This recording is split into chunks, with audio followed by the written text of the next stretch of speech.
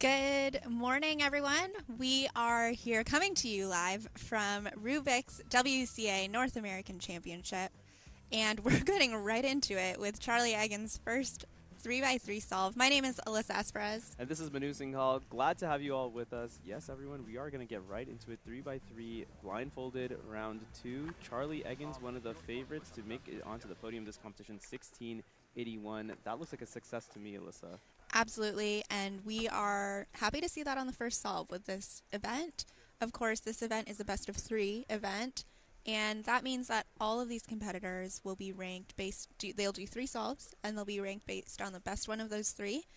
And with blindfolded solving, there is a risk that you do not finish. Yes. You don't get a result. And so all of these competitors will be looking to get that success on the first attempt so that they can feel good for the rest of their mean. Those second 2 solves are bonus, they're gravy, and also gives us a chance to see something really special on those next 2 solves because there's no safety needed. Exactly, yeah. One of the most important things, as Noah swore, is going to do his memorization here. 7-second memo.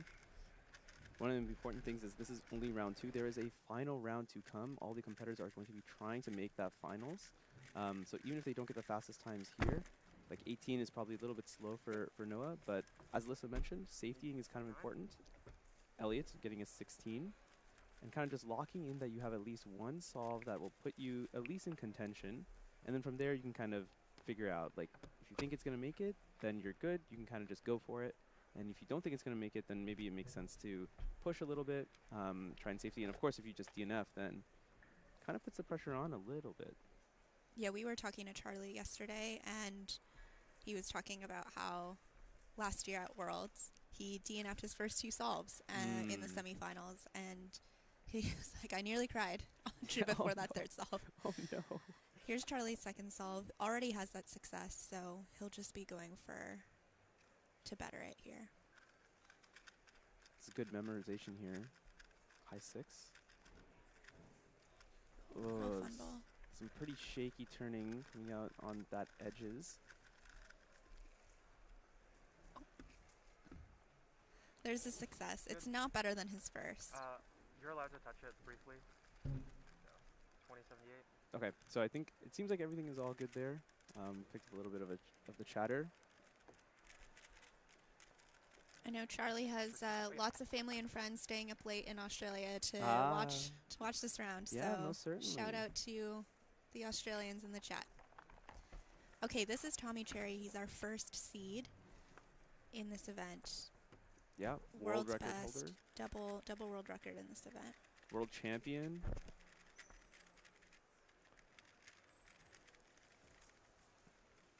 Bit of shaky turning here. He's actually going to come out with a DNF. 1602. So you'll see that his edges were completely solved here, but the corners were not quite done. The competitors are going to be solving. So, well, some people will do edges first, then other people will do corners second. Some people will do corners first. It kind of depends on whatever they think is best.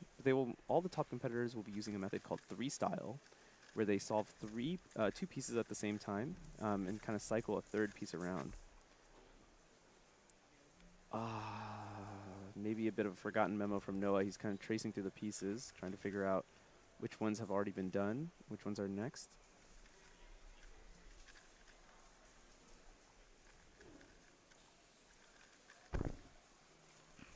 DNF there. DNF from him. Okay. 32.99.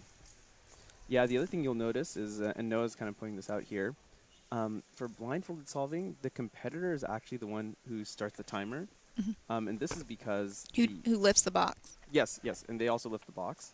And this is because they need to time their quote-unquote inspection time. We call it the memorization time as part of their solve here. Figure most people in the chat know about this, but might as well mention for anyone who is new. Aussies be taken over. Hello, everyone from Australia. As that was that last solve that Charlie did there. All right, this is Charlie's final solve here. Solid memo in 6 seconds. And pretty clean There we execution. go, 14. That will be his best solve of the round. Yeah, there we go. Good solve from Charlie. Charlie also got a 14 in the first round, 14.08. So he's got some pretty good solves coming into this this final. I mean, he's almost certainly making it into the final. There's almost no way. I very much doubt There's there'll be no way. 20 solves better than 14 You never know. seconds. You never know. Hey, all I'm saying is if you got me up there, I can DNF faster at least. Let's say that.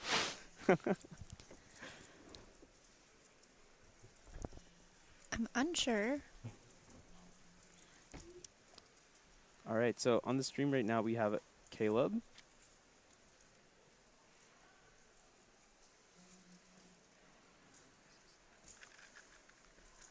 can also see that that's a three style like solution. Cutting to Noah here. Just last couple corners, so you can figure out what the memo is. Oh. He actually hasn't. And the timer is stopped not stopped. Yeah, so it was definitely at least a +2. I don't think the judge interacted with the puzzle before before Noah had stopped the timer, so everything else should be okay there. Man, Tommy's nod don is so clean. He's not even nodding anymore. He's actually just like flexing his eyebrows, and the blindfold just falls down. Okay, another DNF from Tommy. So Tommy has DNF'd his first 2 solves here now. Yeah. That puts him in a very precarious position and a very uncommon position for Tommy. Very uncharacteristic. I mean, Tommy is the type of person, you know, during NA All-Stars, he did like blindfolded with like a whole crowd watching him, people making noise. At the DG concert the other day, he was cubing while DG was literally yelling in his ear. So he's someone who can perform under pressure, but maybe things are not going his way this morning. He's definitely going to be safetying on this last solve, I think, right? So this is the situation we were just talking about that Charlie was in Worlds last summer. Yeah. It's not a position any blindfolded solver wants to be in. Yeah, I mean, but Tommy is like such a world-class competitor. I have no doubt that he will solve the cube on the next one. It's just a matter of like what time he's going to get and what position that will put him in for the final round. Right, yeah.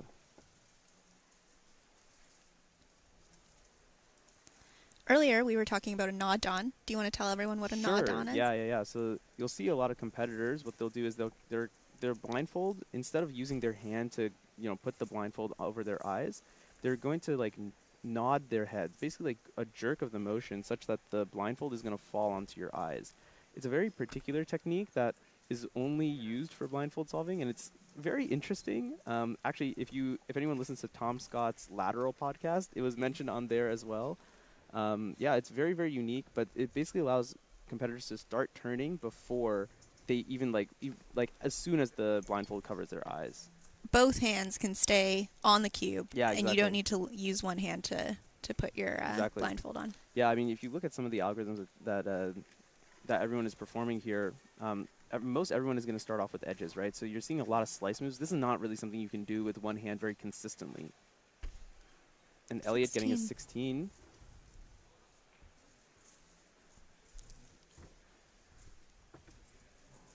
Yeah, just very, very solid performance all around. One person we haven't seen yet is Stanley Chappell. Not sure what has happened to him. Perhaps he's just like off the stream stage somewhere. Or maybe there's another group, maybe. No, it's all in one group, so there's just everyone is in this group. We're keeping track of a lot of people. You know, I wonder if they're also using the other 2 stages. Potentially, yeah. But this is also one of the rare events here at Rubik's WCA North American Championship where the top 3 in the world are all present at this competition. Right.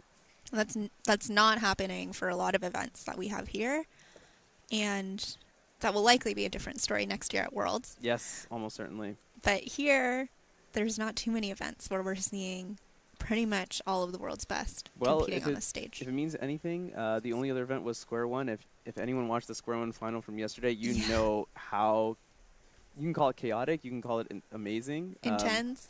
Go watch it back if you haven't seen it already, if you want to see the best in the world.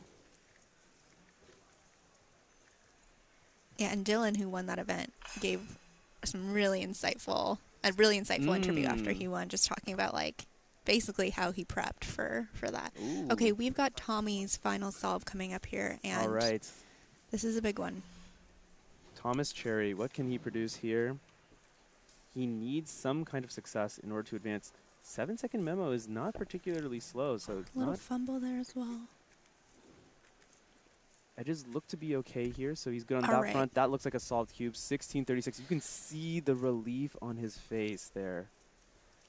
I mean, like I was saying, Tommy is like a top-tier competitor, right? But even he knows the stakes into this. Like, it's not even the final. It's a semi-final. Third solve, coming in with 2 DNFs. It's pretty impressive that he can just like go in there and back himself to get it done, even though he started off with 2 DNFs. And, you know, 16 is like...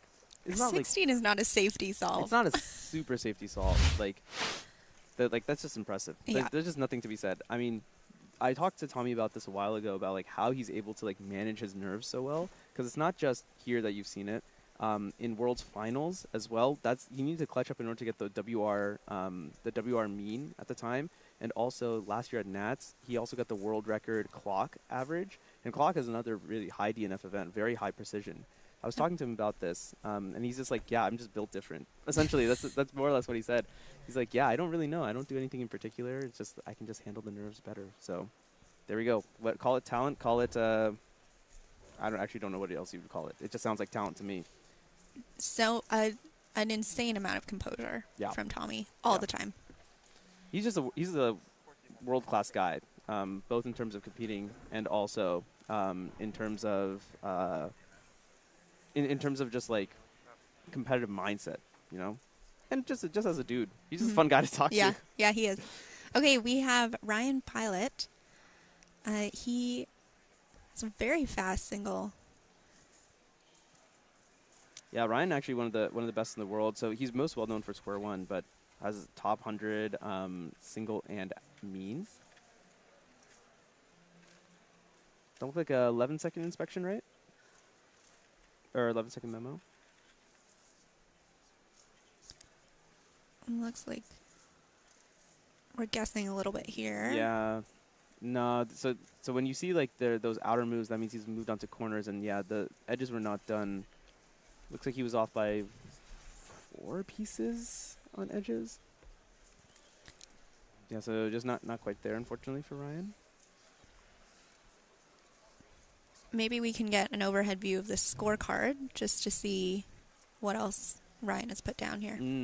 Yeah, that'd be interesting to see if that was solve 3. Actually, did you see him grab his cube? I didn't think to check for that.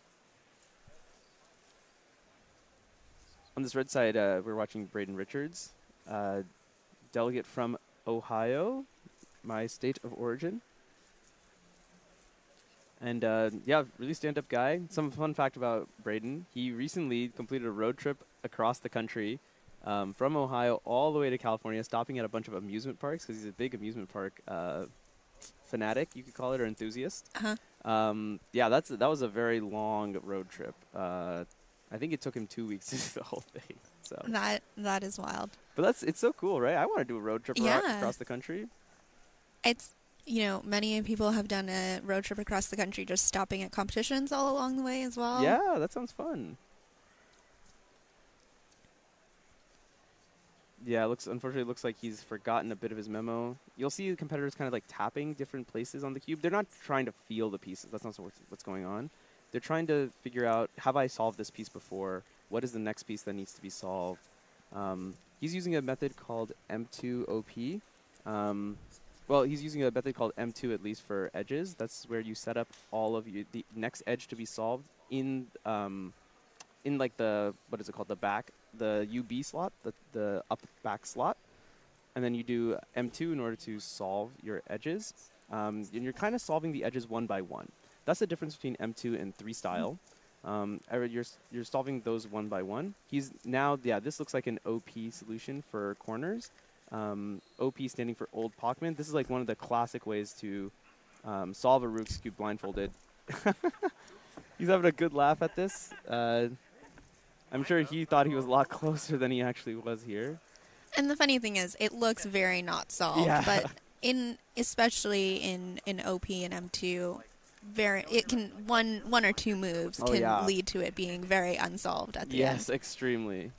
I mean, it's just as simple as, like, instead of doing M2, you accidentally do M. Yep. And then you just got nothing. Everything is just completely unsolved at that point. All right, this is a replay we have of Tommy's last solve, which he had to clutch out. For those just joining us, he double DNF'd the first two and needed a success here to move on to the North American Championship Finals. Yeah, and it didn't look like a particularly long scramble. I think 8 algs is like is 8 algs a standard? Okay, maybe I shouldn't. I'm not going to mention anything specific so I don't look super dumb.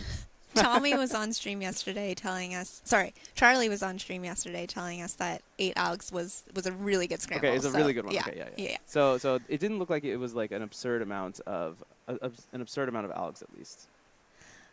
We did get Ryan Pilot's scorecard delivered to us, a picture of it, not the actual scorecard, to be clear. And he did have a success on the second solve, 2750.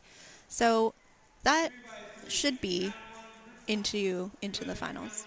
Yeah, I mean, it's projected to be in the finals that it would be 21 would make it into finals, but then again, it's a very, very high DNF event. Yeah. So if you compare, this is, I think, a little bit of a problem if you compare personal records to other personal records, is like, like I got an 8 alger, right? Yeah. And you're comparing that against everyone else's 8 alger, but you're not going to get the same 8 algers, or everyone may not even get an 8 alger in the same scramble set. So it's a little bit misleading to look at the psych sheet.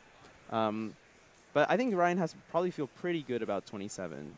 Definitely some people who triple DNF'd, and people are definitely going to go slower than their PRs anyway. So yeah, so let me explain a little bit about what I mean when I say an 8 alger.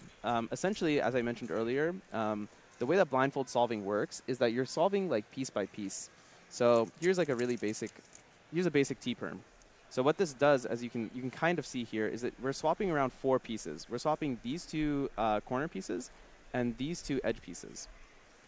So this is like one alg that, and you'd use this in OP at least, you would use this to solve 2 edges at a time.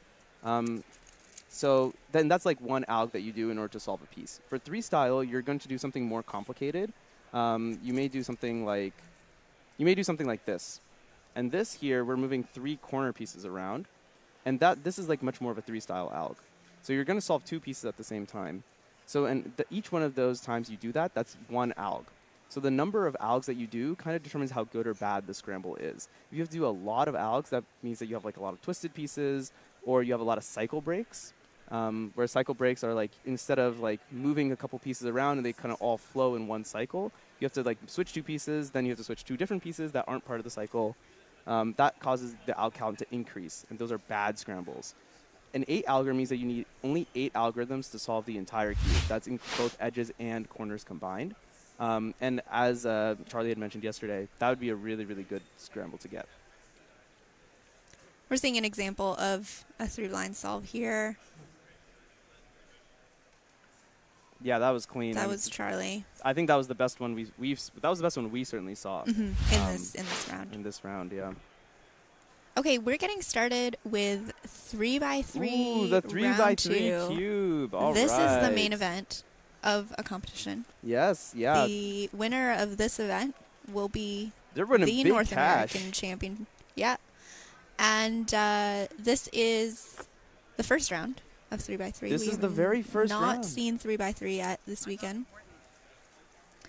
And so it's interesting because I feel like a lot of these top solvers are a little bit more strategic coming into a first round at a major, right? It's not, obviously they're looking to go as fast as they can, all of that stuff, but you're also just wanting to make sure nothing too crazy happens and you just put down a very solid time to move you on to that next round, because ultimately everyone here at the top is gunning for the finals. So we have Carson Wijaya on the stream here. Yeah, and You saw it.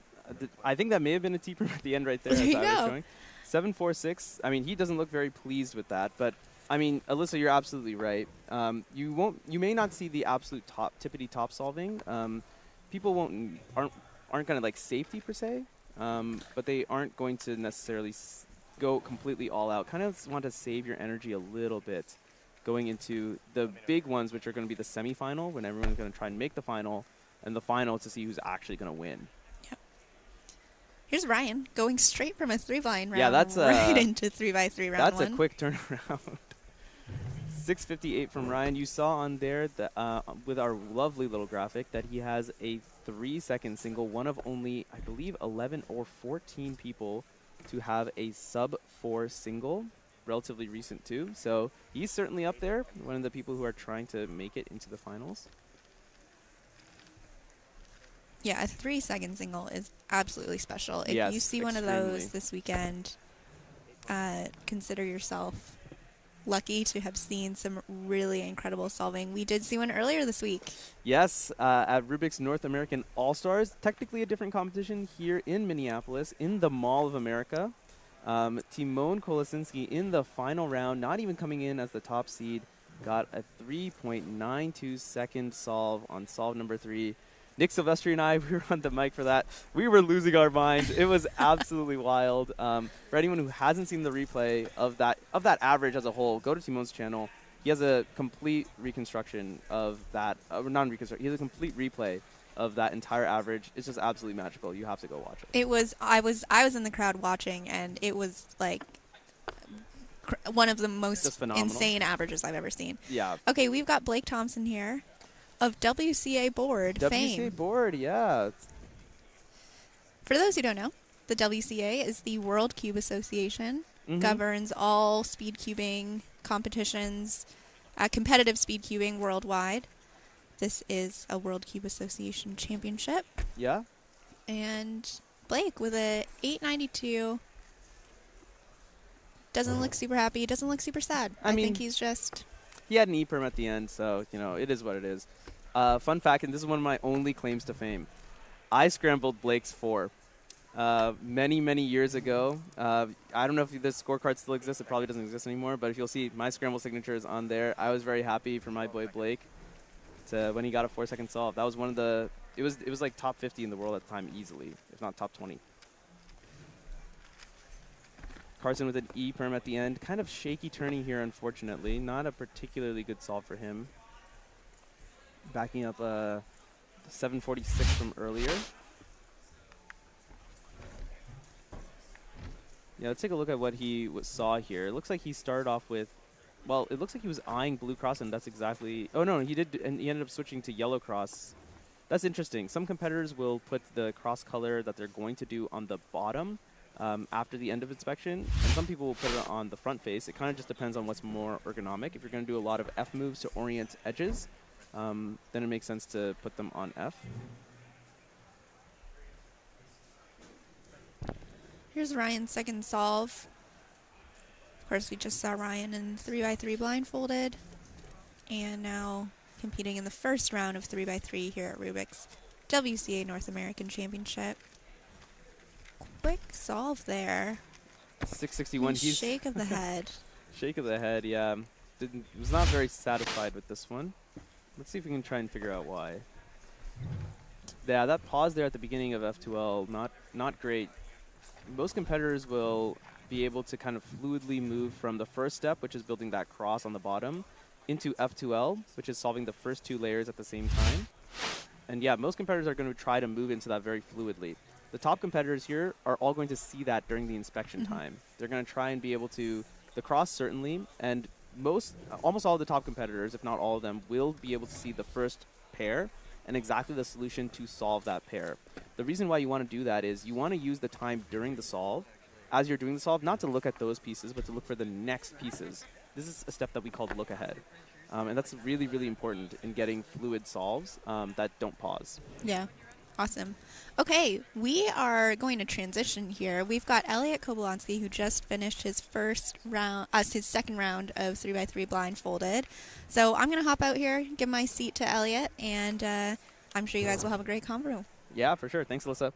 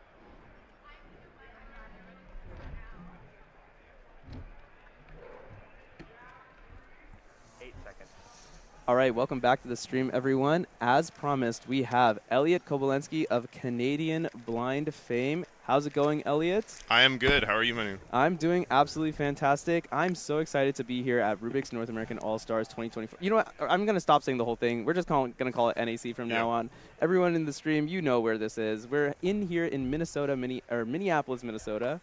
Yikes, almost got that backwards. And we're out here having a great time. Tell me a little bit how the competition has been for you so far, Elliot. So past couple of comps I've been to have actually been pretty terrible Oh, blind-wise. And so that was like weird going into this one. But I haven't been competing in much because my sort of philosophy for these types of comps is just like hang out with the blinders, that sort of thing. Sure. So I've competed in multi, 3-blind, and in OH. In multi-blind, I managed to podium. Nice. Third. Congrats. And it's great because it doesn't feel like a fluke. As maybe in the past I've done like some stupid attempt and it hasn't worked out. But this one, 44 out of 50. Not the best by any means, but like still pretty good, and I'm happy to be on the podium. Doesn't feel like a fluke. Yeah, that's impressive. 40. I feel like to even attempt 50, because if you're going to do 50, right, that means that you have to more or less, what are we talking, like 120 or something memo plus exec per cube? Yeah. Yeah, so that seems pretty intense. Plus, you got to keep it all in your head. Do you want to talk a little bit about like your multi-strategy? Like, what do you, like, how do you store all that information? Okay, so multi-strategy, and this extends to just memory in general. I think our best type of memory, I'm not a psychologist, but I think our best type of memory is spatial memory. So remembering things where they are in a room, and we can really use that in multi-blind, because if we sort of picture a familiar space, we can start to encode information in that familiar space and remember it super, super, super well. And so I guess for those who are slightly more unfamiliar with blind solving, it's complicated, but the main process is that we have a cube and we are able to encode that cube into letters. And then after those letters, we're able to encode or decode those letters into moves on a cube. And so if we have those letters, we can arrange those letters so they actually mean something to us. And usually that goes by letter pairs. And those letter pairs are turned into words. Once you remember the word, you'll remember the letter pair. So if we're able to take those words, make meaningful stories or images out of them, and then put them in places that are familiar to us, we can remember 50 cubes worth of stuff. 50 cubes worth, but I always think of that as like hitting a huge hammer and hitting a tiny nail. I think we see something like Graham Sigan's 300 cube attempt. Yeah, man. And I'm sure that's just a fraction of what we're able to do. The only thing is that 1 hour limit. Right. Which is really more of a practical limit than anything else. We used to have a type of multi-blind called old style where you could just get as much time as you wanted. But that's kind of insane. Imagine like North American Championship, someone just memorizes for 4 days straight, right? So logistically it becomes a bit of a problem. Yep. I think it actually is also an interesting thing though, because like then it's kind of pushing the limits of like how fast can people both memorize and execute. So I think it certainly is very interesting. What do you think your limits are from blind? So back in the day, I was doing like 65 cubes pretty consistently, and even I got like a 66 and 67 sub hour with pretty good accuracy. But the only thing was like at home you could really rush it, you could really go fast. But once you get into competition, there's so many other factors where you can't be perfect at home, and that's why I'm always, right now especially, I'm focusing on doing, let's say like 10 or even 15 less cubes than I'm able to at home, just to have that safety margin. I think I really want to get up to like 70 someday, 75. Wow. Just because, that's like the cutting edge. I don't know if I would go further than that because it starts to get really hard. But in the future, I really wouldn't be surprised if people, maybe like 20, 50, people are doing 100 cubes under the hour. 100 is going to be, I think anything past 60 is just absurd, because then we're talking like sub 1 memo and exec, and you need to actually be like, you can't be like someone like me who like who's like okay at blind, can solve a cube blindfolded. At that point, you have to actually be like world class at blind in order to be able to do that. They're 100% related. Yeah, definitely. I'm sure part of it is like knowing like all the hours. Like the faster you can do exec, then that's just more time that you can do memo. A lot of time, more time you can do like reviews and stuff like that too. Yeah. So, tell me a little bit about, you mentioned this earlier, competition pressure, what it's like in this kind of environment compared to like doing it at home or other competitions, and how does that affect you? Okay, so I will admit, actually, this competition, I am super impressed and super grateful that multi-blind has been set up in a way that's like extremely like perfect. I mean, I guess people on stream haven't seen the room, obviously, but the room is, I don't know, like a smaller sized room. There's 2 of them actually, and then all the tables are arranged against the wall, sort of in a circular fashion. And this has always been a thing. Like top multi-blinders always want to be facing the wall so that they minimize distraction, but you can't give that privilege just to top people, right? So I'm really happy when they did that. They gave that to everybody, and so here it has been great. I was able really to lock in, and I've even on the 50 attempt, my second attempt, I thought it was perfect. That's how like confident I was with Memo. So that was pretty close to at home actually. I wasn't thinking about North American champion. I wasn't thinking about that. Nice. Okay. I was just thinking about like, let me do this like I would at home.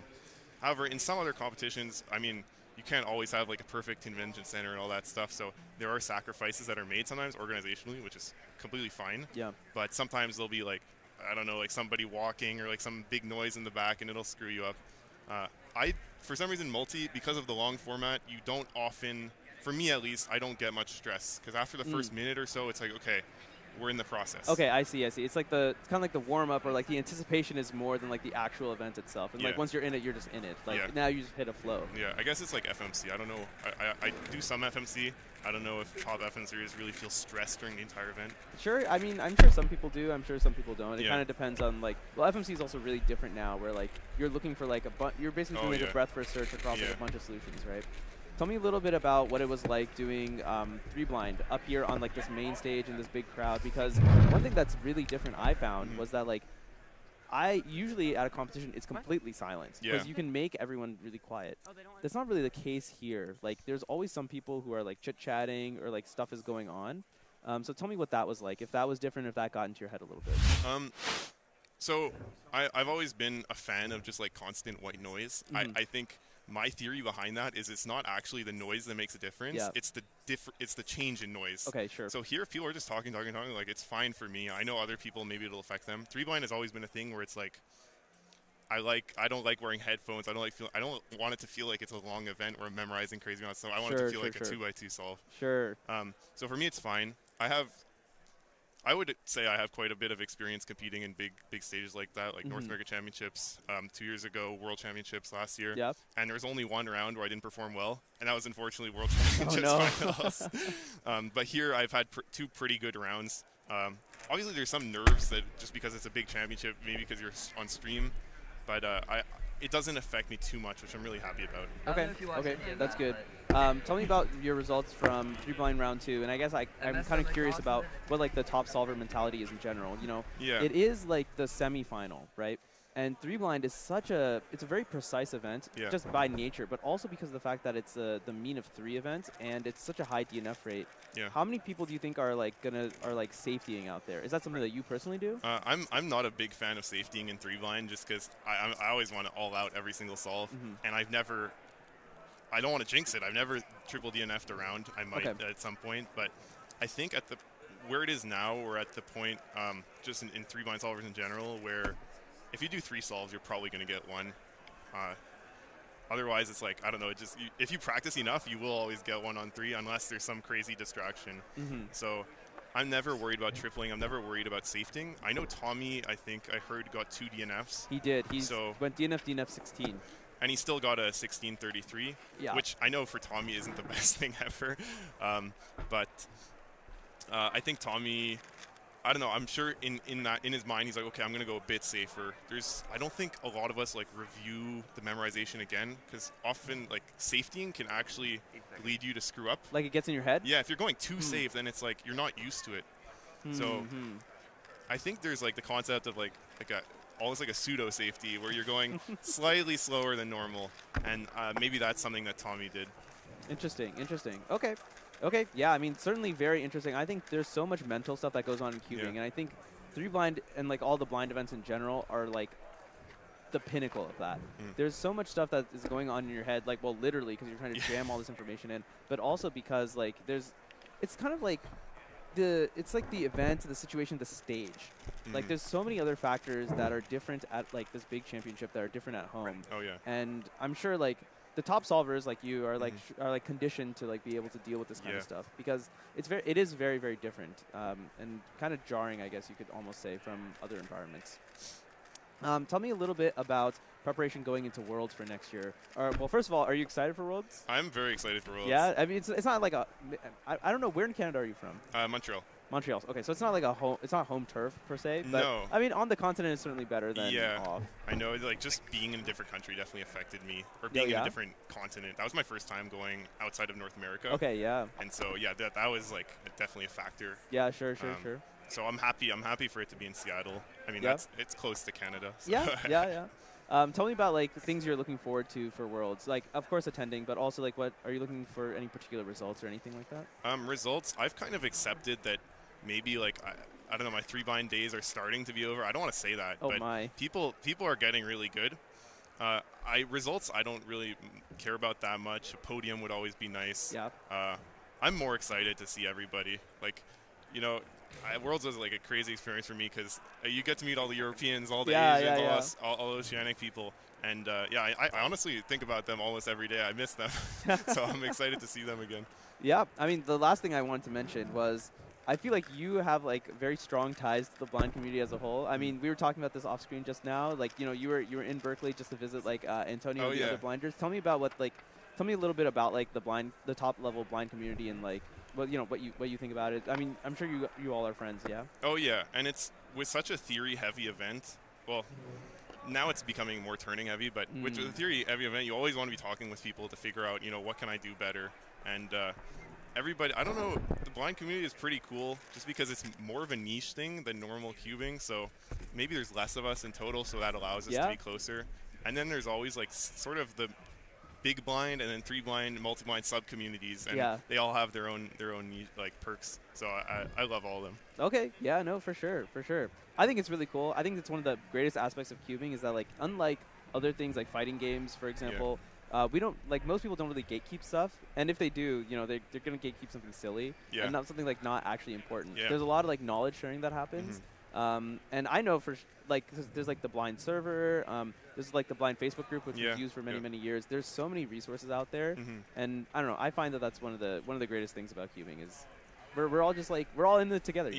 And I know maybe in the like 2017, 2018, 2019 years, people were a bit more closed off when it came to all that stuff, and I remember this. I've been a fan of sharing everything to everybody always.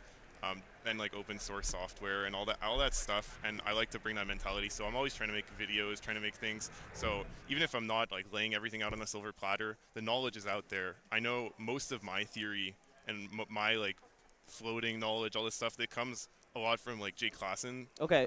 His example solves. I watched all of them like 10 times. I know them almost by heart by now. What all the tricks he does. So I want to give that to other people in the future. And always just furthering the community in general instead of just furthering myself. Yeah, for sure. We also, by the way, we've seen like a lot of like top solving going on. We saw Killingman. This is Jacob Noakes right now. Just want to shout them out. Give them a little bit of a spotlight here as we watch a replay of Jacob solve. But Elliot, anything else you wanted to mention before we wrap up here? Not really. I just want to say I'm excited for the rest of the comp, and thanks for the interview. It was a lot of fun. Oh yeah, totally. All right, everyone. That was Elliot Kobekansky. I think we are going to be switching commentators. We're going to bring on Brandon and Zach right after to commentate a big block of 3x3. So stay tuned, and thanks a ton, Elliot. Thank you, Manu.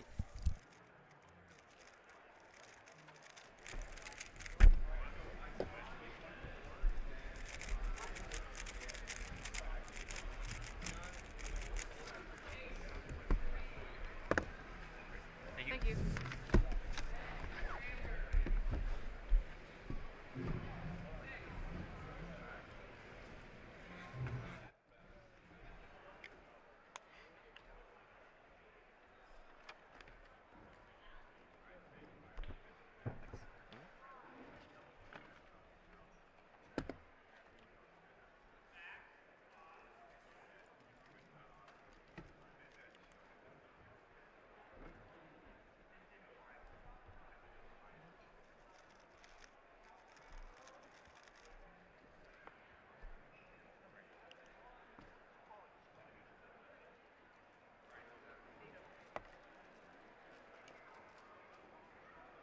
seconds.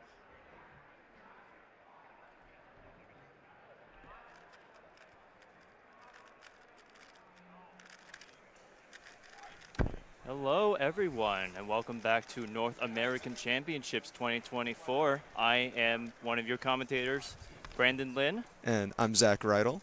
And we are jumping back into 3x3 round 1, the main event of this competition. I'm really excited to get to watch this entire round progress as it goes on. Zach, I hope you're excited too. Going to be really exciting. Looking forward definitely to maybe a little calmer than the finals that we saw last night. We commentated together Square 1 and 7x7 finals, which were both insanely hype to watch. This will be able to give us a nice cool down as we're gonna be here for a while. It's gonna be a long duration of time. We're gonna be seeing a lot of people who are pretty skilled at 3x3. We have obviously a lot of the top players here, as we just see Zeke McKay here with a 660, finishing off his average to be a 691. Pretty not bad average for him. Yeah, sub 7 still impressive. Definitely going to give him a good spot going into the second round. For sure. And we have also Kyungmin Choi with 2 more solves left to go. I was saying that we still have a lot of players that we're going to see in this round. In the top 12, we have folks like Timon Koloshinsky, Max Park, Luke Garrett, Maddie Heroanaba. We're going to see these big names much later in the 3x3 round. 8 seconds. And hopefully we'll see great things from them. Right now we're really early in the 3x3 round 1 process. So just on group 2 right now. So we're going to see some other solves. End perm there for Kyungmin, but 770 still smiling, laughing it off. Not the worst solve of the average so far. Sure. So right now it's round 1. Thank you. The top 400 will be proceeding from round 1 on to round 2. The psych sheet right now says 10:54, although obviously that's based on PR, so I'm going to say about a 12-second average. I was thinking around maybe 11 seconds, but anywhere from 11 to 12 probably make it. Jacob Noakes inspecting here on the red stage. Jacob, mostly known for big cubes, but still quite the fast 3x3 solver. I think we saw a 583 from him earlier, just now. A bit of a pause before PLO, but a 783, still impressive from Jacob. That's going to give him a 778 average, still quite fast.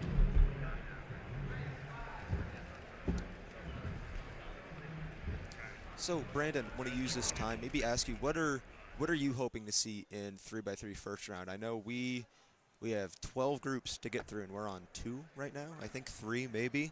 Yeah.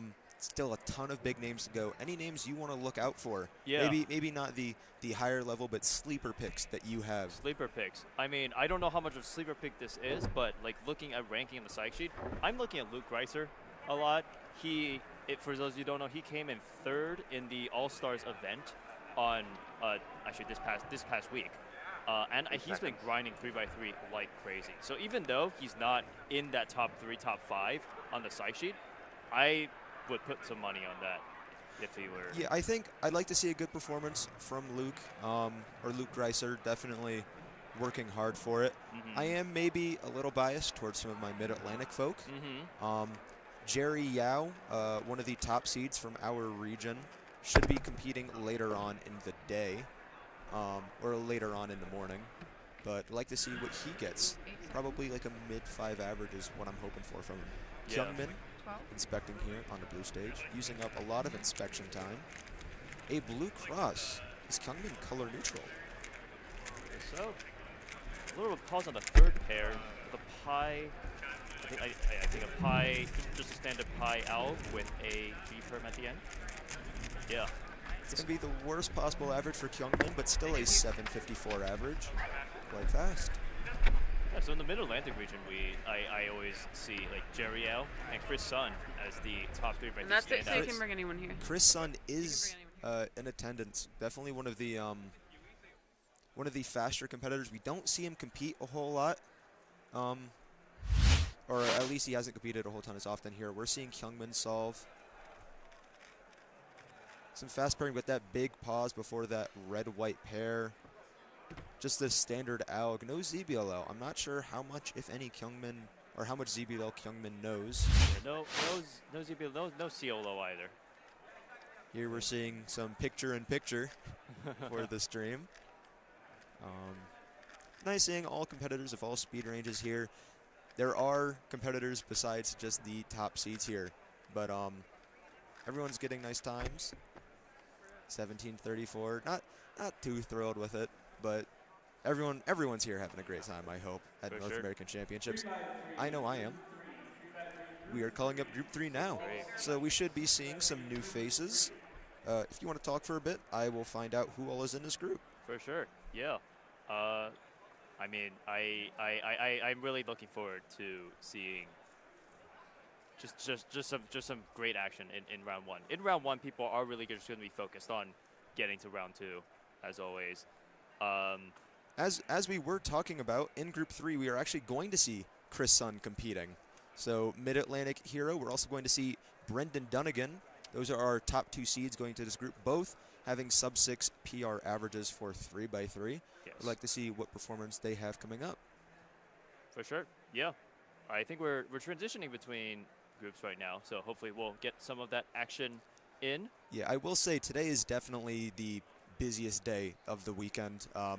3x3 first round is today, as it's going on right now. I don't know if we have a nice shot of the whole room, if we'll be able to show everyone what all we have going on. Yeah, we have a nice mobile camera. There you go. You can all see these seats are slowly filling up. Are we able to pan around and show the room off to everybody? Yeah. So on the left side of this, we have we have this entire space. We have the cubicle on one side of the room. We've got. There we go. Yeah. They've got their.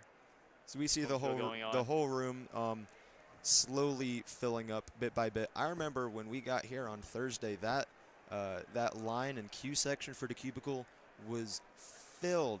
Everyone trying to get all their puzzles ready before the competition. I actually expected this line to be much longer right now, since it's like 3x3 and a lot of people are going to be here. But maybe people already got their puzzles in advance on Thursday. So. Yeah, but that's always great. We're seeing here all of these tables slowly get filled up with competitors of all speed ranges. I just saw Braden Adams there. Oh, nice. Little more Mid-Atlantic representation. There's Elliot that we just interviewed for y'all. Nothing. Seeing a bunch of solvers, bunch of faces I all recognize here, but gonna be an exciting day. If we look right now on the red stage, we have Christopher Sun getting ready for his first solve of the average. Chris Sun has those exceptional pop-offs. I don't think this PR I is believe right, that is for the other Christopher Sun. Because I know that Chris has a 4.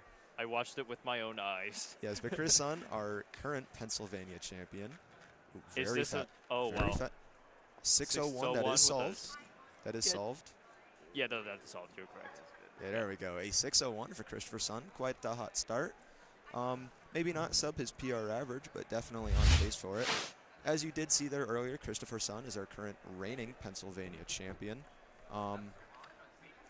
Anything else? I think he's also quite high placement at last year's Mid-Atlantic Championship. I don't know if, I believe he won. Or at least, he did, yes, get a very high placement. I forget if he won. He was the Mid-Atlantic champion last year. We also see here Brody Lassner. Brody the Cuber. I was going to say I knew him quite well for our or for his cubing content.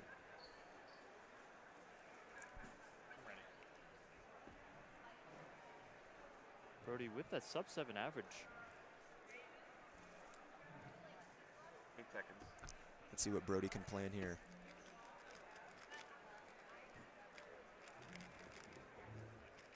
Got to PLL at mid-5, 768.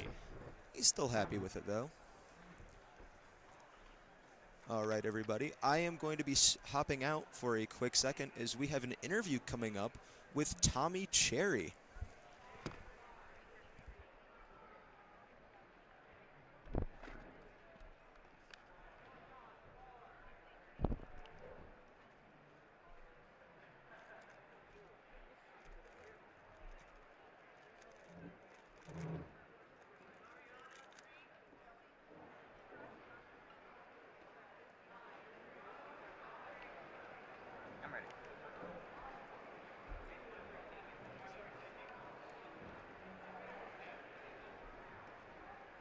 seconds. Hello, everyone. We are back at NA Championships here. I'm joined by Tommy Cherry, Hello, 3x3 blindfold extraordinaire, and also a clock extraordinaire as well. Say hi to the stream for us, Tommy. Hey, everyone. Glad to be here. So, how have you been doing so far during this North American Championships? Honestly, not great overall. I've gotten one PR, so that was pretty cool. But you know, which event was it in? It was a 4x4 average, 27.12, I believe. Oh yeah, I think we were watching that. I think I was commentating on that. Oh, okay. Average, yeah. Which Nice. we saw that really cool RUS. Yeah, Yeah, the RUS out that you were doing for UPerm. Yeah, that was a pretty fun one because it was my fourth solve and that clutched. Like it guaranteed the average regardless of what the last solve was. So that was pretty cool. The times were a little all over the place. Had like a counting 24, 26, and 30. But yeah, I'm glad about that one. But no, this morning I had a really scary moment because I DNF'd my first 2 3-line solves, and you know, that's never really happened to me before at like a major championship. So it was definitely very scared going into the last solve. You know, went a little safe and ended up getting a 16. So you know, it was enough to make finals at least. I'm really glad. When you so I guess like your version of safeties is not the same version as my safeties. Like when I safety, I double check my memo. For you, what does that sort of entail?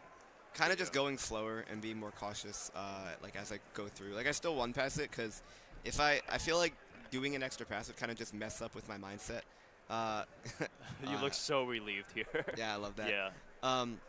Yeah, because like, you know, you're gonna need like a sub 30 to even make finals. So if I do an extra pass, I mean, I'll still probably get a sub 30, but I feel like since I'm just not used to doing a second pass like at all, I never really do that. Like I didn't want to veer too far away from my normal routine with solving, so I just kind of, you know, did it all with one slow and smooth pass, and you know, it worked out thankfully. Yeah, I imagine the second pass can sort of throw away a memo, especially like if you, I guess I'm imagining if you have your corner memo and you double pass your edge memo, then that can lead to maybe you forgetting your corner memo and stuff like that. Yeah, I would have to hold on to my corner memo for longer, which is, I mean, you know, it's not necessarily something that I would mess up often, but since it's just different from what I normally am used to, I, you know, decided not to take that risk. Yeah, no, for sure, I completely understand. So I guess how are your other blind results? You did multi yesterday. How are you feeling about those? Yeah, so multi, I actually DNF'd both attempts. No. I just couldn't really concentrate. It wasn't really my comp for multi, but that's okay. I mean, multi wasn't really one of the events I practiced much going into this comp anyway. For sure. I guess, you know, that's really the only other like blind thing that has happened besides like three blind round 1. That wasn't anything too notable. I had 2 bad scrambles, 1 good scramble. DNF'd the bad ones, got a success on the good ones. So it was actually like quite a good scramble. 9 algs with good cases. So like, you know, it's the type of thing that if I'm like really in the zone, I could probably get a low 12 or maybe even a sub 12 on. But unfortunately, the circumstances didn't align. Low 12 on 9 algs. On certain 9 algos, like right. Ones with like really good cases at least. Right. Like the easy commutators you need to do. Yeah. Are like, you? Oh, sorry. No. Please go ahead. On the last one for round 2, like it was an 8 alger, but like since I had DNF'd my previous 2, I wasn't ready to just like full send it, because I did not, like that would have been a huge risk, and I you know, definitely wasn't ready to just like DNF that just because I wanted to like be ambitious and go for a record. Yeah, no, I think that you made the right call, like slow and steady, take it safe. No, for sure. I guess, are you practicing a lot of clock still nowadays? Yeah. So I was doing quite a bit of clock leading up to this comp. Round 1, actually, I almost got a 2.4, but the timer malfunctioned, so it like turned off when I stopped it, so I needed an extra. Okay. And didn't end up really getting any other like good solves besides that one, but you know, of course, it was enough to make round 2. So I guess tomorrow's really like the big day for me, as well as, you know, pretty much everybody with all the finals coming up. Yeah, tomorrow's going to be I don't know what I'm doing. A slew of bangers. I feel like we have a lot of things coming up. Lots of action. Yeah, looking forward to it. Yeah. Just one question I have, and I don't know if other people have this. Like, is there a reason you chose 3x3 blindfold and clock when you were figuring out like what events or I guess not figuring out events, or just like events you sort of mained? Did they have like any relation to each other? Yeah, I mean, well, I feel like it kind of just happened naturally because, like, three blind, that was something I, for a really long time was pretty serious about. I guess even back in, like, 2018, it was one of my main events. So it's kind of just been that way for a really long time. And clock was kind of just felt like a natural extension when, like, seven simul was, like, starting to develop. And, like, the memo aspect of it just made it something that I, felt like I had a good competitive edge in. Because it was also one of the events that I, prior to that, was already like not too bad in. I think like there wasn't any specific reason that it was those two, like there wasn't like a specific relationship between the two events that made me want to like main them in like that specific combination. It was more kind of just like I separately was like practicing both of them and just happened to have a bit of a knack for those, at least more than other events, so I kind of just stuck with them over the years. Yeah, no, for sure. I think that totally makes sense. Like, you see, like, an event that you start to get good at, and that's just something you hone in. Yeah, exactly. Yeah. I've definitely had a lot of questions being like, why does Tommy practice blind and clock? They seem not very unrelated. I guess when you look at seven simul, there's sort of some relation there. Yeah. And I guess there's, like, an aspect of precise turning needed, too. Because, like, with clock, I mean, regardless of what method you use, you inherently need to turn precisely because it's like 30 degrees for just one tick, whereas with three blind, like, your turning's not necessarily like more precise than other events, but you use a lot of weird algs that require precise finger tricks in order to turn accurately. So that's I guess a similarity you can draw there. For sure. I guess we're just seeing Chris Sun with a pretty nice average, 6.26. Thank you. 6.26 average. I'm not sure what his PR is, but that seems pretty fine for him. Yeah, I guess like I'm also curious if you have like any thoughts on any future development of clock, because I guess with the advent of seven simul and everyone getting fast, seven simul is close to being like the optimal clock solving method that we have. So like, do you have any thoughts? Secret sauce that's in the brewing? I mean, it's not like really actively in the brewing, but it's like there are more ways to take advantage of lucky cases where you like use more combinations of pin positions to get like more six simul solves than what people are previously getting, are currently getting rather. I don't know why I said previously.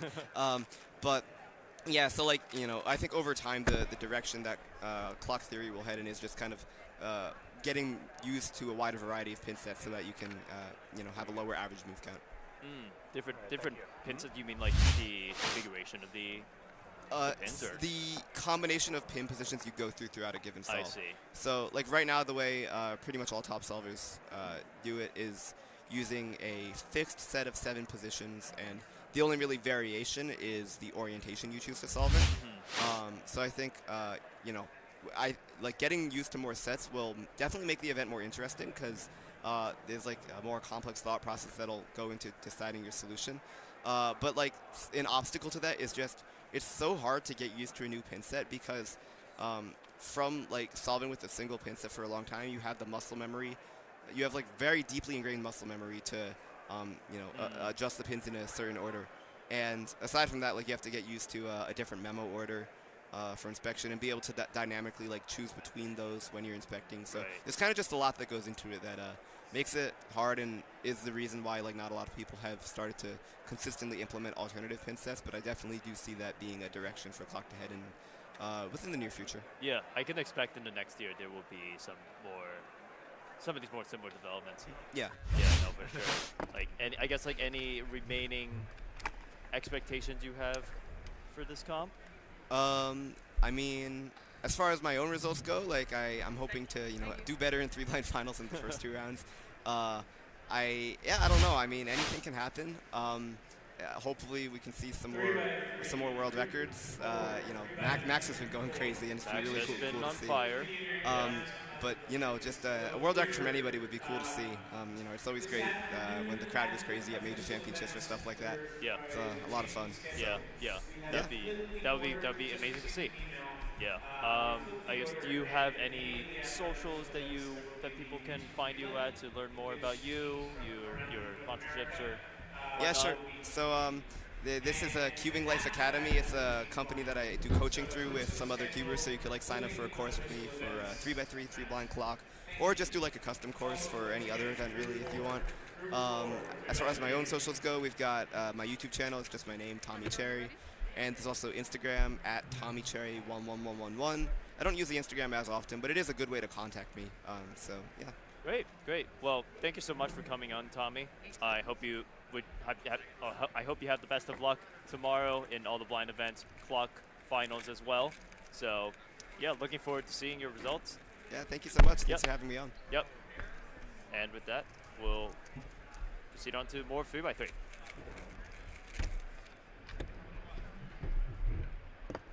you. You got it. Would you like to? I'm scheduled to. Okay.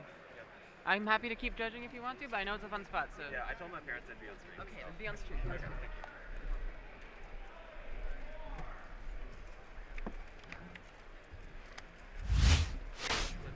Yeah.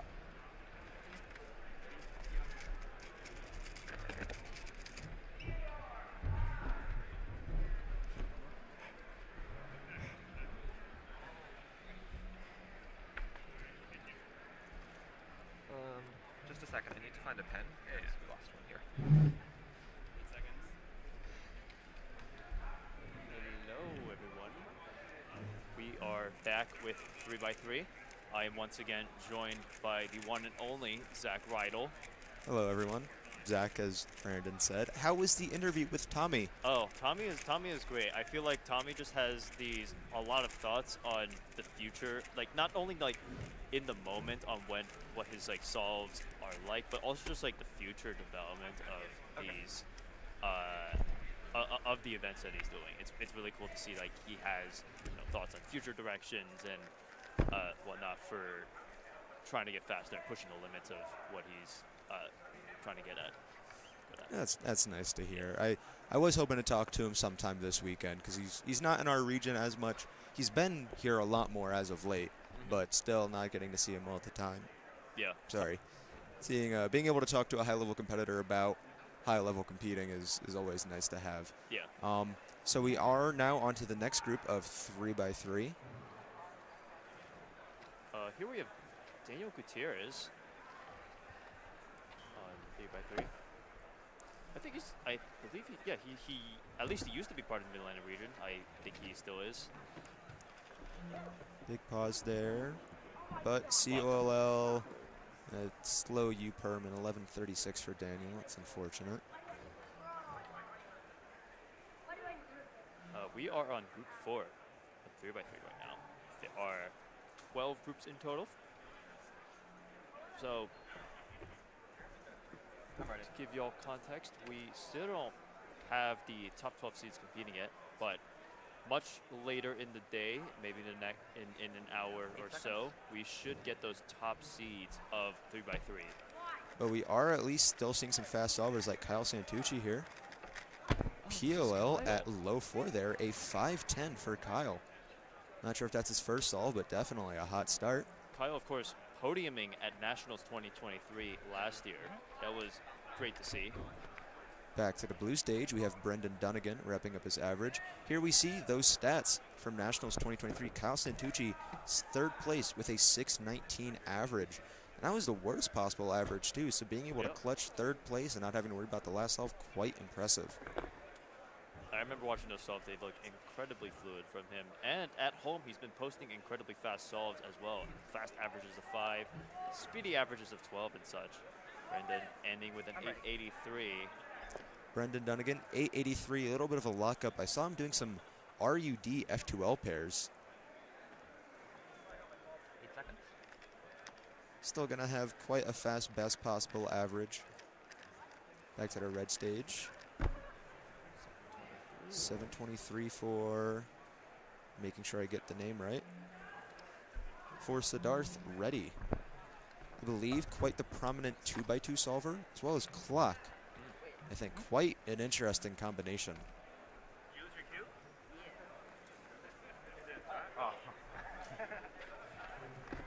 Kyle Santucci back up, getting ready to start his inspection.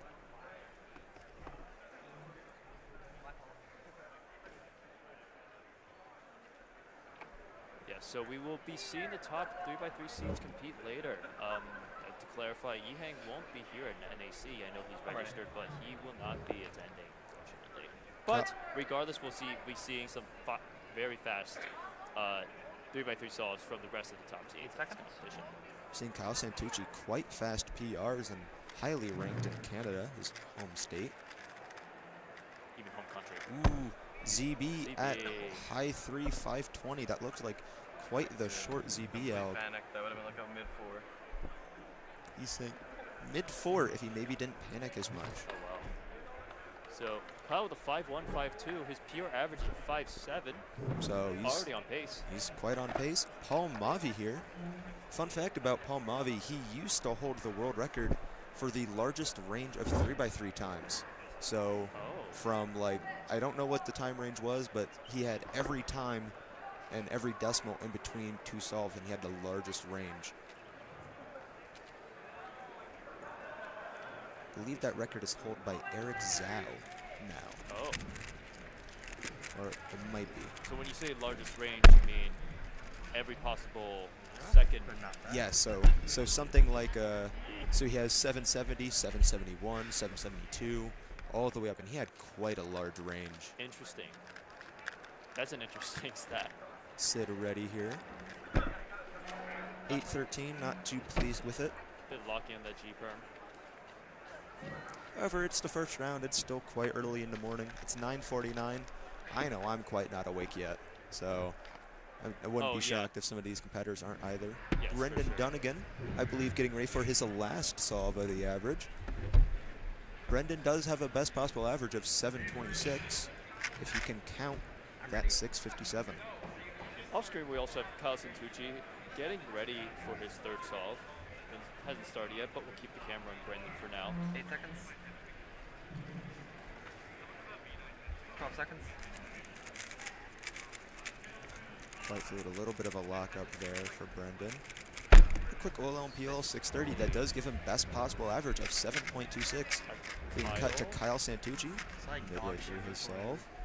Oh, you got to ZBLL at 4.2. I just went all out of it. 6.12. Yeah. Not terribly off from his. Yeah, as you see there with our graphic on the screen, Kyle Santucci on PR average watch. His PR average of 5.9. I don't know, we had the graphic up, but it was 590 something. So he's definitely on pace for it. See a replay of it here. If he leans back a little bit, you get to see the end of the solve there at least. 593 is his PR average. So yeah, he's definitely on pace for that with that counting 5.2. See what he pulls up in his fourth solve. Meanwhile, we have Siddharth ready back at the premiere. Siddharth ready, quite active in the 2x2 Discord server.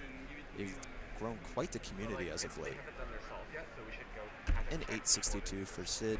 Seems quite upset with that. I believe that is counting, or at least that counts definitely a slower time.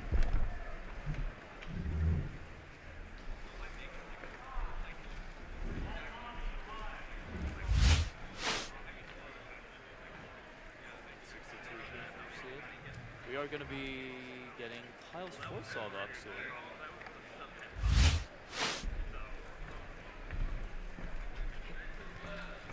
So, thank you, production. They just told us his 593 is actually the average he got at Nationals. Here we can see the graphic from last year's Nationals. Second round of 3x3, achieving a 593. Yeah, he's definitely on pace. If I am seeing in chat correctly, all he needs for a PR average is just a 6.5 single, which seems very in reach. That's pretty doable if he can control his nerves and not get that PR potential to his mind here. We're going to see what he can do here on solve number 4. Quite quick turning. RED-F2L. Can he do the CBLL? 633. That locks in PR average, I believe, for Kyle Santucci. That's correct, yeah. Let's see. Worst possible average of 588. Wow, so that is a guaranteed PR average for Kyle Santucci. I find it crazy that we have a worst possible average here, sub-6. I'm already impressed by that, personally. But so yes. For those, do you maybe want to explain how average calculations work, Brandon, for those maybe unfamiliar or watching for the first time? For sure, yes. So in a typical average in the WCA, you're going to be doing 5 solves. among those 5 solves, your best and your worst times are dropped, and the middle 3 are averaged together to be your final average. So by the time they do fourth solves, we can able to calculate what their best possible average is, based on if their best possible average is achieved if they get a time better than their best time already, as well as the worst possible average. So BPA and WPA is for those 2 terms. So if he's able to beat his best time, he'll achieve his best possible average. If he doesn't, if he gets worse than his worst possible time, he's going to achieve his WPA. Yeah, thank you for that clarification, Brandon. I know usually if I'm on pace for a good average, I'll do the terrible mistake of sitting in a waiting area on my phone, calculating what I need for a PR average, and then it really distracts me. But competitors handling their nerves incredibly here. Kyle Santucci going up for his last solve here. If he can count that 5.1, which is definitely doable for him, we're going to see a 547 average. I wonder if he already knows it's PR for him. I believe, I am unsure of Canadian national record, but I think it is quite obtainable here. I think Canadian national record is 5.6, no? Yeah, so it is possible. So I think, I'm seeing in chat, a 557 will give him NR average. This is going to be a little bit lucky for him. He doesn't know the CBLO. It's going to end with the worst possible It's worst possible average, but still PR average for Kyle Santucci. Nice job, Kyle. 588, he seems a little disappointed with it. I'm sure he knew that he had NR potential, but there's still 3 more rounds of competing probably lined up for him. That G-perm there. Still an impressive showing, accounting 5.2. I remember when 5.2 was a crazy fast time for anyone to get, so counting that is awesome. I started cubing when Felix just got his 5.66 world record single. So this is a long way from that, and now people are popping 5-second singles like candy. Oh yeah, Asher Kim Majeric here solving now has a sub-6 average, but maybe a little more notably a 389 single. Was he the 3rd or 4th person to get a sub-4? Pretty early in that in that slew of people. I know we had a huge string of 3s all in one go. I know he was one of the first in North America. Asher here a little bit lucky during F2L as he enters that last pair. And then a little bit of a pause, I think, for the OLLCP. Not too thrilled with it, but still got 4 more solves in his average. Overall pretty lucky, but I'm sure was he'll bounce back. seeing he was the 2nd person to get a 3 in North America. Paul Mavi coming back on the stage. There we see it here. Asher Kimajeric, that 389 single on his 3rd attempt of Rose City 2022. I did not think it was that long ago. That's that's a really long time ago. That was NAR at the time. So actually he was 1st in North America, 2nd in the world. Paul Mavi looking probably a duplicate scramble. Claiming the same scramble there. We could see, I believe that is Ben Bergen, our judge, delegate from the Canadian region. It's important if you have a duplicate scramble to let the judge know very early on so that they're able to verify that your claim is correct. So in this case, he immediately told the judge it. Our stage lead, Alex Cohen from the New England region, running a tight ship on the blue stage. So they're going to go check that out, obviously see if it was a duplicate scramble. If it was, then they're going to give him the correct scramble, and if it was maybe out of order, they're going to maybe try and get him the scramble that he was not given already. It's always a scramble, sorry, a mad scramble at the scramble table sometimes. Group 5 being called up, seeing a bunch of faces here I recognize. See Clement Tucker, Sid, who was just on stream. Asher starting his 2nd solve. Let's see if he can bounce back a little bit. Looks like he's planning a white cross here. A lot of these solvers are white cross or dual neutral, where they solve white and yellow. Quick F2L, but a little bit of a lockup going into OLO, or that last pair, I guess. 854 for Asher Kimajeric. That's counting that 742 now at best. Yeah, also a decently lucky solve. Not sure if I mentioned, but they are calling up Group 5 now of 3x3, so we should see some new faces start rolling in. Oh, it looks like I think he entered the last F2L pair and then just tried to force the ZBLL and not have to do the OLL. A lot of top solvers are currently trying to force ZBLL, where you learn a whole bunch of algs for OLL cases where all of the edges are oriented. So there's 1 of 7 cases that you can get for that OLL, and I think in total there are a couple hundred ZBLL algs. 500. 500. I always forget the exact number. Some insane amount. Off the top of my head, 593 or something like that. But in this specific case, there's some OLOs that just aren't worth doing, and you might want to optimize for something different. Oh, so going over ZBLL for some of the viewers who maybe don't know, as mentioned earlier, there are a few OLL cases with all edges oriented. So the normal procedure of CFOP solving goes cross, F2L, OLL, PLL, and you spend OLL and PLL on your last layer. However, with ZBLL, what you can do is if you have all edges oriented, you can learn a whole bunch, as we mentioned, 500, 600 algs, in order to just solve it in one fluid step. So it could be quite a move count save, almost similar to just getting a PLL skip and only doing OLL. So you'll only have cross F2L and then ZBLL as one step instead. So some of these competitors know a ton of ZBLL algs to where they are just forcing ZBLL in hopes of getting great results. Yes. And when we say forcing ZBLL, it's not necessarily a very fast thing. You're basically just doing the yellow cross. For some of these cases. In other cases, you're inserting your F2L pair differently in order to get all your edges oriented in those cases. And getting ZBLL down is a lot of practice. The recognition is not going to be as easy as recognizing OLL PLL, so you're going to have to spend a lot of time trying to get that recognition time down to a point where it's actually worth doing in a fast solve like this. There we see Sid, who is just competing 3x3. Seeing a replay of Henry Lickner's solve here.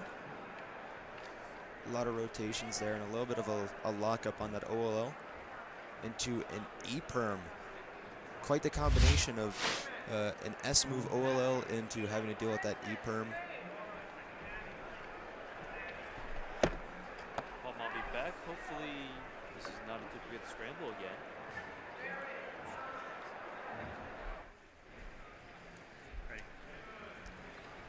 Palmavi inspecting. Looking like a different scramble this time. 8 seconds. 12 seconds.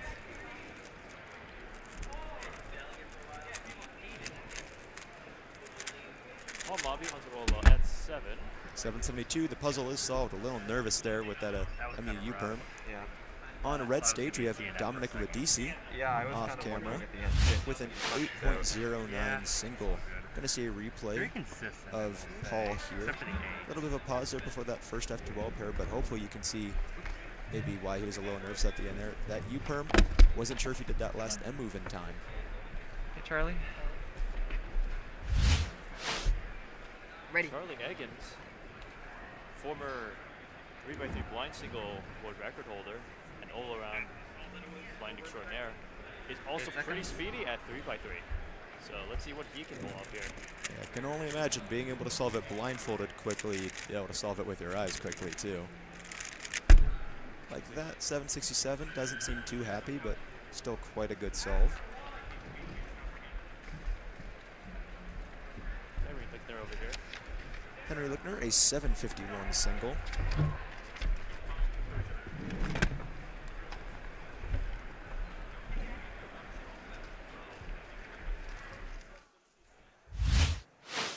Seeing a replay of Henry's solve right here. Saw quite a big block on his white cross there.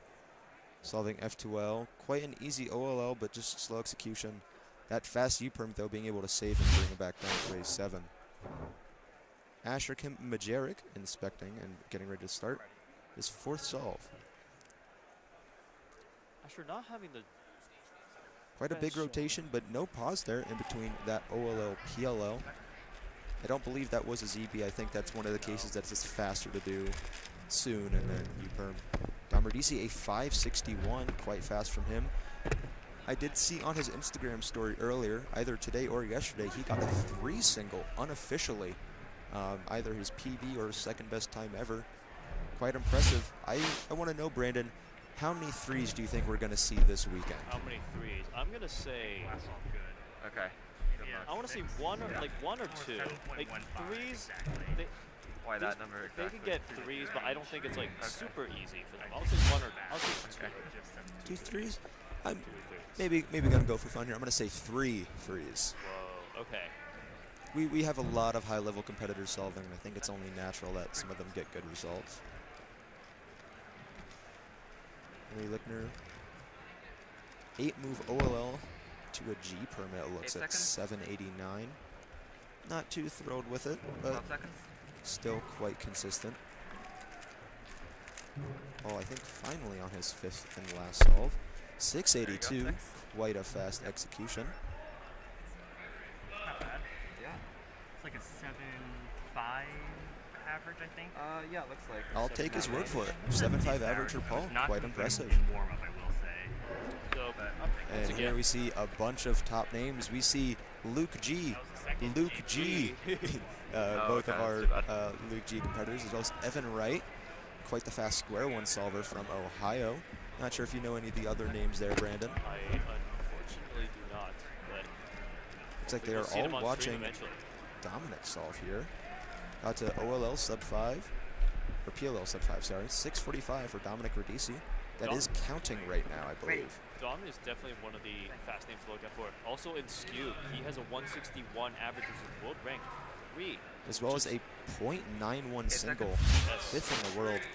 I can understand sub 1 2x2 solves, and I can get them on easy scrambles, but sub 1 in a skew is nuts. We're going to see here Charlie Eggins, a 598 single. Quite fast from Charlie. I love Charlie. I was going to say, fun story, I was walking from the airport to the hotel, and I passed Charlie on the street. Did not realize it was him, as he didn't have his blindfold on.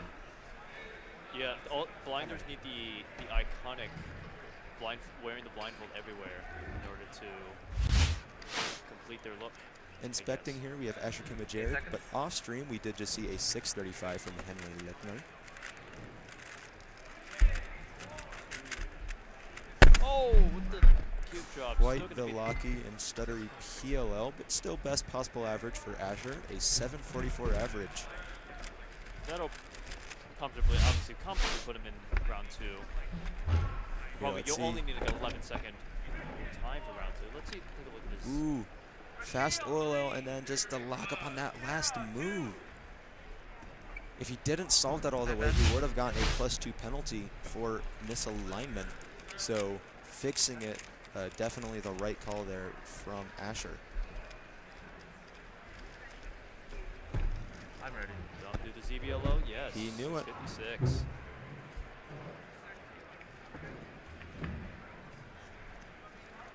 PR average, I think his PR average was sub 6, no? I believe, yes, he does have a sub 6 3x3 average. So not PR for him, but still quite fast.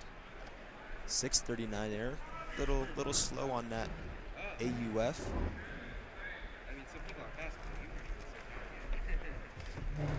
It's Ben Zhao with that 635. My apologies, don't know if I mentioned his name. Henry Lickner going up for, I believe, his final 3x3 solve.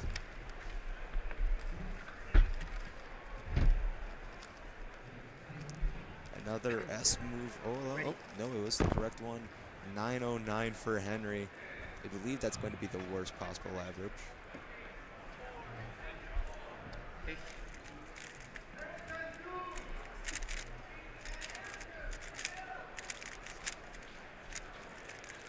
Charlie Eggins an 897. Not too thrilled with that solution.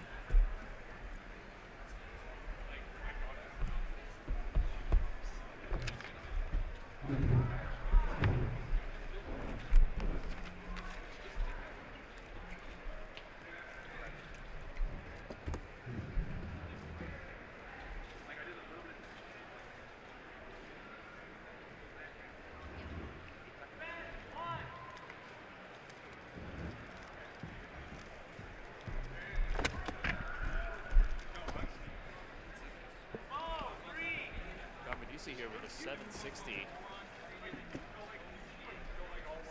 Definitely not going to, obviously not PR, but it's going to be decently okay with that time here. So for just those that are catching up here in the channel, we are on Group 6 of 3x3. We still have yet to see a lot of the, or more like any of the top 12 seeded competitors here, but we will get those to you very soon while they're beginning to compete. Ben's out with a 520 single here.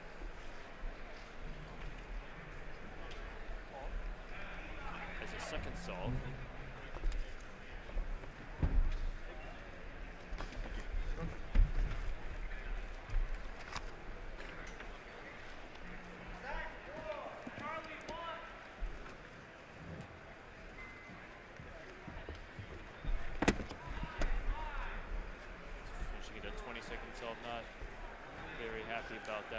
We are in transition here in between groups, so we're going to see a bunch of new faces rotate in and out.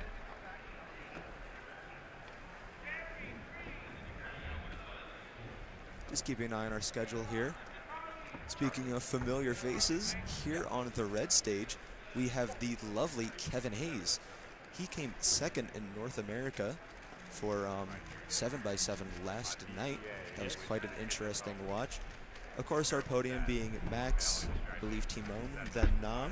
Correct, yes. And then Kevin Hayes came in 4th place, being second in North America, being a North American representative. Inspecting this puzzle here, a 768 PR average. He's smiling, says he already screwed up. Monorail, monorail, monorail. I love this trip. Public transit is awesome. Oh, yeah. A 1021 from Kevin. He's still smiling about it.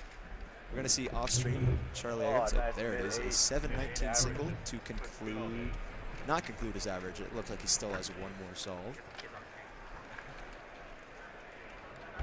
Charlie's a pretty fast all-rounder. Everyone knows him blind, but again, he's pretty decent at every event. I literally am not solving one. Pretty fast solvers in Australia.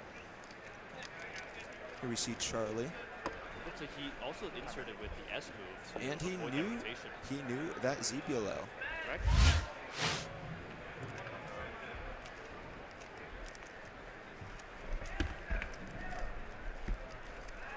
Here we see some more competitors on the red stage. 1145 single. There's the rest of the average is really bad. The other stage ends up with a 635 and 520 as his first and second solves. 8 seconds.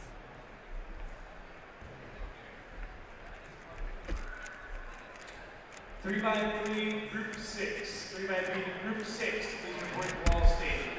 Again, 3 by 3, 762 for Ben Zhao. Please report to all stages. Thank you. Also, please refrain from flash photography during this event. The flashes are particularly distracting. Ben's replay here. A little bit of keyhole action here into the S move, OLL, and the G-perm.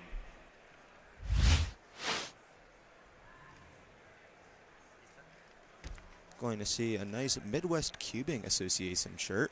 Of course, being in Minnesota, we are in the Midwest, correct? Yes, that is correct, Zach. Just making sure I don't get out of Pennsylvania often, so it's nice knowing where I'm at. 1196, nice seeing all sorts of faces here at North American Championship. You can see we have quite the amount of people here. Today is going to be the busiest of them all. Of course, as we have 3 by 3 round 1. It's going to be quite busy, but tomorrow will definitely be a very exciting hype day as we have the crowd sitting in rows waiting to watch every single one of the finals. Yeah, we will have Championship Sunday, as I like to call it. That term definitely not stolen from Super Smash Bros. But we'll get to see all of the top competitors in North America compete for a bunch of championships. For sure. See Charlie Eggins on what I believe is his last solve of the average. 8 seconds. 12 seconds. inspecting, using every second of inspection time there.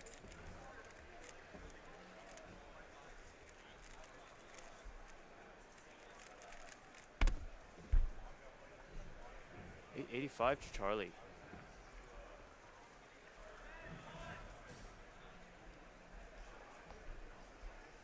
Again, still in transition between groups, so we're going to see a lot of new faces.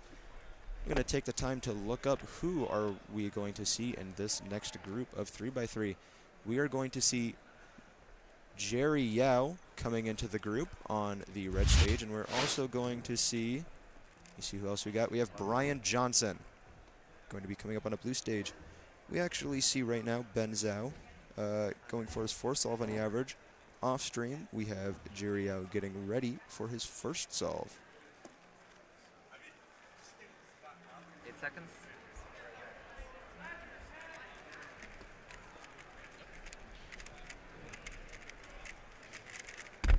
Ben, 624. And here we have Jerry Yao. Your sleeper pick, Zach. My sleeper pick, Mid-Atlantic Hero from New Jersey. 583 average, 468 single. Getting a 609 now. Jerry, one of the fastest people we have in the Mid-Atlantic region. Definitely one of the favorites. He is going to be competing in our region's relay event tonight for Mid-Atlantic 1 with two other of our New Jersey solvers, Sean Mack and Carson Wijaya.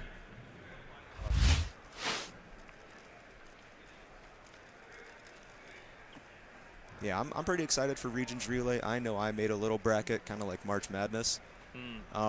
Really? Who do you have picked to win currently? For 3x3. No, for Regions Relay. Oh, for Regions Relay. Sorry. Oh, I haven't given any thought to this. Do you know what the teams are? For regions?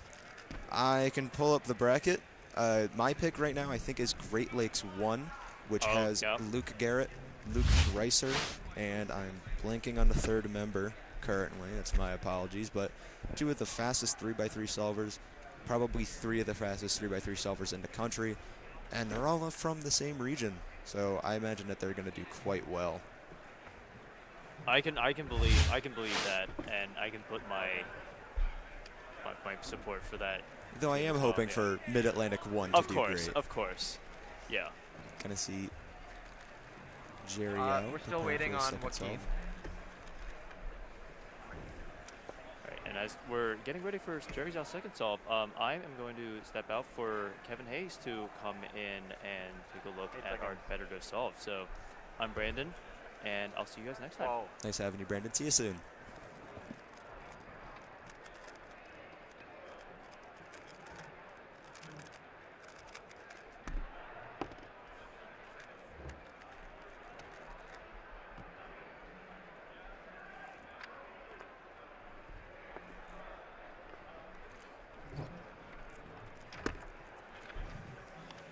Hello, everybody.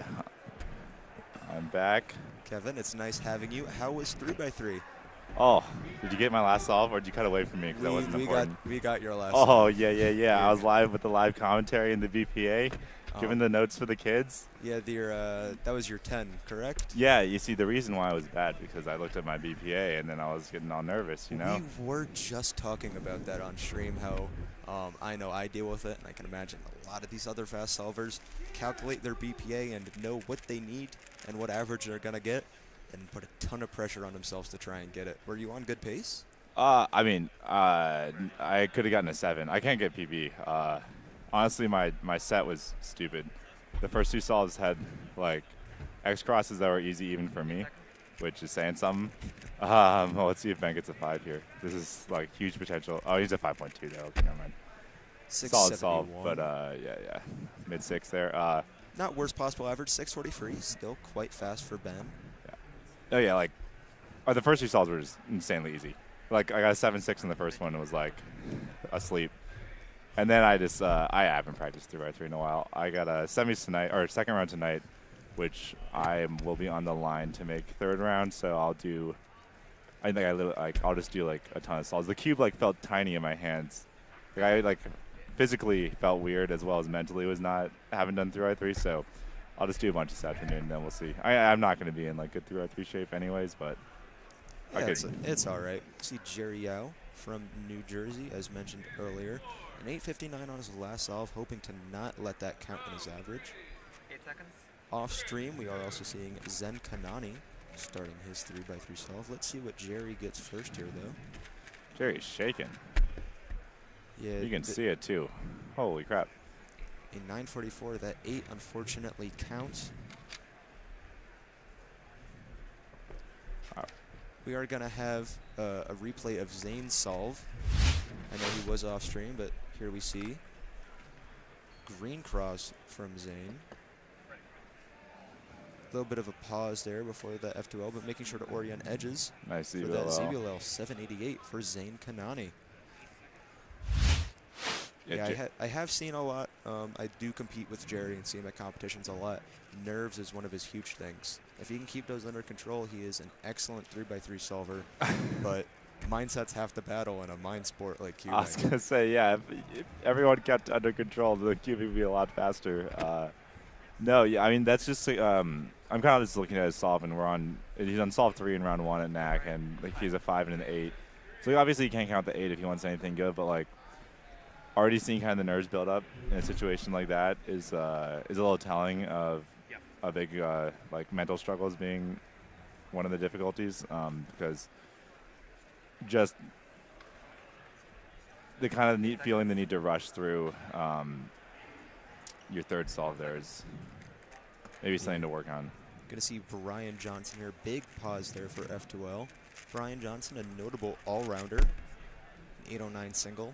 Brian specializing in 3x3 square 1. I'm not sure if he still does 2x2 one-handed. Oh, my bad, forgot about that. There we see that square 1. Not sure how he did in finals, but he did get a PR average in the first round on Thursday. Going to see Jerry Yao going for his 4th solve here on the red stage. Oh yeah, Jerry right here really needs to just take a deep breath, get the hands under control, because the handshake, you can see it right now already. That's going to be the biggest nemesis in this solve. Let's see what we can get here. All those yellow edges on the white layer, maybe a little confusing or a little abnormal. Does he know the ZBLL? He does not. It's an 841 for Jerry Yao. He is not happy with that, unfortunately. Yeah, I mean, best possible average 7.7 is, 4. Definitely far from what his standard is. Yeah, we're in the realm of this average now just being kind of a wash. I don't think there's going to be a lot to really analyze for him in terms of like, oh, maybe I made X, Y, or Z mistake. It's when the mistake is purely in the mind. 606 for Zayne. There's another ZBLL from him, quite fast. Zayne, as you see here, a 669 PR average, 471 single. He is our reigning North American champion in 2x2 and Scube, or just North American. We'll get that corrected. But a reigning 2x2 national champion, as well as an 11-time record holder. Definitely not unfamiliar with high-pressure situations. Yeah, he's going to be 2x2 hasn't started yet. There's 4 rounds of 2x2, but he's going to be in.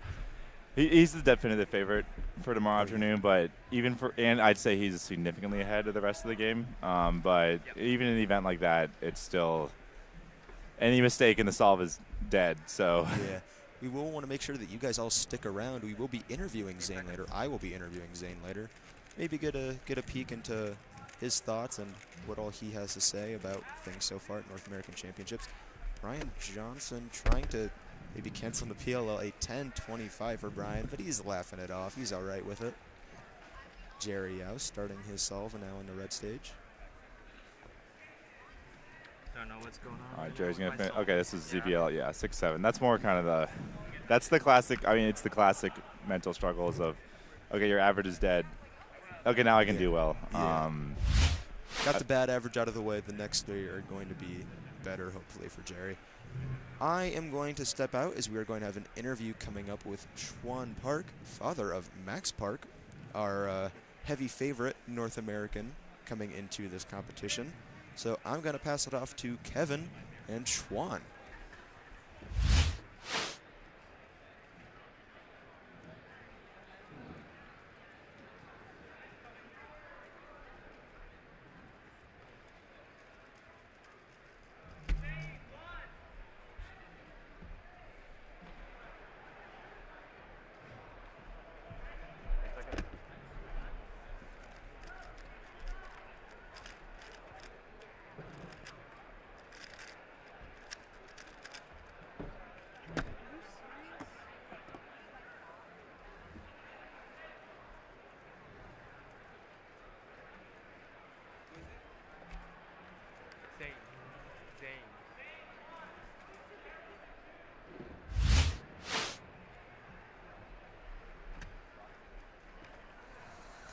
All right, welcome back, everybody. I'm here with Shwan Park, father of Max Park, the superstar of NAC so far, for sure. Yeah, that's me.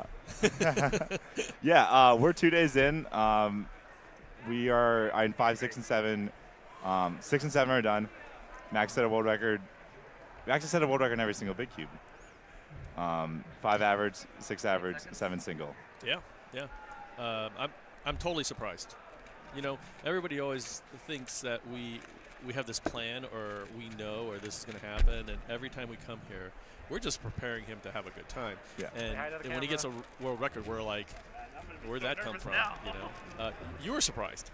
You know, I mean, you know, we actually watch the stream and we enjoy listening to you. Thank you. More than watching Max. We're like, you know, when you're talking and you're saying some of this stuff, and you know, we're just like, we think that's like, so, you know, like sometimes when you're watching cubing and you know, when after somebody does something really well, it's almost more fun watching the crowd react. Yeah. You know, so that's like, world record videos for years have been like, you got to have a good reaction, you got to have a good environment, or else it's just kind of nice, not very exciting. Right. You know, even like some of the records that we see in the past, including Max's, when we see world records, and you know, it's just not a lot of people, and because sometimes, you know, like at the end of the day, like half the people are gone, right? They didn't make the round, so there's only like a scatter amount of people, and then there's a world record, and you hear like you know, a little golf clap, and it's like it doesn't get as many views, and it's just not as exciting. Like the people that aren't familiar don't understand. Like they gauge the impressiveness based on the people that are there reacting. Right. And yeah. You know what somebody should do for a joke? Somebody should just get like a 11-second single, and then just have a bunch of people just set up a bunch of people you can and see if it goes viral. That happens. Yeah, or it happens at like nationals all the time, where like someone will like. A younger competitor or someone newer will like get a good solve for them, and they'll be really excited, and then like it kind of starts like the rip of like, oh, we're excited because someone else is excited. Like, well, cubers do that too. Cubers, you know, you hear clapping, especially in a big venue like this. You know, you hear somebody do, and you hear a lot. Oh yeah, and it's then like you just see a bunch of kids. You gotta rush over. Yeah. It's really exciting to see that, and you know, and I think. You know, and it happens a lot more at like bigger comps here because there's so many stations and we're wrapped around it. So you hear like something on the other side and stuff. And I think it's fun for the kids to just jump around. And what happened? Yeah. So. Yeah, I mean, you were talking about my reactions and stuff. Like the 7x7 single was still like, because we were getting Nam was going at the same time, and I was like, oh man, I must have missed something in that solve. Like I must have like been accurate. And I rewatched it. I was like. Oh no, Max actually finished last 4 edges in 3x3 stage in 15 seconds. Like it wasn't like after centers were done, it was good but not crazy. I was like, it was like one of the most ridiculous falls I've ever seen. You know what I was thinking is when I saw you streaming, I thought to myself, what if Kevin said, "I'll just stay on Nam the whole time." I know. I was glad that Nam was. Can you imagine like? And you're like, what happened? I know. I was glad that Nam's solve was actually like really bad because like I thought Max was gonna get like. A high 140, which honestly he was on pace for after centers, and then it just had the most insane ending I've ever seen. Yeah, so last night Max did really well. In both, 6 world record mean obviously, so not much by a gigantic margin. Also, like not much better you can do, and then 7, 141 average, 2 seconds off his current world record, which is wildly good. The best result, second in the world, is Nam, which is way back. So like. Kind of, I know you're talking a lot about like the goal is just to kind of have fun and to come into these things and go about more of the process. Like, how was from Max's like personal perspective? How is he feeling after last night? What was kind of the wind down like? Relief, I guess. Every time we get done with the competition for that day, I think that there's a bit of a relief. Yeah. He does feel a lot of pressure, as you guys, everybody does, right? And you know, I think it, you know. You always hear the phrase, you know, why is that guy hitting himself on the head with a stick? It feels so good when he stops, right? It's almost like cubing is like that. It's like so much torture. And so there's, you know, you can understand like why the Vire brothers party so hard after competition and stuff like that. You know, I think, you know, for Max, it was the same thing. He just, you know, as soon as he's done, he really wants to get out of here. Get some Korean food or something. I understand that feeling. Like it's almost when you've done it for so long. You can let me know how accurate this is, but like there's so much pressure and expectation to do well that when it's like I'm just relieved I didn't do bad, And like yeah. Like for Max, like doing bad is not winning, because he at his level. So like it's like okay, I did win. Yeah, I we're think safe. yesterday we were watching his 4x4, and he started out with. This is ridiculous. Yeah, we were watching his 4x4, and he started out with the 218s, and I could see all the cameras go up, and almost like there's a disappointment when he doesn't get the world record. Right, with a great start. And they're like, oh, and so he feels that. I mean, you can feel that energy in the crowd. Oh like what the expectation is, and so he feels that too, and so there's a lot of pressure, and like you said earlier, we always try to help Max focus on just really trying to enjoy this, because you know how, like after this is over, you realize where the joy was, right? And I think that a lot of times with just anything in life, you kind of don't realize what was the most important and fun things in your life. Yeah. And some of this is it for cubers, and and unfortunately, wisdom is hindsight. But I try to remind Max, this will end someday, and this will be the most joy that you're gonna, recall as part of your life. This was the most fun, and there's always that feeling like, oh, I wish I would have just enjoyed it more. So we're trying to always, remind Max of that, and on top of it, I think if you're just having more fun, you're just gonna do better, right? Because you're more relaxed, right? You're not. So was it like Philip won world championship because he was sick? And he had that attitude like, I just want to hurry up and get this done and go home. Yeah. And so he just flowed through it, oh, wait, it's good enough? Yeah, what? We'll take it. Yeah, it's nice that I think it's very valuable, like, for Max to have parents who are already aware of all this stuff. It's hard to be in the moment and realize that, because these events are so stressful, but they're also the culmination of everything. You get to see all your friends, people that you don't get to see very often. The interactions that you have are so valuable. But it's easy to get lost in the finals are Sunday afternoon, finals are Friday night. Like I cannot do anything until then. Like it's all like it's hard to take that balance, and having someone a little removed who's not doing the competition to remind you of that. I mean, do you do that too? Like do you look at like when you're competing on like Friday? Do you think about Sunday? Oh, well, I mean, I don't really compete on Sunday anymore, but well, you've experienced it, and you know it like at the top level, like. Yes, when Sunday used to be like the day, it was very much like. Yeah, but do you worry about it on Friday? Yeah, it's like it's like it's always in the back of your mind. Nothing matters until Sunday. Right, because even if you do good on Friday, then it's like, oh, good job, or whatever, and you're like, yeah, but it's not Sunday. Friday results only matter as a confidence boost. And like for Sunday, like an intimidate, like or like real one time it was like an intimidation for Sunday, like stuff like that. So no, it's really hard. But we used to tell Max, we were like, if he didn't do good at, let's say on Friday, Thursday, or something like that, we would go, oh, you know what, you're just saving all your luck for Sunday. Well, then what do we tell him when now he did well on Friday? We're like, we're always like, wait, don't listen to me that other day. When Statistics is an independent event, They're independent events. You can get a PLL skip on every solve. It's possible. Yeah, when you were commentating, and somebody actually asked me, they're like, oh, they're asking me about Max's solve, his 7 solve. And I actually, I didn't see it. I saw it on stream. So I saw it with you commentating. And, someone is asking me, like, how does Max do this? I'm like, I don't know. Look, Kevin, he's the, big cube god. He doesn't even know how he did it. It's very wild. But people are asking me all the time, they're like, how much does Max practice and stuff? To be honest, Max doesn't practice that much. He really doesn't. Well, I mean, it's some, I think you know how it is. It's like at some point, you don't need to practice certain things a lot. It's like wasting your time, right? You do practice very more specifically, but that doesn't take a lot of time. Right. It's not like as grueling and grinding. And also, like, you can get, like, you've done all this practice. You do a little, like, you do more to stay fresh. Maybe get a little, like, work on a couple of things. But, like, you compete more. It's like the at-home speed is similar for a couple of years. Mm-hmm. But the competition comfortability, you get more chances. Well, more chances equals more opportunities just due to variance, but you also get more comfortable with the competition. So, like, your mental can improve without, like, very specific deliberate practice.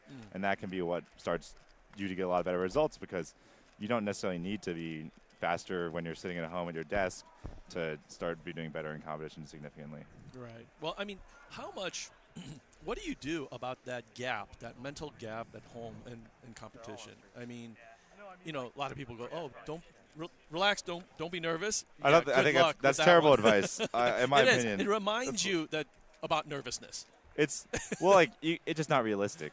Like, okay, yeah, you can sit. Like, I remember specifically for Paris, like, I was like, okay, like, my ideal mental state is to be chill and to be relaxed at home, but like, there is no possible way I will be sitting up there and be able to get into that state.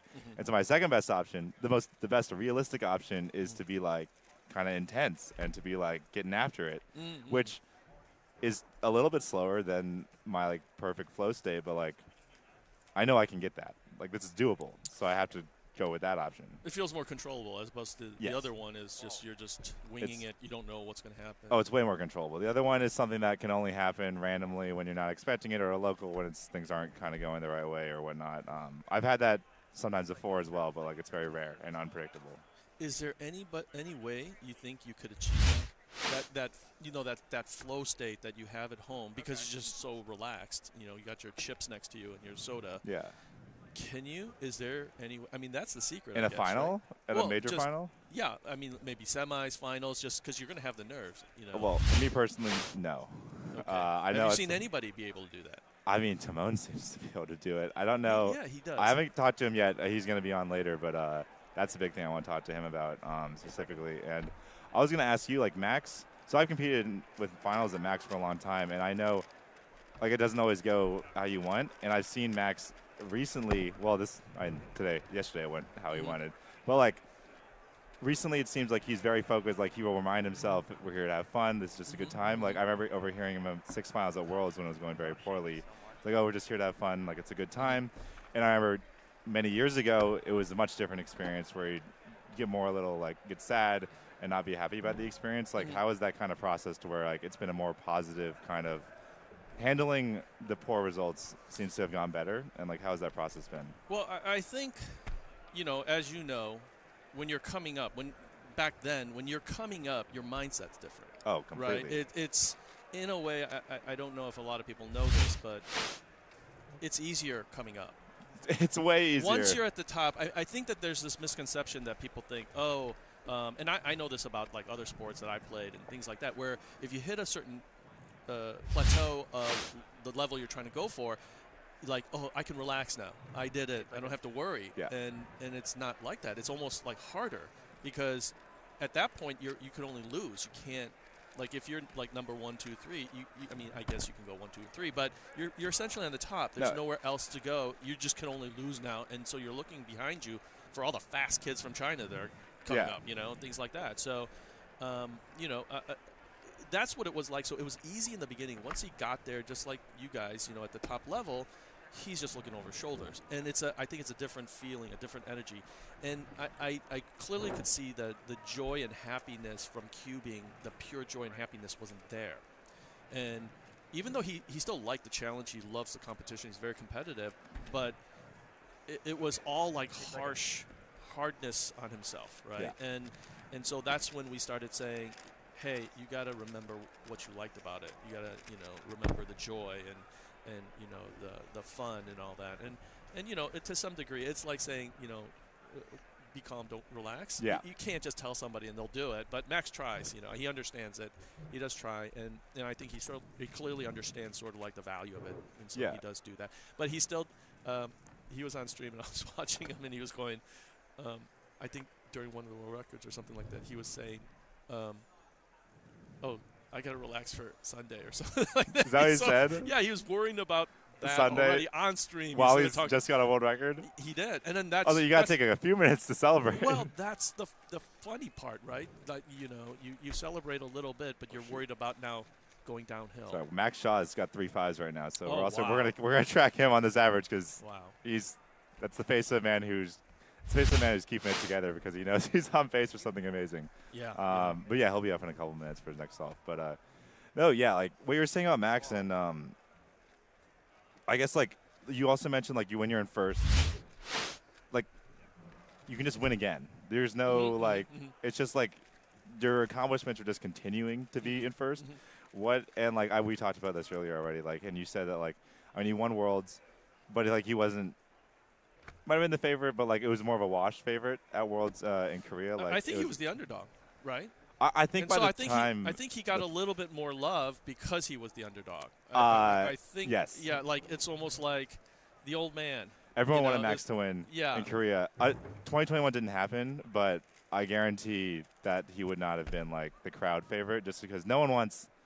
The crowd favorite is never this like feel. It's like everybody's looking for the upset. Right. Everybody wants Everyone drama wants the upset, and like it's like Felix. I think people always loved Felix, but like was more cheered for when he was kind of at the tail end of his career. And it's like, okay, now I really want Felix to win through. I think this would be so cool. Like in Max in Korea, it's like, okay, now that like he didn't just like win like every single event in a row. It's like kind of like we want someone new. Right. And then it's like, okay, we love the story of okay, like one last ride type of thing. Not to say that like Max is still like top 3 going into the competition, but I can't remember exactly where he was, but yeah, he certainly was not expected to win. I think just everybody was just so ridiculous. As this competition, I'm looking at all the people. Max too, yeah. Like any one of these people can win. Max is about to get a 5 average. If this goes well. So let's watch this. We have a notable result coming up. Let's see Max. Nice start. Oh, we hear the cheers. He's happy. Oh, maybe that wasn't something. Maybe that's something else. Okay, still a great average. That's a 5-second average right there. It's kind of like it's just head shake because it's round 1, and so it's like kind of PB or bust type of thing. But find 5.92 worst possible average is a great spot to be in round 1. Good start for the comp. Yeah, this is what makes cubing so much fun, especially in the early rounds. You just see so much, the horses repositioning. Like, the dark horse coming in behind, and the young guy and the guy nobody expected, he has a PB, and it's just in the top 3. It's really, really fun to watch this. I really enjoy when somebody does really well and no one expects it. Yeah. That's really fun, and then everybody looks them up and like, who is this person and all that. Yeah, it can sometimes be like the start of like a new career when like someone jumps onto the scene with one big result, and then like what happens next. Right. I remember that was the case last year at Pittsburgh when we saw Brendan Dunnigan. He was like a new face, a fresh face. I think it was his first major, and he did incredibly well. And I just remember like it just really boosted sort of everybody's awareness of who he is. Yeah. And so that was really, really exciting to see. It also can give you a lot of confidence of like this is what I'm capable of, and it's like I'm new, but this is what I'm capable of. Like to motivation to practice going forward. What is your mindset with Max? Like going forward, like has the win in Korea kind of changed anything? How you feel about like how Max feels about cubing, or like obviously you're here this weekend, but I think there's also just everyone's kind of aware like we're also in Seattle next year. It's gonna be big U.S.-based Worlds. Like Max will be, I think, the massive hometown favorite. Like maybe I'm even not the favorite in like terms of expectation to win, but people's personal like fan favorite pick. Right. Yeah. We'll watch this solve now first. We got a big we got 5.7. I think Max is a 5.5 PB. We have his PB. So I don't know, but ZBLL. Nice 5.7. Wow, that is a very cool. That's a really good average. Like especially like I think also especially round 1 type of things. You see that your worst solve is a 6.1, and that gives you even more confidence because like there's no skips. Like even my worst solve was 6.1. My PR is really good for me. It's 5.49. Okay, yeah, Max is a 5.49 PB, but like I'm happy with this. that is that's good. That's a great confidence booster to start the weekend. Like especially the way it happened, just no flukes. I just get 5s every single solve, and my bad solve was a 6.1. Right. I mean, he's got to be happy with himself because it's so consistent. I mean, that's the thing that, it doesn't – sometimes when you get these really crazy fluctuations from like a low solve to a high solve, it's got to enter in your mind like, did I get lucky? It feels less deserved. Yeah. You're like, oh, boy, I got lucky. And then that makes you more nervous, I think, because you're like, how am I going to maintain this luck next round? Right. You can even hear Max like the kind of the WCA, like the way we rank and people and stuff is like PR or bust. And, like, he just got a great average, 5.7. Like, great start to the competition. He's like, this is my PR is, like, really good. Like, it's like, this is a great result. Like, you're going to be ranked, like, probably top 3. I know, probably top 3. And, like, after the first round, like, this is exciting. It's kind of interesting of, like, that kind of mentality is also a little bit. He's like, oh, my PR is really good for me, so, like, I can't, like, it's not, like, reasonable to beat. Right. It's all a mental game, isn't it? Oh, well, I mean, yeah, it's like cubers don't like to admit it, but you're completely right. But you know, a lot of other, I mean, you're a swimmer. I don't know how much that, because you have such physicality to that sport. But like golf or bowling or something like that, there's so much, like no one's sitting there trying to knock you off or anything like that, or you don't have to overpower anything. Right. And so it's all mental, right? And the only thing you can really blame is the equipment, right? Which a lot of people do. I need new golf clubs. I need a new cube. I need a new cube. Well, the cube popped. And I'm like, yeah, well, if you turned a little more accurately, I don't think it would have popped. Yeah, I think with cubing, it's such a mental sport, and I understand that a lot of the cubers are doing coaches, like sports coaches. Oh like yeah, I think that's a great thing. I think it's a great idea. The tricky part is you got to get a good one, right? You don't want to get a maniac telling you what to do, but you have to get someone that works for you. Right. And I think that is, a lot of people talk about, is cubing a sport? They call it a sport and all that kind of thing. I think it is, because I think sport is really mental. It really is. And I think anybody who plays sports at a high level, they understand that it is a mental game, Yeah.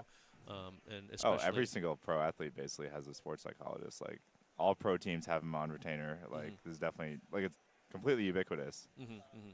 Yeah, the question I have is, if I met a sports psychologist or somebody who coaches or helps, like, if they don't know that much about cubing, how much you as a cuber can absorb it and believe it. You know what I mean? Because there's a slight thought in the cuber's mind going, but you don't know about this case or something like that, and you have to completely believe that coach in order for it to help you. Right, you have to trust what they're saying. I guess you'd want someone that works with people in focus sports, like rifle shooting, basically all sports where they do better at home than they do in competition. That's a good marker, right? Like if you can do it off camera, off stage, and if you can do it really well there, then the logic is it's repeatable. Right. Because you did it once. And I actually tell Max that all the time, and we actually said that a long, long time ago. I remember telling him that, hey, if you can do it once, you can do it again. Yeah. And he really clung on to that. Okay. And I think somehow, and I don't know if necessarily he analyzed it that way, but he felt it. I think that if you can do it once, you can do it again. And then it goes back. Then it goes into the sports belief system, right? You believing you can do it. I think Maddie Heroanaba in an interview with Manu, I remember him saying that something really profound. He said, I finally let myself believe to win, or something like that. I'm paraphrasing, but I think he said, let yourself win. Right. Like it's within you. Because, all the top cubers, I think the top 10, anybody can win. Yeah. They all have the physicality to win. It's just who's feeling good that day, and who had good breakfast or whatever. Who's sick, right? Who's if you're sick? sick, and you can take all the pressure off. Like, I'm sick, so you can go that and say, mental? if I lost, I was so sick. And then next thing you know, you're flowing. You're like, you're going for it. All right, we're going to see Sebastian in Seattle just like rubbing his face in the floor in the bathroom, trying to get sick before finals. But I'm not sure he's the only one. I do remember a couple of other stories. Like some people like just hearing that, like, oh, that day I was not feeling good. Max's 6:39 world record. He was sick that day. Really? Yeah. We were at this place called the Cube Center or something like that. It was in Orange County, and he was sick. He was complaining the whole day. It was dark, and you appreciate, of all people, appreciate the darkness, dark. It was dark, and for Max to complain, it was dark, and so he was complaining. It was dark. He was sick. And then they cranked the air conditioning. It was cold. Oh, it was cold. And so when that happened, we're like, what is this? Well, Where did this come sometimes from? like. Yeah, I mean, Felix, I remember, Felix got world records at 2014 Nats, which is, the infamous dark Nats. And I was like, how's this even happening? I know what you're saying, though. A long time ago when I tied Felix's 7 world record average, I couldn't believe that that day went well. Like, I had no sleep. I felt terrible. Like, just kind of like, all right, well, we're just going to kind of roll in. And like you said, like, just like everyone kind of has that experience where sometimes it just lines up where the conditions are such that they're bad enough to where you don't really care, but they're good enough to where you can still execute well. Yeah, yeah. So Max is also kind of the only big name gotten into third-party sponsorships. So I saw his partnership with Prime, which is huge. Like, can you explain like more kind of like what the process is for, because he's been the #1 like marketable cuber for a very long time now, I think.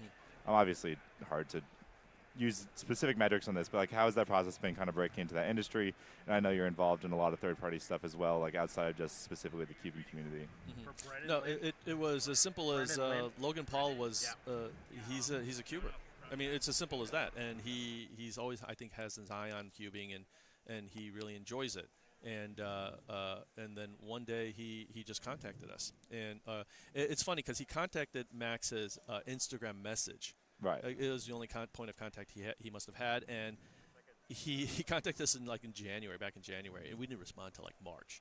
And do you not check his messages on Instagram? I think he was at one point we were talking, when we finally did talk, he was like a little offended. He's like, "How come it took so long for you?" I have 20 million followers on Instagram. Yeah. You're not responding to my DMs. Right. But the thing is that we don't answer a lot of Instagram things. Every once in a while we'll look at it because it gets us flooded with a lot of people just saying, "Max, give me some advice," kind of a thing. Oh, and yeah. there's just so much, There's and so much, you know what that's like. You just can't go through it all. Well, it's just not possible. If you wanna provide advice, you can't do it on an individual basis.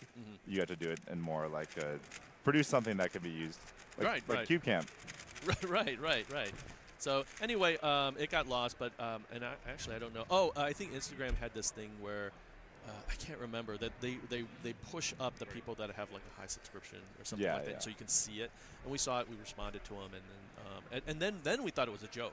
Like somebody was spoofing his, spoofing his account. And he's like, "Oh, we love you." It would be hard. It would be hard to spoof out of all the people like him. It's like a high school linebacker in high school wanting to hang out in the glee club or something. You're trying to mess with them. It doesn't seem like it doesn't seem like the first thing. Like not the first expectation. Right. So of we walked in really trepidly, and then we spoke with Matt Zuko, who is Logan Paul's marketing director.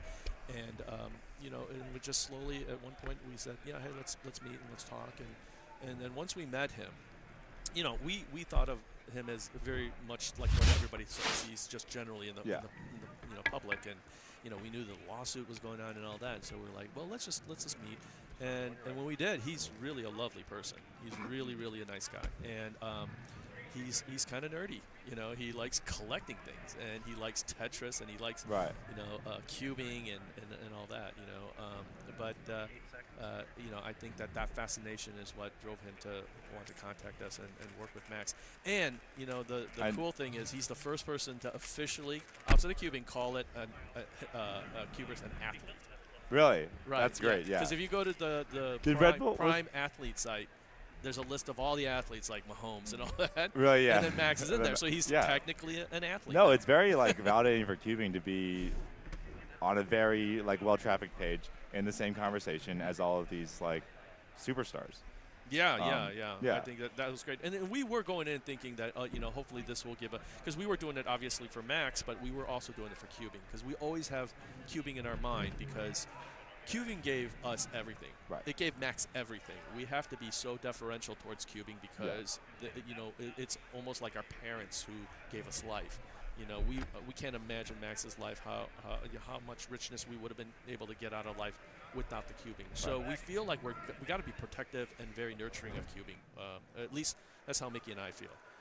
And so when we got into this Prime deal, we knew that a lot of people were going to probably say some negative things about it because of all the controversy. I mean, it's the internet. That's a given. Yeah. But, but at the same time, we thought back to Red Bull. Remember how much everybody hated Red Bull when that first started happening.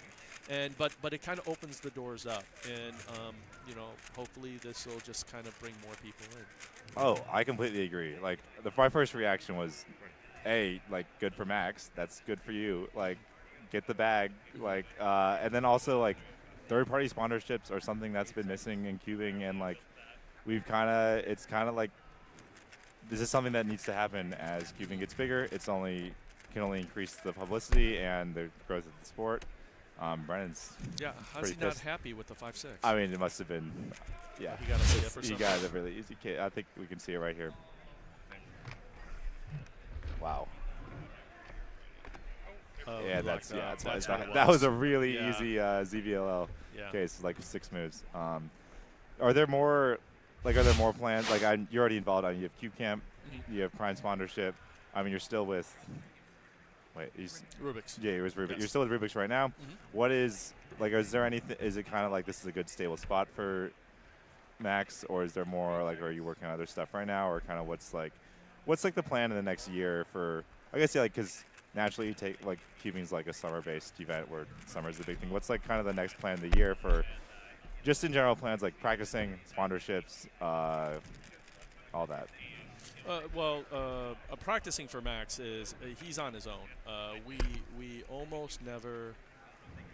I mean, let me take that back. We only stop him one time. I don't know if some of you know that Max is really into Plants vs. Zombies. Okay. So he gets wrapped in that sometimes, and so we do have to pull him out and say, hey, you understand we have a competition in 2 days. Yeah, you got to practice a little bit. I know we always trying to say make it fun and just relax, but you got to practice a little. Yeah. You know. So we do have to remind him because he gets tunnel visioned into certain activities. But as far as practicing, we don't know what's going on inside his mind. We don't know how good he is or anything like that. So we sort of have really took the position of just like. We deferred to sort of his best judgment for everything, and just try to support him and tell him what he needs. We can tell though when he starts complaining and blaming the cubes. So we do say, well, listen, that's a bad mindset to get into because you can go down that tunnel, and you're just going to forever blame the cubes, right? So. It's one of those things that all the top solvers know and preach that you can't do this stuff, but it is a tough thing to practice. Right. Like I myself. Everyone at some point gets angry. He's like, you're mad. You got to take it out of somebody. Yeah. You can't hit your mom. I'm always like, don't use the word should have. Like, I should have gotten this. No. If you were better, you would have gotten that. It's like next time you need to be better. And I constantly, but myself, I'm always sometimes it's like I shoulda. It's like no, you have to remind yourself not to think like that. It's very difficult. And people preach this stuff, but don't think that it's just easy for anyone. It's very difficult. Even like you said, Max at the top of the entire world can blame the cube sometimes. Yeah, no. But as far as sponsorship, I think we're really focused on Cube Camp right now, and part of the logic of the Cube Camp it's twofold. Cube Camp is sort of like trying to encompass sort of like that narrative that Max and Felix was able to sort of build up through the Netflix documentary. I think a lot of people were really moved by that. Yeah, and I think that the big takeaway was there's the prioritizing your life. What's really, really important? Yeah, sure, they're both really, really good at cubing, but I think that what rose above that was the friendship and integrity, especially on Felix's part, right? I mean, there's that sense that Felix will always defer to friendship or being honorable before elbowing him off the rails, in order to get ahead kind of a thing. Yeah. And so I think that's a really good message, and that's something certainly we want Max to learn. And so I think a lot of people picked up on it, and Cube Camp is sort of like an extension to that, wrapped up with cubing, learning to cube. We had a really good time at this last one in Los Angeles. Actually, just to give the viewers a little more background knowledge, give me a quick summary of Cube Camp and just kind of the bullet points. Cube Camp is basically fantasy camp. We had 120 participants. We call them campers, cubers. And what we did was we set up the environment to look exactly like U.S. Nationals or Worlds. With the tables, we had elevated platforms. Yeah. We had Happy Feet production. They were wonderful to work with. They came out and set up the whole thing and just really mimicked exactly U.S. Nationals. And then we worked with wonderful people like Kyungmin Choi and Nancy Hartman. They were running the whole time, and they were making sure that every kid got a rotation, even rotation in front of the screen. Right, so now they know what it feels like to be on the big screen, right. And that's usually reserved for fast people normally, right? And so we had kids that are 30 seconds that got to experience that, and so it was more of a fantasy camp, but we did wrap in secondarily learning, how to get faster. And I think that the big thing that I think Felix, we talked about with him was that, young kids, I think that they sort of misunderstand how to become fast by mimicking fast people. Right. And what do they look like? They're rapid firing, right? And so they're just trying to do that and not really almost solve the cube. It's like, as long as I turn fast, that's all that matters. I've seen a lot of 15-second solvers that their TPS is just insane. Yeah, and so Felix said something really profound during Cube Camp. He said, what does Timon, Yihang, the top cubers, what do they have all in common? The kids all raise their hand. They're like, they're fast, they're number one, top three, and all that. And, Felix basically shared with them, they don't lock up. Right. That's their priority. And sometimes you need to even slow down to prioritize not locking up. Your goal should be to not lock up. Right. And then the speed will just naturally happen. It won't, you don't have to try to be fast. It'll just come. The speed is a byproduct. Yeah, it's like a grade. You get a grade for doing well. There You're are not trying to get the grade. You're trying to do well, and then the grade will be just given to you. Yeah. Right. I always say there's only like 3 people in the world that are like should probably focus on making sure they still turn fast. Like literally, you need to be like #1 rank, where TPS could maybe be a concern of like I'm not turning fast enough. Right. And even then, it's like at that point, it's just not. It probably will happen naturally. Look at Timon. I mean, he's a perfect example. I think he said at one point, when he was competing against Max, he said, "I'm not going to beat Max in turning." Before Yihang came, no one can beat Yihang in turning. But anyway. Yeah. Well, Rufang might be able to beat Yihang in turning. Yeah. But, Timon basically said, I'm going to go this way. I'm going to just reduce the count. And then at one point, Max realized, like, there's no way I can beat him. If he's turning, he's averaging 54 turns. Right. There's no way I'm going to beat him. Also, Timon's TPS is not that far off. Yeah. But once again, the logic could be he's so focused on efficiency and complete turning that the speed just starts to naturally creep in. Yeah. So I think that we kind of try to share that with the cubers there, but that was very secondary because when you're 10, 12 years old, their priority is to have fun. Right. And so it's also hard to conceptualize. Like turning fast looks cool. Like it's hard to conceptualize that as a process more than a goal. Right. You want to then it becomes homework. Right. Then who wants to go to a fun camp? Shwan, you turned cubing into work. Right. That's the opposite of the point. Right. And I think one thing that we told everybody, we had a mantra for the Cube Camp. We wanted all the cubers to turn to their parents and say, "Hey, I want to go next year. We're going next year." And so we told everybody that was involved, like, whether you're doing graphics or whatever, we want you to take part, do your part to make that kid say that, because that's how we know we've done a good job. Right. To prioritize having fun. Do we have Max? Okay, cool. Right. Sorry. Just checking out on the schedule. We're wrapping up. Do you have anything? Do you have any more topics you want to share? No. Anything specific you want to talk about?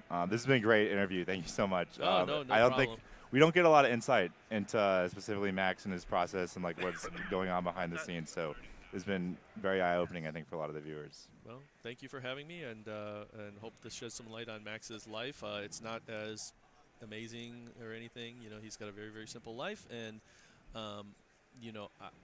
he's learned a lot from you, by the way, just to let you know. Thank you. His big cube jump was when, everybody always, like, I know bags on you about, like, going after his world record, but when you told him that his centers are too slow. I mean, like. No. Yeah. But at the time, he didn't take it as an insult or anything. Like, he just went, because he knew you were, like, the most studied person. Yeah. He knew, because he watched you a lot. But when you actually talked about the centers is when he really got it. Oh, I saw his, because I remember doing the 147 video, and I was like, this solve is fundamentally very poor.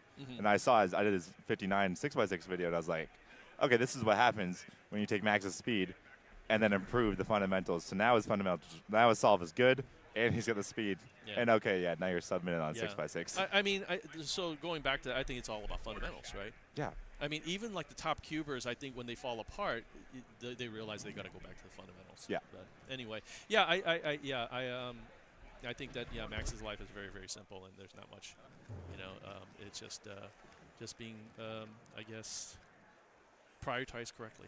Yeah. I guess is the best way to say it. All right, thank you. Sure. Shwan Park, everybody. Thanks for having me. Thank you. Great. Are we on?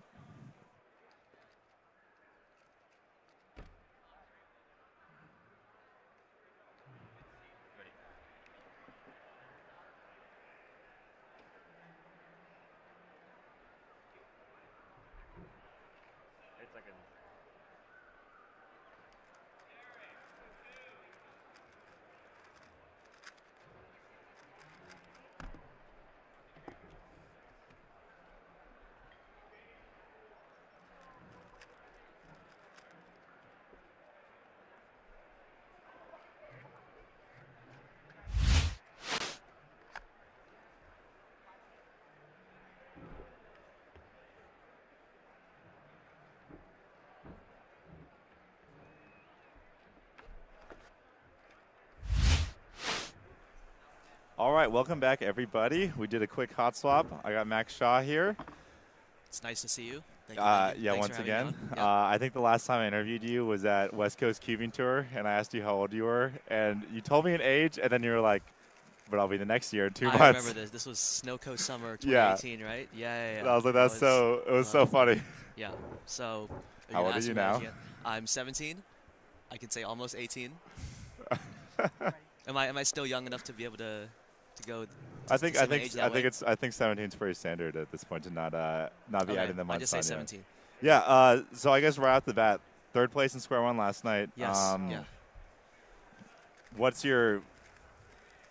I don't know what your goals were exactly. Kind of what your plan was, like what we were gonna have. I'm relieved, honestly. You're relieved. I think yes, podium was my goal. Okay. Like even though I was first seed, I don't think I'm necessarily the best in the world right now. I mean, it's also brutal. This and competition. Square One, North Americans competing in Square One at such a high level, such high stakes. Anything can happen. So just being able to podium was honestly just a blessing. It was a relief for me. And by such a close margin too, because Daniel got fourth by just 0.01.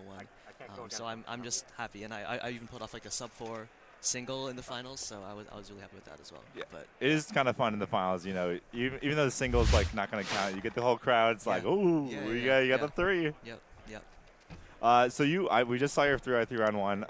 Obviously, we caught you over here. We heard you say like, "Oh, my PB is like 5'4", so like, it's like so good for me." Like, how do you feel about like the because we were kind of talking with Shwan, like how WCA is very focused on PR or bust in like these scenarios where round one it's like guaranteed to make round two. Right. It's not a big deal in rankings, don't really matter here. Like PR or bust, but we're like, this is a great average. It's got to be especially like not motivating, like a lot of confidence because your worst solve is 6.1. Like, how do you feel about it? Yeah, no, even though it's not PR and it's pretty far from PR even, I'm so happy with how I performed in round one. Like 5-7 at nationals or at North American champs on at the big stage in front of a stream, like with all that stakes, all that nerves, like I'm pulling off an average like that. It's like a really good omen, I guess. Like I'm really happy with how I did.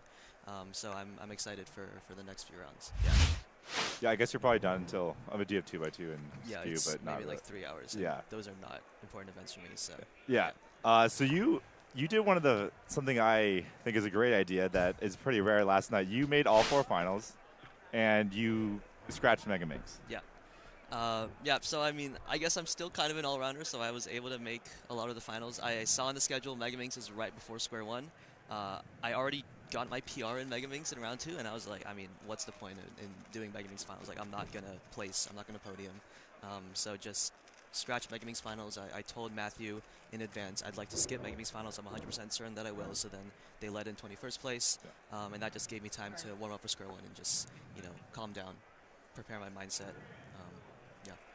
What's your kind of mindset? Like how I know last year in Korea didn't quite go as well for you in a lot of the finals. Like how is things? Have you focused a lot on that coming into this year? Going into North American champs, I didn't really learn anything new, like techniques or algs wise for Square One. Really just focusing on my solves themselves, just my turning, my mindset, and my composure. And so what I think went really badly in Korea last year was I was just kind of stretched too thin. Like I was competing back to back to back. Like I think there was like the schedule was really behind schedule. I think like for round 2 and like Square One finals got called up at about the same time. So I was going from one place right to the other. I didn't even have time to eat lunch. So I was just being overwhelmed by event after event. It was god awful, and so pretty much like going into this comp, I knew like, yep, if I have to compete right before square one and it's Megaminx finals, like I'm scratching that 100% sure. Yeah. And just doing whatever I can to have as little on my plate as possible, I guess, going into the round, kind of keep my mind clear, and also just doing as little warm-up solves as possible. I think just doing too many solves and getting fatigued, it didn't help me at all. That's what I did last year as well in Korea. So yeah, I really just listened to music, took a lot of deep breaths, and just kind of closed my eyes. Well, it seemed to work out a lot better so far. Third place right off the bat, with basically all the competition from the entire world. And as you said, like that was your goal and what you were expecting. Honestly, so, yep. I forget what was your, how did 6 and 7 go? God awful. 6x6, I had 124 and 125, but also a 150. Max, what's this? Yeah, okay, so. Well, semi-7 was right after square one. Yeah. So I had no time to warm up. I was like the last. Also, I mean, like mentally, you're probably just like the relief of like. Yeah. Podiuming in square one. We're good. Yeah, I was like busy. Like people were like congratulating me. So I had no. I was rushing back and forth between like my table and then going back on stage to compete. So I had no time to mentally prepare, or physically prepare for competing. So like I popped in semi-7, DNF the first solve. That is. It was just, I was tired. It was 7 p.m. Yeah, I know it was a long day yesterday. I think it's like really, I think a lot of the people that are not at the Super League competitions underestimate how much like mental fatigue there is going on. Like you said, you scratch Megaminx final. Like Timon doesn't even do Pyraminx. Like everyone, there's a lot of like mental stamina, and like you can't just switch events like on a dime, and like it's like you still enter like almost all the events though. Like kind of how do you balance that? Yeah. I still do compete in all the events, but I wouldn't really call myself an all-rounder. I really only focus on nowadays just 3x3 and square one, and a little bit of the N/Ns. And so yeah, in terms of balancing, I just prioritize those events, and I just kind of compete in the other ones for fun, honestly. Do you think competing in the other events is like allows you to kind of get more relaxed at the competitions? Yeah, and it's something that Maddie was doing. Like the reason why Maddie's doing Pyrrha is that like it helps him kind of practice his pre-solve routine for his other events. So I think it's the same thing for me, that like the thing of like putting your GoPro on the table, starting recording, taking the deep breaths, like it's a good way to practice in a more low stakes kind of situation for those other events. Yeah. I think having like one just like look at the schedule. I was thinking for Worlds next year, look at the schedule, whatever the first event is, just sign up for it. Yeah. So I can just like sit down. I know the table. I know the experience. Yeah, just you get like acclimated. Yeah, because having your first solve of the event be like a high stakes something is like kind of wild. Yeah, I really like that mindset. So next year you're going to Hopkins, right? Yes. Yeah. Well, not next year. Literally next month. I'm moving in next month. Yeah. I'll still be 17 when I move in. I'm telling everybody this. Okay. But you're on the young side for but just your summer birthday. So obviously we're here. You're doing well. Hopefully you have a good day tomorrow. Thank you. And then Worlds in Seattle next summer. I don't know if people don't know, Max, you're a PNW native. I don't know what you're going to be doing in the summer plans, but it's hometown, Seattle. Almost definitely be going back. I would not want to miss Worlds in my hometown. It would be an absolute insane move not to go to Seattle Worlds. Exactly. What is kind of your mindset going into cubing for the next year? What are your goals? What's your thought process I'm not there? Sure. Honestly, I think I'll be cubing a lot less.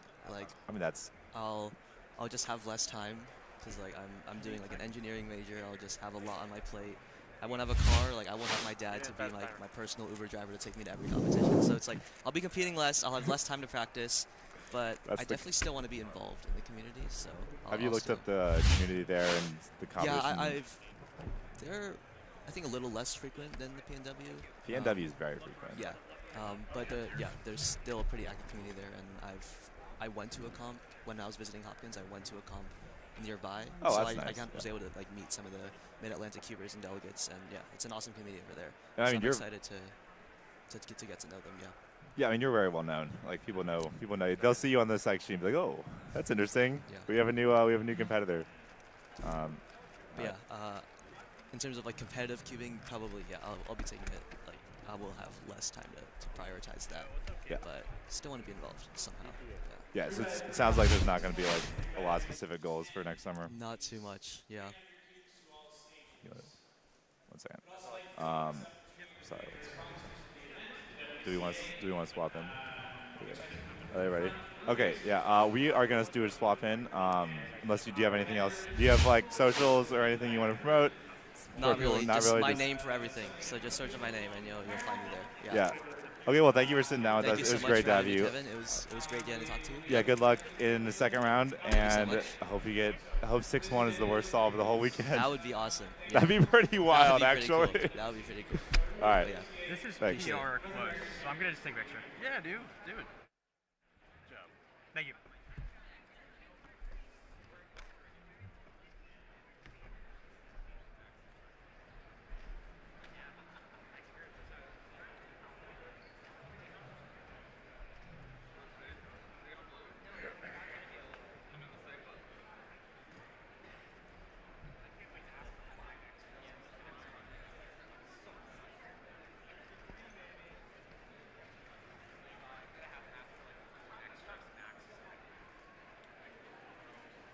Clutched his PR average on stream. Pretty sweet.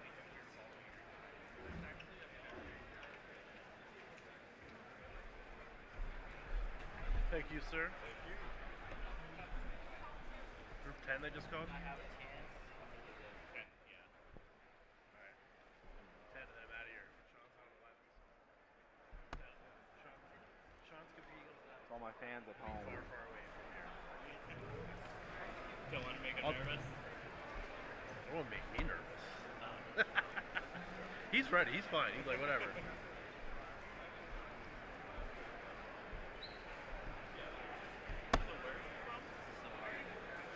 So we are in New Jersey. Yeah, so we're across the street in Philadelphia. Yeah. And I'm Canadian, so they they hook me up. Where are you from? Massachusetts. Oh, okay. All right.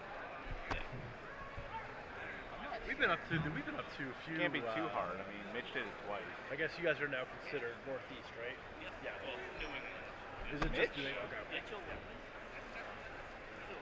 Funnest comp we went to, whoever went to, was in Gunquit, Maine. Okay. Yeah. It started off as a 30-person comp, like right after the pandemic, and then they moved it to 60. We got in when it was 30 though. Nice. So it was fun. Yeah. It was a nice weekend away. Yeah. And we did. Hey, Dylan. All right, everyone. Hello, I'm Keaton Ellis. I'm joined by Manu Singhal. Welcome back to Rubik's North American Rubik's North American Championships. Man, I got mixed up. Hopefully you enjoyed those interviews with Kevin. That's something that we've changed for this year. A lot more interviews, so hopefully you all are enjoying that. You did a couple interviews, no? I've got two that are coming up for during 2x2. I've got Maddie Heroanaba and I've got Luke Greiser. Oh, you got some good ones. So stay tuned for those. Yeah. We are more than halfway through 3x3 at this point. We're going to take you guys through the tail end. We've got actually Luke Garrett in this group. Great competitor right here. We're definitely going to be following all of Luke Garrett's solves as he goes through the rest of the first round of 3x3. My reaction when, all right. But yeah, as you can see right there, absolutely top competitor is Luke Garrett. This is a pretty slow solve off the pace. Looks like a pretty long F2L solution. On the other side, one of my favorite cubers personally, Dylan Miller that is, 766. From Baton Rouge, Louisiana. Indeed.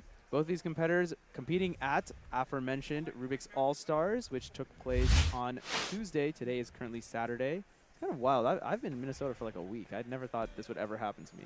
Hey, this place has been fantastic. Great cubing. Also love this city. It's been great. They both had F-prims on those solves. It's a little unlucky right there. Oh my goodness, it's absolutely star-studded. Tommy Cherry now on this screen, and then we got Luke Tixon on the other station for you. Tommy's going to get started for us here. Now, all the competitors in this group getting the same scrambles. So we'll see. Maybe Tommy will also end up with an F-perm. If he's doing white, that's a great possibility. Indeed, white cross it is. He had a different OLL. That looks like a left-handed J-perm. Lefty J-perm, I think, is an extremely underrated algorithm. Yeah. It's extremely ergonomic, and despite usually being done with your non-dominant hand, I think the the ergonomic advantage outweighs the left-handedness. The left-handedness of it, absolutely. That's a nice nice OLO case as well. Yeah, good recognition. Luke Tixon ended up getting a 6 on the side there. Everyone in the chat really happy to see Dilly Millie. Yeah, I mean, there you go. He's right back on the stream. Does a lot of YouTube streams as well. Streams his practice. Man does a ton of solves. Dude, and sim solves as well. Yeah. I mean, I chat with him basically all the time. Talking about, like, he's a very, I don't want to say emotional, but he kind of like gets into it. And it's kind of like what his mood is kind of really affects the way that he's solving. That's something that he's trying to work on. It is round 1, so, you know, the results don't matter too much. Obviously, we want to see the fastest solving we can, but these guys are looking to get an average and keep going. Yeah, it's top 400 for round 2. This is a good solve from Luke. A little unfortunate there with the Colin OLO. Colin Burns, of course, getting a 5.25 world record on that OLO. Yep. Almost 10 years ago at this point. It is not a good OLO case. So. Dilly Millie here. That looks like a V-perm. Yep. That V-perm algorithm has been around for a long time because that was the one with the, he just did like that wide. That's the wide D. Yeah, that alg in particular, I think, is surviving despite the RUD alg that was popularized about 5 years ago due to whatever reason. It's slightly less consistent relative to the RUD, but the worst case is not nearly as bad. I mean, I hate that alg, but it's still the one I use because the one I remember from Bob Burton's website in 2013. Shout out Bob, the best old-timey delegate. I learned everything from that website, so. All right, Luke Tixon on the screen now. He got a 6 in solve 1. Tommy on the other one. Tommy with R-perm.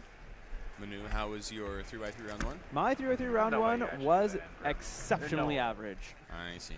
I thought I had a pretty decent set of scrambles, but just was not able to particularly take advantage of them. My look ahead, not very good. I ended up with 13 average, which is right par of the road for me. How about you, Keaton?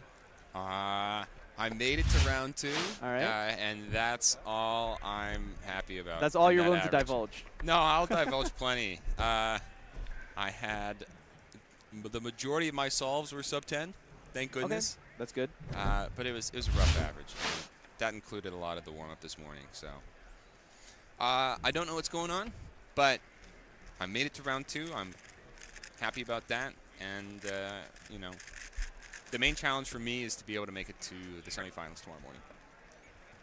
Yeah, I mean, I personally found it kind of tough being on the stage and trying to compete because, like, you know, as much as I'm like, oh, you know, it doesn't really matter, just treat it like a normal 5 solves, it definitely does get to me a little bit. So normally for me too, but I don't know, I wasn't feeling it today. This is a nice solve. Yeah, that was the TPS on this one was really good and looked like a much more efficient solution too. Yeah.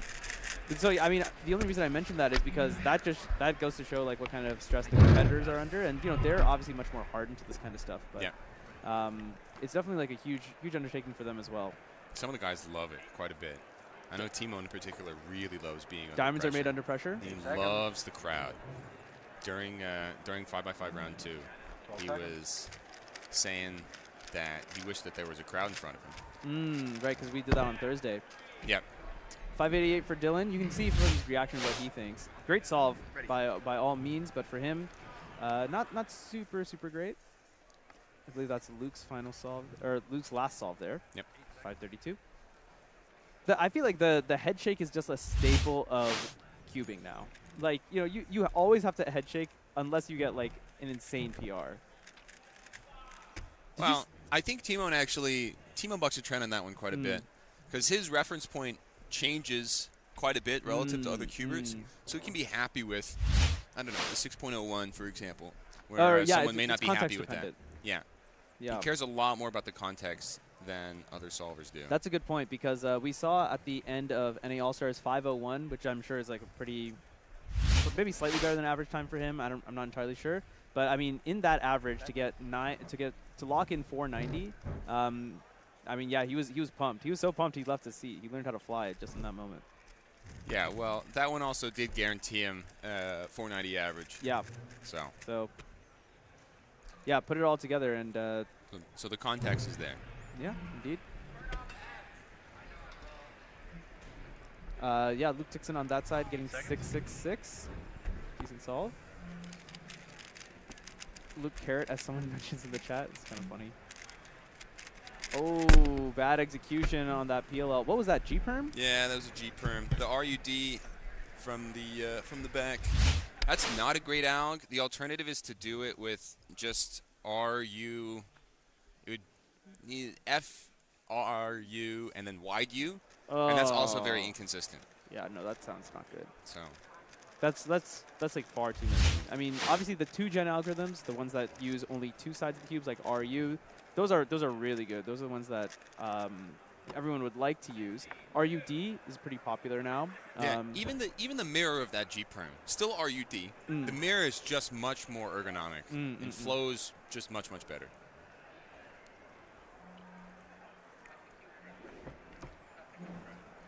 You can see how much solving means to him. Dylan is also in a region that doesn't get a lot of solves. He has to travel pretty far to even go to competition, so he's going to try and make every opportunity count. That's for sure. Ooh, good start, but bit poor execution at the end of F2L. Yikes. Yeah, it's like one of my solves. 942 here. Yeah, that's a very, very bad solve for him. And I don't say that to be mean. This is something that he would want me to say. If I said that it was a good solve, he would be angry at me. Just a pretty bad execution all in all. Yeah, just towards the end of F2L, and the OL was not great, PLL was not great. Yeah, he'll want that one back. All right, Luke, last one. Let me know when you're ready. All right, you can hear from our little nat mic that Luke Garrett is ready for his final solve here. Final solve of his average of 5. Surely he will be doing more solves later. Of course. He's already going to be making it to the next round. He's guaranteed himself a 6 average. That's what the BPA, WPA is. That means that's his final average is going to be in that range. 8 seconds. Anything you see here, Keaton? 12. I don't see much. Not particularly. Red cross also. Oh, he's got a corner F2L out is not still. done. Yeah, no. This is and just ZB just to play with it. +2 at the end. This one, yeah, it doesn't matter. That's WPA. Yeah, stack all the bad luck on one solve. That's Actually, okay. you might as well, yeah. Might as well. 653 for Luke Garrett in this first average. Next round, dude. Is all good. I mean, he's going to be looking ahead to the next round.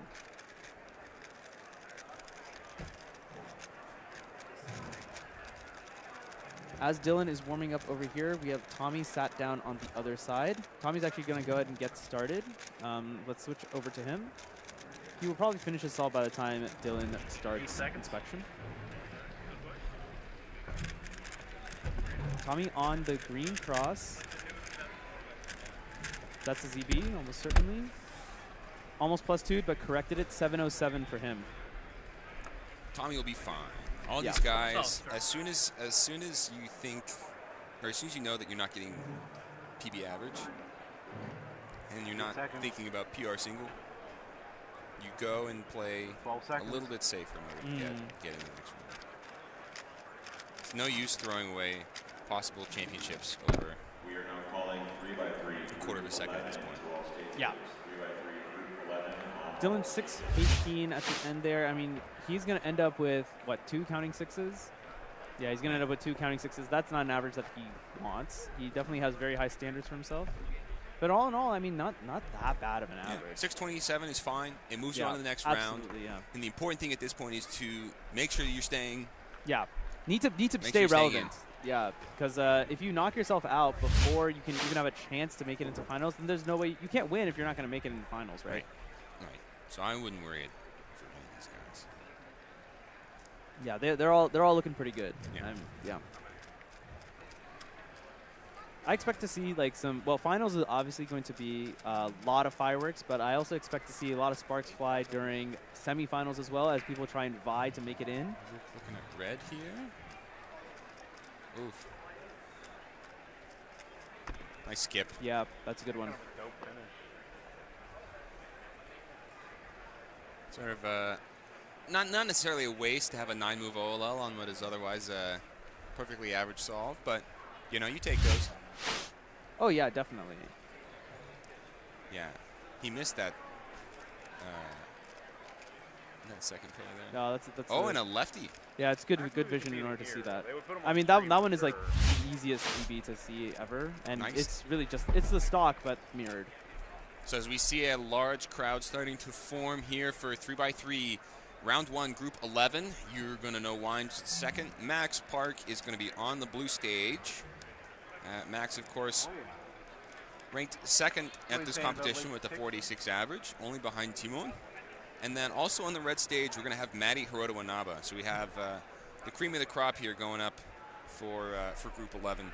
Yeah, that'll be exciting, and you can just see people are leaving leaving all the tables back there to come up to the solving stations because this is where all the action is going to be. Yep. The crowd is going to get much bigger for group 12 immediately after that. We've got Timon on the red stage, so there's quite a bit to see. Man, dude, I am so glad that we are commentating this block, Keaton. This is awesome. This is great. This is absolutely fantastic. Here you are, everyone. The reigning North American champion, Maddie Heroanaba. He's defending his title here. One of the only people to have 2 3-second solves in a single competition. That's correct. Maddie notably not having one for a long time and then breaking it twice in the same competition. One of my competitions, Bay Area. Down in Atherton. Indeed. Maddie He's not looking around, selecting a yeah. cross color yet. Yeah, this is Deciding to go interesting. on orange. Yeah, orange it is. 568.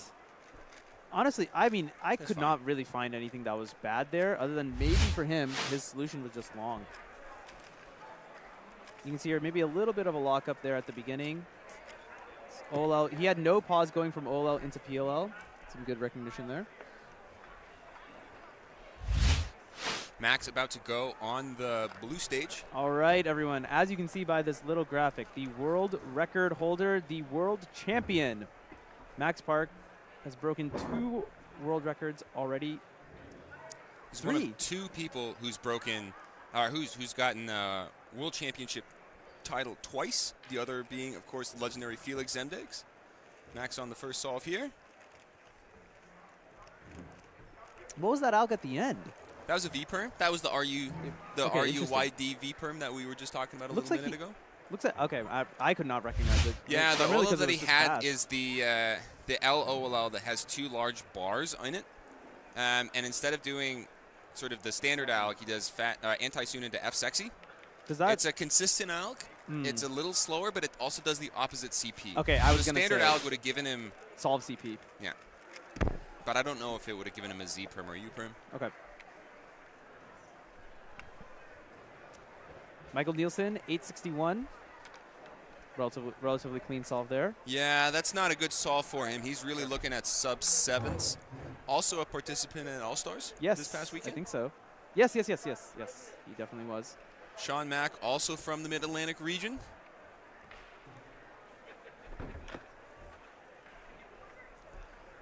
Great nails. Very well known for that as well.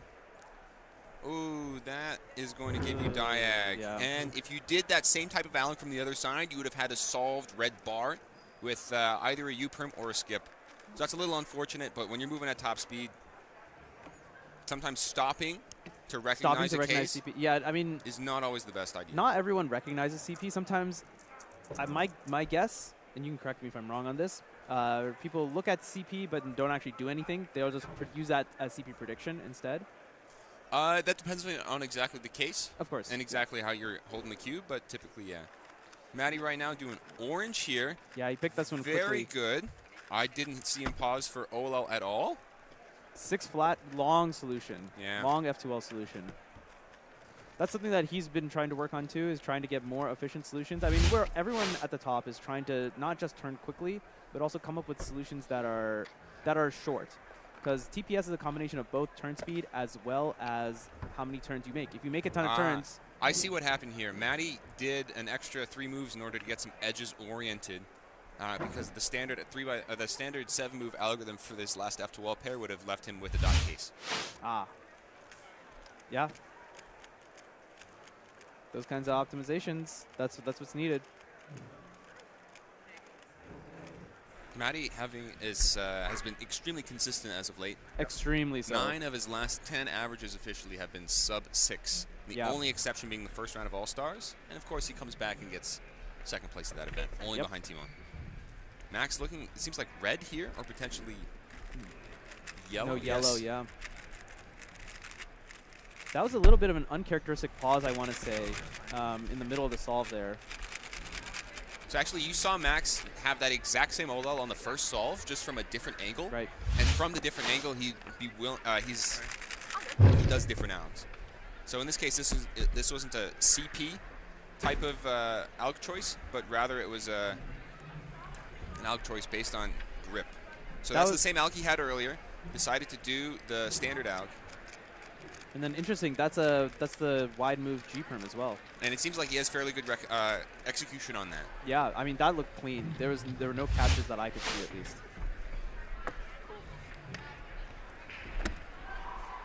All right, Maddie on for solve 3. By his standards, this is a pretty bad start to this average. He's probably not going to PR here. I mean, Maddie's PR is 5.1. Yeah, so he would need to count a lot. You need to count him like a mid 4. Yeah. Jinx. No, you said Jinx. Okay, well, you owe me a soda from yesterday, so it cancels out. All right, Maddie. Green cross. Ooh. Little bit of a mishap there on OLL into PLL. The last F2L. Last F2L seemed very, very clean. It seemed pretty clean, but it seemed really long. I wonder if that was also an EO type thing that he did there. Let's take a look. No, but he went straight into. Well, he had 2 edges unoriented, right? When he did that rotation. No, he went straight into OLL during that. Okay. I see. That's why it just looked long. That's one of the nice cases, though. That was a 2 GLL H case, and there's only 8 of them, and they're all extremely nice algs. They're all 2 soons. Okay. But the trade-off is that you have to sit and recognize this case, whereas if you go straight into the OLL, and if you can see the OLL ahead of time, which is fairly straightforward, you don't need to pause at all. This green cross looks fairly nice. I mean, that's a 4-move green cross, right? Yeah, and Max. Yeah, no, he sees it like now. He's in the right position for it.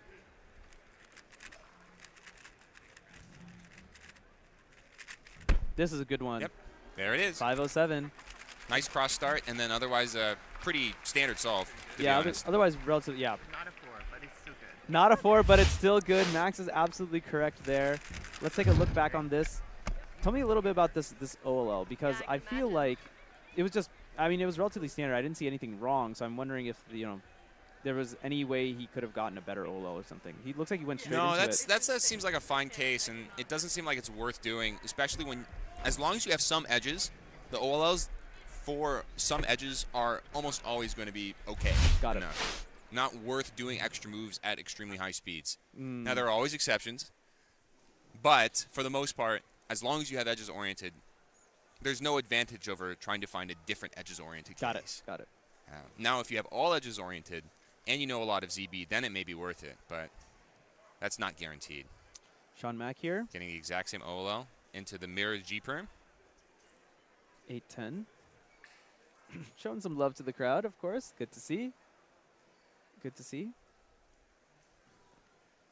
Got a couple of Maddie fans in the chat. I'm a big Maddie fan. I'm hoping he can pull something out here. Can Maddie keep up his streak of sub-6 averages? That's really what I'm looking at. Well, any 5.95 or better is going to get him there. So, and this looks quite nice, except that last pair. That's extremely unfortunate. ZB, but yeah, man, he locked up badly on that. Yeah, that last pair also had a misoriented corner and a misoriented edge in the slot. And those cases are nasty. Oh, wait, that was a lot of stuff solved right there. Yeah. Like you were looking at that red-yellow, yeah? Yeah. Oh. Oh, yeah, just sloppy execution here on this ZB. Yeah. If I saw that case correctly, normally what I would do in that is just do anti-soon from the back into one of the 9-move OLLs, the R2D. Oh, I see. Okay. Interesting. Actually, so if I recognize it correctly, I would use a different alg for that case. I mean, surely at high speeds you can do a little better. Oh, my goodness. Yeah, okay. Oh, there is a block. It's a block. I mean, you have to do some shenanigans to keep it going, I think, on yellow. Well, yellow's on bottom right now. No, he's going to be yellow. No pause between OLL and PLL. 475. That's the first 4 that we've seen Keaton. Yep. Not sure if it's been the first 4 on stream, but just a masterclass from Max. He took full advantage there. Yeah, the block was good. That's pretty good. And then after that... Yeah, he preserved that block to make that X cross. Oh, and then he had a nice second pair as well. A little bit of a mishap there on that 4th pair. Soon F sexy into a T perm is slightly better than average. Yeah, that sounds better than average to me. I mean, T perm has to be an alg that Max is drilling all the time. So, and if he can make that count, he's going to get 505 average. I mean, that's wild to see. Michael Neelson, 588 plus 2 equals 788. That's a sad plus 2. Former world record holder, current Pyramix North American champion with a massive pop-off 2 years ago at NAC. Yeah. Just finished freshman year at Virginia Tech. An excellent scholar as well. And speaking of excellent scholars, we have Maddie Heroanaba. He's got his grades all published and everything. Now, trying to keep that sub-6. It's not a streak. He's got 1 in there from North American All-Stars, but he's pretty close to a sub-6 streak. Now, one thing that you all can hear on the stream as well, the crowd is quite a bit louder now than it just was. I wonder how he's going to deal with that. Everyone's excited that Max just got a 4-second solve. And we have some pretty big faces in the crowd. Ray Bai, former NAC's finalist from last year. He had really good This is not a bad solve. There you go, Maddie. Yeah, keeping solid. That sub-6 almost streak alive. Yep. Very, very consistent performance by Maddie as well. Yeah, good of him to show up in that last solve too. I mean, but that solution looked really solid. Yeah, very, very clean. 8, Having 9, 9. the GC perm, the R2, F2 at the very end, always an extremely unlucky alg. It takes so many moves, and there are lots of double turns, and it is I think, my least favorite peel. That's some, you know how they say it's pretty high praise. That's some pretty low praise there. No, the GC perm is pretty absolutely high awful. disdain. Nice little green solution there. Yeah, Maddie's gonna completely non-traditional cross colors. Yeah, other than that, that was a pretty clean solve. That was a good looking. I gotta learn that out. Nice little 4th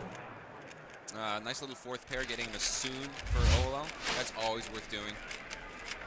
All right, here we go. So Maddie had a good solution there. Let's see if Max can find something similar. Max's vision is absolutely absurd, and if he can get the 475 to count, he has the best possible average of 505. This is decent on green. You can do an R prime in order to get that yellow red pair put together.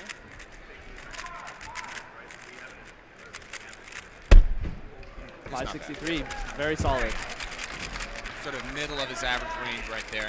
That's going to slot Max comfortably into first place. Again, the first round is not worrying for this level of competitors. Yeah. So, I mean, 535. And Max does do that R prime that I was mentioning right there in order to get that extra pair in before finishing cross.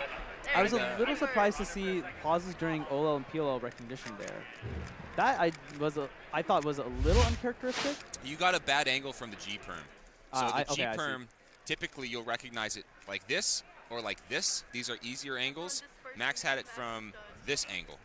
Yeah, no, that looks nasty. Which is the harder way to recognize it. At least for 8-second solvers like me. Maybe not a 5-second solver like Max, but and I mean it's at the harder full angle speed. regardless. Yep. One thing to note though, his execution on this one was absolutely clean. I didn't see any. That looks clean. That's very good. There's no lockups or anything like that. Max is a really clean solver. You'll see that over and over. That he just doesn't lose time to this kind of thing often. Yeah. Max does not do very fancy things, but he has the fundamentals down. Sean Mack, very happy with the 620, shouting someone out in the crowd. Yeah, no, it's good. It's good to see. Good to see.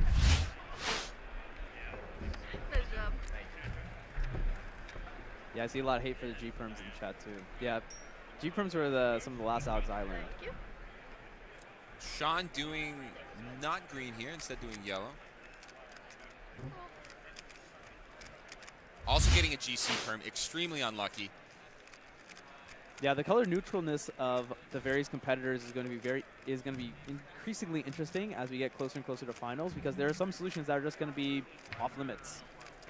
I think the best example of this, Euros 2018, both Anthony Panarakis and Daniel Rose-Levine get extremely nice solutions on yellow cross, and then the Vaya brothers come up during Euros, and Philip very famously white only, almost exclusively white only, and same with Sebastian, not even yellow. So they don't even look at yellow during it, and they get okay times. But the people that could at least do yellow, excellent solves. Right. Excellent solves. Yeah, I mean, it was a big conversation topic a long time ago that like color neutralness is really important. Something that I talked to Maddie about not that long ago was also talking about it's not necessarily a bad thing to be white-yellow only if you're looking further and further into inspection. Correct. If being color neutral is taking away time from your inspection and you can only find one pair, but if you're white-yellow you can look 2 or 2.5 pairs in, correct, then you should just be white-yellow. Yes. So that's very, very interesting to me. I mean, the future is definitely going to be color neutral only because everyone is going to be able to one-look F2L. Yeah, there's only so many opportunities or so many crosses that you can look at in inspection. And typically what you're going to have is just a couple of crosses to look at. I mean, we're taking a look here at 3x3 finals of North American All-Stars. Timon, color neutral. Maddie, color neutral. Luke Greiser, Dylan Miller. Ray Bai, not color neutral. Yeah, I don't think Dylan Miller, I don't think is color neutral. I think he has a very strong preference towards white-yellow. Yeah. When I first met Dylan Miller, this was in 2016. Okay. January 2016. Oh, he was a kid back then. Correct. I went to a Texas competition because I was just visiting a friend during college. And I see this kid turning, he's averaging like 10 seconds, but he turns like Lucas Etter. He turned so fast. And his TPS in last layer was just incredible. And very clean. He had extremely fast algs. And all he needed to do was clean up the F2L and the inspection a little bit, which he's clearly done over the last 7 years, 8 years at this point. Yeah. That's something that he mentioned in particular. He's like, yeah, I used to be known as the TPS kid, and since then I've been trying to dial it back. Big one for him was missing some finals at a major championship. And he's like, no, this is not happening again. So it's good to see a lot of competitive mindset out here at NA Champs. Sorry, and it is NA Champs. It is NA Champs. Yeah. I keep mixing it up between NA All-Stars and NA Champs, man.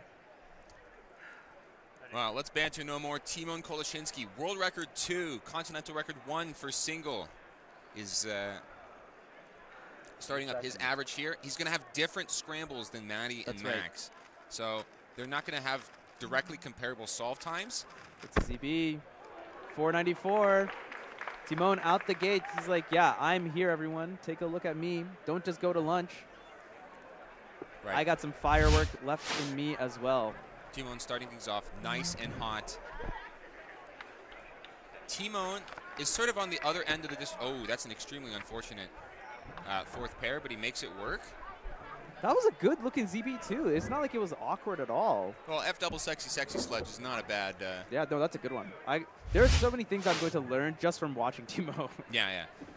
He's on the other end of Max in terms of the sophistication of the solves. Right. Max executes the fundamentals to an absolute T, and Timon will do extremely creative solutions and be a lot more efficient. He's one of the most creative cubers, I think, right now. Yep. This is Nicolas Sanchez. Ooh, mispredicting an A-perm when it was a G. And +2, 1033. Stack up all of the bad luck on the one single solve. That's a good way to do it. Yeah, I mean, 4 more left, so.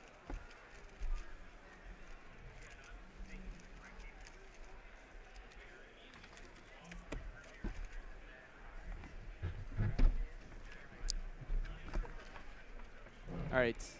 As we continue to move on in this 12th group of 3x3, I'm not sure how many groups there are total. This is the last group. This is the last group, okay. Yeah. So we've saved one of the best for last.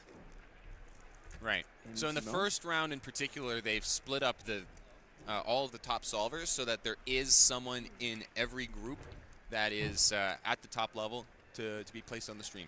That's right. I see a lot of, actually, I'm going to let Timon solve and then I'll address this. All right, we're taking a look at green here and a quick switch to yellow near the end. Maybe? Back to green, it looks like. No, yellow. Another clean solve. Okay. So far, 2 4.9s. I mean, the fact that Timon is smiling means that he thinks it's quite good, at least. I've been trying to get a full pseudo sub 5 for a while. I know, that was sick. Full pseudo pair sub 5. All right, Timon. I mean, you can just see how cleanly he does execution there. It's just so well done. Now, I'll mention the thing I was seeing in the chat. A lot of people are talking about Yiheng. Yes, Yiheng is registered for North American Championships, but he is not in attendance. Correct. For whatever reason that may be. He has a very busy competition schedule, that's for sure. I mean, he's just doing it full time. He's signed up for a lot of things right now. So you'll see him next year at Worlds for sure. Almost, yeah. He's not going to miss that for the World. Interesting. Oh, that was the wrong ZB. The opposite ZB, perhaps? Yeah, that's a pair of them that are both paired in terms of inverse and then paired in terms of mirrors. I see. So there are 4 Alex that are sort of pairs in that way. Yeah, so this is tough. very, very uncharacteristic from Nicholas. I mean, that 438 is not recent. That's from a long time ago. Yeah. 2019, it was WR4 at the time. Counting 10.3. It's still going to be fine. Right now, projections are saying that it's going to be about 11.3 in order to make it to the next round. All right. So he's going to be okay. 8 seconds. Now, if I'm correct, I believe this is Micah Yo. Well, he's on the other side now of Timon. Let's take a look at what Timon has here. A lot of white looks oriented. great, but I'm not sure if he's going do for it. No, he's going for green. Instead. That's another ZB. 521, solid. I mean, Timon has put himself like squarely ahead of everyone else right now. He's counting 497, give 521, which is very likely going to be some sort of counting solve unless he gets 2 more 4s. Yeah, every single solve of his, by the way, is currently below Max's average from the previous group. That's so right. he is solving at the top level right now. He is truly a top player. All right, so I think on the blue stage we're going to have 2 West Coast cubers. Micah Yo was on the previously. This is Varun Mohanraj. Jokingly, he is my grandson. He doesn't look quite as young as he did anymore. That's true. He started keeping very young. You'll see that he's kneeling on the chair. That's because he used to stand up while solving when he was very small. 8 seconds. He is a white-only solver. 12 seconds. Top 100 in the world for a bunch of events, 3x3, 3, 6x6.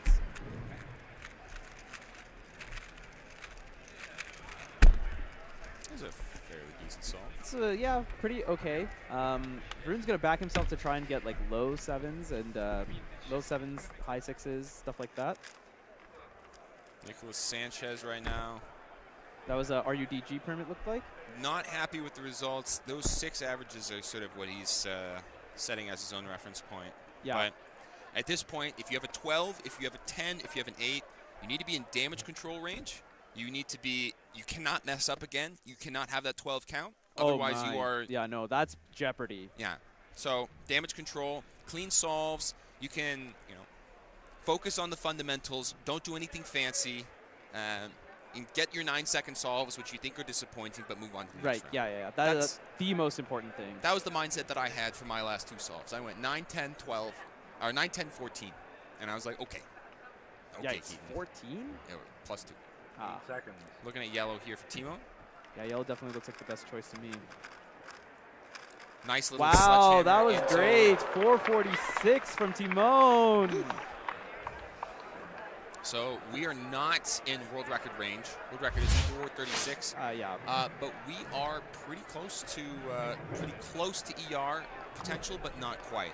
That 478 as a BPA is 0.05 above his ER average. I mean, but WPA 504 is also pretty impressive, man. I mean, if I can't even do that on a single solve. No. I've never done that on a single solve. Micah Yo going at the same time here. One of the better competitors from the Western region. This is a very disappointing solve for him. Seconds. It's just Timon's world, and we're all just living in it, huh? Yeah, we can still hear the crowd all the way from here. Another G perm for Nicholas. Yep. But, you know, a 9 is a 9. 9 is a 9. 9, 10, 12 should get you the next round. So, man, oh man. I'm just thinking about Timon, man. Timon has a very, very solid chance to get to a sub-5 average for the second time in a week. You're going to see him pop off if he does that. Yeah, oh, definitely. Regardless of whether or not it's PR. No, yeah, I mean, yeah. That's just amazing. Timon about to start on the red stage. Has that 360 camera with him as well? Yes, yeah. It's really cool to see the uploaded footage afterwards from the 360 cam.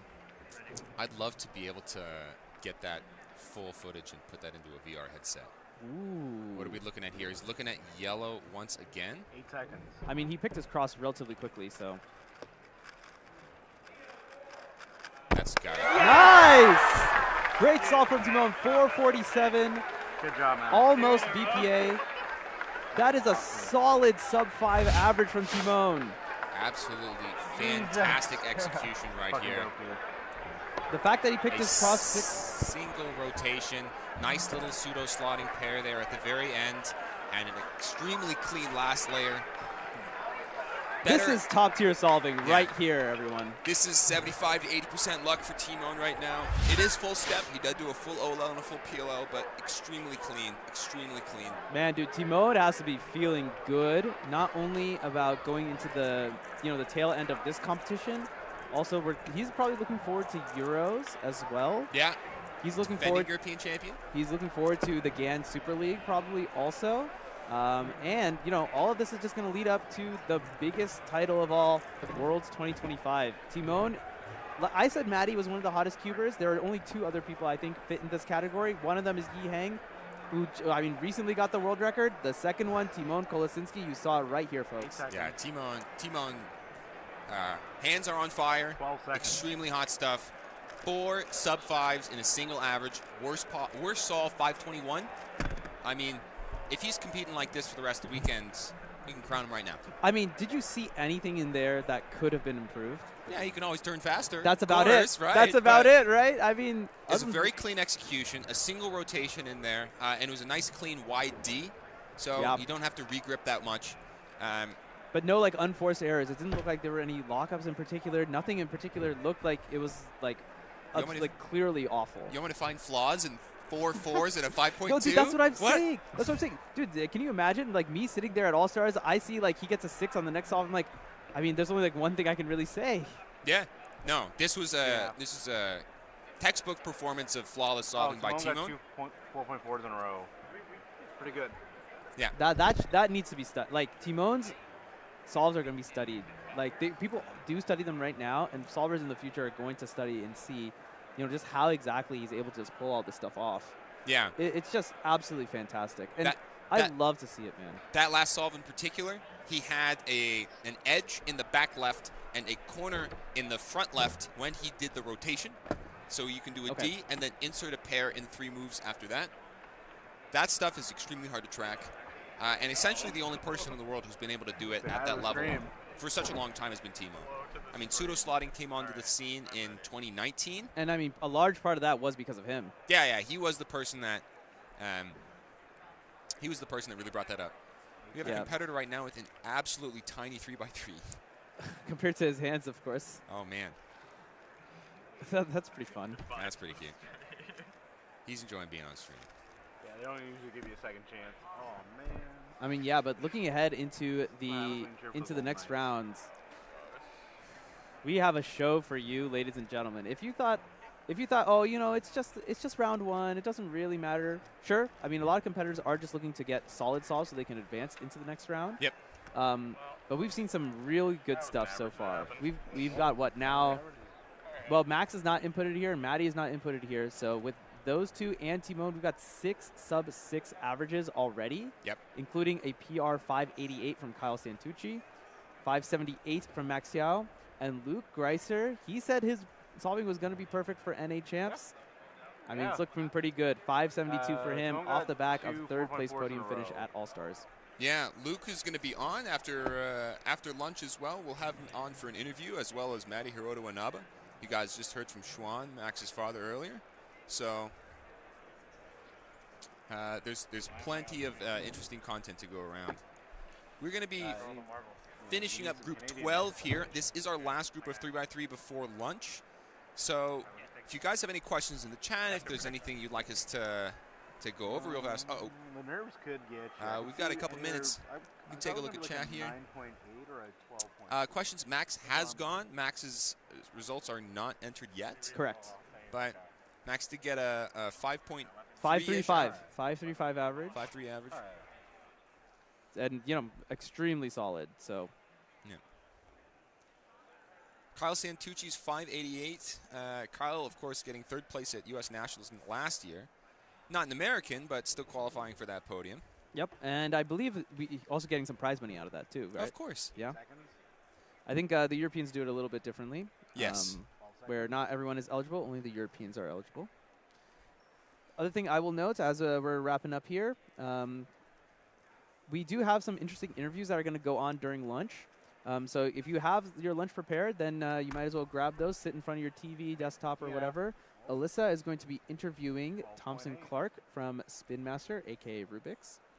So that'll be pretty cool. Not every day you get to hear from a representative from Rubik's, right? So. Yeah, and Thompson's a real stand-up guy as well. Yeah. He's a speedkeeper, too, which is so awesome, right? Yeah, he and I were in finals together in Nats 2014. Oh, yeah? I remember watching his average and just being super impressed. I was actually paired at that competition with a guy you may know, Patrick Ponce. We were 15th and 16th seeds going into finals. All right. I am aware of Patrick Ponce, to say the least. Runsov here, just, yeah, not particularly good. Didn't really look like he got anything going. It looked like actually the white cross wasn't too bad. Yeah. Like 5 or 6 move white cross. Bit of an interesting way to do that, OLL. You got a bob time, though, 8.08. It doesn't actually, though.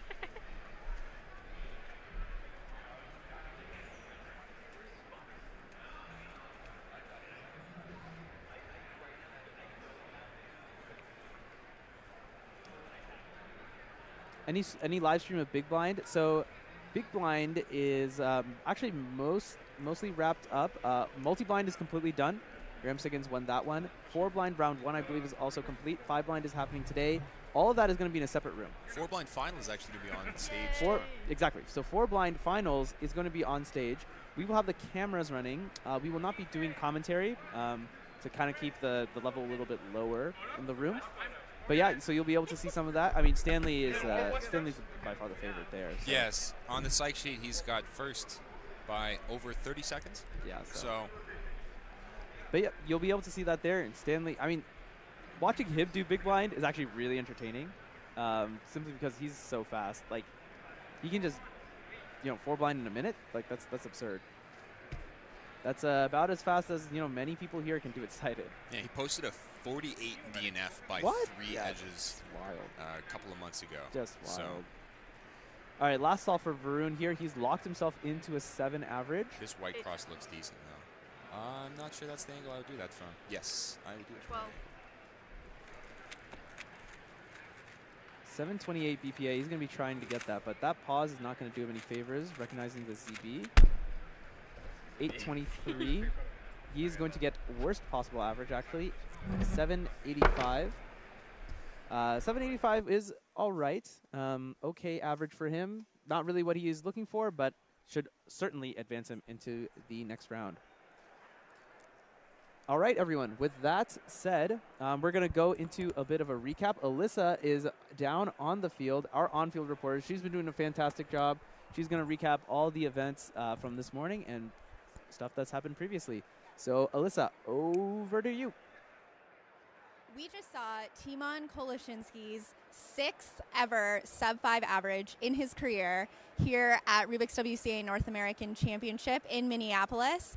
He has had 2 sub-5 averages this week now, ahead of European Championships coming up next weekend. So just really peaking at the right time, we hope. And we're seeing a lot of special solving. So we also saw Max Park just now in this round. And earlier this morning, we saw the second round of 3x3 blindfolded. A lot of high stakes. Tommy Cherry DNFing his first 2 solves and sneaking into the finals on that third and final solve. So make sure you stay tuned the rest of this weekend. There's a lot to come, and we're glad that you're joining us. All right, everyone. So that's a little short recap. After lunch, we have 2x2 Scube and 3x3 round 2. I mean, you just saw some magnificent 3x3 solving. That's going to come later in the day, 4:50 Central Time. 2x2 is going to be really exciting. I'm really excited to watch Zayne Kanani, man. Zayne's good. Carter's good. We've got a very, very exciting lineup for you guys. Yeah, so don't miss any of that. And, of course, we have our little lunch interviews. But I think that's going to be it for me and Keaton today. We'll catch you on the flip side of lunch. See you, everyone.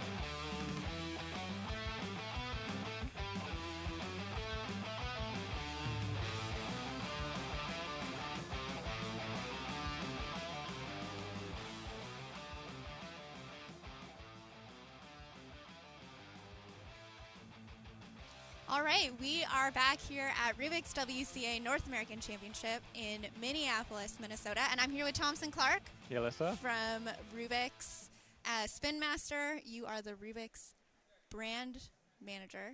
That's right. So why don't, for people who don't know you, just introduce yourself and tell us a little bit about what you do at Rubik's. Hey, everyone. Thompson Clark, WCID 2008 CLAR 01, so I've been around for a while.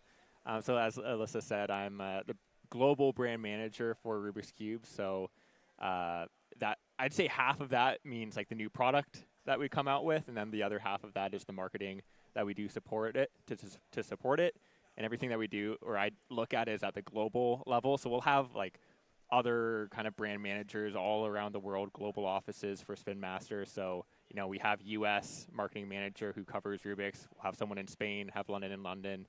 All the big offices, but I'm looking like overall at a global perspective. Really cool.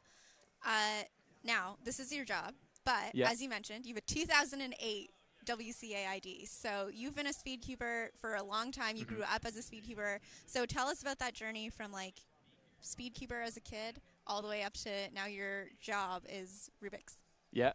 So I'll start even when I got my first cube. For me, it was seeing the Pursuit of Happiness with Will Smith. I know there have been a couple like points in time where the Rubik's Cube has seen big spikes in sales. One of them was kind of this batch around, seeing Will Smith and the Pursuit of Happiness and with the Rubik's Cube scene in there. So I was part of that group. Another big spike was when Justin Bieber went on Carpool Karaoke with James Gordon and solved the cube. And so you can see Rubik's sales spike at that time too. So there are a couple groups, and then a COVID spike as well. Yeah. So I was in around the 2007, 2008 spike, and went straight to YouTube, Dan Brown's tutorial, Pogo Bat, how to solve a Rubik's cube. Attended my first competition. It was a small Toronto one, in less than a year, and then as anyone who attends a competition, the bug really hits you there, and then I kept going. And so, I would keep competing, recognized I was slowing down a bit, but still wanted to be involved with the cube. Graduated from a business school where also the co-founders of Spin Master went. And so Spin Master was known as a bit of a success story coming from the business school that I went to. So I was always familiar with them. And then after being graduated for a couple years and started working, probably 2 to 3 years, I remember reading an article that, hey, Spin Master is buying Rubik's Cube. The deal hadn't closed yet, but it was at least public enough for me to be aware of it. And then early on in the new year of 2021, the deal closed. And so I'm like, okay, this is pretty convenient. It's lucky alignment that I have the alumni connection, right? The co-founders of the company went to my business school. So I can use that as networking if I want to get in. Rubik's is coming from, they were London-based before, into Toronto. I'm living in Toronto. I've dedicated 15 years of my life to this brand, so I'm like, Rubik's needs some kind of cuber presence, kind of guiding the way in some way, because it hasn't always been the case, I think. So I'm like, let me get involved somehow. I'm going to network my way in. So I drafted an email. I said, hey, I'm a speed cubing pro and fellow graduate of the business school, would basically asking for a coffee chat. I'm like, I'm going to start at the top. I'm going to find one of the CEOs. He's not going to respond. And then I'm going to find a VP. And then when they don't respond, I'll find a director and just work my way down. So I drafted this email, sent it off. But then 7 minutes later, the CEO responds. 7 minutes? Yeah. Look at yeah. that. And this guy's a billionaire straight up. I'm like, he doesn't have time to respond to this. And so it was a bit of a shock to me, but also wow, this person cares to make time for me, just from a random email request. And I thought, okay, well, this isn't a coffee chat, though. It's going to turn into an interview. So I came prepared with some ideas, and that kind of became my first interview. And I didn't know what I was getting involved with, what role I would be filling, but I knew I wanted to be involved with the brand. And so, that 3 years later, we're sitting here today. The rest is history. Look at that. I love that story. Just goes to show you, send that email, whatever email. Yeah, that whatever might be field you're going life. in, networking is important. Never hurts to reach out, make some connections, even if you don't have that connection to begin with, and things can happen. Totally. It's a good lesson. Okay, you've also, again, you've been part of this community for a long time, and so what are the biggest changes that you've experienced in the cubing world in what is it now? I guess, 10, 16 years? Yeah. Yeah. Yeah. Since you started competing. So over 16 years, what are the biggest changes you've, witnessed or noticed? And like even an event like this, did you ever imagine something of this scale when you started competing? Yeah, I mean, it's funny to think about it from going back to 2008 in my first competition, because it's been so gradual for me, right? That it's kind of hard to observe. But when I really compare it to back then, I mean, it's just so obvious the number of people growing with this, like the double-digit growth and like new participants every single year. We're at like a kind of a bursting point in like terms of capacity, even for some of the venues. Like, you used to be able to walk in, just having like read about the competition online, cash in hand, go up to the registration booth and say, "Hey, can I, compete?" And it was absolutely no problem, right? But now you have to set an alarm on your phone and say, "Hey, I talked to Siri. I'm like, "Hey, Siri, remind me at 8 p.m. to register for this competition coming up,"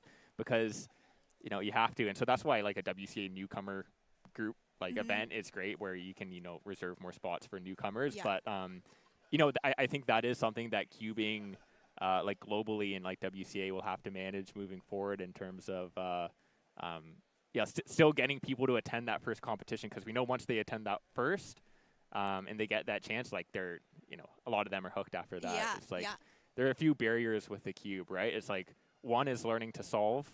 It's like, how do you get people to get that first solve? You buy a Rubik's Cube, and then once you solve it, that opens the door to like everything else. Some people want to just collect. Some people want to go to speed. Some people want to level up their challenge. But for those who want to go into speed, the next barrier becomes attending that first competition. And, that's where all the people that you see here today, they've made that jump and that commitment. So and I think there's over 800 competitors at this competition. Yeah. And all of these people, this championship, for those who don't know, can't be your first competition. So everyone here has competed before, has come to this championship, obviously like into it enough to like spend 4 days at the convention center competing. And we see it's a packed house, which is just really cool to see the growth for sure. Because, I remember some of those days, too. For those of you that don't know, Thompson and I are both part of the Canadian speed cubing community. And I remember those days, $20 bill in my hand going, can I register for this competition? Absolutely, and it's like, no problem. totally. I want to add events at the door. We do not allow that now for a number of logistical reasons, because we are in the hundreds of competitors. Exactly. And it's for the better, because that means the community is growing, but it's also, becomes harder to imagine, and maybe even a little bit more of a barrier to get people to that first competition. So, that's something we all work towards. Yeah. So Rubik's is the title sponsor of this championship. Start off by just telling us, like, why does that matter to Rubik's as a brand? Why do you guys choose to invest in the community in this way? Yeah, people ask me that all the time, because it's like, we have a Rubik's booth here, but it's not like, we're not trying to sell more Rubik's Cubes to the people here. But, really what these competitions are, the North American Championship, all the other Continentals, the World Championships, or even like more like smaller local ones, like we did the All-Stars together, right? You organized that, and that was amazing. These moments are what will inspire new people to start, right? Like it moves down the funnel, whether, it can be as direct as, media people come in from different news stations, and you'll see them with the camera, and, more eyes will introduce the cube at like a really, expert level to people at home who have never even like tried, but they think, oh yeah, that looks fun. Right. I want to try, and I want to learn how to solve the cube. I want to go get one. So it's really, Rubik's, what we're trying to do is, like I said, we're not selling more cubes right now to the people here, but we want to grow like cubing as a category, and in turn, we all benefit from that. And, if we can inspire people to pick up the cube, like through our partners or sponsorship of the big championships, and show like speed cubers that we really care, that'll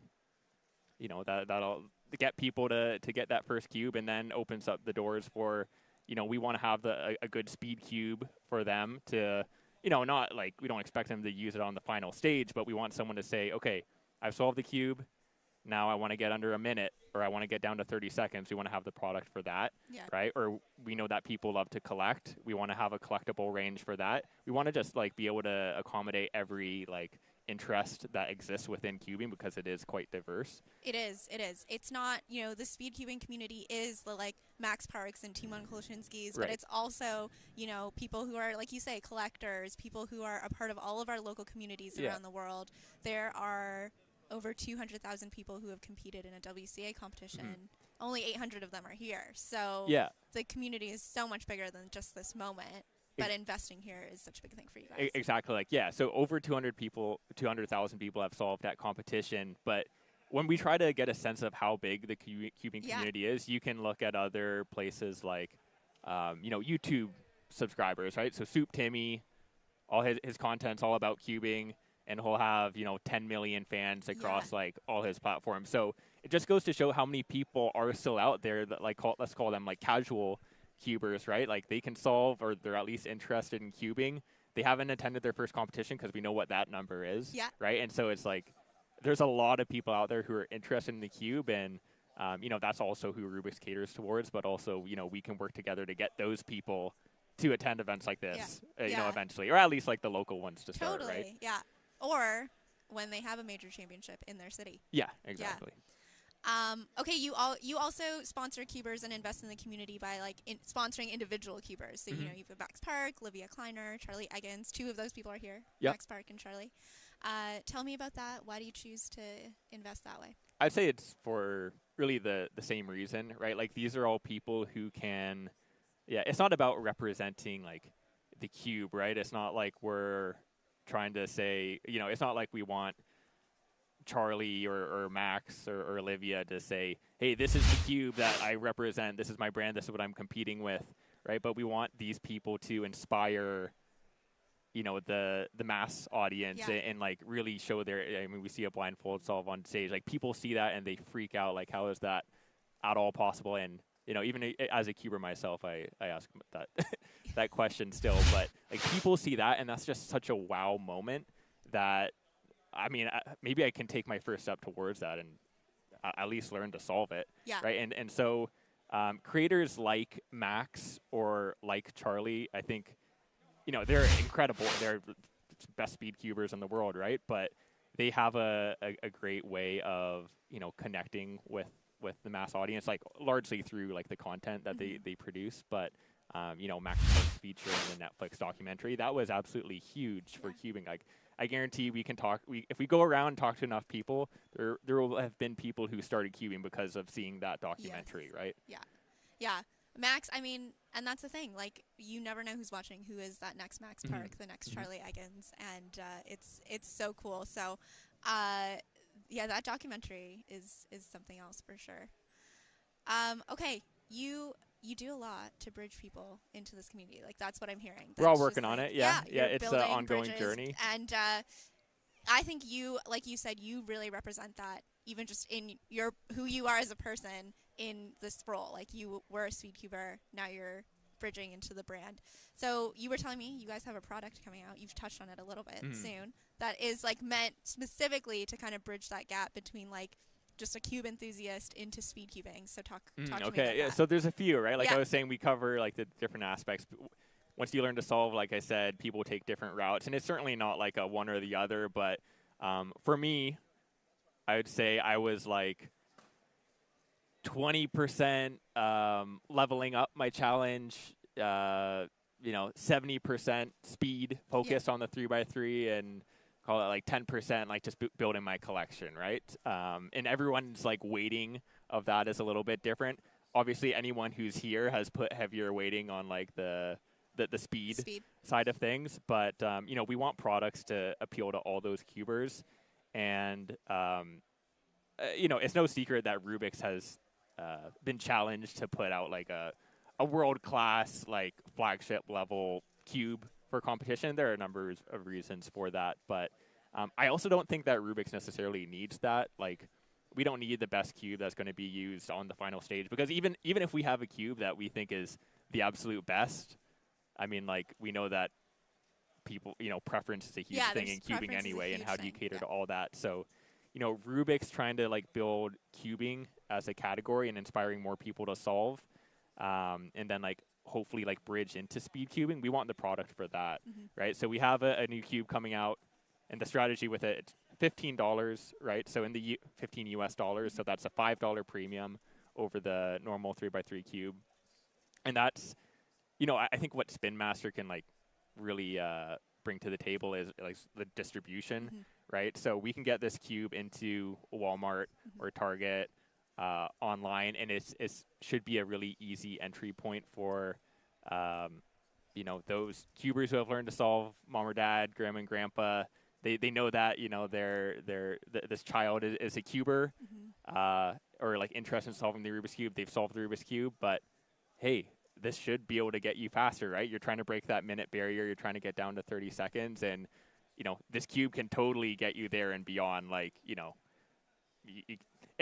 even like sub 10 seconds. Like we have to think about the cubes, like when we, you know, in our early days of cubing, like how far things have come. And we're a little spoiled now, right? Like learning to drive like in a Ferrari basically is like what cubers get to experience now. But yeah, you want that thing that's going to be accessible, like people can get it, it's not too expensive, and yeah, bridge them into the like the greater world of speed cubing, because that's what we're all here for. Yeah, I mean, I think all of us, we learned to solve the cube on just like that $10 Rubik's Cube. Yeah, and so it's cool that you know, this offering will be kind of that next step of the next journey, that next phase of your speed journey. We know that they're going to experiment anyway, right? Like people want to try all different brands because this might fit my turning style better. Yeah. So like we want to get them to that point of like then further experimentation down the line. That's really it. Yeah. I'm so curious. I didn't even prep you for this question, so you might not know, but do you guys have an estimate of like how many people in the world have solved a Rubik's Cube? It's like we know how many cubes have been sold. Okay. Right? So it's 500 million cubes. And so we're talking over the span of like 50 years. Yeah, right?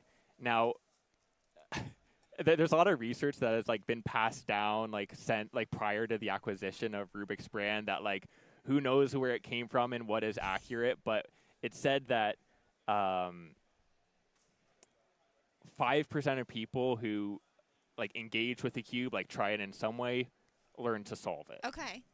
So, and you know, Rubik's, like our goal would be, how do we then get that to like 6%, 7%? Because like I said, you attend that, you get that first solve down, and that's just like the breakthrough moment that introduces you to everything else. I think I tell so many people all the time, I'm like, if you sat down for like, you know, a weekend, a day, you would have it down and you'd be addicted. We could do it. You'd be like, you'd do it in 5 minutes, and then your next one would be like 4 minutes, and then you'd be like, I'm improving. There's no improvement like beginner's improvement, right? Like, those beginner games and like anything, and that's what like I think that's what got me into cubing. That's what a lot of like cubers share, this like personality trait, I'd say, in like chasing that like rapid improvement, because it is so fun and rewarding. But you know, the grind really starts when you hit that first plateau, right? Like, oh, I'm not improving as fast as I was, and then it's like that also kind of separates the next level of like commitment and what really makes the great cubers, right? Yeah, totally. You mentioned 50 years. It is Rubik's 50th anniversary this year. What are some things that you guys are doing to celebrate? What aren't you doing? It's a lot, right? Like everything that we do to try to build the brand, like you can break it up into product, right? So I talked about you know, the speed cube's not necessarily related to 50 years, but it's all part of this like new, like I guess, generation of like what's the next 50 years look like, right? And the speed cube should definitely be a focus of that for Rubik's moving forward.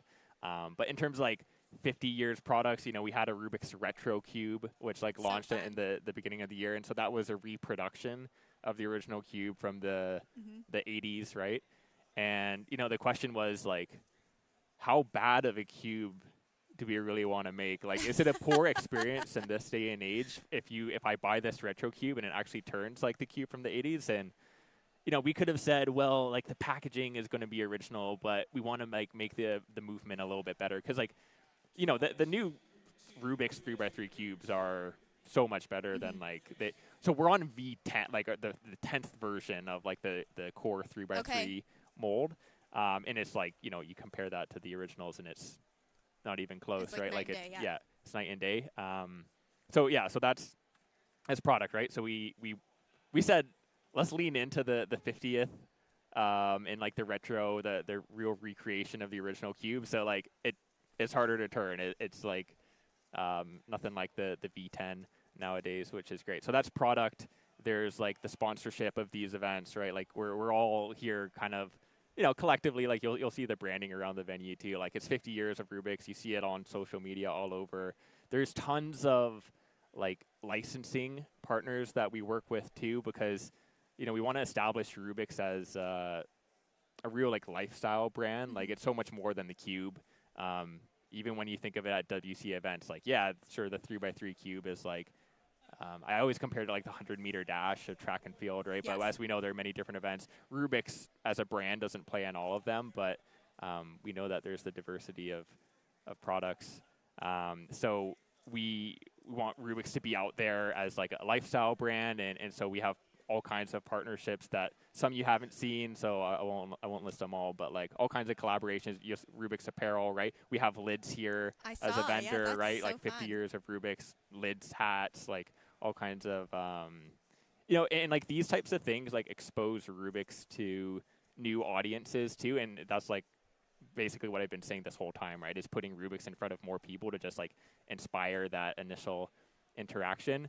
And so you know, we have like these Rubik's Cubers. Yeah, I was going to ask you about that. Yeah, so I'll tell you more about that. But these are like considered like a Funko Pop that actually like functions and has like playability to it. So it's a solvable Rubik's Cube with like a superhero application to it. So the four that we're displaying there, we have Iron Man, Spider-Man, Batman, and Black Panther. And so, you know, if these are in store, you might not be a fan of Rubik's, but I'm a fan of Spider-Man, and so I totally want this for my like Spider-Man, you know, collection. But it is a cube, and that's cool, and you know, maybe I can learn to solve that, and then, you know, therefore you buy the original cube, and you know, all these things, placing Rubik's in different moments. That's really what the 50th year is about, to just inspire people to pick it up and give it a shot. Cool. Okay, speaking of 50, you talked about like what would the next 50 years look like.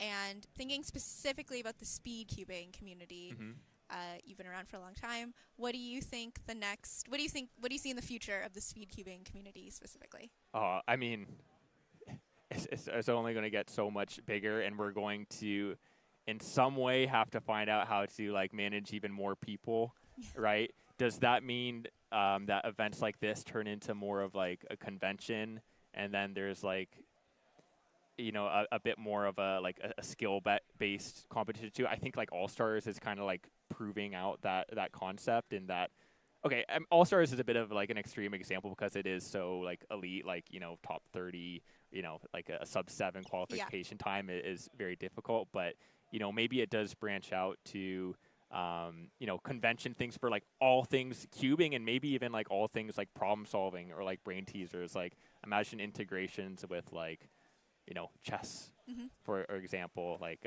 you know, there's like a lot of overlapping interests of people who are drawn to the Rubik's Cube or drawn to like similar things. So imagine like big conventions, all things brain teasers, problem solving, and then like, you know, the competition takes like a bit of a different route too. But I think, you know, the rise of like connected cubes, Bluetooth cubes, certainly paints a interesting like question, like how will that be managed in the future? Like 10 years from now, is that just going to be the standard for competition? Because, you know, there are challenges with timing as like people get faster and faster, let's say, and that is certainly a different way of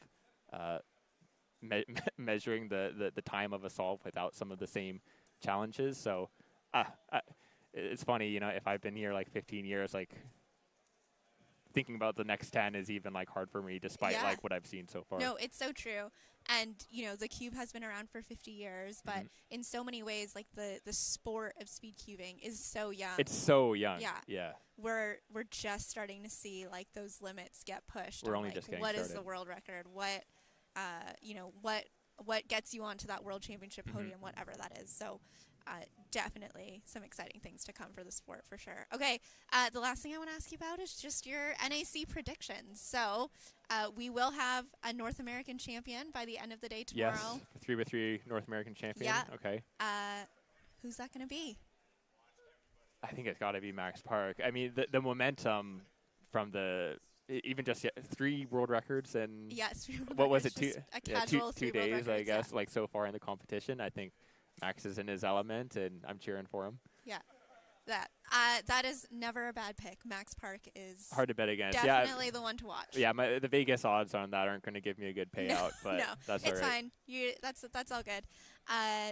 Who else are you watching closely this weekend, though? Oh, I mean, Charlie's a new ambassador for the brand. I'm super excited to follow his events. As well. Yeah. Yeah, really good. The Luke G's, there's a couple of them, but I was seeing some amazing results at All Stars too, and looking forward to see how that translates to this stage as well. Got to give a shout out to Brennan Lynn from Canada to Canada representation. Yeah, but we love it. All the cubers are great. Like, that's what makes it hard because we're all friends, right? Yeah. So, picking favorites is tough, but I'll give that first spot to Max. Yeah, we were actually talking just this morning. We were like, we need like a good cubing rivalry to like emerge. Everyone's too friendly nice with each here. other. Yeah. Yeah. Let me help you out. Yeah, we need some like real beef to emerge. Some storylines. Yeah. All right. Last thing, where and how should people follow along with Rubik's and stay connected? Oh, I feel like we're all on social channels. Rubik's YouTube, lots of good stuff. Instagram, you're going to see a ton of great content from Charlie, Max, Joshua Morris, someone that I haven't talked about, but Joshua Cubed. Some of this, the level of what you're going to see is like, okay, I already know how to solve Rubik's Cube, but remembering that's the point is we're trying to get Rubik's out to a broader audience, but I think it's always entertaining anyway. Yeah. But all Rubik's social channels, follow along with what we're doing, but stay tuned for new product launches too coming out. Target, Walmart, but some things I haven't even mentioned, maybe we'll keep a little bit of a secret, but maybe some cubicle exclusives too to keep an eye out. All right. Well, that was like a big tease. I'll leave it at that. I'm staying tuned for sure. Awesome. Thompson, thanks so much for your time. Thanks, Alyssa. And we are glad to have you with us. Glad to be here.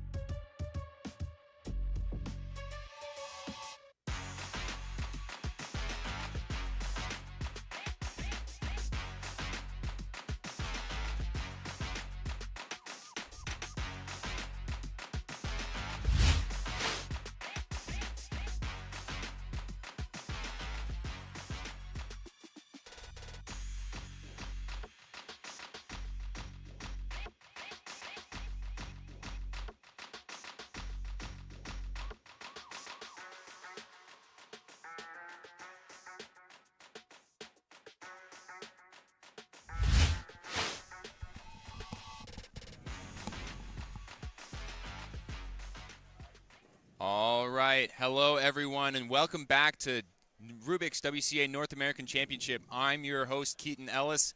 I'm going to be joined at the start of this with a couple of interviews. We're first going to have Maddie Heroanaba. Maddie, do you want to give a little introduction yourself? Yeah. Hello, everybody. Maddie Heroanaba. I'm from Hawaii, and that's about it. How are things going so far here at North American Champs for you? Pretty good. I had a surprising North American podium in 6x6. I did not expect that. So Congratulations. Thank you. That Second was pretty behind amazing. Max. Park. Very nice. You beat Kevin. I did. That was pretty crazy. Very exciting. And yeah, I haven't really had any bad solves the whole comp. I consider a bad solve when I don't follow my routine before my solve, and I've done that routine perfectly for every single solve so far, so I'm hoping to keep that up. So it's sort of ex ante before you actually see the time, are you doing everything that you wanted to do? Yes, yes. Oh, very nice, very nice. You've actually been solving pretty consistently at a high level recently. Thank you. So you had, before this first round, 9 out of your last 10 averages were sub-6, and then you got another sub-6 average here to make 10 out of 11. Nice. Do you feel like you're peaking at all? Or I'm close. I just need to clean up a few things. My averages are still a little messy right now, so hopefully, yeah. I feel like my speed is pretty good right now, so I just need to clean up some mistakes, and it should be pretty good. Yeah. So in terms of your speed that you want to work on, you want to be able to go faster while keeping the same level of mistakes? I kind of just want to be the same level of speed but less mistakes. Same level of speed but fewer mistakes. Yeah. Okay. Is there anything deliberate that you're doing in this? Well, I was watching my slow motion solves, and I was doing a lot of like UU primes, so that's just a no-no. So I'm gonna eliminate those completely in the next round, hopefully. And obviously, I'll look back at the stream, see if I do any more of those. And that's about it, though. Just unnecessary moves like that, I can't be doing those. Sure. Yeah. Gotcha. So you, of course, you're the inaugural North American champion from 2 years ago. Yep. And you've placed, unfortunately, last year you placed 4th at Nationals, and then you placed 6th at Worlds. Yeah. Which weighs more on your mind when you're coming to a competition like this? That's a very good question. Definitely my my win, because yeah, if you hadn't told me my place in Nats and Worlds, I literally forgot it. Like I convinced myself to forget those, and I'll probably forget it after this interview is done. So yeah, definitely only the win is in my head right now. Only good thoughts. Yeah. I also wanted to ask about an event that happened on Tuesday in North American All-Stars. You got 2nd place. I did. And very well broadcast event. That was. How do you feel about the format of a competition like this, where you have to have a specific average in order to get in? It's good in some cases. I think it is good for, it is good actually, because it makes the competition closer. Like the bottom and the top are closer, so it's almost more tense because everyone is fighting for a spot, even in the finals. That's how close it is. So like, yeah, that's good. But then, I think we should still have, some competitions where you just have everybody compete. So then, like of course, the little slower people can get up more with the faster people. Yeah. Of course, it's sort of complementary in that regard. Yes. To what we have right now. Yeah. So at this kind of competition, at All-Stars in particular, one thing that I've really been curious about is how much pressure people feel. Because at the end of the day, it's not a national championship. It's not a North American championship. So there's no big title associated with it. Yeah. But at the same time, you're only surrounded by extremely fast solvers, and your competition, even in round 1, is already sub-7. Yes. So I'm curious how you trade those off. Well, I always feel pressure. You always get nervous, but I feel like even at a local competition. Yeah, even at a local competition, man. Like, you would be surprised. A lot of people get nervous, but yeah, it's just about convincing yourself, like, just deal with it. Like, it's not gonna get any easier, so just push through and hope for the best. Yeah. So you don't feel anything really special for the All-Stars format in terms of pressure relative to the other. Well, it was more pressure in the first and second round because it almost felt more like a head-to-head final. Yeah. Yeah. So it's just inherently more pressure in that environment. Yeah. I see. That's very interesting. That's very interesting. One other question I've got for you. You've been cubing for years. I have. You have an old ID. Yes. But you really came of cubing age during the pandemic. So definitely. with cubing at home and Monkey League really raising your notoriety and raising your prominence, as opposed to someone like Felix or Max who really came of age with WCA competitions. Right. Do you think this has affected your ability to perform in WCA competitions? Yeah, maybe. Maybe because. Draco, you're on 2 now. Yeah, I don't know. I would say I've solved better on that online so far. Like I haven't really had my breakthrough round in WCA yet. So yeah. You have a 3 single and a 5.1 average. Yeah, What's breakthrough for you then? I'm happy with those. The 3 single, yeah. I'm not really I don't really value single very much, but average, yeah. I want sub 5. That would be nice. Yeah. Well, that's a very lofty and very ambitious goal. You had a first round with 2 5s and 3 6s. Yeah, that was. Yeah. How did you feel about that average? Anything you wish you could have improved on there? I mean, it wasn't terrible, Sub 6. Cannot be mad with sub 6, but yeah, first solve was actually kind of the best solve. Even though the time was just 568, I feel like I did most things right on that one. And then the next 4 were just a little just messy, I guess. Yeah. Just not really focused enough on my PLLs and stuff. I kind of just winged it and not really focused enough to do them well. So yeah, that's about it. Next round, just gonna have a little more concentration and also my solutions. I mean, I can usually find good solutions, but on that round, I was kind of switching colors too much. Yeah, we noticed that. Yeah. And also, I mean, you got a couple unlucky cases, a Yeah. couple of no edges cases there that you're trying to do some edge control on. Yeah. So that was kind of unlucky, but hopefully next round I can commit to Oh, color earlier. Yeah. Gotcha. Thank you. And then, what are your ambitions for this competition? I already podiumed in 6x6, so. Hey, it shows up on the profile. Yeah, that was pretty cool. I'm hoping to do the same in 3x3, 4x4, and 5x5, and maybe win one of those. That would be really nice. Yeah. Well, I'm wishing you the best of luck for all these events. Do you have any shout-outs that you'd like to give on the stream? I'm the Cubing Jedi, if you didn't know, on YouTube and Instagram. So if you want to follow me there. It sounds good. Yeah. Well, Maddie, thanks so much for coming on. We really appreciate it, and best of luck for 3x3 tonight and all of the semifinals and finals that you'll be in tomorrow. All right. Thank you. All right. See you guys later. All right. Sick.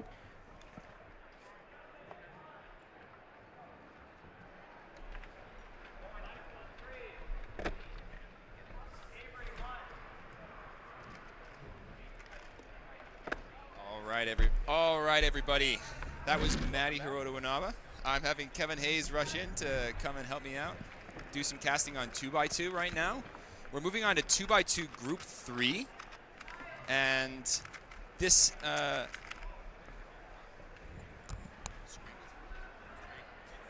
Solve 3 is really easy. We've been informed that for this upcoming group, there is one very nice scramble. 8 seconds. Oh, we got scrambles beforehand? It's sick.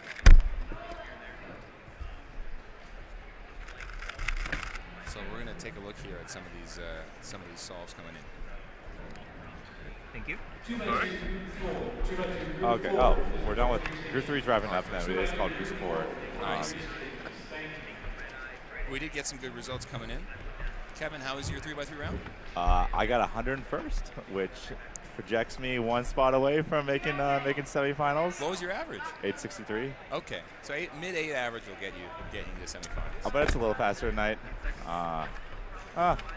Really It's a little late. It's at the end of the day. I did really poorly What'd that you first get? round. I got a 993 average. It's not good. Oh, wow. I don't know. It just didn't click. So I'm hoping to do a little bit better. We got Daniel Karnock. Derpy Cuber is his handle. Is he very active on media anymore?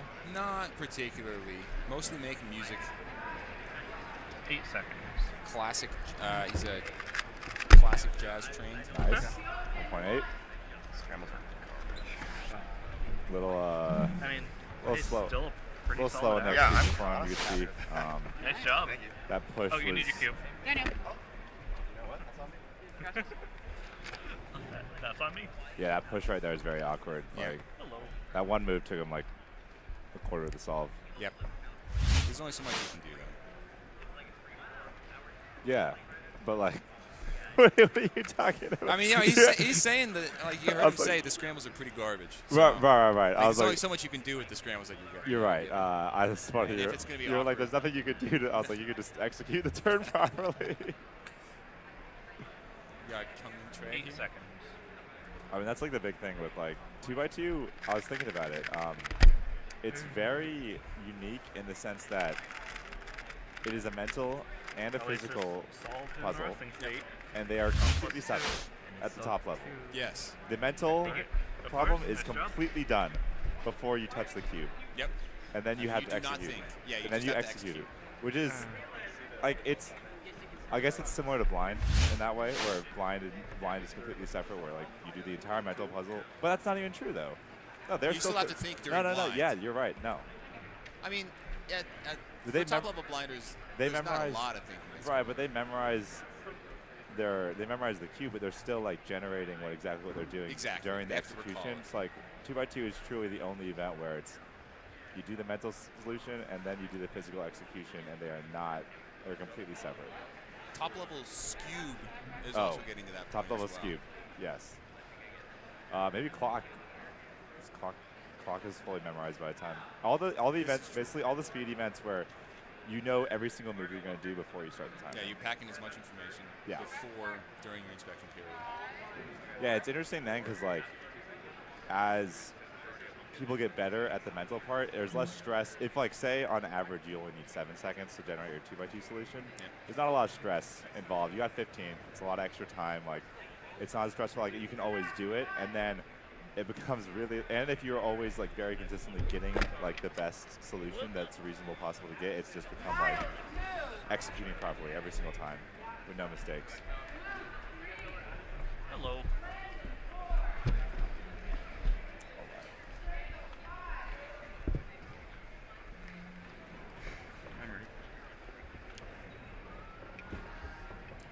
How is Maddie feeling after round one? Maddie, I feel like he's always fairly optimistic, fairly mellow kind of guy. He's got mental. He's got good mental. Yeah, he's got extremely good mental. He'll never. And he was saying that his average wasn't exactly what he wanted, and he felt a little sloppy on some of his peel out executions. But also there was a little bit of bad luck in there. So there's only so much you can do. There's only so much you can do. No, yeah, I feel Maddie's someone who, even on a bad day, he understands the process. Right. He knows that you don't want to just like give up and say, this average is a waste. Like, let's not even pay attention. There's always value in trying your best, focusing for every single solve, getting the practice in. Like Max Shaw was talking about how he does pyraminx, not because he's really cares too much about his times in pyraminx, but it's a good chance to sit down, get your whole cadence in, get the environment. You visualize that this is a 3x3 solve. It's the same thing until the cube cover comes off. Absolutely. And then okay, well, we're going to do some pyraminx, whatever. Just like get the whole cadence going on. Speaking of pyraminx, we have Michael Neelson, former pyraminx world record holder, reigning pyraminx North American champion, preparing for 2x2. Michael, famous or infamous, depending on who you ask, for having an extremely long preparation period, but it helps him focus and really get in that flow state. It's always a little more noticeable when it's for the smaller events because the ratio of preparation to solving is so high. Yeah, one of the things is he intentionally doesn't get put in the last group for an 8 event. seconds. Because otherwise he would be the last person solving, and we don't want to transition events until he's done with until everyone's done with their solves. That's funny. That's actually so funny. I remember because like in Big Cube, it's like not as big of a deal. Like naturally, the cadence gets off because of scrambling and stuff. Like waiting for also now like because of Max is so fast in like 3 actions, it's a little unpredictable. Waiting for Max to finish and then starting inspection right when that happens is like a relatively common strategy. But like it's like it still doesn't like really disrupt the flow of the event. Like everyone like just waiting a minute is not like the event still kind of like wraps up. Right. No, this is all from a logistical perspective of trying to make sure that the events. The Stay on competition time. stays on schedule.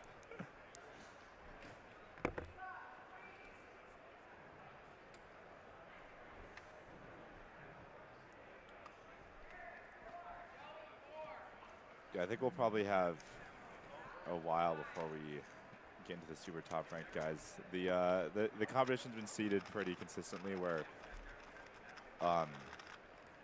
last heat blue and red have seats 1 and 2, second to last heat have seats 3 and 4, and it kind of goes down the list from there. Right. Which is good. I think kind of model, like when non-keepers always ask me what these competitions are like, I'm like, you watch track at the Olympics, do you watch swimming at the Olympics? It's very much like a big meet. Lots of events, different rounds. Winner of finals wins. Circle seating is the common setup for all of that.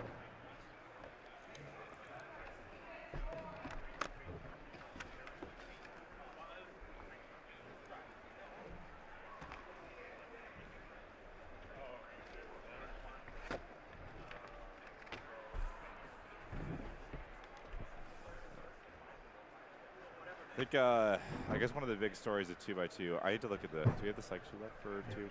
Yeah. Yeah, it's really kind of like Zayne against the clock, assuming he does what he's capable of, although 1.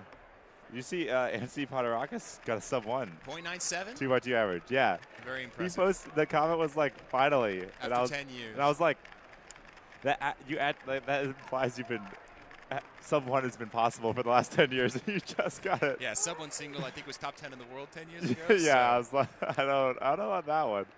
Yeah, so Sujan Feist with a 1.14 is 0.2 seconds behind Zayne. It's very solid. Let's see. Look at his 2x2 history results. Yeah, but that seems to be. He's low ones. Yeah, that's true. But not Zayne. Zayne is. Let's go to. Can we go to Zayne's page and look at like. Yeah, how many 1.1? Let's look at his last. Like, what did the average of his last 10 averages? 1.3, 0.97. Yeah. Oh my God! Yeah. 1.3, 1.0, 0.9, 1.2, 1.1, 1.1, 1.8, 1.6, 1.1, 1.4, 1.1. Yeah, he's like anything. He's 1.2 or better. Sometimes, obviously there's the issue. I think it's the high ones are when you mess up 2 solves. Like you kind of solve where you did bad. I mean, that adds like half a second, and that's 3/4. Like that's like 60%. Yep. Zayne, of course, not winning Worlds last year, getting 2nd place, but did win U.S. Nationals. What was? Wait, can we go back to Worlds results? Yeah, I mean 2x2 at Worlds is such a nerves-based event, and I've definitely come around on it a lot more. I think it's such an interesting event because everyone does it the same scrambles. It's very like 2x2 is like excuse my French, kind of a crapshoot, as a lot of people would like to call it. And maybe in the rankings, sometimes it kind of can look like that because everyone gets different scrambles. Like it's so much like, okay, well, like you got 2 5 movers in your set. That's kind of not very fair. But at Worlds Finals, it's anything but. Everyone's got the same scrambles. Everyone's the same scrambles. It's really the biggest like nerve test there can be because all the top guys can see the one liquor solves. Can you generate the optimal solution fast? Can you execute it under pressure? A stage lead. Margo, can you get a stage lead? I think it's a +2. It's very close at I Worlds think you Finals. go to jail. That's good. You needed That's definitely you guys on that last solve. I'm seeing it like from this angle and there, and it looks like blue is closer. Yeah, Zayne to seems to do fairly well. Just say I love you. I remember Anthony. Anthony was the Michael Neelson's the one who takes a long time. Michael Neelson is the one. Who I remember Anthony at Worlds was. I think he was on like solve 3 when everyone was done. Yeah, that's pretty standard. Yeah, I mean it's not like it wasn't even like delaying much. Like everyone was just done in like 2 minutes because it was 2x2, and Anthony took a little more time. A different angle, but I just want. I wonder how Brandon's doing on this 5-blind solve. Brandon Lin? Yeah. I hope he's doing well. Brandon did not do particularly well in blind this morning, so he had a 108 single and then DNF the other 2. Wow, we got a +2. We got a +2 controversy over here. All right, Matthew Dickman giving the thumbs up. I love the graphic. That's the longest one I've seen in a while. Both junior delegates, but I want a stage lead. No, you're smart. That was the right call. Thank you. Thank you. Nicolas won. Yeah, Matthew Dickman, lead of competitor experience. So running a lot of organizer for all the unofficial events. Yep, Magic and Cubing Trivia were last night. Yeah. It should be FTO. Let me quickly throw some shade out there at everyone last night. You guys suck at Magic. I didn't do Magic. I know. I'm saying everyone else. The winning time was like 1.4. Yeah? Yeah. So, when was the last time you touched a Rubik's Magic? I believe I was U.S. national champion in 2009. Oh, Rubik's Magic. Incredible. Before I started cubing. But you never had, I you got never that. had North American record. I got like that Brandon one. Lin does. I got that 1.0. I got that 1.0 average result on my profile. That's you know. incredible. I heard 1.4 was like winning time. I was like, that's kind of garbage. I think Ernie Polkney actually was the one who won. Last night? Yeah. Ernie Polkney's here? Yeah, Ernie Polkney's here. No, he's not. Yeah, he is. What? That was his Master Magic time in 2011 Yeah. almost. He got a 1.68 on Magic last night. Master Magic last night? Magic Oh, last night, which was his old Master Magic. Yeah, I think it was like 1 point. Yeah, right I around love there. that. I love that That's video. funny, yeah. Oh my god, that video is so great. It's actually insane how fast. Like you're so much better than everyone else in Master Magic. It was crazy. Margo, should we have them stay here for now, or okay? Just while they figure it out. Unfortunately, I did not stick around for Magic. As soon as cubing trivia was done, The same scramble. I more or less headed out. Last night was. Yesterday was a long Very long day. Yeah. Yeah. We got here we started the stream at 8:15. Yeah, finals weren't done until almost 7. Yeah, and we left at 9 after trivia. Yeah, we're gonna have a few interviews coming up too. We have Luke Greiser, Nam, and Timon, all in 2x2 round 1. So those are gonna be all really good quality.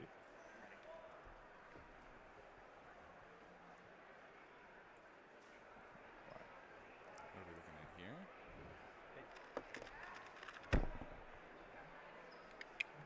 Point 6. Seems fine with that. The head shake, but you know, there's so many different types of head shakes. It's the we're fine with it, but it could have been better. He seems fine with it. Yeah, I mean his 1.75 worst case. It's a fine spot. Under 2 here is really lucky for. It was very short, it's very short solution, and still got a 1.8.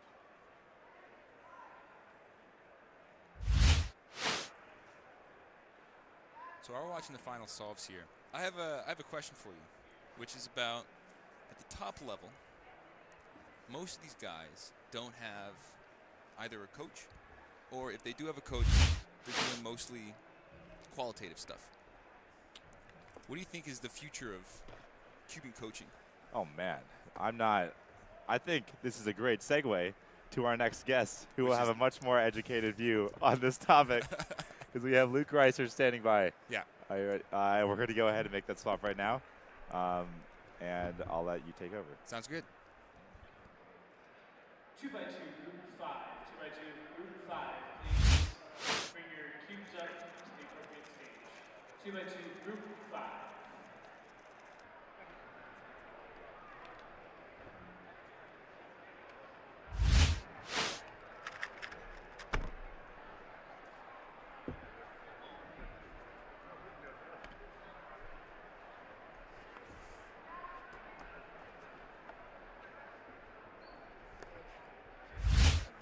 One more or what? He's done. Good.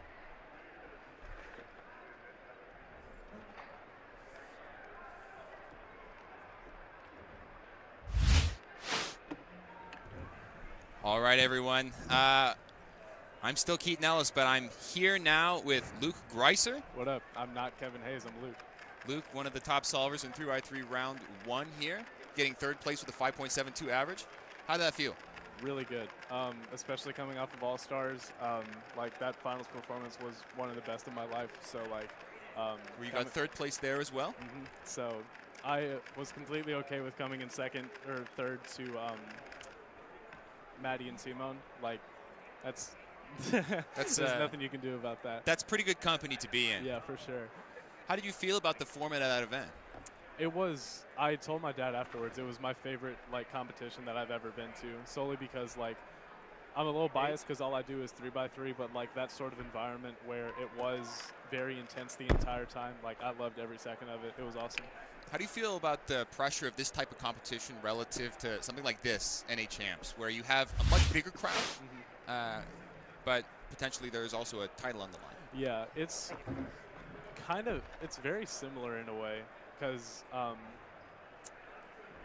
I don't really know how to describe it, but like the feeling is very, very similar because the stakes are so high in both both competition settings.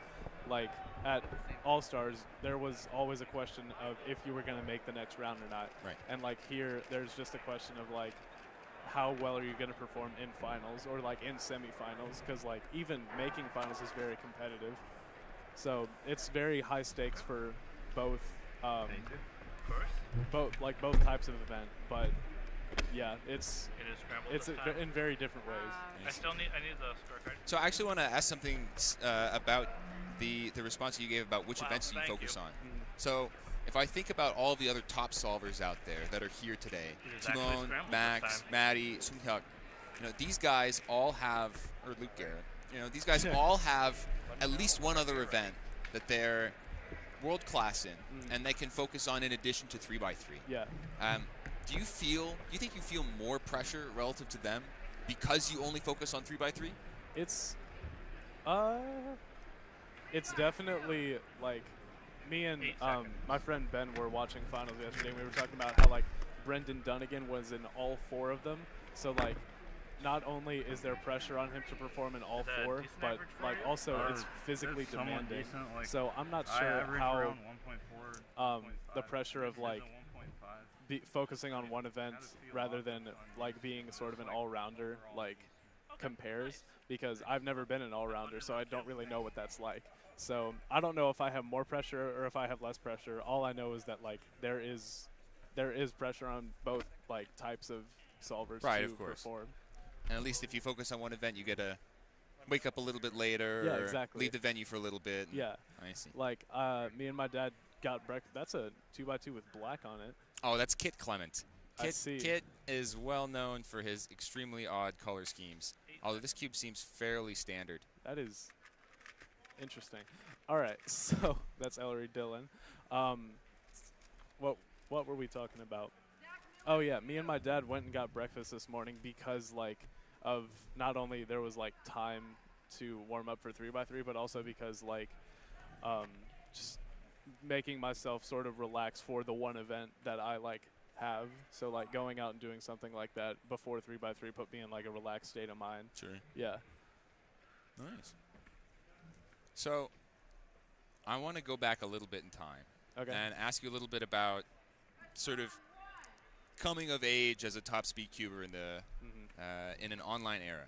So unlike someone like Felix or Max Park that came of age in these WCA competitions, yeah, you came of age with cubing at home and Monkey League and a lot of these other online competitions, yeah, where you're at home but you're featured very prominently either in a similar type of average of 5 format or competing directly against someone else.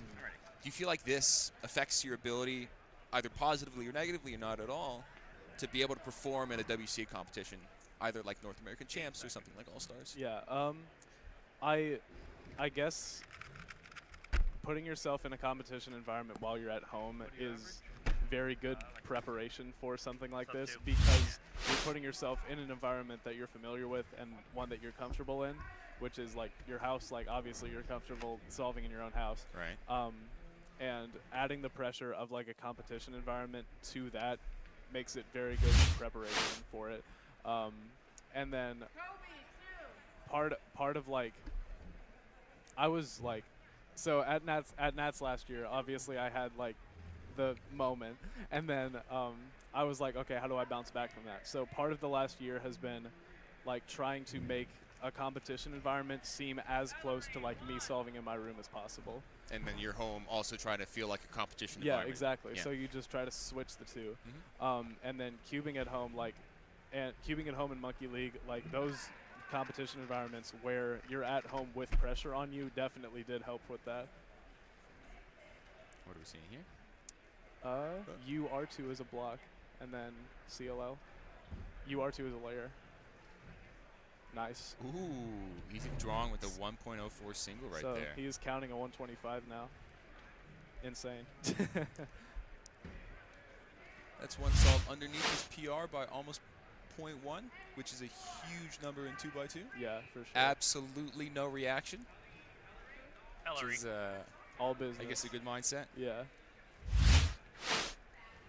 But speaking of last year, in finals, you went in as the number 2 seed. Yes. And at NAC in 2022, you go in as the number 4 seed. Yeah.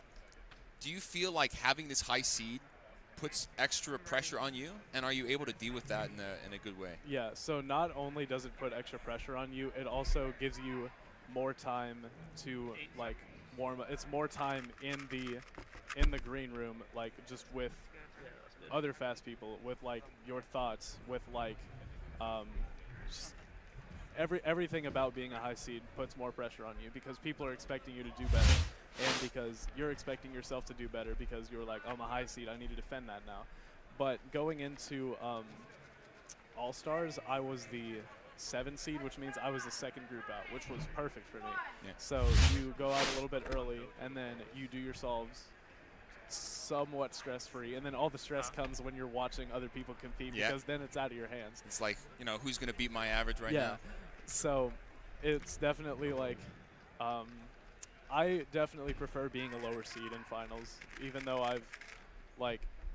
The lower seed as in the worst ranked competitor. Yeah, worst ranked competitor. So, like, I think I heard Timon talking about something... Wow. Timon was talking something about, like, Felix at his best was, like, throwing a little bit in semis to be a low seed so he could go first. But... I don't know how reliable that information is. Well, but I've done 2 Nats finals. I was in 14 and 16. Yeah. And in 14 I was the 15th seed, and then in 16, I don't remember what seed I was. I remember I got last in the finals. I was so nervous.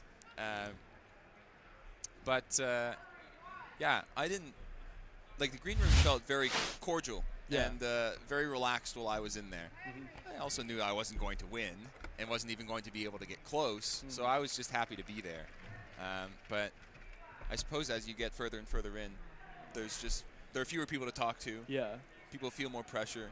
You've been hearing the clapping outside, depending how far away the green room is. I did talk about this a little bit with in the Matthew Marinick interview. Right. 8 seconds. Because what I said was true. As the number of people in the green room goes down, the pressure goes all the way up. Like me and Maddie last year were alone, and then the only exchange of like information or anything was a fist bump right before we went out.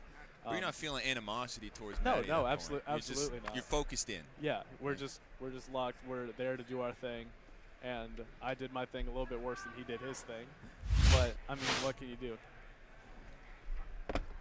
So, you mentioned a little bit earlier that you wanted to try to recover from the 1088 from last year and try to improve on that. Yeah. What sorts of things have you been working on in order to clean up your solving and, in that case, have better recognition? Lots of prep for ZB, obviously, because I started learning ZB a year and a half ago in January, and as I was progressing, I ended up finishing in like April, and 2 months wasn't really enough to like lock it in. Ooh. Yes. Ethan Zhuang right now, not with BPA, but with 3 counting 127-ish. solves underneath his perfect, spot on. Nice math. Ethan Zhuang with the 127 average, beating his PR by exactly 0.1. Stone cold throughout all his solves and had a very nice celebration at the end.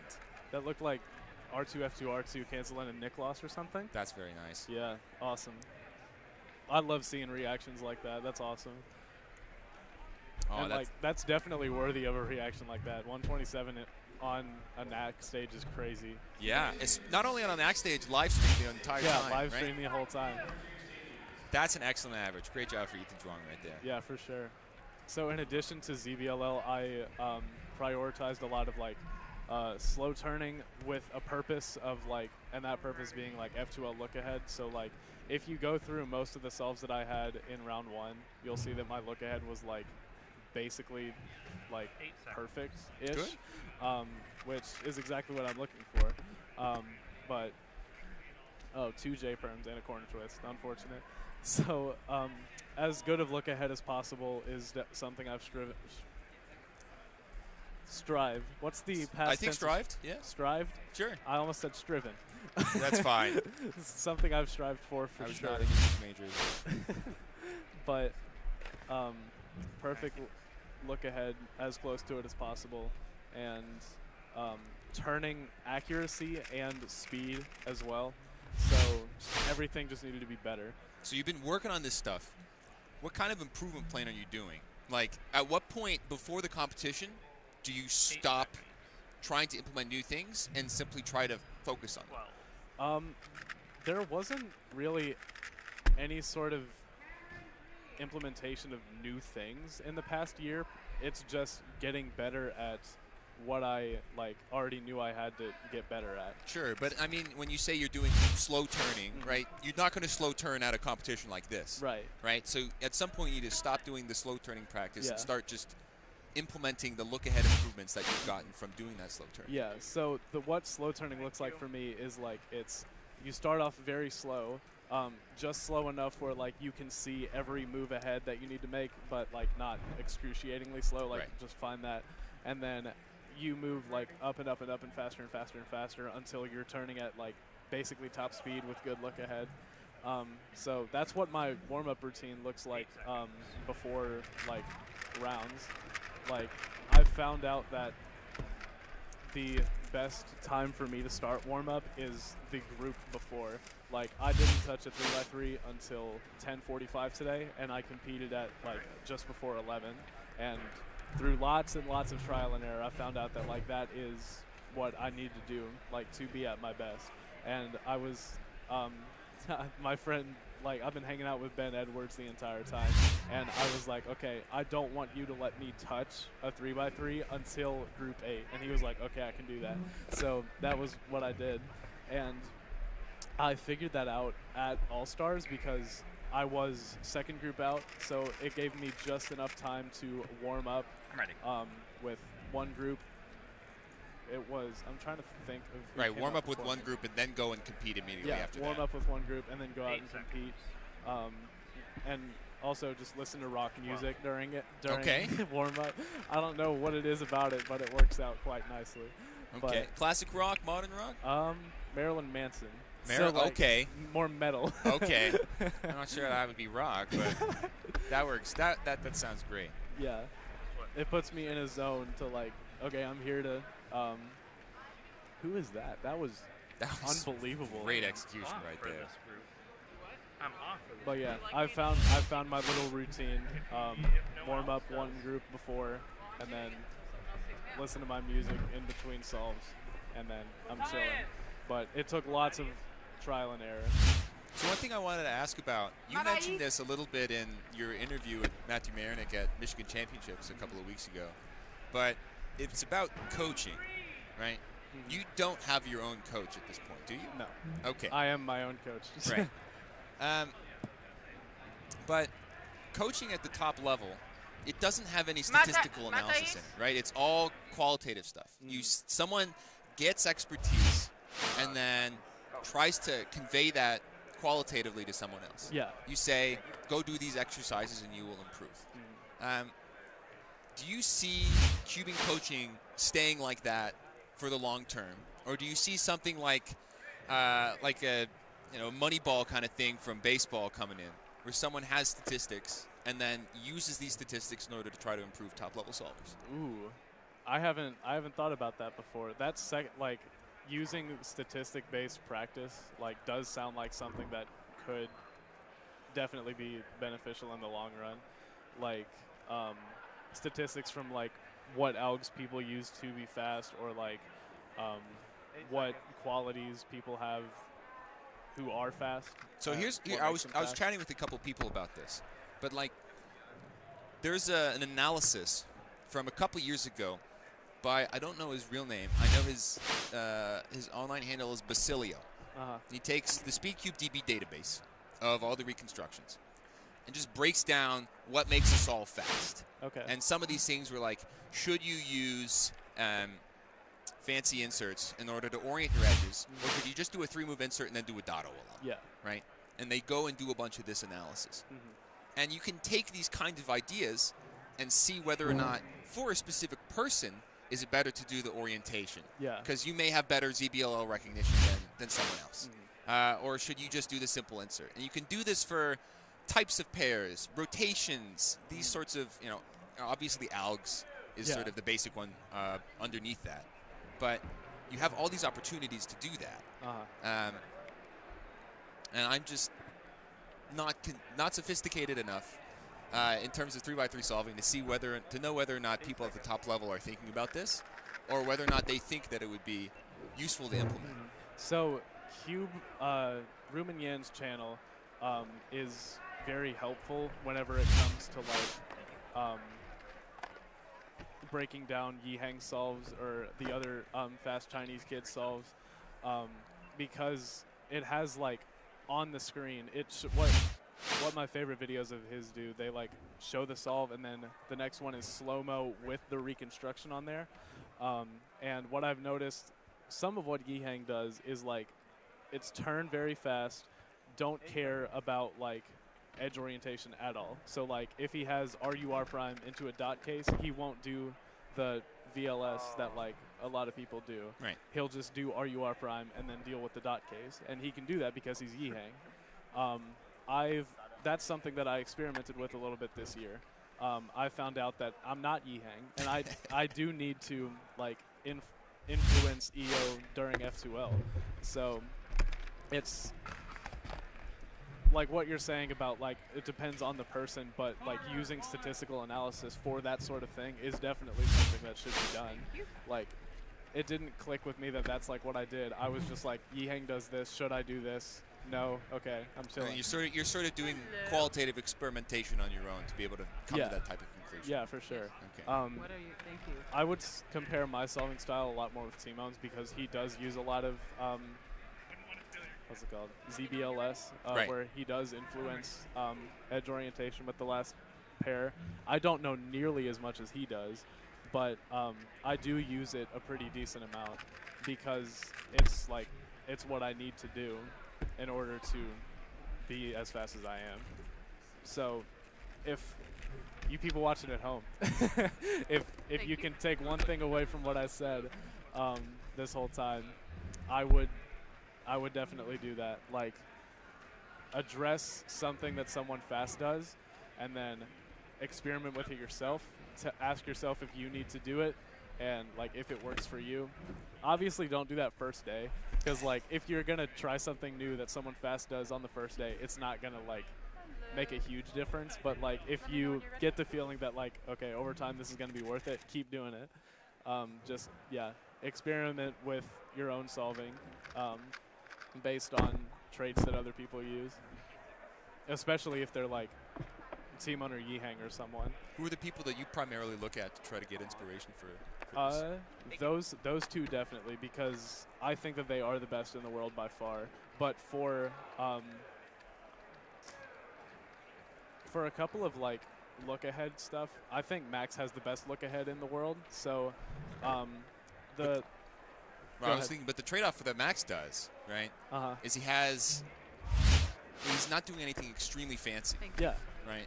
He does fundamentals and does them extremely well, and one of the things you could benefit from that is really good look ahead. Yeah, for right? sure. The more sophisticated, presumably the harder it is to get that look ahead at the same level. And it's definitely like doable. So like, I'm gonna steal this cube for a second. Absolutely, that's why it's here. So if I have this pair is facing you guys, so red is facing me.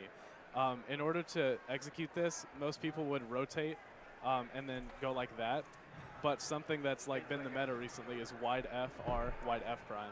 So I've experimented with that a little bit as well. Stanley 123. Ooh, very nice. I've experimented with that a little bit as well as like S move inserts, but I've used fat F a lot more than S moves just because they're like easier to execute. Right. But look ahead for that is very, very hard just because it's like a new thing that people have been using and people just aren't used to it yet. But by this time next year, I'm sure wide FR, wide F prime is going to be like just as widely used as like rotation and then RUR prime, maybe even like more widely used. It's all these little small things at this point. For Yeah. every single insert, you can have a little bit more optimization. Yeah, and the first time I saw that was, I think, a 341 from Felix, because he had that as the last pair and then like Sexy Sledge PLL skip, I think.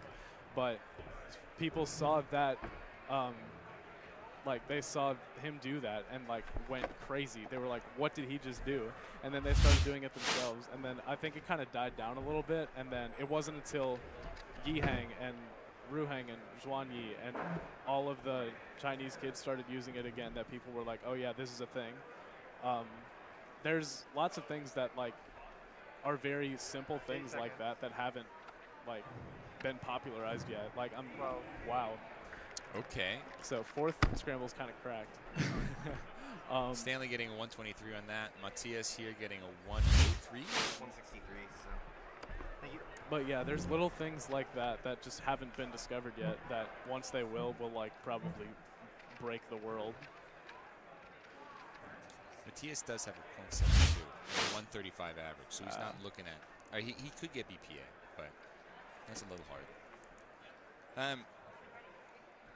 So I want to ask, also along this line, about inspection, because you mentioned Chuan Yigong. Yeah. And he can see 4 pairs in inspection. Yeah. Is that going to be the new meta? Just predict the whole cube in one go? Probably not the whole cube. Okay, one look F2L. One look F2L. Timon uploaded a podcast hosted by DG Cubes the other day. Right. And during that was one of the things that they talked about. So if you want a more in-depth thing, like hearing about inspection, like go to that, because they explained it a whole lot better than I ever could. But Timon said that after championship season is over, he's going to work on that. And I was like, you know what? That's a pretty good idea. So starting like... That's your goal for Worlds 2025? Yeah, I want like as good inspection as possible, because like I saw a video or something crazy of like Yihang. Well, everything Yihang does is crazy, but it was some crazy inspection thing. And this is Antoine Canton's video? Yihang versus Chuan Yigong. I think it might have been, yeah. Yeah, and Chuan Yi out-predicted Yihang. Yeah. 4 pairs every single solve, except for 1. So that sort of thing, I'm like, how old is Shwan Yi? Younger than my WCA ID. Okay. Younger than your WCA ID. So, yeah, this is a child that's like probably 8 years old with the best inspection ever. So, yeah, obviously me and Timo want to be more like him, because what he's doing is insane. And if we can somewhat replicate that, like, it would just be crazy if we were able to do that, because what that does is you combine knowing what you're going to do with look ahead for like OLL and PLL, and then you just become like unstoppable, like ideally. Right, like while you're doing your 4th pair. While you're doing your third and fourth pair, right? Even, like get that prediction in. 118. I don't think he's going to do it. No, that's like 136 or 7, I think. 4, 4, 4, 7, and 1, 8. I'm 2 for 2, baby. Hey, you had a 2 cent to second range there, so I only give you half credit for that. Okay, whatever. I'm 1.5 for That's 2. pretty good. That's real fast. So yeah, if you want to be world class in the next like year or 2, you're gonna have to start inspecting, because people have picked up on this. People have not like utilized inspection as much as like Zhuan Yi or Yihang. I mean, it's free time that you get. Yeah, right? exactly. Like, it's the only time that is allowed for your advantage that is not time. And I mean, I guess if you combine inspection, like 4 pairs with like sliding or something, you can get something crazy. But I'm hoping the sliding meta is like close to done. Temporary. Yeah, I really hope that like frog hugs on. I hope that something is done about that. But let's not get controversial. Let's keep talking about inspection. Yeah, inspection is something that you should utilize and you need to in the future if you want to be like top level. I was kind of surprised. A lot of events have really used inspection to like its fullest potential. OLL parity avoidance for 4x4, although That hasn't 100% taken off at the top Yeah. level. Square one, cube shape parity. And you're one looking 2x2. You're one looking Scube. You're one looking Pyraminx. And then you're one looking blind. But what about? Is clock one looked yet? Clock is one look with 7 simul. Okay. Right. Like that's so the only other short event that doesn't one look with inspection is 3x3. Yeah, and like we're pushing the limits to like as far as possible. Right. I saw a video of Yiheng doing one look CFOP because he got a PLL skip or something, but I'm not sure how real that is. But like people thought it was real, and that just shows you like how crazy of an advantage it is to inspect to inspect well. Yeah. Like Now, we're in a new age. One argument against this that I've heard is that if you predict, you may have a one-look solution, right? But you may be missing some things during that one look that pop up while you're actually doing the solve. Yeah. For example, maybe I can influence my second pair in some way that makes my third and fourth pairs a little bit easier. But my argument against that would be like, if you're one looking F2L, it doesn't matter anyway. Okay. Because like you know what you have to do at that point. It's just execution. Brian's fast at 2x2. Brian's pretty fast at 2x2. Yeah. One move face on green. Something to look out for. Okay. 119. I just hybro waved to the camera. Okay. Yeah. So if I feel like if you know what you have to do for F2L completely, and like that's interesting. I haven't thought about that like for sure before, but it would logically make sense to like if you're one looking F2L, it doesn't matter anyway. 8 seconds. You know, you're able to see that far in, and each one is going to be only 7 moves on average, right? Yeah. So it's not going to be that bad. Very interesting stuff. Well, Luke Greiser, I'm extremely grateful for your time. Yeah, it's been a very interesting conversation. It has. Anyone you want to shout out before heading back? All my family watching at home. What's up? All right. Shout out Luke Greiser's family. Luke, it's been a fantastic conversation. Really appreciate you coming on. Thanks for having me. Thanks so much, and best of luck for the rest of the competition. Thank you.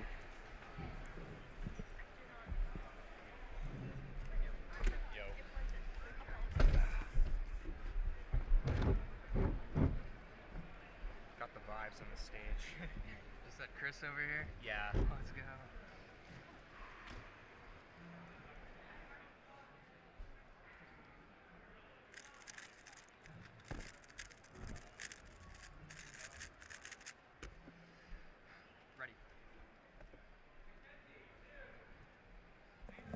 All right, everyone. We're coming back in. I've got Brandon Lin with me. What's up, everyone? We've got Luke Garrett on stream right now doing a 1.01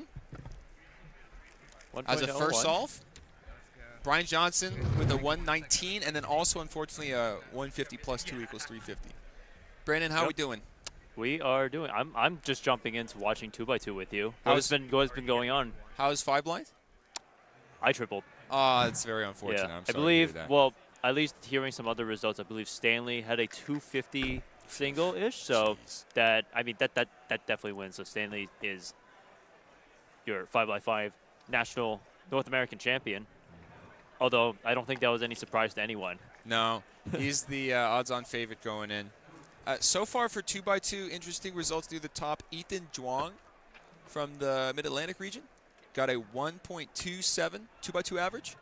And Luke Greiser instantly calculated the average as soon as that 5th solve was done and was 100% on. Wow. So Luke Greiser needs to be our next analyst. Yeah, quick maths. Brian Johnson here with 119 and that's the 150 plus 2, yeah, it's right? the 150 plus 2. And we got some nice picture-in-picture going on as well. 166 from Brian. Yep. It looked like a solve right here. Brian with 2 soons. Yeah, one looking into the CLL, I think. It's a beautiful case on 3x3, but that's a lot of moves on a 2x2. Yeah, no, for sure. Brian ranked 6th, or ranked 5th, sorry, with a 118 average. Luke Garrett is ranked 2nd with 1:15. 8 seconds. Christopher Chi. 197. A little lucky with that one looking. Ending up with a 197. Oh, I love the fact that he uses the folding phone and folds it in half, and like at 90-degree angle to film his solves. That is pretty neat. Kerry one looked that one wrong. It looked like, well, judging from the previous solve, it seemed he might have one looked that wrong and then seen that or just didn't have time to one look. That's a 2-gen CLO, meaning it only uses the R and U faces, so you can execute that really quickly. It's a lot of moves, but it goes down very quickly. I'm reading some chat right now. Ethan Duong is New England. I apologize. From Massachusetts. And yes, shout out Luke Greiser for the wide FR, wide F prime for the back slot. That's a nice one. And you can do that both for an attached 3-mover and a broken up 3-mover. There's a lot on green here. There's a 3-move yellow layer over there. This is Luke's second solve. Luke turns so fast I can't tell what's happening there. But 132 over for Luke. We're going to go through a slow-mo replay of that 1.3. Looked like an EG1 with block on left, if I had to guess, or just EG1. Yeah, they really smooth transition into that one. Luke does know CLO and some EG. It's a number. I don't know what number. So these guys at the top level, to solve a 2x2, it's a group and what it's you a number. normally do. That's all I know. Oh, he one looked that incorrectly? No, I think he's off by 3. It can be anything you want it to be, Jacob. No. You want a break? That was his last solve. That's really unfortunate. Yeah, that's painful. Let's take a Curry look with a 207. again. He had a 288 on the last Oh, solve. no, he just didn't do the last move. It was supposed to be, it was a sexy sledge. Yeah. CLO, but he didn't complete the sledge. Oh, extremely unfortunate. That's unfortunate. Brian here. Another sick looking. That's a. Oh, again. DNF. Oh, for I Brian. think this looks like just R2 into sexy sledge. Okay. That's what it's looking like. Can we get a slow-mo replay on that again? So R2 into R2 U prime into sexy sledge. And oh no. Blocking up on that F prime with the left index finger. That's going to be annoying. Laughing. Another oh my goodness. This is a streak of 3 DNFs from 3 separate folks. Extremely unfortunate on that last solve. It seems a little bit cursed for these guys. Although at that speed, you're gonna see that scramble, and it's super easy to execute. And also, if you're executing that fast, there's a high degree of failure. Yeah. That you're going to have to. Yeah, this deal F with. prime, this way. This F prime, not the easiest thing to grab. We have Graham Siggins, the current North American multi-blind champion. I think Graham is seeing this really easy scramble. Hey, he did it! Yeah! That's not PR. Almost a PR single. The stream-worthy time. Indeed, a stream-worthy time. Thank you. So we got Luke going on solve 3 here. Luke seems to be a little behind the rest of the other solvers in terms of this average. Luke should also be getting that 5th scramble if he's not. If they're not going to be changing scrambles over. Yep. If they're not in the group transition, then she'd be getting that last one. 150 there, like a pretty easy layer into a.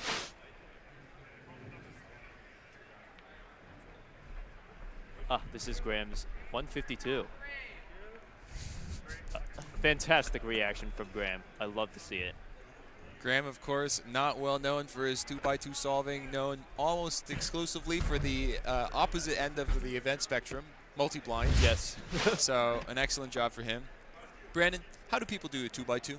how do people do a 2x2? Yes, at the top level, what do they do? So at the top level, what you're looking for is some sort of layer.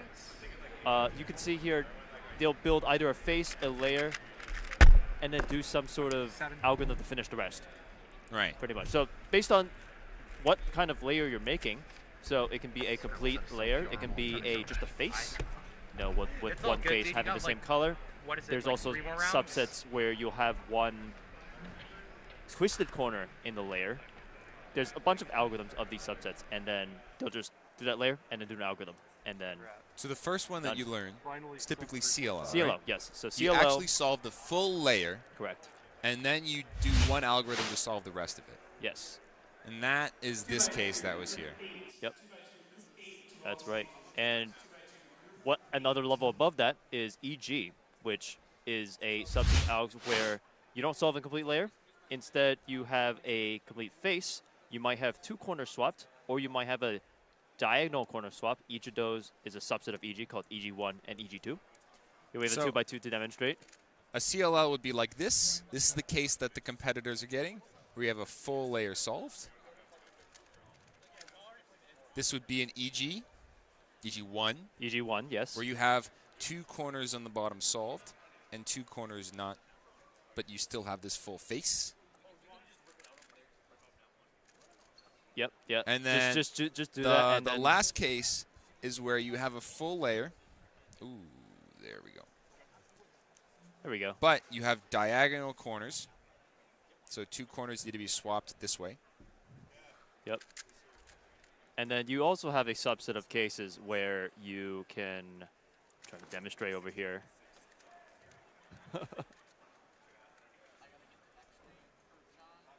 You have a almost full layer, 3 out of 4 pieces done, and a twisted corner in place. This is called TCLO. Twisted CLO. Twisted CLO, yes. So there's a whole subset of Alex with that. And some of these 2x2 solvers will know a little bit more than others. 8 seconds. We're actually getting onto Luke's fourth solve here. Whoa! 140, 104 over there. I think that means he's in PR range with EPA. And if he has that last scramble, which is R2U Prime Sexy Sledge with no AUF, which he should be able to one-look if he's at this speed, means that if he's running at 11 TPS or higher, which Luke can definitely do, we can do 12 TPS for 3x3. We have the possibility of a PR average. Luke, of course, he's a top 10 2x2 solver with an 1.15 average. Of course, has a very fast 0.51 single. For sure, yeah. He does have that last solve, but he needs to make sure not to fall into the fate of the previous 2x2 solvers we've seen before that have gone for it and is DNF. Here we have Chris Chi on that last fifth scramble. He knows what to do. Adjusting keeping that position right away with the 0.94 solve for Chris. Seems very disappointed with the 0.94, but it is an unfortunate average. It is an easy scramble to one look. However, there are still a decent number of turns, so it's no four mover in 2x2. It's just really simple to figure out the entire solution up front. And it's 10 moves. 10 moves. R2U Prime Sexy Sledge. Yeah, it is 10 moves. Yep. Yeah. So if we're, it also is pretty ergonomic too. It's not the worst algo in the world to execute too. Right. So that also contributes a little bit there. Luke Garrett is coming up to do that last solve. So let's see if he can. Well, he'll definitely see the solution that everyone's been doing, but if he can keep that TPS up. Yeah, he needs to execute it in essentially 1.1 or faster for PR average.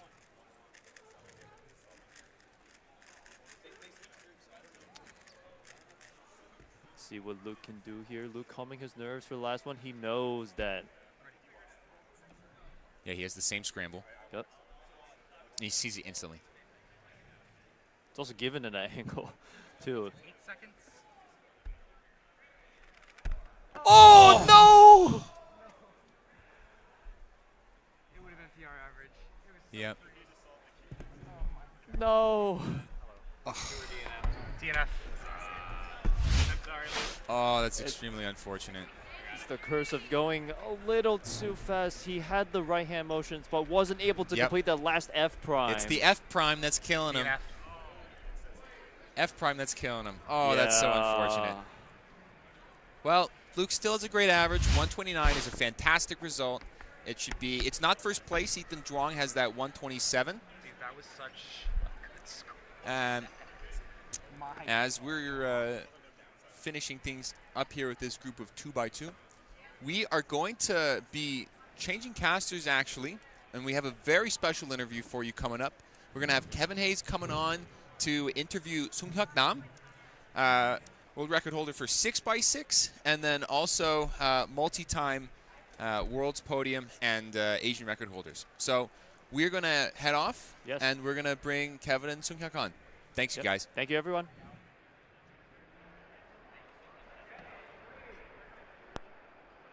8 seconds. 12.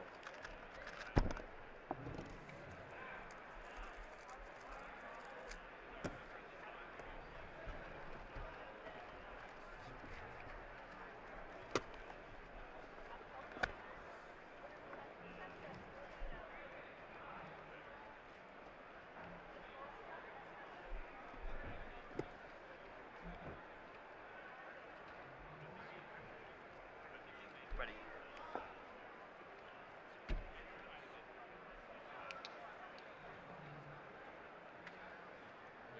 8 seconds. 12.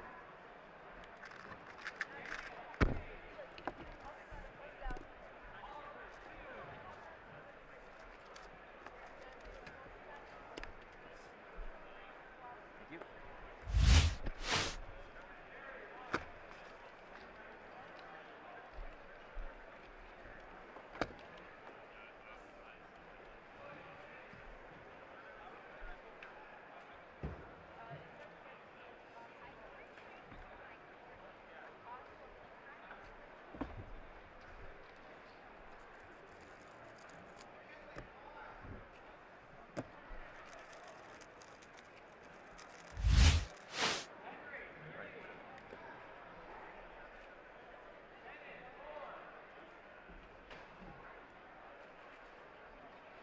Seconds.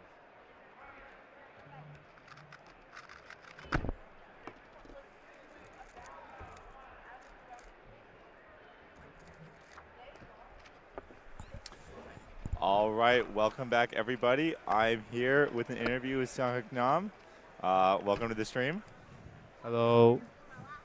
All right, so we'll get right into it. If you guys aren't aware, Nam is the most decorated, definitely the most decorated cuber in Asia. We're excited to have him at NAC. Last night was a big night. Top 3 finishes in both 6 and 7. I don't think it's any secret. Max broke your world record in 6x6 right next to you. I guess, how are you feeling just coming off of the results? What is your takeaway as a whole, and kind of how does that prepare you for more competing against the same competition tomorrow? 어제 맥스가 옆에서 세계 신기록을 깼는데 그 전체적인 그 상황이랑 파이널 결과에 대해서 어떻게 생각하는지 궁금해. 일단은 그 작년 US 내셔널부터 그랬는데 좀 미국 와서 긴장을 좀 내가 많이 하는 것 같아. 그래서 좀 내 결과는 좀 되게 실망스러웠고, 그리고 맥스가 내 옆에서 깬 거는 사실 아무 상관이 없다고 생각하거든. 그러니까 그냥 맥스가 깬 것일 뿐이고, 어차피 기록은 계속 이제 줄어들어야 되고, 세계 기록은. 그래서 나는 그렇게 신경은 안 쓰는데 그냥 내 세계 신기록이 깨진 거에 조금 아쉬울 뿐 그런 거. Including last year's Nats and this year's NAC, I feel like it's really difficult to compete in the US. I feel like I get more nervous when I'm on this stage. I'm pretty disappointed about my results, but I don't think the fact that Max beat my world record next to me really matters that much. It was going to go down anyway, so it's not really a big deal that he beat it right next to me. 그리고 나도 지금 그 세계 신기록이 깨졌으니까 나도 다시 한번 깨기 위해서 내가 좀 열심히 할 거라고. And he's getting. I mean, I'm getting even more motivation to work harder because the world record is broken. That's a great mentality to have. I guess as you mentioned just now, you said specifically competing in the U.S. is difficult. Obviously, World Champs is in Seattle next year. How, as the extra motivation with the broken record, Worlds in Seattle, what is kind of the prep cycle going to be like? Obviously, you have high aspirations. You're one of the top elite solvers in the world. What are the guys? Have you even started thinking kind of what that would look like, or is it more of just let's take this one step at a time right now? 미국에서 대회를 하는 게 좀 더 긴장된다고 했잖아. 근데 내년에 세계 챔피언십이 미국에서 열리니까 벌써 그거에 대해 생각을 하고 있나, 그거에 대해 어떻게 준비를 하고 있는지 궁금해.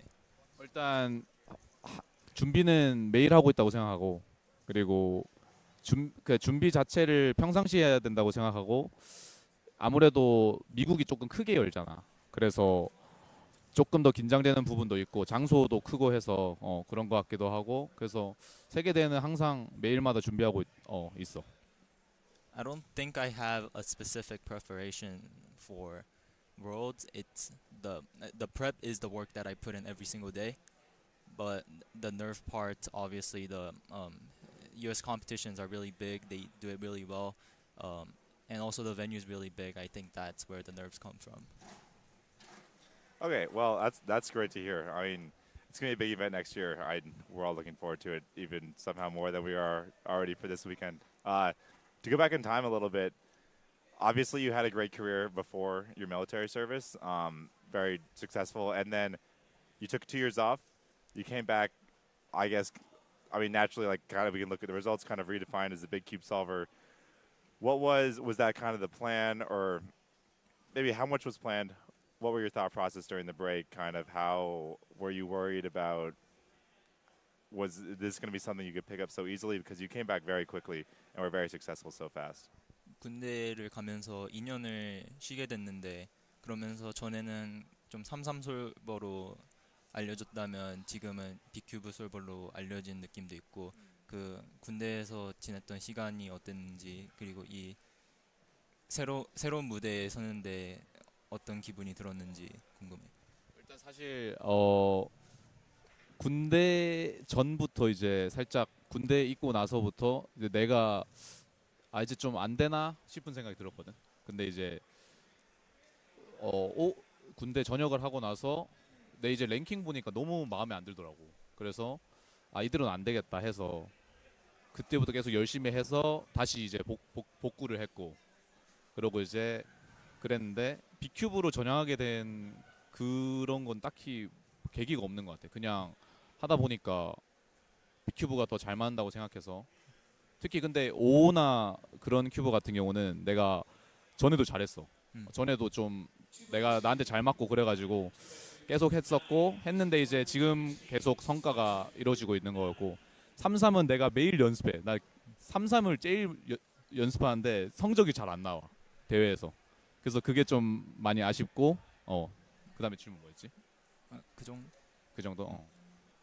Well, I in the military, I was looking at the rankings, and since people got a lot faster, and I was like, oh, my rankings are pretty terrible, and that made me really motivated to start working again. And when he got back on stage after the military, he thought, or I thought, big cubes maybe suit me a little better than 3x3, but I also work on 3x3 every day. It's actually, I think it's still my main event. I put the most amount of time during practice on 3x3. It's just I don't think I compete well in competitions for 3x3. 나 공군 나왔거든. 나 그리고 개를 관리했어. 그 군견. 그리고 너무 재밌었는데 다시 가기 싫어. I was in the Air Force, and I took care of a dog, so that was a great experience, but I do not want to go back to the military. Well, if you get to take care of a dog, it's That's at least that's a positive bit for sure. That actually brings up a good point. Like you're saying, 3x3 is the one you get the most nervous for. You don't think you compete as well. Looking at your results, you seem sometimes it seems like you're just super on. Like when you got your 6x6 world record, like I can't imagine the nerves of like you go with 108, 102, and then you're sitting there like never had a world record, need another crazy good solve, and just absolutely crush it. And the last one was better than the first 108 because the last 108 had parity on it as well, which is one of like I couldn't believe how like calm and composed you were in that scenario. And then sometimes other events, sometimes maybe it seems like kind of the whole event as like the entire day is like a little shifted. Is that so? It seems like you definitely have this capability. Is that something you kind of are tapping into of like how do I like kind of capture that clutch factor that I know I'm able to have when it matters the most? 66 세계 신기록을 깰 때 처음에 68초 하고 62초 했을 때 되게 긴장될 수 있는 상황이었는데 그때 어떻게 잘 유지를 하고 평정심을 유지해서 잘 이렇게 클러치하게 끝낼 수 있었는지가 궁금해. 일단 내가 66이나 그런 데서 잘하는 거는 맞지만 세계 신기록을 깰 정도는 아니라고 항상 생각했거든. 근데 뭐 그렇다고 내가 연습을 안 한 것도 아니고 연습은 열심히 하는데 아직은 때가 아니다라는 생각을 해서 1분 8초, 1분 2초 딱 나오고 세계 신기록을 가능하겠는데라는 생각을 안 했던 것 같아. 그냥 이번에 그냥 적당히만 하자 하고 최소 잘은 나오겠다. 나도 그 생각을 했지. 잘은 나오겠다.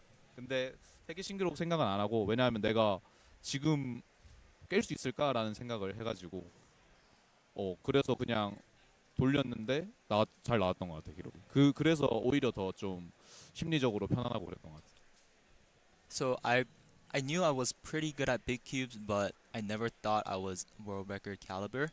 So actually, when I got my 108 and then 102, I wasn't nervous about world record. I knew it was gonna be a pretty good mean, but that was it. Like I didn't think it was world record caliber mean. That's one of the reasons I stayed pretty still and not too nervous. I think that helped me a lot. I really didn't think I was a world record caliber solver, so I wasn't too nervous. That makes sense a lot. That makes sense a lot. Like, wait, sorry, do we need to leave now or okay? Yeah, it makes sense a lot because it's like that state of like I haven't quite realized what's going on yet, but like that allows you to perform at the top level. That kind of leads also into like so now that you do have this, you are a world record holder because before you were definitely, I think everyone's far and away pick for most accomplished cuber without a world record. How has competing in general changed? Is there specific thoughts on 6x6 with added pressure of like, I have had a world record, like this is my world record event, I need to perform more. So you guys, just general competitions and pressure on yourself or kind of maybe stuff that you feel externally? 일단 세계 신기록을 깨고 나서의 66 하면서 아니면 다른 종목 하면서 약간 멘탈적으로 바뀐 점이 있나 궁금하고 또 전에는 세계 신기록이 없는데 제일 유명한 큐버였는데 그래서 지금 세계 신기록이 있고 난 후에 이제 멘탈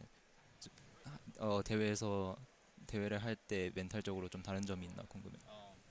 일단 나는 항상 큐브를 할 때 내가 부족하다라는 생각을 많이 하거든. 부족해서 아직 더 발전해야 된다라는 생각이 있어서 세계 신기록을 깨기 전과 후는 많이 그렇게 다르지 않은 것 같고 항상 그냥 내가 세계 신기록을 한번 깬 사람일 뿐 내가 연습하는 거에 크게 바뀌는 건 없다고 생각해. 항상 더 발전해야 되고 그렇게 생각을 하고 그리고 그다음 뭐였지? 그 처음에 질문했던 게 뭐였지? 그러니까 처음에는 원래는 세계 신기록이 없는데 제일 잘하는 큐버였는데 그 세계 신기록을 깨고 난 후에 멘탈이 바뀐 점. 그리고 멘탈적으로는 방금 말했듯이 이제 크게 달라지는 거 없다고 생각해. 왜냐하면 그냥 세계 신기록의 유무 차이 그것이 가장 그거밖에 없어서 그런데 이제 큰 대회 나가면 아무래도 좀 내 마음속에 보여줘야 된다는 좀 심리적인 그게 좀 있는 것 같긴 해. 세계 신기록 깨고 난 후에. 그래서 조금 더 압박이 좀 있고 그렇기도 하고 그리고 세계 신기록을 이번에 66에서 세우고 나서 다른 종목도 좀 할 수 있겠다라는 생각이 들어서 그런 자신감 부분에 있어서는 되게 좋았던 것 같아요. Yeah, there's not a lot of things changed. I always have this mindset of I got to do better, I can be better, and there's a lot of room for improvement. So it's just before it was I didn't have a world record, but now I have one world record. I still have more to do, but one thing that changed, or two things, is one, I get a little more pressure from the crowd because I feel like I gotta show the crowd what I got. And another thing is I had a little bit of confidence boost, and I maybe feel like I can get a world record again. These are great. Yeah, that's. I feel like that's a pretty logical result from the first record, and I hope you're not too. I hope you don't feel too much pressure from the crowd, but you really just take it into advantage that that newfound confidence boost, and we all know that you are capable of getting that back someday. We are out of time, unfortunately, but it's been a pleasure talking to you, and thank you for taking the time to do an interview on stream. Thank you. Thank you. All right, I think we're gonna do a quick break, and then we'll be back in a minute, probably like 30 seconds with my co-caster.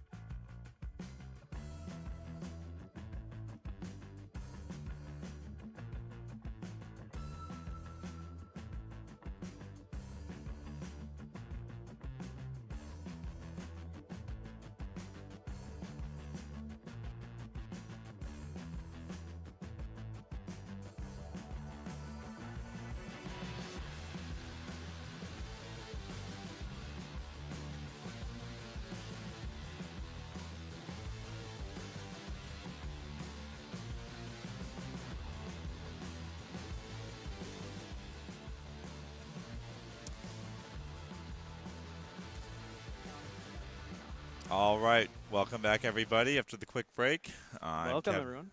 I'm Kevin Hayes again. And this is Manu Singh Hall. Kevin, how was that interview with Nam? It was great. It was very enlightening. I feel like I chat with Nam relatively regularly, but he doesn't naturally, like, unless you directly ask him exactly how he's feeling, and a lot of this stuff you don't really get kind of an insight into his mentality. And it's good to see that, like, he seems very stable with, like, I mean, all these top guys that are setting records, it's like a prerequisite that they have the proper competitor's mentality. They know how to focus, but there are different levels even within this top tier, and it's always enlightening to see kind of how these guys approach. And I thought it was interesting that he specifically said competing in the U.S. is extra stressful. Interesting. Yeah, he's mentioning how, like, just the size and the organization. He's been here a few times this year and last year. Actually, I guess just 2 times. Okay. But, yeah, he's doing – I think maybe it's by U.S. it might have been more like the U.S. Championships. Okay. He's doing he's not going to Euros. He's like – I think it's probably a wise decision because the guy is traveling. Just back – yeah, because he's traveling all the time. He was in the Philippines. They're doing the GAN competition in China that he's going to in like 2 weeks. So, like, that just – exhausting, and he's not like Timon needs to go to Euros, obviously. Right, yeah. Nam does not need to go to Euros, so he's doing a couple competitions here, probably some locals. That's like the recipe for crazy times too. Just chill out at the local comps. 1 to 3 weeks after your major, you go to some locals, and that's when you get the PBs start rolling in. All those times you thought you were going to do your championship, you get them the next week. That's interesting. That's an interesting insight. I've never heard that before. Oh, it's definitely, well, I mean. Is it like a recorded thing? I don't know how well recorded it is. There's just enough ad hoc stories about okay, well then like they were really great shape and they were nervous and they did well, and then like all of a sudden you take the pressure off and they do crazy well. Maybe it's like some like training weights type stuff. It's like, you're grinding for this, and then like the pressure is a bit of the training weight. Once the pressure's off, then it's like, well, you still practiced, right? So you're still like up there. Like you haven't lost, like you probably didn't practice in that week, but like, you're still on 100% juice. Like you now have the perfect conditions of fully practiced and no pressure, and then that's when you get the crazy times. Right. Yeah. Well, I mean, in the current format, the PBs the PRs are what really matters, right? So that's how people move up and down in the world ranking. That's what gets you a lot of attention. So if you can't do it at the major, if you're already someone who's insane, who has like amazing world rankings, the chance to improve them is even better. Oh yeah, I think it's a good idea. Like unless maybe like Timon and Max Park seem to thrive like in those the zone. with the pressure. Like Timon said, I started feeling a little nervous, and then I started going faster. I was like, that is a nice. It's like just the right amount of nerves, huh? I was like, yeah. If you're someone who more of counteracts that to do well, like scheduling a competition with your events like a week or two after your huge major might be it might be a good way to get some really strong PRs. Yeah. Yeah, so that's really interesting. I'm going to have to listen back to that because, unfortunately, we had to cut it short because Kyungmin has to compete in FMC, which is happening right now, and he has a good chance to podium, so we definitely wanted to make sure that it was going to happen. But, yeah, I'm definitely going to have to listen back to that. I'm sure there's some interesting insight. Yeah. Also, like, Nam, he was very – and I asked him before, and I let off with the I let off mentioning up Max. I asked him right before. I was like – okay. I definitely asked him, I was like, how do you feel about, like, the world record and talking about that stuff? And I was impressed that he's very, like – I mean, I was like, I chatted with him like 5 minutes after it happened. I didn't say much, but obviously there's a lot of emotions in that situation. Especially since he was sitting right next to Max when it happened, and Max being the guy he is, like, this is the world record. Yeah. Yeah, you got some experience. I mean, yeah, the words was like it was funny because Max wants to be nice. Like he says, congratulations on like former world record, which is like. It was an interesting kind of finals experience, but Nam kind of bouncing back mentally very quickly. Like something like that could easily like totally derail their entire competition. Yeah. But he's already like he doesn't even seem like he's like powering through. He's like just processed, understands this is how Cuban goes, knows that records may be broken. Very healthy. That's way really healthy. Yeah, very healthy good way to to be good. So I think he's gonna. He wasn't very happy with this 3x3 round one. I was a little surprised to hear that he spent most of his time practicing 3x3. Interesting, and not the bigger cubes. That's yeah. That is pretty surprising, huh? Yeah, because the results are so good. I mean, I've seen his YouTube channel. I know he has very impressive 3x3 results on there. But I think that could be like he definitely, like you're saying, gets the most nervous with 3x3. Maybe having that like, it might be like extra good for him in terms of like doing well on big cubes. Like, 3x3 is my main event. Right. Like you could trick yourself into that. Even though like I'm world record holder in big cubes, top 3 rankings in the world, but like 3x3 is my main event, so this one's just for fun. Yeah. Even though these are the ones where like I'm. Oh yeah, the one I have the world record in, that one's just for fun. It's just a casual. I'm just here to make 3x3 finals. If I win, if I set a world record in 7x7, that's just a bonus. Oh my goodness. Well, Nam has a ton of competing. I think as I overheard, like today's a little bit light, but tomorrow's gonna be big. A lot of stuff for him. Today is the rest day. It's very, for a lot of these guys, if you're an M-by-N solver 3+, it's just 2 rounds of 3x3. Right. Maybe a fun round of 2. Otherwise, just kick it with your friends in Minneapolis, right? Yeah, it's a great day to like. I would say it's important to take advantage of this day. Like, do not sit down at the table and cube for 7 hours straight. Right. You are gonna feel like you need to use this time to physically and mentally, like rejuvenate. Yeah, rejuvenate. Feel rested for tomorrow. Yeah, tomorrow totally. is a marathon. Yeah, and tomorrow's the big day. You know that you can get good results today, but if you don't get good results tomorrow, then it's almost all for naught, right? Right. Yeah. And like this is the precipice, or this is the point of like any competitive event. It's not. You don't see any championship held where everyone just sits at home and does as many like repetitions as possible and take the best. It's who can perform when it matters, and who can perform when the lights are the brightest. Yeah, exactly. 8 seconds. And they're definitely very big here. North They're American very bright. Championships, right? Like 12. The Continental Championships only happens once every 2 years, so it's a pretty rare occurrence for that. All right. Well, in the background, as we've been kind of yapping away, has been 2x2. I lost track of which group it is. There are so many people here, so many groups of 2x2. There was it 12 groups of 3x3? 12 groups of 3x3. Which means actually there were 48 groups of 3x3. Which let's just make it 50, right? Yeah. Well, I mean, I can't. Like, there's 950 people here. Like, it is nice that, like, usually 3x3 round 1 and 2x2 round 1, the place just feels like it's bursting at the seams. Oh my goodness. When Timon and Max were solving for 3x3 round 1, oh, yeah. that was awesome. It was cool to see. But it's nice that the venue is massive. Yes. Like, it feels, there's never, like, it holds everyone properly. It's so nice to, because you're going to have the crowd. That's an unavoidable situation. Yes, that's yes, a desirable situation. Yeah, you yeah. want people excited. Well, the other thing is, like, now that we're into the weekend, right, it's not just there are more competitors. I'm sure that there are more spectators now. Oh, yeah, absolutely. You can come roll in. I don't think I'd be telling my friends to come to Saturday afternoon, but Sunday. 8 seconds. I have friends in Seattle. I'd be telling everyone, like, I Yeah. don't care if you're a Cuban. Like, this is you legitimately gotta show up. Saturday afternoon's like a legitimately exciting event. You can see, like, people's the last 2 years of hard work pay off. Back to back to back to back to back to back to back. Yeah. Yeah, I thought I didn't start in round 1 either. Yeah. Especially since, like, the spectator fee isn't that much. Here, the spectator fee is like $10, or I think it might be 20 at the door. I mean, that's 20 at the door to watch, like, actually the best people in the world solve, like, Rubik's cubes is, like, if that's something you're into, if that's something you're interested in, then yeah, you might as well totally show up. And it's not like it's a closed environment either, where, like, you're walking around and it's like the top solvers are somewhere else. They're, like, all in this crowd back here. Like, everyone's just chilling. Yeah. If you run into any of them, most people, as long as they're, like, not literally gonna go up solve, are like, yeah, like, more than happy to take a photo or whatever. So. I would have some like wherewithal of the fact that this is a very stressful time for a lot of competitors, especially like today's a perfect day. Today's the day.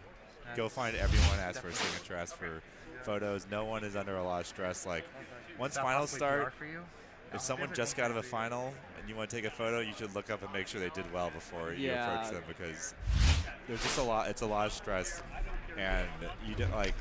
Everyone handles disappointment in different ways, and you don't want to kind of infringe upon that. Yeah, totally. Definitely needs to be respectful. That's something that I think some of the younger Nico, need can you to grab the understand, scorecard? but it's an important thing to note, definitely, most certainly. Even everyone in the chat as well. See you again. Yeah, just an easy thing to forget. Let me know okay. whenever you're ready. All right, everyone. We're going to go from one top-tier solver to another. Timon is on deck here, and so I'm going to swap off. Kevin, hope you have a great interview with Timon. Excited to see what he says. I'm too. Wow. 483.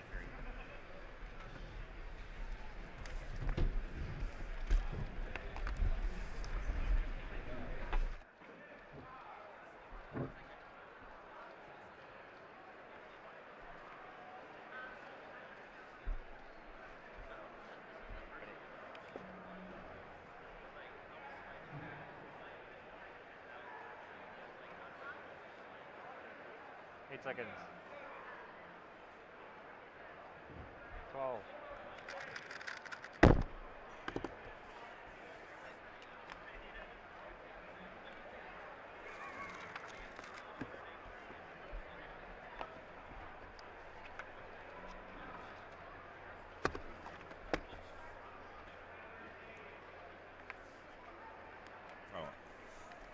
Welcome back, everyone. I am joined by the man, Timon Kolosinski. What's up? All right, so we'll get right into it. Let's start talking about this weekend. So you had a pretty solid result in 7x7 last night. I was sitting right next to you. You seemed pretty thrilled.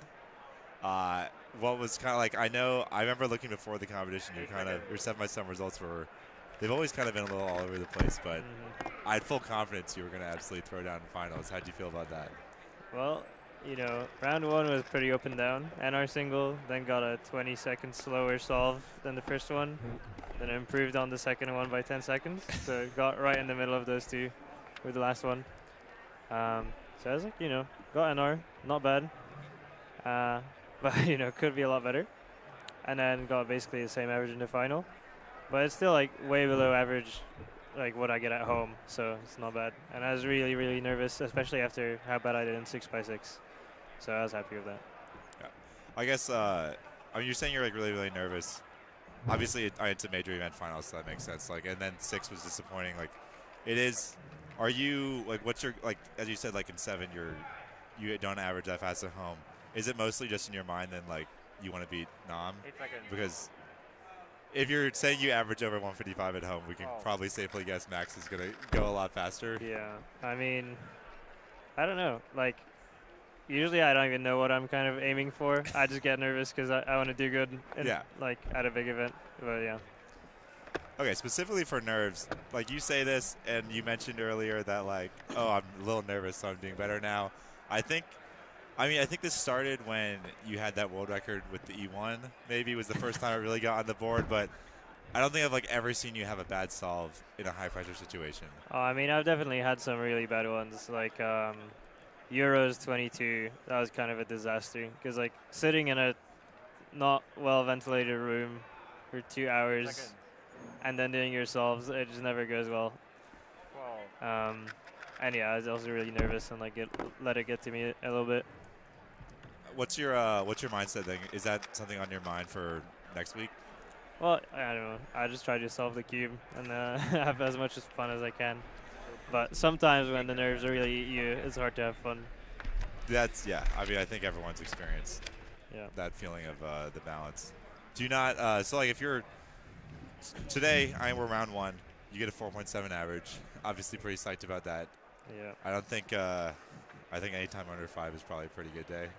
Yeah, pretty is good. There and second solve was full pseudo, 4.9, so that was really nice. I've been trying to get one of those for a really long time, and actually, that's something where. Actually, do we have that solve? We could get that right. Yeah, I didn't do good under pressure with those because I'd do full pseudo after well, and I'd be like, wait, this could be it, and I'd cube drop and get a 7. It's like when you're going for something really crazy, you're like, I don't know if this is gonna work out. Is that like is that something where you're like, okay, this is round 1, we're gonna go for this like crazy stuff because like there's so actually one of the first times I went for it was the World's Finals Solve 1. So I don't think it has anything to do with like risk. You don't care about the risk. Well, it's like I know I can pull it off, and at Worlds it wasn't the issue of like me messing up the pseudo. I just like cube dropped at the end. Right. And same in Tasmania. Yeah. Okay, so is there a big like you say you're going to go for things no matter what, you know you can do it. Is it mostly just a confidence thing, or like when you're going into like these big finals, and I mean like Worlds 2023 is like I think I couldn't believe you did well in every single final, like back to back. Not even the same day. It was just every single one. I couldn't believe it. What is true? Well, yeah, I don't know how that works though. Like, I will say 7x7 would have been a disaster if Max didn't celebrate so much. Oh. Because I got an extra on my first solve, which was really bad for me. Yeah, I was like it was a disaster. Cross like from you, but yeah. I mean, yeah, but you still got 155 right after. But yeah, but like, you know, I got a free attempt from Max. Out. Yeah. Yeah, okay, but even aside from that, I mean, 115 average to win 6x6. Yeah. And that was a wild final. Like, I don't know, like, I don't know exactly how much information you had. I could like hear Max. I had no idea I was winning. And when someone showed me like number 1, I just didn't believe them. I was like, this has to be a mistake. Yeah. So, but then like going into like, I remember you talking how like you're really like 6 and 7 kind of just like happened. I think that makes sense. Like they're not your main focus, but like you're really focused on 5. It's like what? Give me like some insight. I know you're very much like, oh, you know, you just try and solve the cube. Like there's no way. Like I mean, you can say it's trade secret if you want, but I'm not going to believe there's no plan whatsoever for like your mental game going. Well, that's just how it goes, though. Like, maybe that's why you say you're retired every year, and I just win because I just don't think about it that much, and you're out here stressing. It is very stressful. Yeah. I can't stop myself. You know, you didn't look very retired to me yesterday on 7x7, sitting next to me. I looked pretty retired to myself, but I felt pretty retired on 7x7 sitting next to you. Yeah. I was like, oh yeah, what are we doing here? No, but it seems like you still care a lot and you want to do well. Well, that's just kind of an innate like. Yeah. I'm doing the interview here. Okay, since you're not going to give me any insights on the way you're thinking of these things, okay, what do you explain to the crowd what is your life like right now? What's month to month for you? Well, just practicing cubing, and then sometimes I travel instead of practice, so I can compete. That kind of sucks. Can't really practice on a plane. No elbow space. But yeah, I try. The airports are pretty good actually. Airports are decent. Airports are randomly really good because they have great lighting and the background noise is similar to a competition. Yeah, and Kevin Hayes lighting, classic. It's so good actually though at airports. Host a comp at an airport like a Worlds is over. All the world records are getting broken. Did you see there was an airport comp like in? I saw that was the cruise ship comp. Yeah. I know the airport comp. That seems just like logistically a nightmare. Yeah, I assume it was like outside the, like past security past zone. The security, yeah. Usually we're, I feel like, I remember like there's always somebody, have you competed in like some super weird spots? I've done shopping malls like just last week and then Polish Nationals 2018. I think that's the weirdest I've done. Shopping but malls? That's pretty easy. Yeah, I've done a couple malls. A couple science centers. Thanks. The one Seattle Science Center was interesting. Okay, so Euros is next weekend. How does, you also said before, you're like, oh, I got more excited about this event because there's more 3x3 competition here. Like, winning and big cues, I think. I mean, obviously, I like competing against Kieran because he's like somewhat my level, not like Nam and Max who just destroy me whenever they do well. But yeah, like, it's always better to compete against the top cubers. So I think this is more fun because, you have like all the higher ranked people except the people from China, which is quite a big part. But then in Europe, like, there aren't as many top international competitors, so we're missing out on a lot of top cubers. Yeah, even in big cubes, like, there's a lot of up-and-coming Asian cubers on big cubes. Like, I couldn't believe, I just look at the rankings, I'm like, oh, I feel like, weren't they like 20? Yeah. Now they're, now they have like a 153 I am mean. on the camera. Is there, are you not putting as much pedigree on like the European titles? Is it really just like kind of who you're competing against as what the value of the win is? Well, I'm not sure. We'll see. Like, when I win it or lose it, then I'll get to feel if I care or not, I guess that makes sense. The reactionary. Yeah. I guess that's like a pretty. How do you do that? This is like a mythical. This thought process that you have is like. I mean, I'm like, yeah, that sounds like the best way to do it. Yeah. It doesn't seem possible. I mean, I don't know. That's just how I think about it. Okay, do you have any? What was that thing? Man, you're just burning through my my question bank that I had here. Okay. Do you have like?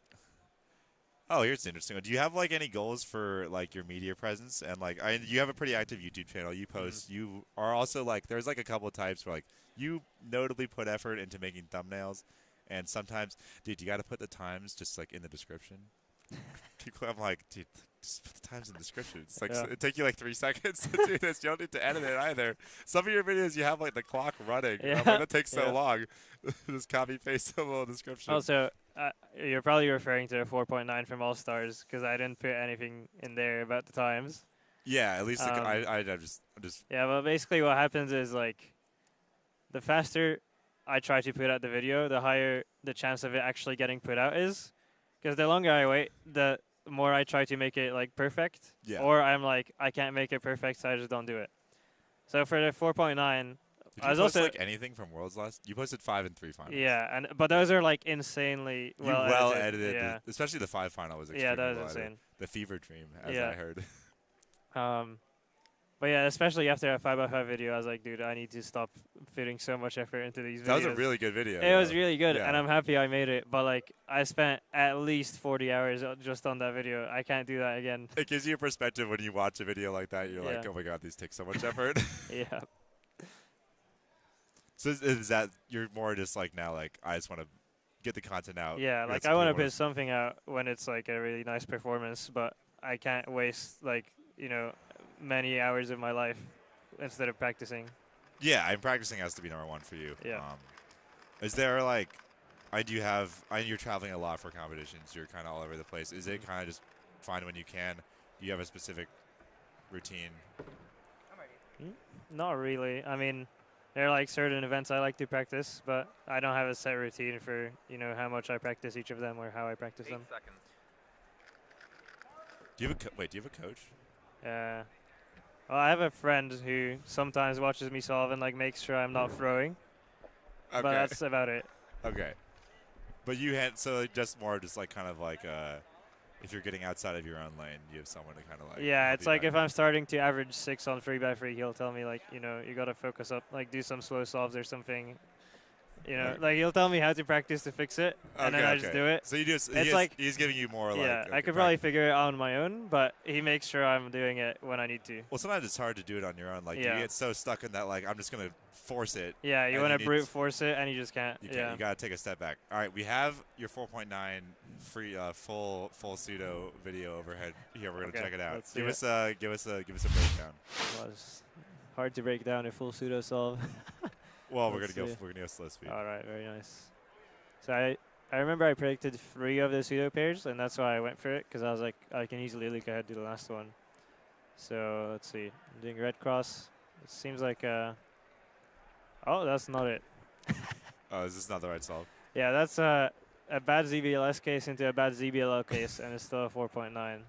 That was pretty good too. That's a bad ZBLL case? Yeah, it's pretty bad, because it's like 2 OLLs into each other. Joshua? Okay. We're gonna work on the other replay, but all right, well, begin the bad ZBLS, bad ZBLL 4.9, not doing too bad. I guess though that was. No, I got that solve and I was like, okay, I'm good for this round.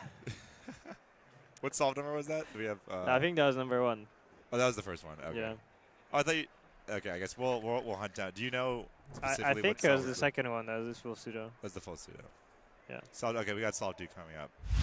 Let's see. That's not quite it. All right. Here we go. Yeah. Yeah, we want to restart this after. Yeah. Oh. Yeah, big lock Yeah, up. let's do the whole thing. Restart. All right, cool. We got the start. So, let's see. Good for you. Yeah, doing yellow. Starts with a free pseudo pair, then another free pseudo pair, and then the last one is just like look ahead 2. And that was like a flipped pair. So like the edge just flips next to the corner. But obviously that's hard to recognize when you're doing pseudo slotting. And I think the first pair was just solved like as a pseudo X cross. So yeah. It's 3x3 is just a ridiculous event nowadays. Yeah. It's like just getting transported forward in time 10 years for the technology. Yep. Oh yeah, this is solve 3 by the way. We're just gonna watch all of them if you want to check out. We got. Yeah, solve 3. I remember it was kind of disastrous. Yeah, I like cube drop on this ZBLL.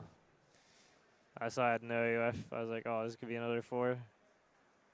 Is that what you're thinking, like during the middle of the solve? Yeah. It's another 4. Yeah. Like, yeah, usually if I think something like that, then it's over. Okay, in real time, you got the fist pump, but Yeah. in the post-game interview, it's got this solve is disastrous. Well, you know, compared to the other ones, it's disastrous, but it's still 5.2, so it's like, good, you know, good for a good average. Are you trying to like I mean, like if you get an LL skip 4, that's obviously like way less impressive than like a good 4. Like, how much are you really trying to focus not on the time and more the quality of the solve? I'm not sure. Like, I think it's kind of. Oh yeah, this solve was nice. The quick ZB. Like, if you get a bad time, but you know the cases were all bad, then it's like you can cope and be like, oh, I still solved good. Right. But then if you get a good time, like, you know, sort of good, but then it was like a really, really easy solve, you don't want to beat yourself up just because you did bad on the solve. Yeah. You want to stay in it for next solves. I guess like you take the mental win. Yeah. Either way. Yeah. Like if it's a good time, it doesn't matter. Yeah, how you just it try happened. to stay positive no matter what happens. Yeah. No, I think that's a good mindset to have for sure. Oh yeah, and then forcing the pair to skip. Like I think the biggest difference, the most obvious difference I know is between the super top competitors and the people who have a lot of capabilities but not, is just reactions post solve is always very different. Like there's never any like huge like emotional reaction to Well, bad solves? no, on the 3 I got at All Stars, that was a big one. Bad reactions to bad solves. Oh, right. No, That's people kind get of true, happy. yeah. People get happy. It's more like it's Yeah, handling the you're right. negative emotions. That's the. Yeah, I guess I didn't even think of that. This guy's just the most ridiculous natural we've ever heard. Oh yeah, that sounds like something I do. I just don't think Yeah. about it. I mean, sometimes I do like bang the table after a bad solve, but it's never when I'm doing well. Oh, that's a nice like. Yeah. Push AUF. Oh, the patented Timon fist pump. Yeah. And then trying to not hit the camera with my head. Clutch. Have you watched the? Oh, you posted the 32.9 already. Is there anything you'd want to watch overhead? I don't know if we had. Oh, we don't have the 32.9. Never mind. That was Friday. Thursday. Yeah. No stream. Well, yeah. Do we have any? What did you get? What was yesterday? Do you have anything? Do you want to see the 145? I mean, it's probably not very interesting. It's a 7x7 solve. Whoa, whoa, whoa, whoa, whoa. Very interesting stuff. Very interesting stuff. You want to see Max finish? Oh, we could see Max. I want to see those last 4 edges. Okay, yeah. Want to see the stupidest finish to a solve? Like it might like UWR, Yeah. like end from even if you're doing Yao and you have the cross solve. Yeah, if we get the last It's just so like 15 insane. seconds of Max's world record. Oh, they don't have anything from yesterday. They Oh declared my the God. crash. We could check out. We could check his 3x3. You want? Oh, yeah, we Oh could, yeah. yeah. We could analyze Max's 3x3 stage. He probably didn't pseudo F2L an entire. Unlikely. Entire solve. Max's dad was saying that, Max was like taking pictures and chilling with people after his average. Yeah. And I was in the X group. And then he hears the roar of the crowd from me getting a 4.7 average. And then Max just goes straight to practice. That's That's a classic Max the Park anger, yeah, moment. the anger practice. Yeah. Yeah, I saw. He had like it's the like because Max kind of like is a little more hard to find at these events. Mhm. He's a lot, but then it's like okay, Max just competed in 3x3 and he's free for a while, and then like Yeah. the mob starts to. It form was for insane. The autographs. line was for like half the venue. All right, we have a 507 from Max. It's the only one we got, but we're gonna check it out. We can see, give him the ruthless breakdown of what he should have done.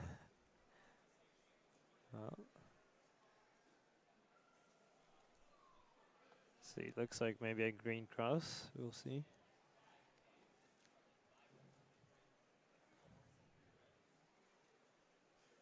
Yep. Nice first pair, clean. Free second pair. Yep, avoiding the .0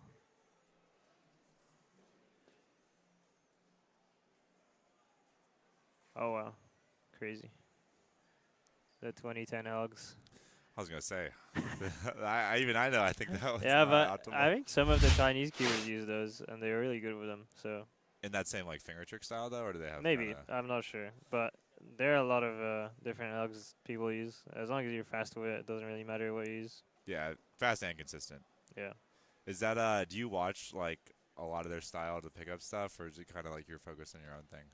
Well, the biggest thing to learn so far is that you can slide and that you can stop the timer before you've solved the cube. So, yeah, but I'm not really intending on doing any of that, so not much to learn.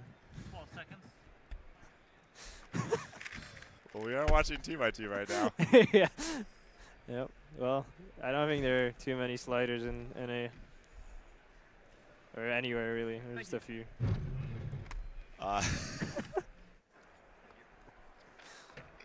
What do you what what is your oh my god, Timon. I don't know what I expected when you sat down. It did take you 20 minutes to get here. Okay, do you have any? This is such an easy scramble. Okay, what's it? Is this Tommy? I don't know. Alright. I think the LL case is not that good, though. Yeah, unlucky. Oh, he's goated. Insane. It's good, 1.6. Yeah, he had a good elg. Do you did you ever do? You must have done 2 when you were like the Pyramids kid, right? No, actually, I got NR 2x2 average in 2023. I tied it 135. But then then I retired from 2x2, and then it was Armageddon. Like, it's 110 average now Oh. for NR. Oh yeah. You mean 10 years later? No, like, in 1 year, it went from 135 to 110. Oh, 130. Oh, 2022.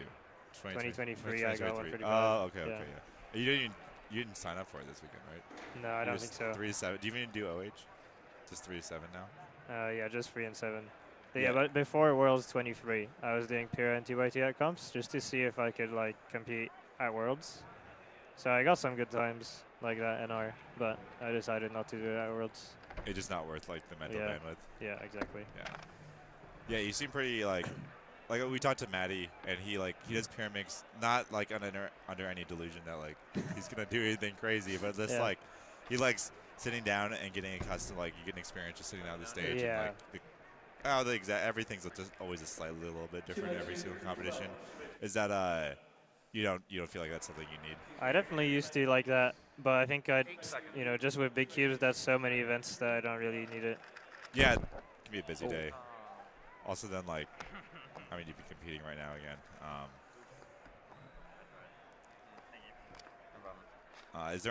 Do you have any plans? Like, you're right now. You're on Gannon Cubicle.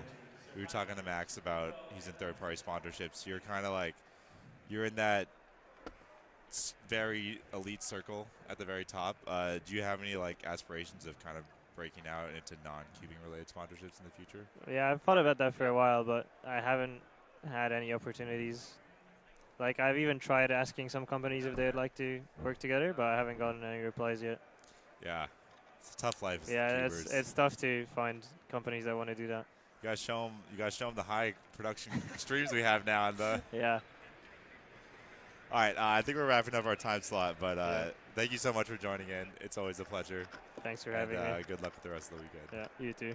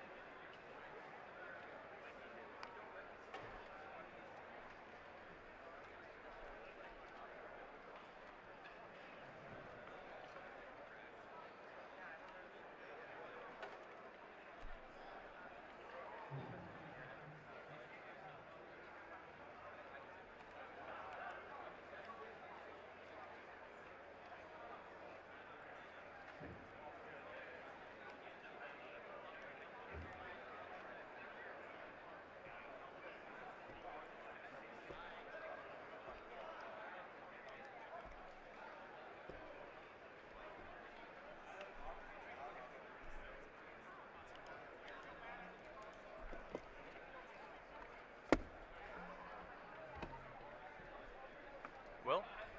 It's me. Not sure why I'm on the stream, but I'll try not to disappoint. All right, welcome back. Dude, Kevin is just talking about all the stuff Timon is saying, and it's just hilarious. No, he's just a funny guy, and his style of talking is always just I don't know. I think it's irritating. It's so funny, hearing it secondhand, man. I gotta go back and watch it. It's gonna be. I'm excited for it. It'll be so funny. Yeah, I'm trying to. We hadn't had chat up. I wonder could. I guess most people aren't there's not as many people as Thank you. I guess we're not. He said he isn't gonna slide. All right, yeah. Okay, whatever. I'm done with the sliding. I don't want to talk about sliding. But sliding's been discussed a zillion times. Yeah, as soon as I saw that existed, I was I'm not even gonna look into this argument. No. Yeah, I'm done. This is not my area of expertise, anyways. Yeah, let's leave that for someone else. Oh, check out 5. Is 5 blind in? Yeah, so 5 blind ended a while ago. I know because Brandon was competing in 5 blind. Looks like they haven't entered stuff in. I only saw it because someone in the chat mentioned it. It's like, oh yeah. Yeah, I wonder if one of the Facebook groups probably is the winner. It's just probably, man. Did you see the? You just watch the top 3 people and see what they get. Yeah. I mean, did you see the CF after Max's WR? It's there's 3 or 4 people. It's just everyone, but it's a race to get the likes. Yeah, actually, it's okay, guys, calm down. We all saw it. There's a high quality live stream, and it's on WCA Live. Yeah, exactly. You can watch literally every moment of it if you want. There are a ton of DNFs happening in this 2x2 round. Is it because they aren't starting the timer? That is happening a decent amount. 8 seconds. Well, I think there is an issue with so when they switch to Gen 5. The Gen 5s have a longer activation time. They do. It's 0.5 instead of 0.3. I DNF'd a 6x6 solve. which hurts a little bit more than it would in a 2x2 solve. But like, and then the second that happened, I instantly bought Gen 5 and just like trashed my old one because like he's got practice. It was more just like, and also like now I'm like, I like really hold my hands down. It's more of this is like a bad thing. Like I should probably just like get more casual. Like Timon was yelling at me for like he's like, oh, you just thinking too much, and I'm like, yeah, but like I'm not capable of doing what you're describing is not possible for us normal people like me. Yeah, what does he expect? He Like, lives by in a higher thinking plane less? of existence. Yeah, actually though. Like it's just absolutely absurd. I know it's actually one. All Okay, right, we got right. Let's shut up let's about actually the banter. this time This is important. This swap was perfect because Zayne is our number one by far. Yeah, Zayne when he I'm just gonna let him go. A little locky on that start. Yeah, 154. Zayne, if you've watched the reconstructions of the .92, I had no idea what he was talking about. The man is actually like on a completely different level. Also, I feel like that solve specifically, he spent a lot of time, not to get on this topic again, but this is actually relevant. Like, he spent a lot more time than I feel like you would need to. Like, he finished the cube and his hands were far up in the air. Like you can do, on release, you're saying? On release. And the cube was just, like, a little farther than it needed to be away on pickup. Like, these are, I mean, obviously you're minute adjustments, but we're talking a few hundreds, but a few hundreds is well, it matters relevant in this event. in this If event. any event, it's this event that matters. It very much matters in this event. Like, world record average, like, his PB average is .92. Like, a few hundreds is huge. Yeah, I mean, well, a few hundreds is not just huge. When he set that world record average, it was .01 faster than the previous world record. Right. So, you know, yeah, it actually is completely down to that complete, very, very, very small adjustments that need to happen. Oh yeah. And looking at results from last year, I mean, it's like .2. It's like what, .22 seconds, which sounds like nothing, but in this event, like that is actually it looks like it's a pretty significant amount. Oh, .2 is a huge winning. If you want to look at winning margin, do it by percentages. Yeah. That is a massive margin. Exactly. Yeah. Exactly. It feels different because like 2x2 is so interesting because it's so fast, but a lockup adds the same amount of time as a lockup on any other puzzle. But by percentage, oh man, another. He's just like, no. Yeah. It's so difficult to try and commentate Zayne solves because he's just seeing something entirely different. He's seeing like 4 or 5 solutions at the same time, whereas like most of the time for most puzzles, you see like you're trying to find a solution. How's a long solution? He's seeing like 4 or 5 solutions and he's trying to pick like, okay, well, which one of these is not just the shortest, but which one of these is the most ergonomic. Right. It's not the shortest. It's the fastest to execute. Right. I wonder if he does also like, this might be even like not worth it, like benefit analysis analyses of like riskiness, like what is the expected value of this execution, because like I'm only going to execute this one's so hard to execute, but if you do it right, it's very fast, like stuff like that. But I mean, yeah, there's only going to be like a handful of people in the entire world that can watch the inspection of 2x2 and truly tell you exactly what's going through Zayne's head. Yeah, maybe like Anthony or something. But yeah, 2x2 is a wild event. It's gotten so different in the last year. It's so different. Zayne used to have like a top 20. He was like the only person. The margin he had on the world was gigantic. Yeah, there you go. So this is the world record average. World record at the time contains a 104 that managed to count .88 and .84. Yeah, just absolutely absurd. Oh my god, like. Great. It's actually it's faster than, like, it's like back like ages ago there's that legendary like triple tie .96 single, which was like viewed as like unbeatable, and the average is like significantly faster now. Right. 12. Okay. 105. I wonder if part of his head is just like, let me make sure that everything is clean here, because you know the lights, cameras, action is all yeah. on. Yeah, that solve specifically. Look at where his hands are when the solve is like, over. Like the cube is solved. I mean. And then he's like he releases it and his hands are like up in the air, and then he spends a non-trivial amount of time getting his hands from this position where he releases the cube to on the timer. Yeah. Like it's the cleanest stop I've ever seen, but you can be clean and a little faster, I feel like. Zach is going to talk to him later. I'm curious if he's going to touch on something like this. If that's something that's like he's really paying attention to. Maybe it's like round one. It's a round one maybe type thing. it'd be in that interview. Let's definitely get inside Zayne's brain. Yeah, and let's figure out like is that because like it's not. This isn't big cubes where like maybe you just never think about your timer pick. Like you were thinking about how you were starting the timer. Yeah, in this no, event. like it's a part of this event. Oh yes. Yeah, pickup and release is definitely part of this event. So the fact that he's kind of like, I mean, he's taking a minor loss there is a little bit surprising to me. Yeah.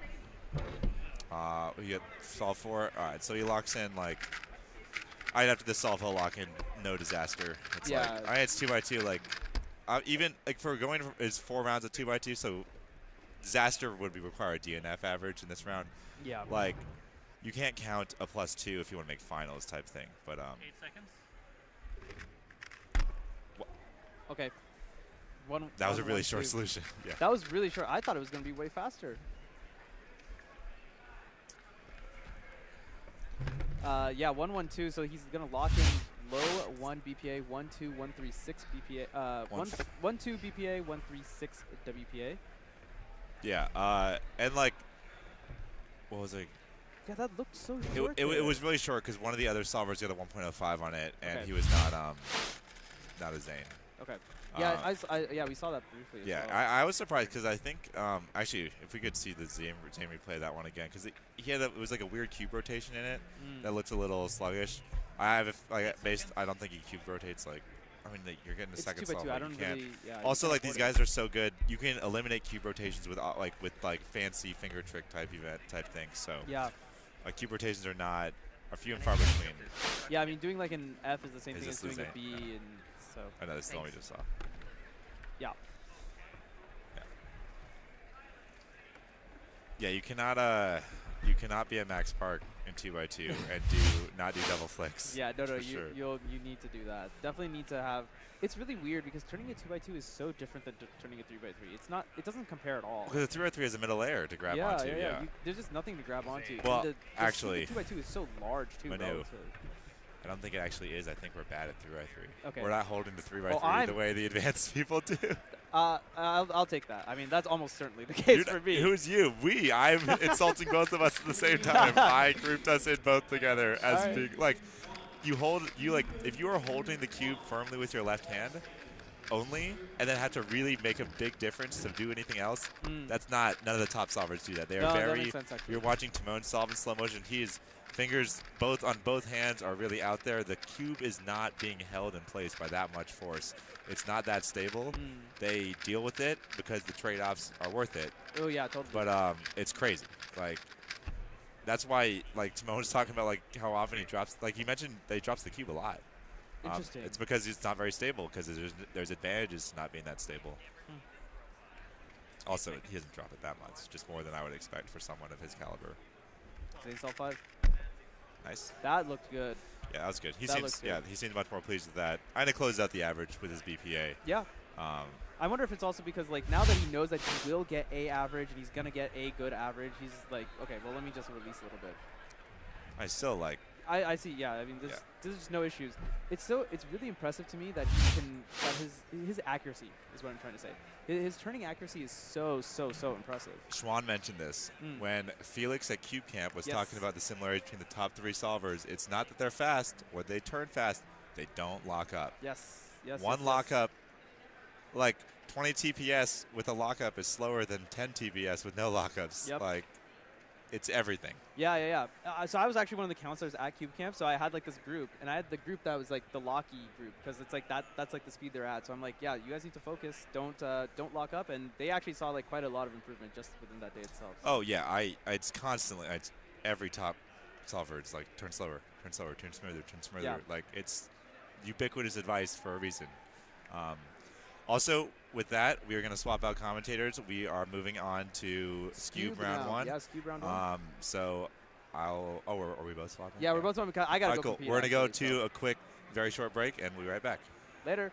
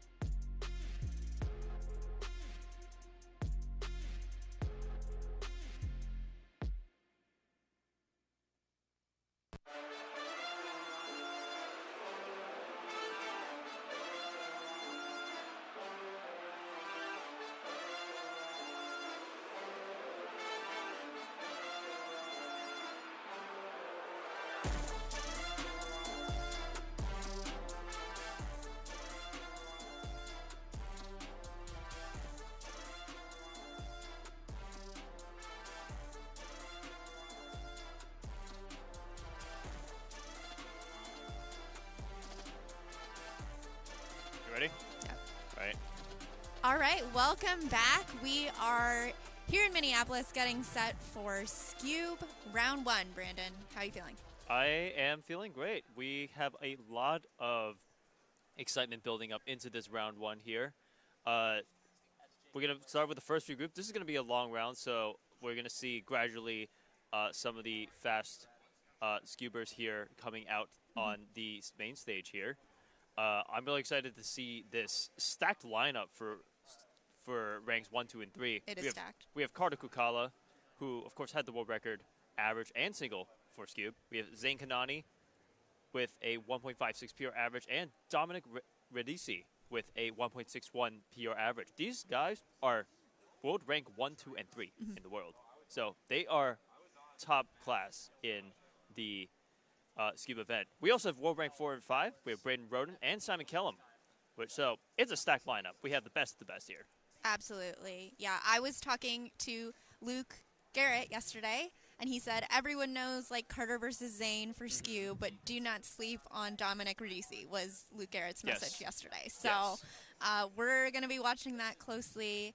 And, of course, our reigning North American champion is Zayne Kanani in Scube. He set the world record in the finals of the last North American Championship. So that is definitely something to watch. Yes. His world record average along with the .81 world record single. He double world record at the last NAC. Yes, that was crazy. But since then, both of those records have been broken by him and now have been broken by Carter. Carter just recently broke the Scube world record by .01, his own world record earlier this year. So just lots of great Scube solving, and they are on, they're on right now, ready to go for it. Yes. Some other players that we're looking at, Stanley Chappell is pretty good at Scube. He was last year's world champion. No one expected this to happen, but Stanley managed to pull off a world champion title in Scube here. I'm looking at the scramble real quick, and there's a really quick orange layer that can be made. So, again, Stanley, not someone to sleep on. He's definitely capable of pulling off these averages. So, just talking about a little bit how Scube works here.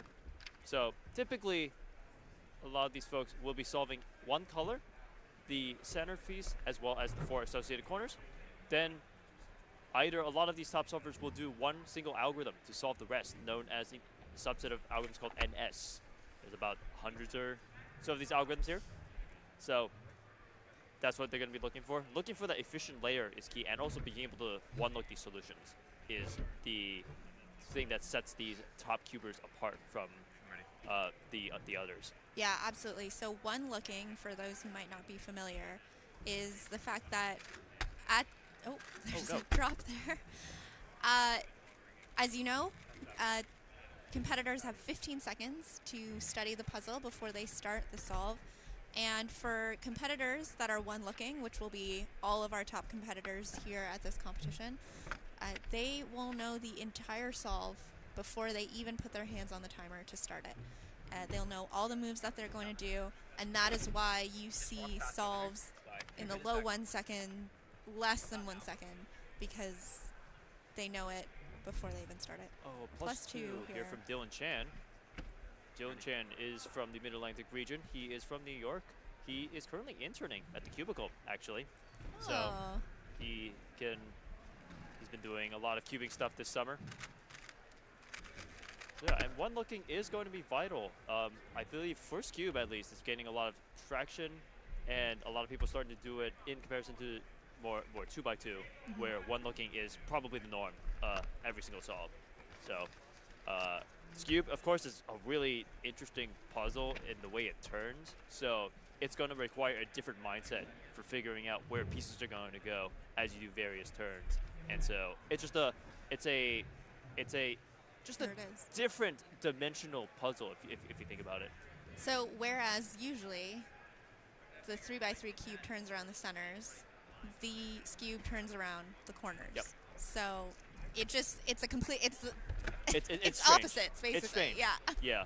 So I was talking to Simon Kellum early this morning, and Simon Kellum, for reference, is world rank 5 in the Scube event, and he says like 2x2 and Scube are actually very similar to each other in the way you're sort of like doing a layer and then solving the rest in the algorithm. Whereas for something like Pure Minx, also a small event, also quick to do. Not many people are necessarily. I mean, a lot of people are one-looking these solves. Not so much, but it's more like intuitive block building in the beginning versus having a layer and then followed by an algorithm. 2x2 and Scube, according to him, share a lot more similarities than Pure Minx in this regard. Interesting. So I thought that was interesting. The Yeah, interesting that is an thing about interesting insight. I don't do too much Scube. I mean, I know a little bit more about 2x2 than I know about Scube, but that was interesting to hear from him. Another +2 from Dylan. That's gonna hurt, unfortunately.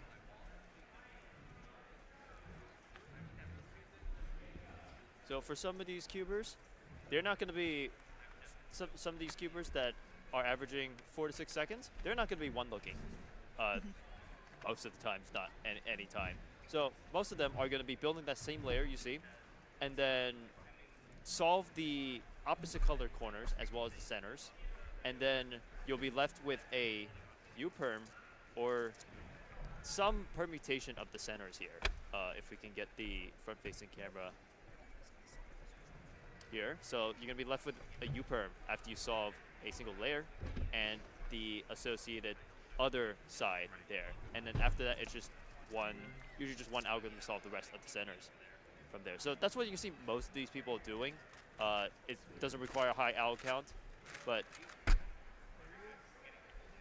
for this is definitely the case for intermediate cubers. Yeah. So we have Mason and Jennifer. Just with a 4-second solve. I always talk about this when we're watching Scube. I'd be remiss not to say that one of the most popular Scube methods, and the method that popularized the event, was created by fellow Canadian delegate Sarah Strong. Sarah Strong, yes. Sarah's method Yeah. is the popular beginner's method for Scube. Is Dylan +2ing a third time? Oh no! It was a head shake on the first one, more disappointment on the second one, but by the third one, I think we're just laughing now. You know what they say, fool me once, shame on you. Fool me twice, shame on me. Fool me 3 times, you're a +2 king. I don't know. that was interesting to see. Yeah, as Alyssa said, it was. All of these methods were initially developed by Sarah Strong. The method I just described is known as Sarah's intermediate. And a lot of people will learn to progress from that Sarah's advanced, which is similar to being able to do a layer and then the rest of the cube in one go, but you're condensing the number of algorithms you do to just a small subset of either like a sledgehammer or a hedge slammer. So all those algorithms are going to be made up of those two components. I always wonder who, maybe I should know this, but who came up with sledgehammer and hedge slammer? Like, why do we call it that? It just, I don't know. I would like, I mean, maybe there's a lot. someone knows in chat. There's a lot of things in cubing. There's a lot of names in cubing that aren't clear. Maybe it's documented somewhere in the speed solving wikis, like things like Niklas, who came up with the name of Soon, or, the sexy move. So these things are very interesting. I always find the sledgehammer very. I found that one of the natural things is it feels like when you're like doing an R prime, it just feels like you're like forcing that last pair in, and it just with that velocity, that last slot just goes in. Yeah, so I guess maybe someone that. called it that sledgehammer because of that. Here we have our fellow caster, Manu Singhal, solving the Scube for us. Let's see how his Scube will go. Slowly doing his first layer, he ends up with a pretty annoying white face case. So for those of you who don't know, that white face case where the 2 of the corners are solved and the center is solved, those are known as peanut cases. And so those require, in Sarah's intermediate, those require 3 sledgehammers / hedge slammers to do. So it's going to be the most move count to go get towards that U-perm and then U-perm. 12 seconds. It's +2. Disappointment there. Also, your manager. So here with Luke Dixon. also doing Sarah's intermediate. So a lot of these cubers that averaging within this range are going to be doing that Sarah's intermediate right now. So Scube is one of the many events here at NAC that have 3 rounds. Yes. So what we're looking for in round 1 is the top 100 will move on to the semifinals ahead of the finals tomorrow afternoon. And projected top 100 is 392. Now typically, in actuality, that goes a little bit slower. Sorry, I misread the sheet. Yeah. Yeah. Yes. 392. Typically, it'll be a little bit slower, so we're looking for probably, in the 4-second range for advancement. Yes. 4 seconds, 450, something like that. I feel like I know a lot of people with Scube averages that are way crazier than what they actually average, especially for like someone who averages like 7 seconds on Scube. They just have like these crazy averages from like crazy scrambles from that one competition you've done. So scrambles can very much impact this event, of course. Yeah. And that makes for results that are better on your profile than maybe the norm. Yeah. So we'll see what makes round 2. Scube round 2 won't be happening until tomorrow. We'll see. I mean, and tomorrow's going to be a stacked schedule with all kinds of events that are going on. So make sure stay tuned not only for Scube, but for literally everything that's going on tomorrow. Tomorrow's the big day, for sure. Yes. I believe we're transitioning right now from Group 1 to Group 2. So we'll be able to see a little bit more Scube action here momentarily.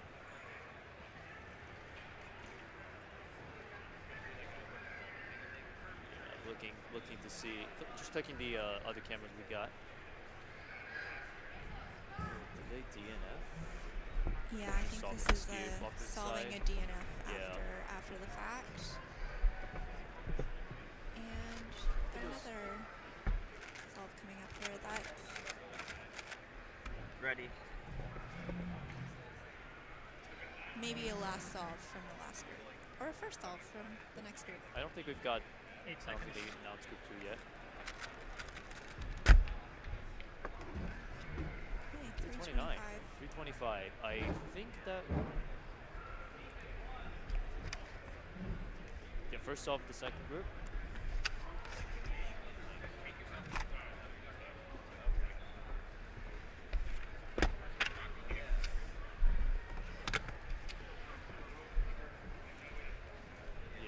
Jerky turning there. You're going to see a lot of really cool finger tricks, honestly, from Scube. Yeah. Here we have Nathan Ron. A 255 average and a 1.66. Those sledgehammers are super speedy. Yeah, very quick. In the end, if you do a sledgehammer 3 times, you get a case where you have 2 centers swapped. And we can see in the actual replay here, but you get a case where 2 sets of 2 centers are swapped. And that's 3 quick sledgehammers you can do right away. You got Brendan Dunigan. Looked like he was wrangling with that last algorithm there. Also talking with Luke yesterday, he talked about how different Scube is to turn, which seems obvious, but it was just like, you'll see here, just the turning is completely different from any of the end-by-ends. Or really any other event. Yeah. So it looks like Brendan here doesn't do Sarah's Intermediate. He uses a special variation of Sarah's Advanced, I would say, called NS. So NS is going to encompass all the algorithms for doing Scube after you finish your first layer. So after you finish your first layer, you're going to try and recognize what you have. Very similar to something like CLO in 2x2, and then solve the Scube in one go. And yeah, you're gonna for a lot of NS algorithms, you're gonna need to know a lot of these very interesting finger tricks that I don't know how they pull it off. They just look very 8 funky. seconds.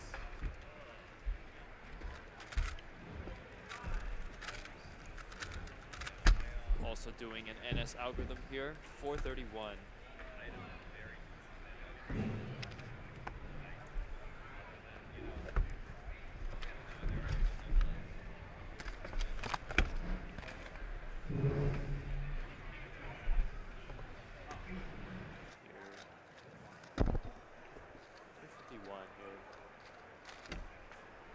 again, these are times that we'll probably be seeing the second round, which is the goal of a lot of competitors here. For sure. These guys are looking to just advance. Skip round 2. There are 3 rounds anyway, so. A lot of rotations there. Oh, That's good. good. That looks good for us. So for Skube, it's a 120 degrees. Or each turn is 120 degrees, so 60 degrees is okay for racing here. And yeah, you can see how beneficial one looking is going to be if you're able to figure this out in inspection here.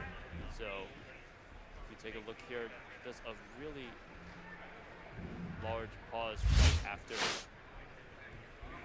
doing that. Brendan Dunigan struggling with the Skube here. 872. And yeah, one looking will save you so much time with that pause. Ready. It is one of those events where you're either flowing through that turning or you're not. And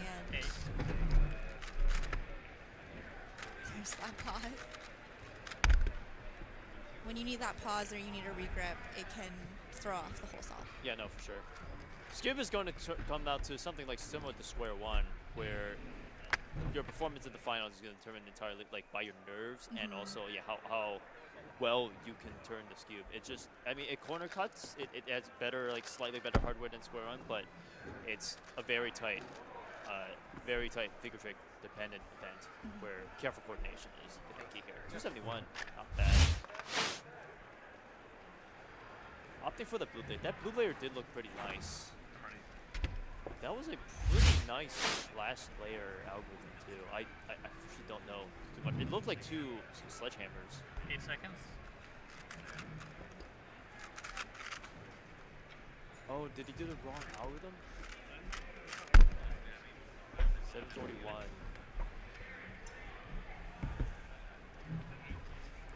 Brendan again. Ooh, 240. Nice job. We can see that once again.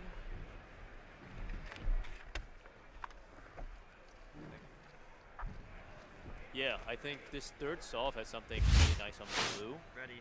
And I think we've seen 2 solvers take advantage of that nice blue layer there.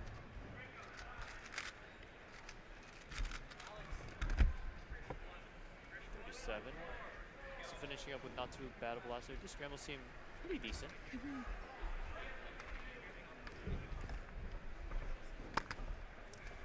249, nice. So he's gonna count that 271 he got.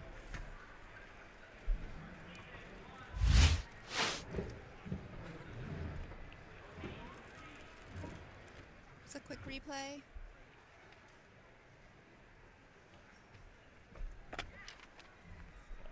And as we are finishing up this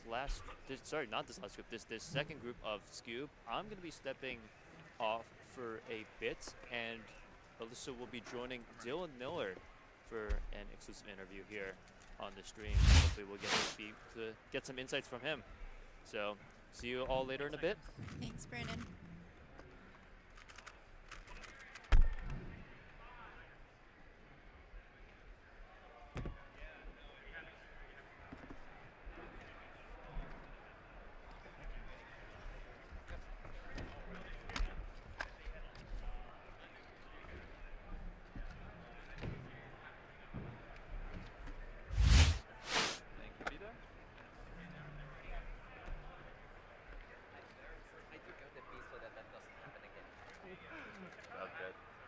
No worries, it happens. Let me know when you're ready.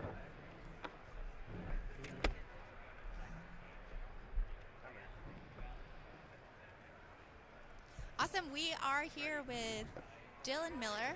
We're going to be chatting 8 seconds. all things NAC and more. How you doing, Dylan? I'm doing good. Yeah, nothing too much. I've just been chilling for a little bit after 3x3. Cool.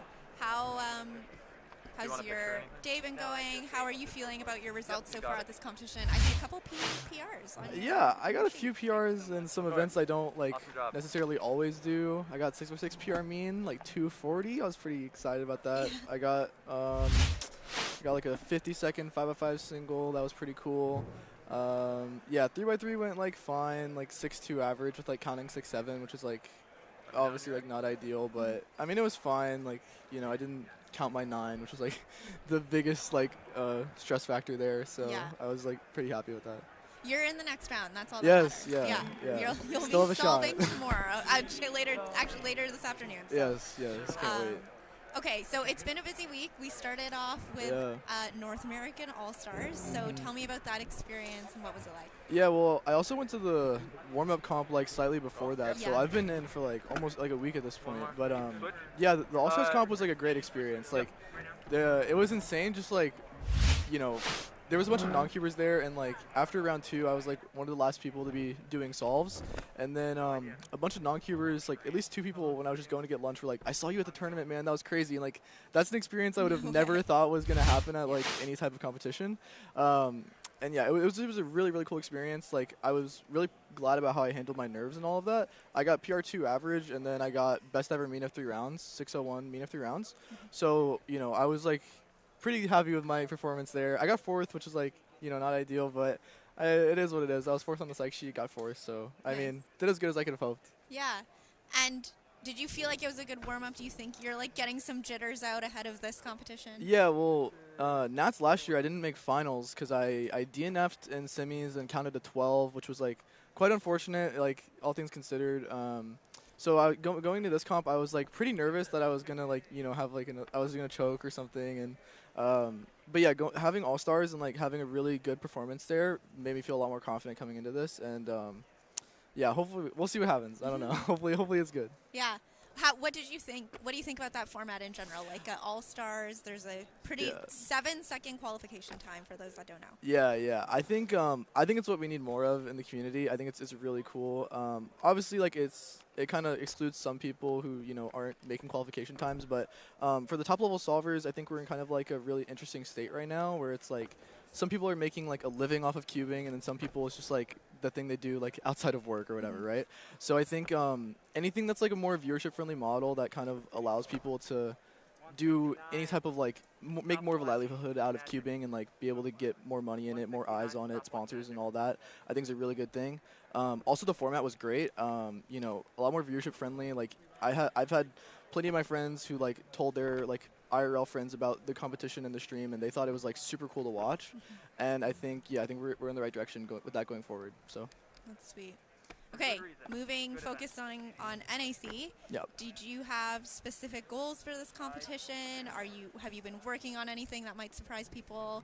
Maybe 6x6 mean. Are you working on that? Yeah. No, I did like a few 6 warm-up solves before. I didn't do anything crazy. But yeah, coming into NAC, I've been trying to focus a little bit more on like simulating my comp environment at home. I like streaming. I just like do hundreds of solves at a time. I don't really like think about things in like an average of 5 format. So recently that's what I've been trying to do, and hopefully like implement some of that into my practice and see some results out of it. Yeah, coming into NAC, I just want to make finals. That's my only goal. Like I said, I didn't make Nats finals last year, which I was easily projected to, so that kind of hurt really bad. But yeah, that's all I really want is just make finals, and then we'll see how it goes from there. Yeah. So simulating comp, you know, experience at home, like what does that look like? What do you do? Yeah, so it's just more so like giving myself more time in between solves, not necessarily just like, you know, solve, and like I'll do a lot of, I care a lot about like my big sessions, like my big means. I have a session that I started immediately after I got back from Worlds, and that's what I've been using as like my year-over-year kind of progression, so just since timer's tracking that. And so leading up to this, I tried to think more about everything in terms of like an average of 5 format, and, you know, thinking a lot about like, okay, I've already counted this bad time, you know, or like this time that I'm not happy with, and trying to like work off that as opposed to just being like, oh, I'm just going to roll it out later. I can get like a good average. Like I'll get a sub 5 average later in the day. Like it's about like making the most out of 5 solves only, and that's really what I've been working on. Also just like planning. I don't really use inspection at home, so trying to use inspection and like make sure I'm seeing the same things that I was seeing prior, just like in 15. Yeah, really good. Yep. So earlier today, you get a 9, and some of that mindset stuff helped, I'm sure. Yeah, it was nice. Also, like All-Stars, first round, like solve 5, I had like a 7 in the average, and I also had like a 5.3, so really high variance between WPA and BPA, and I ended up getting like 5-3 on solve 5, so that was really reassuring. And then same thing in round 2, I was like the last person to be doing a solve, and then I had a 10 in my average, and I was like really, really nervous, and then I ended up getting BPA on that. I got my only sub 60 average on solve 5, so yeah, I feel like I'm really used to just like not doing well in those types of situations, and having 2 instances before NAC where I like didn't completely crumble was really reassuring going forward. So yeah. Yeah, I'm sure. So when you are, you know, you're coming to NAC, it's now Saturday afternoon. We've been here for 2.5 days at this point. Yeah, it's been a long time. It's a lot, and you have been competing since Yeah. warm-up competition last weekend. Yeah. So in a week like this, how are you pacing yourself? What are you doing that's different from like a one-day local competition? I mean, I probably should be pacing myself more, in all honesty. When I'm at locals, like I'll just be grinding solves out all day. I don't really ever take breaks because I've never had an issue with like getting fatigued or anything after long sessions. Like I said, like I do like a few hundred solves a day most of the time. But going into this, I'm like trying to pace myself more. Like I know 3x3 finals or semis is at like 5:30, at least my group is, and I was getting kind of like on tilt in practice earlier. Like my solves are feeling bad, and like I definitely just needed to take a break. So like I went to the concession stand, got me a cookie, you know, went to chill out a little bit. There's giant cookies at the concession yeah, stand, by they're the yummy. way. They're yummy. So yeah, I'm just trying to not take it too seriously, you know. If my solving's like not that good today, that's not really what matters because, you know, semis and finals is tomorrow. So yeah, I'll just kind of see how today goes, and yeah, hopefully try not to burn out because, you know, I am kind of like burned out a little bit. I've been doing a lot of solves, a lot of cubing, but it's been fun. It's cool being here. Yeah, I mean, that's what it's all about, is making sure we're still having fun, right? Yeah, so definitely. Good stuff. For those just joining us, we are in the first round of Scube at Rubik's WCA North American Championships, and we are talking to Dylan Miller.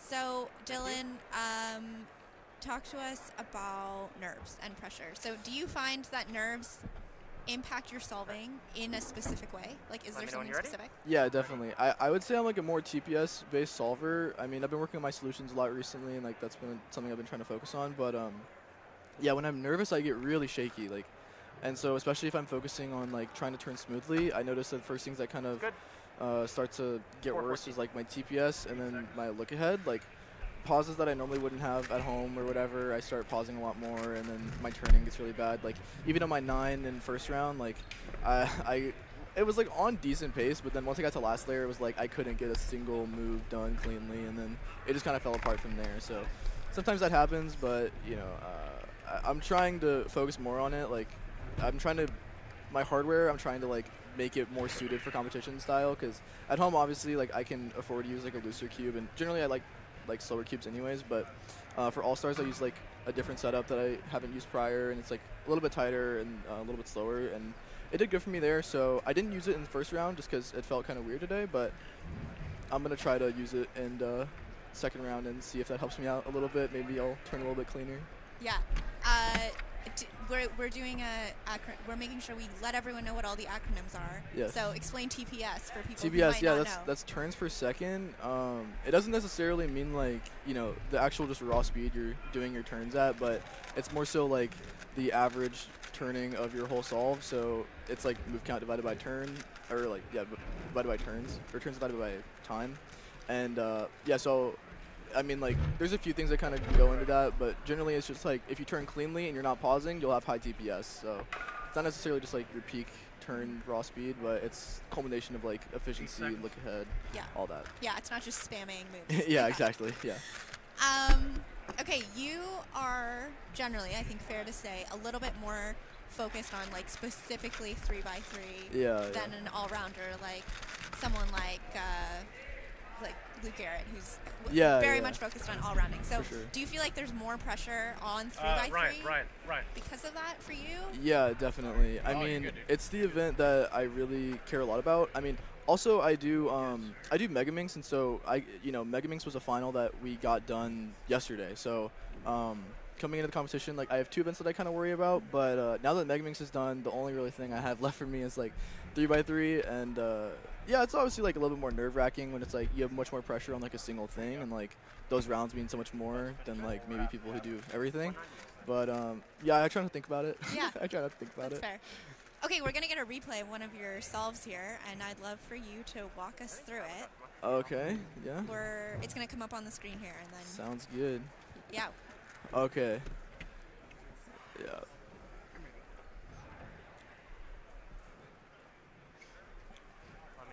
All right, it's coming up here. Yeah.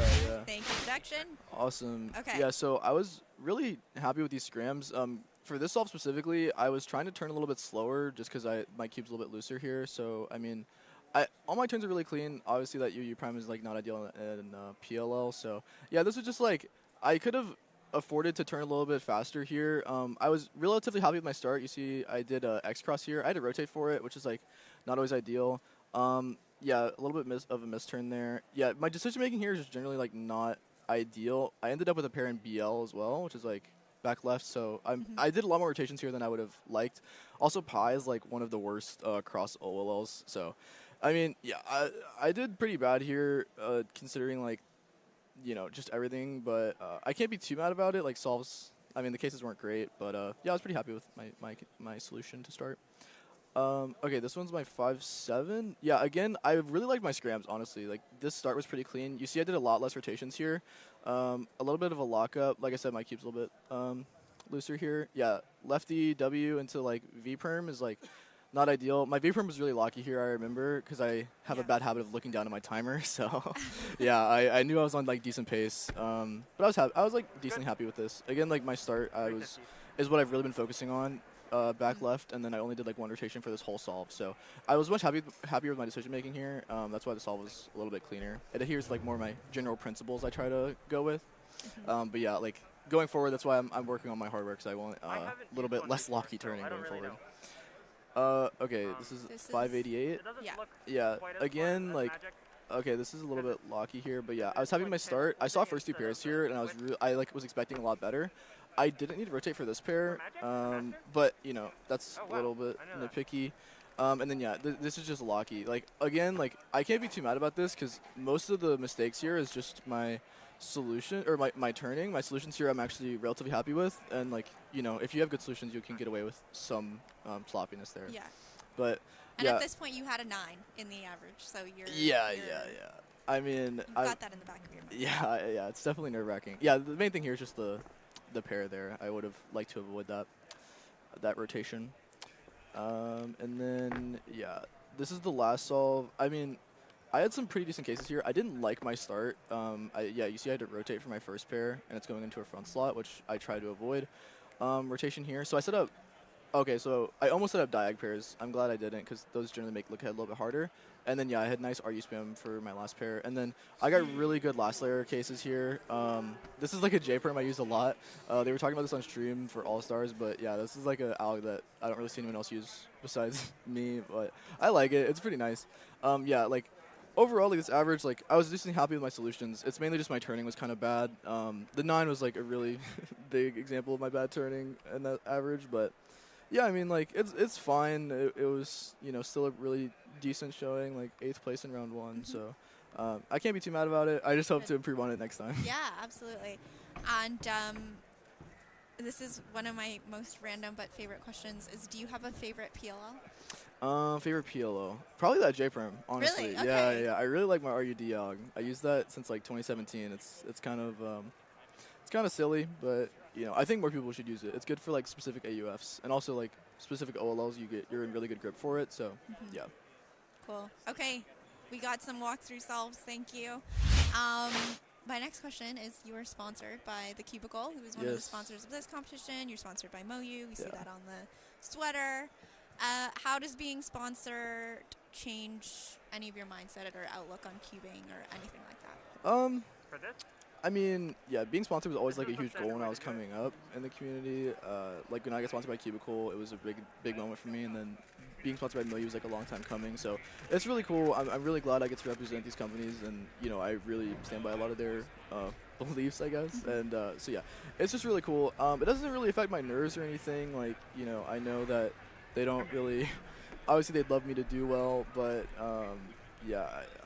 if I do bad, they're not gonna like get rid of me or something. So I'm glad that I'm even able to get the opportunity. More so, it just enables me to go to comps. I'm from Louisiana, so mini comps aren't within good distance. Like median distance for me is like 6 or 7 hours just to get to a comp if I'm driving, and then flights are obviously expensive. So yeah, I'm just blessed to be able to like even be able to compete as much as I have this year, and yeah, I'm really thankful. Yeah, that's cool. There's so many kind of, we've been talking about this a lot on stream actually, that you know, speedkeeping as a sport is quite young, and there's so much potential Definitely. for it going forward. Things like coaching and the barriers that are being broken. So as we're seeing Michael Neelson's first cube solve here, what as you think about the future of speedkeeping as a sport, what's on your mind? I'm really excited for the future of speedkeeping as a sport. I do coaching, and that's like my main job right now. It's like I'm thankful enough I'm able to pay rent through cubing coaching, and you know that's a really cool thing that I would have never thought was possible just a few years ago. Yeah. I think like as a sport, for me, I think like obviously I'm a 3x3 main, but I would love to see more comps similar to All Stars, and also similar to like the GAN SSL League, if you know about that. It was like a smart cube league, and it was very viewership friendly. Like everyone loved it. I think that's where cubing should be headed, and yeah, I think if we do more viewership stuff, which I think everything I've seen so far around NAC and All Stars has been like really indicative of what I think cubing could look like in the future, and seeing like non-cubers be really interested in it as well, that I've talked to at least, is a good sign going forward. So yeah, I would love to see, like, for me, I'd love to see a double elim like head-to-head bracket like in fighting games or like Smash Bros. Because I think that's where it's at, because that it kind of takes away the whole idea of like, you know, how do I calculate an average, what do I do here, what do I do there. It's more so just this person and this person are going head-to-head, and whoever does it faster wins. And I think that's like a lot easier to digest, and I think it also makes it a little more hype. I've heard some people say they want more crowd involved in the sport, and I think that would be really cool to see. So yeah, that's just, I think cubing as a sport is on the right track. I think another format in the WCA would go a long way though. Yeah. Coaching specifically, Yes. I want to ask you more about that. So firstly, like what does that look like? Like, are you coaching solving specifically, mindset, a little bit of both? Yeah. Generally, it's like, you know, I'm helping people focus on like their specific like techniques, their algs, their solutions mainly. A lot of it is just F2L is the bulk of a solve. Like if you can't get through F2L well, then it's going to be really hard for you to make much progress going forward. So a lot of what I focus on with my clients is just making sure we're getting F2L done efficiently and we're not pausing as much. And then yeah, obviously like if they have a comp coming up, they'll ask me mindset questions, and you know, I don't have the strongest mental game, but I try to give them any tips that I can, just because that is a very big part of it. I think in China specifically, like with Yiheng's coach, I think a lot of what they do, at least what I saw at Worlds, was they were more so just like, a nice little cornerstone for them to kind of fall back on if they felt any type of way, if they were nervous, especially because they're kids, you know. It was good to have like an adult in their corner that I think is able to like calm them down and help give them reassurance that like they can do well, and just help them with any like last minute improvement things they need to fix, or any like specific things that they may need to focus on in their average if they want to make sure they're doing well. So No, that's sweet. Have you done like live coaching in a competition? I haven't yet. I was I have a few clients here that I actually got to talk to for like I saw them for the first time in real life recently. Yeah. And yeah, I didn't get a chance to be able to get a lesson with them yet, but yeah, maybe later. Although today and tomorrow is like 3x3 days for me, so I'm a little preoccupied. I don't think I'll be able to fit any in, but I did have plans for it, but it just didn't end up working out. Yeah. You're definitely in a player coach situation here. Yeah. I had someone comment. I made a reconstruction of Yiheng Wang's like WR average, and they said, does Dylan want to beat Yiheng, or does he want to beat Yiheng's coach? And I was like, dude, honestly, like both is the dream. Like, I would love to, like, whenever I'm not super competitive anymore, I'd love to come back and just coach like all the fast solvers. Like that's the dream. And you know, if there's more money in cubing, there's more money in coaching. So I would love to make that some type of part of my life later on, or like commentating or whatnot. Like I think it'd be super cool to stay a part of it. Yeah. I mean, as the sport grows, so does all of that. Yeah, stuff, everything right? around it, right? Everything The whole ecosystem grows. Yeah. And it is cool to like even just here. I think you compare NAC 2024 to even any major pre-COVID, and it's night and day. It's so different. It's so different. I think we're on the right path going forward. Like, I think All Stars and this are a really good showing of what the future of cubing is going to look like, and I'm really excited for it. That's awesome. Okay, I want to ask. I won't make you pick 3x3 because I know you're in there. But gotcha. What do you have any wild predictions for this weekend's results, or anyone that you're watching closely? I mean, for Megaminx, I predicted Lucas was gonna podium. I didn't know he was gonna get NR in finals, but that was my double NR. Yeah, that was crazy. That was my big prediction. I mean, I think some people had that kind of pin coming in here, but yeah, I was really big on Lucas coming in. For 3x3, man, I don't know. I don't think I can do it for 3x3. No, I will make you do 3x3. I know OH podium, like a lot of people are saying it's kind of up in the air. I don't know if I can pick a specific person. I think there's a few people that can make it there. I don't know. It'll be interesting to see. I think 3x3 is also a pretty big toss-up right now. So I don't know. It'll be really interesting to see how it all unfolds. Yeah, it always is. Do you have any like sleeper picks or up-and-coming people who you're like, everyone should be paying attention to this person? I think Caleb Chen's doing really good. Yeah. I know he's kind of been the go-to sleeper pick, but I think Caleb's really good. Any other 3x3 solvers? I don't know. I know Caleb. I've met with him a lot more recently at comps and talked to his parents, and they're really good. They're really chill. So yeah, I just want to see him do well, and especially because he's only like a 2022 ID. Like I always forget that, but he improved way faster than I did when I was his age. So it'll be really cool to see. And he knows full ZB at this point, which is like at 13 years old. Yeah. Yeah, that's like, wild. He did 2 ZBs in All Stars finals, which was I was right next to him when I competed with him. So like yeah, I know Caleb pretty well. I hope he does good. Yeah. Yeah, and we were talking earlier actually about like there's nothing like that kind of beginner's season of your cubing career where you're like improving all the time. Like it's the dream. It's a good time in a person's cubing career. Yeah, definitely. Cool. Okay, thanks so much, Dylan. But the last thing is how can people follow along? Where can people find you, follow you? Yeah, my YouTube is just Dylan Miller. It's just my name. If you're interested in like coaching or anything, I have like an announcement video on there, and then yeah, that you can just find me through any of that.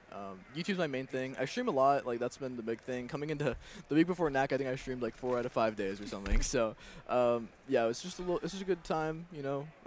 Yeah, just my YouTube, Dylan Miller is the main thing. Awesome. Dylan, thanks so much for your time and stopping by, and good luck with the rest of the weekend. Thank you. Appreciate it. I'm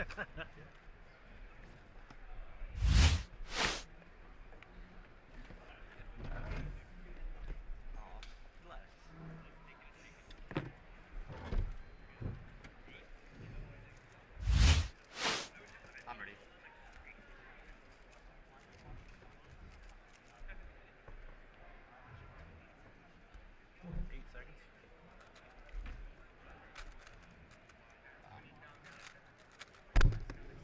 What? Another +2. Okay, we are seeing Michael Neelson's last cube solve, and soon after this, we're going to have Michael on for an interview. So, nice little reaction there from Michael. Nice, Michael. Known for his animated reactions, for sure. Yeah, for sure. 255 is going to land his best possible average, which is, look at the sheet right here, is a 327 average for him. Not a PR, but you can adjust it if you'd like. Pretty decent. Michael, of course, is known for Pyraminx. Yes. He is last year's national champion and the year before the North American champion. So he will be defending that title later on this weekend. And yeah, once again, thanks to Dylan for stopping in to the commentary booth for a combo. How was that interview, by the way? It's great. He has so many interesting things to say about the future of speed cubing, obviously doing some coaching, so that is always interesting. Here's Ash's 4th solve. And yeah, and gave us a walkthrough of his 3x3 round on average. So that was cool to get some insights. Gotcha. And talked about he had a 9 on his 3rd solve, so really had to kind of work through that pressure of making sure it's still a good average. Gotcha. All right, we are going to take a short break and do a full swap over here as we get Michael into the booth with fellow commentator, Zach Rydell. So stay tuned, everyone, and we'll see you in just a minute. Yep. 8 seconds.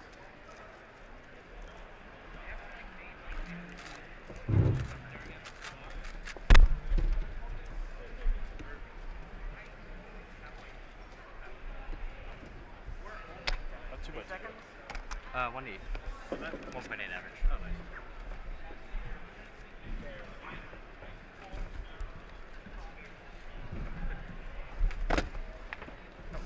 Good. 906. Want like a knock-knock joke to start this, or picture of my dog? You can do anything to keep it light. Let me know when you're ready. Go.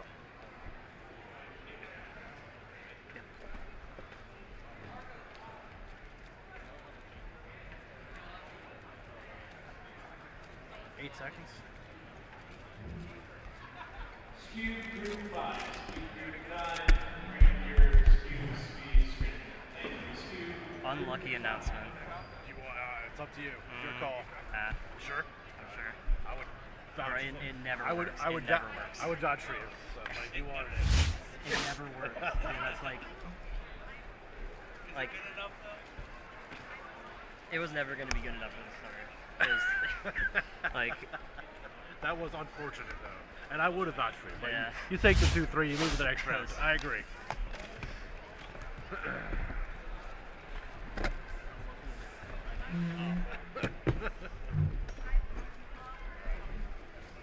Last one, dude. Let me know when you're ready. I'm ready.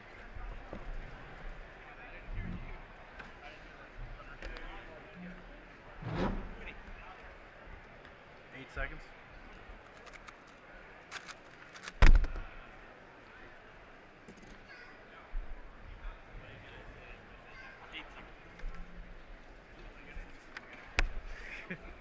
Good finish. This is bad average. What's that? That's my worst average of the year, I think. Seriously? Yeah.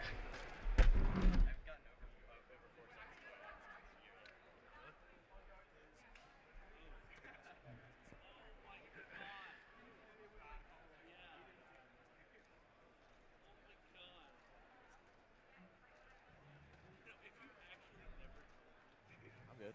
Cool. All right, everyone. Hi, I'm Zach Rydell, coming back to the commentary team, here with Michael Neelson. Michael, it's wonderful to have you. So, question I'm sure everyone's being asked so far, how has North American Champs gone for you? It's gone pretty well. I haven't had great results in the events I care about, like the ones that are really important to me, but I've had good results otherwise. And even in the events I care about, it hasn't been disastrous. It's just been, not up to your expectations. Exactly. So maybe with your expectations, I know you are a student at Virginia Tech. Yep. Did you just complete your first semester? Or? Just finished my first year. How has it been? How has it been trying to balance cubing, college, all of that stuff while still trying to remain at a high level? It's been challenging, more than I'd expect. I thought people going to college were just lazy before I went. I thought they were just making up excuses because they didn't like cubing anymore or something. But it's I still love cubing just as much as I always have. It's just there's other things I enjoy too. It's there's a lot more robust social environment there, so it's hanging out with friends a lot more. I was going to say, making any new friends, any new hobbies that you're picking up outside of cubing, or? Not really. No, it's a one-horse race. Big Pyraminx instead, Texas Pyraminx. Oh yeah. I did that one. That one was pretty good, but that's the only one. I did want to go over maybe some of your more popular Pyraminx results. Your world record average, famously. Yeah. We have that here from Richmond Spring 2023. First place, obviously. Any thoughts about that average? Very consistent there, counting 0.62, 0.67, 1.62, 1.67, 1.62 again. What were your thoughts going into the fourth and more importantly the fifth solve of the average? So, right after the third solve, I knew I was on incredible pace. I'd never been on that sort of pace before for the average, and at that time the world record average was 166. So, it was I had very good potential to get the world record, and I distinctly remember thinking as I walked back to the competitor area after my third solve, Michael Neelson world record. I like the sound of that. And, and then I sat down in the waiting area, tried not to psych myself out too much, and came back for the fourth one, and it was juiced. And you did it. Yeah. So you locked in the world record going into the fifth solve, which is already incredible, knowing that you locked in that hard. Anything really on your mind for the fifth? Like, where you're like, yeah, no, this is like, I'm gonna do even better now. Like Michael Neelson is even more of a world record holder. Or honestly, no. It was after the fourth one, I didn't really want to do the fifth because I was like, I just got really excited, and it was just like, I don't really care anymore. I've gotten it. It doesn't matter. And then like the fifth was kind of bad, anyways. The scramble. I think I performed very well on it, but the scramble was just kind of not there. Gotcha. Well, I wanted to talk a little bit about bad pyramid scrambles. Helping me out, please. No. But, so as we are seeing pyramids and pyramids times are improving, or at least people are improving, in what ways are they improving? Are we going the 2x2 route of learning all these new methods and new alg sets? Are we going the other 2x2 route of just turning really fast? Or where do you see the future of pyramids, and how do you think people are going to progress pyramids forwards? That's a very loaded question. So as far as like people currently improving, I think it's mainly just everything that people are doing has been available for long enough now that there's just enough people doing it. The big things that people are doing are L4E, so V first method, where you reduce it to 4 unsolved edges and then do everything in one alg.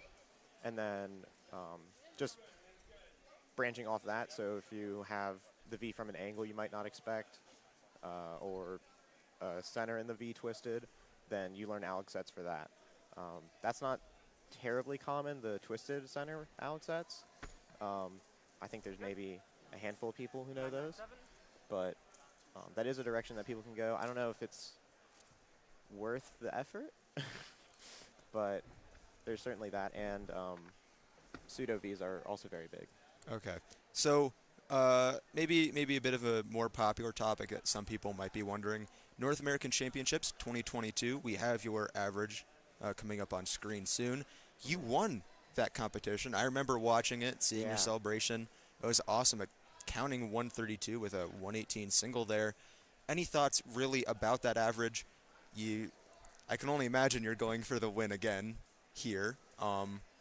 What do you have going in, or anything about this average that you have that you really like to talk about? Well, one of my favorite things about it is that 132 single. That was the fastest counting time ever in a pyramids average when I got that, and that was pretty cool. And then it also seems to be like a recurring thing through my pyramids career that I get 132 singles. My first championship win had a 132 single. My first record had a 132 single, and then there was my second best average now also has a 132 single. I will take note of that for when we watch pyramids semis and finals. Well, there's more. The first one I got was 132-1. Second one was 132-2. Then the third one was 132-3. Are you intentionally getting a slower result against WCA regulations and trying to farm this conspiracy that you're building? No, thanks to speed stacks, the fourth digit is random. So I can't even have any influence on it. There's nothing I can do. It's random. I think just at your skill level, you're doing it subconsciously, just waiting that extra thousandth of a second, 10,000th. Yeah. So I did ask you again earlier about the competition, about how you were doing, any favorite PRs or anything like that. Have you gotten any PRs outside of, I think we talked earlier about Megaminx, unless I was talking to someone else. I think that was with someone else. I did get 5x5 average and one-handed single, which were both by like quite small margins. One-handed single was by 200ths of a second, and 5x5 average was within a second. So nothing like huge. I would have liked a bit more in 5x5. I got 100 second, and they took 100 to round 2. But you know, I'm not heartbroken. Yeah, it happens. It happens.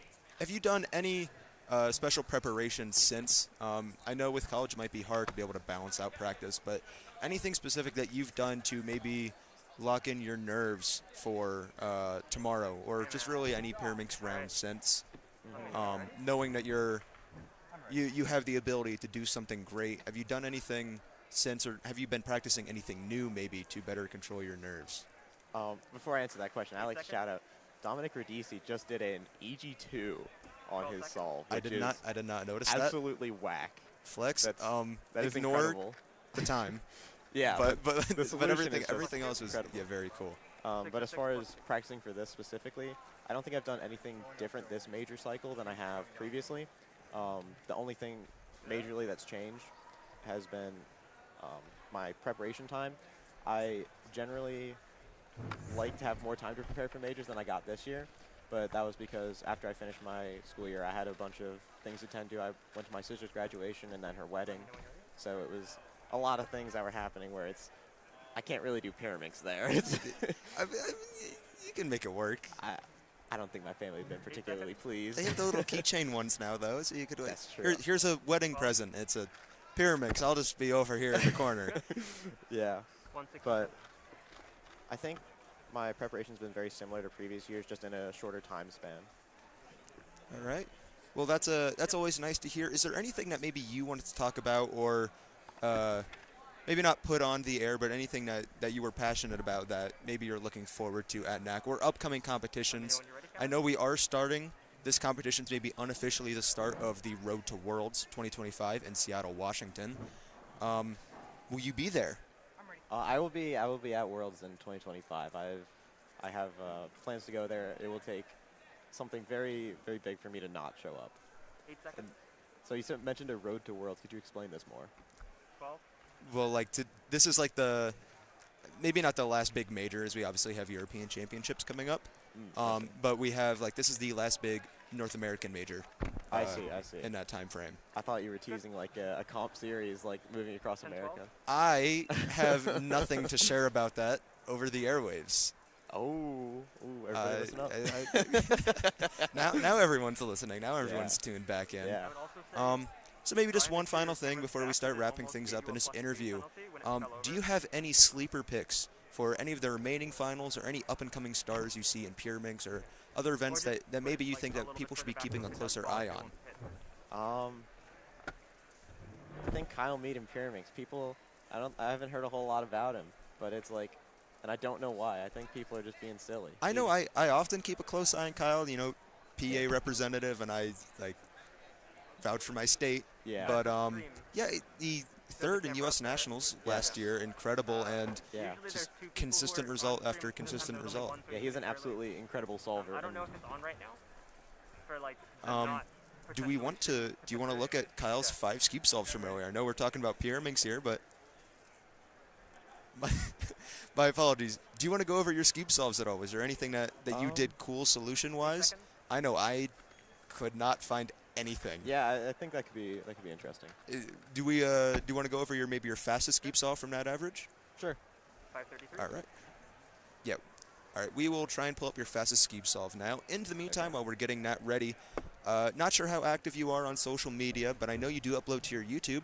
Do you want to promote any of your social media accounts? I mean, the only one I really care about is my YouTube, Got to see that number go up, make myself feel better. Michael Neelson on YouTube, Nielsen. A lot of people messed it up. It's a hard one.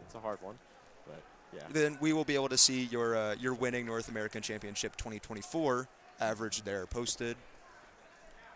When? I don't know, man. I'm not going to say if it's going to happen or not. I don't know if it will. I was just saying, Kyle's an incredible solver, man. He's one that's actively pushing me to get better. I don't know if he knows it or not, but he will now. Assuming he's listening, he might still be warming up for 3x3 round 2. I know he did come really close in the first round to a great average. So, all right, we have your 255 skeep single from the average that just happened. Take us through what you see here. Okay, so there was not really a whole lot to work with. I believe I did red here.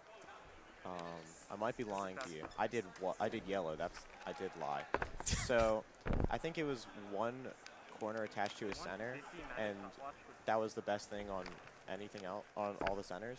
So for that, it's just kind of pair up pieces until I see something that might be good. So I believe I paired up a piece in the back there, and then solved 2 more corners. just kind of with a 3-mover, and then Oh, you that's get good. this That's like a 6-move that's case like that I do almost in what I 8 averaged moves because the yesterday. 6-mover's hard. Yeah, I don't know if that case is great or not. But. See, very whatever about that solve, it seems. Yeah, it was probably about a 5-ish move layer, 4-5 to an 8-move case. There Okay, we go. That's that guy. never mind. Yeah. My apologies. You're still in it. Yeah. Do you So again, you did promote your YouTube channel. Is there anything else that you would like to share to the viewers and anyone else watching the stream for North American Championships? Pyraminx is cool. I think you should do it too. It's awesome. You know, I do that thing. And that's pretty sweet. It is not for me, but I have a ton of respect for you and your ability of doing it. Did you have something you wanted to say? Yeah. So for 2x2, check me out, dude. I think some people sleep on me. I was gonna say I think I mentioned sometime yesterday that you're a bit of a sleeper pick for 2x2 and Skewb, but we'll just like Skewb sleeper pick is huge. That's not okay. Well, still, but I won't say I agree with it, but if people want to tell me that, I'll gladly take the compliment. Well, either way, it was awesome having you on stream today, Michael. It's a pleasure talking to you as always. Looking forward to seeing what else you can do here at North American Championships. All right, thank you. Thank you. Nice having you.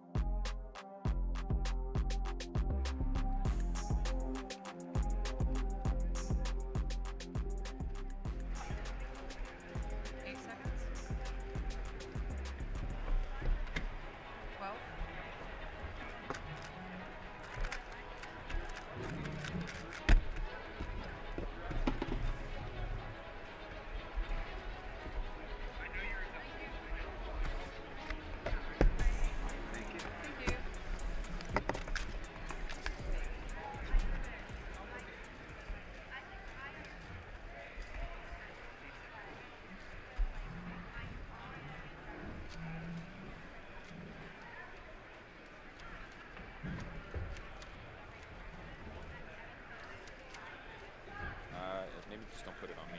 Don't put the camera on.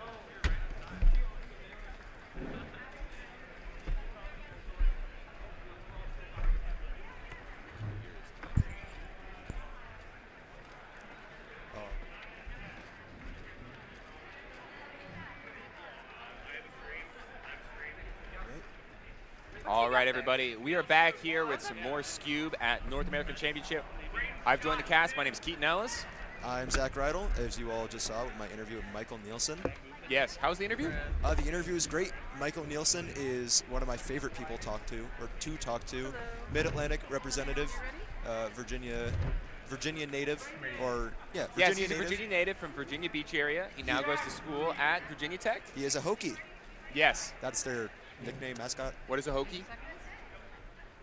I did not ask that in the interview. So their response to that is "I am," which is such a silly response. It's like the Penn State thing, but way less cool. Well, I'm from Maryland, and so, you gotta throw some shade at the interstate rivals just a little bit. All right. We do have here just a bunch of Skewb going on still. I think the group is maybe getting close to being done. We do have some high-level solvers. We have Luke Garrett. I also saw Zeke Mackey. Zeke Mackey here getting ready for his Skewb solve. All right, we've just got Twitch chat and YouTube chats pulled up again, so feel free to chat us up if you're interested in anything or if you have any questions. Ready. We see here Zeke has a 275 skew PR average and a 120 single. Definitely a high up there in the ranking. A 460 would be a little locky. High move count. 12.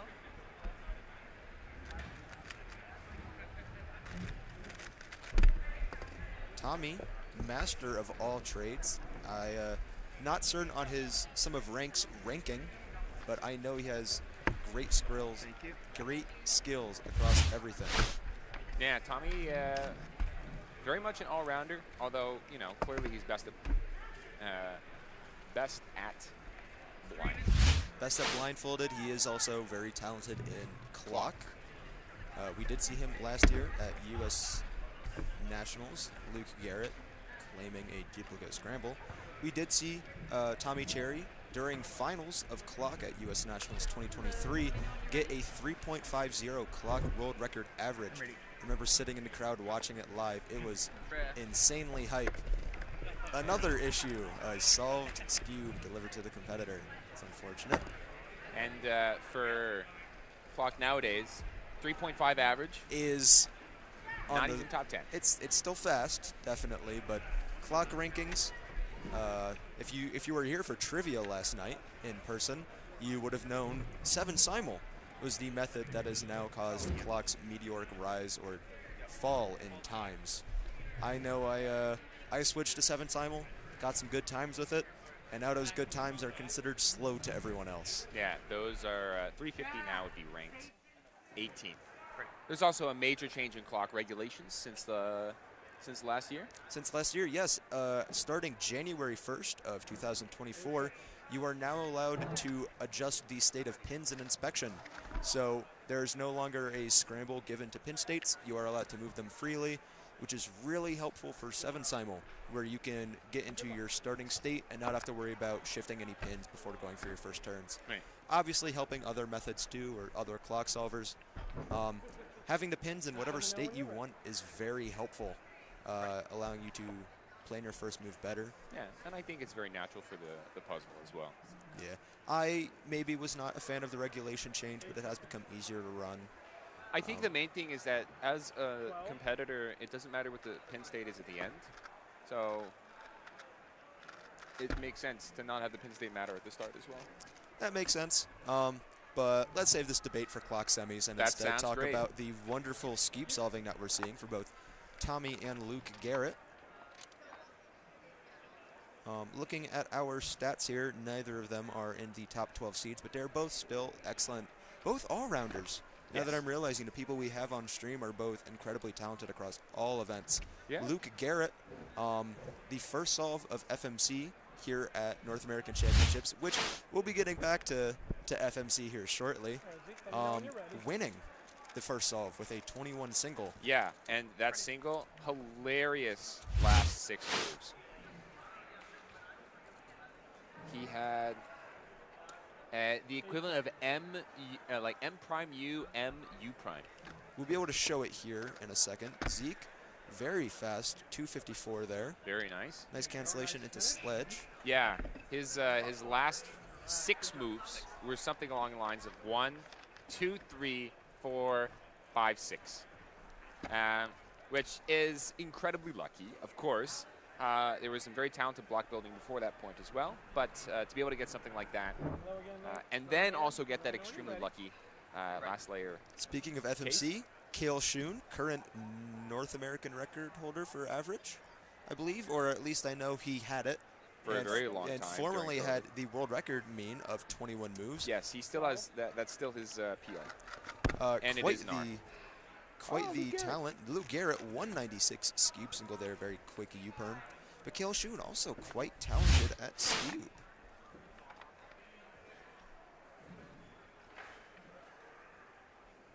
Taking a look at some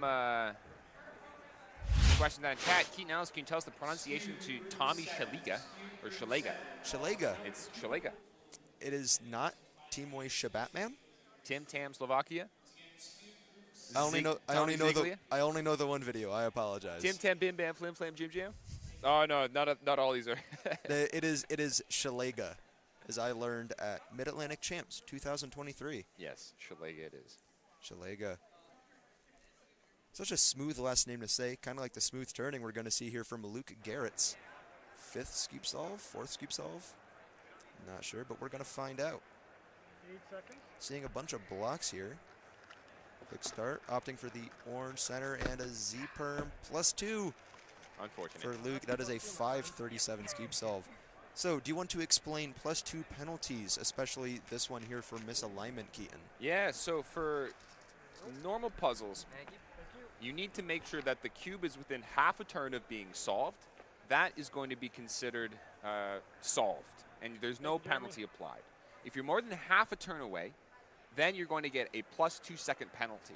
So on a standard 3x3, half a turn is going to be 45 degrees. So if you're below 45 degrees misaligned, you're good. And if you're over 45 degrees misaligned, that's considered a +2 penalty. And we got the awesome graphic right there. We got visuals helping us out as well. And what you'll see a lot of the time, especially with delegates on very close calls like this, is they're going to be, putting the cube down on the table and staring at it from a bunch of weird angles in order to see whether or not this is considered a +2 penalty. That's solved. For Scube in particular, half a turn on a Scube is not I don't even know what 45 degrees would be on this thing. It's like the corner to corner, there. like half a scube. Yeah. But so it's harder to see on Scube, but going the full turn there, as Keaton's going to show. This is a half turn, and this is a full turn on Scube. So that is a +2 penalty, unfortunately, for Luke. Yeah. So we have a very special guest here who was not scheduled, but we are going to ask a couple questions to him because he's done an incredible accomplishment. We're going to bring on Shwan Park real fast. So, Zach? I will be heading out for this interview, but we'll hopefully be coming back shortly. Thanks so much, Zach, and we'll get Krish on in just a sec. Of course.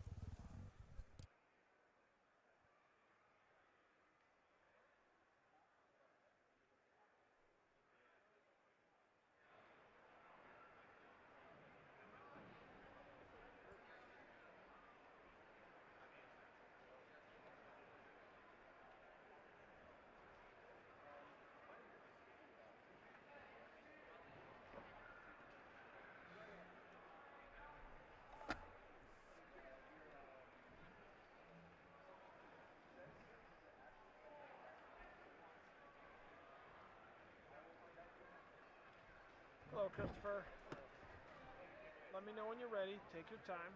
Make yourself comfortable.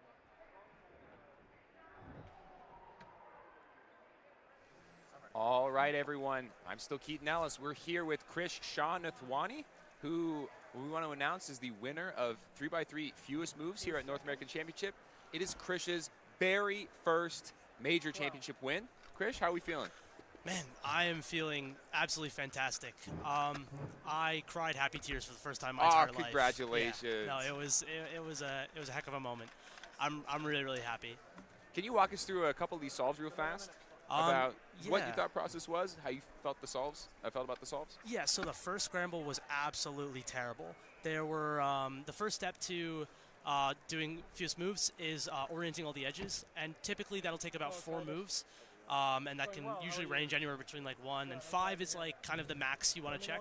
There were no EOs less than 5 moves on the first scramble. So everything was 6 or more? It was 5 or more. Okay. Yeah, so it was really, really bad. And then the next step to solving the cube is domino reduction. And on that solve, I was just like messing around with the cube, and I did a really long domino reduction. I did a 14 move domino, which is really bad. Including EO? Including EO. Okay. So it's 5 moves EO and then 9 more moves to domino, which is really bad. You usually don't want to check anything above, like at the world class level, above like 11 moves. Okay. And somehow that DR was able to be finished in 8 moves. So that was crazy. Super lucky. Yeah, super lucky. The second one was, like, the scramble was definitely a lot better. Wasn't great in my opinion. The scramble, I like actually made a mistake. I thought the EO I had written down, which was 5 moves again, was closer to DR than it actually was. So when I checked to the other side of the scramble using this, I was actually 5 moves away from DR, but I'd actually made a mistake. And so then I checked that DR and I was like, oh wow, this is really good, and I got a 21. And then the last one, the scramble was so good. Like I needed a 20 for North American record. Yeah. So that thought definitely crossed my mind a few times, especially when I saw how good the scramble was. I was like, oh wow. But I was so nervous. I like really couldn't focus super well, and I just was like, okay, I think if I get a 23, I'll probably win. Because you were ahead by one move going into the final just one solve. move. So I was really, really nervous. I found the 23, I think, with like 15 minutes left, and then I spent the next like 10 minutes trying to find something better. Once I realized I like couldn't, I hit my hand. I was like, okay, I'm gonna submit this, and I sat in the room for like those 5 minutes because I wanted to see what everyone else had gotten. Yeah. So you intentionally this year did not apply to be on staff, did not apply to be on the casting No. team, which you've done extremely well the last 2 appreciate years. it. Yeah. For the purpose of getting this North American Championship title. Yeah, I think that was definitely a big part of it. I think just really like focusing on like not having my mind too cluttered, like going into all the attempts, was really huge. Also, I got to sleep more because I wasn't casting. Like specifically today, actually. Usually, like in past championships, I'd be waking up at I'd be getting to the venue at like 8 to cast 3-blind round 2. But today I actually didn't have to do anything till 10:30, which was really nice. I mean, I do miss casting. I definitely am thinking about like maybe trying to come back And there's after the this. World Championship next year as well. Yeah, exactly. So I think now that I've done this, like I feel more comfortable like doing stuff like casting. That's incredible. Look, my boy Christopher Cheese on the stream. It's great to be back on the stream. Yeah, it's great to have you. We know you're a natural. Thank you, I appreciate it. So, I'm actually very curious about the 23. You Yeah. go into that solve saying, okay, if I get a 23, I will probably be North American champion. Yeah. But you don't know for sure. No. Do you go into that solve aiming for a 23? No, like trying to get a safer solution? No, Or you I at the start of the attempt, like if I found like a safety like 25 and I wrote it down. Okay. Because I was like, okay, like 25 will probably still get me on the podium. 25 would have still which still would have won. I didn't realize that. Of course. But like and so I found the 25, and I just after that, like I found that in like probably the first 5-10 minutes, and then I was like, okay, like I'm gonna like lock in. I'm gonna try and get like as good as I can. And the best I found, unfortunately, was 23, which is like an average to a little worse than average solve for me. And then I was convinced that Evan Brown had gotten like a 21 or better because that scramble was so good. It turns out Evan's domino reduction on the last one actually gave a 20. Yeah, it is a hard solution to see, but if Evan had probably spent a little more time on it, he probably would have gotten a 20. But you still would have won because you had better. No, because he would have had a 20 better single. Yeah, 20 would have been 21.33, meaning he would have beat me by 2 moves. So tell me about what makes the scramble really good. Because you got a 23, and the other 2 scrambles were better move count-wise, Yeah. 22 and a 21. So what makes Scramble 3 good? So Scramble 3, the bad edge count on each, so bad edges are what you have to orient in order to get the edges on the cube to be oriented, to do EO, which is the first step to DR.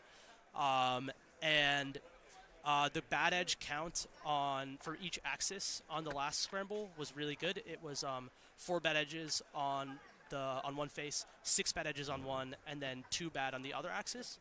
And 4 bad edges can typically be solved in anywhere from like 1 to 4 moves. Like you'll rarely see like a 4 bad EO. You just have to align them all on one axis. Yeah, and exactly. do F or B. And then exactly. And then for 2 bad, it's set up to like RUR prime. So usually you'll actually get it in 3.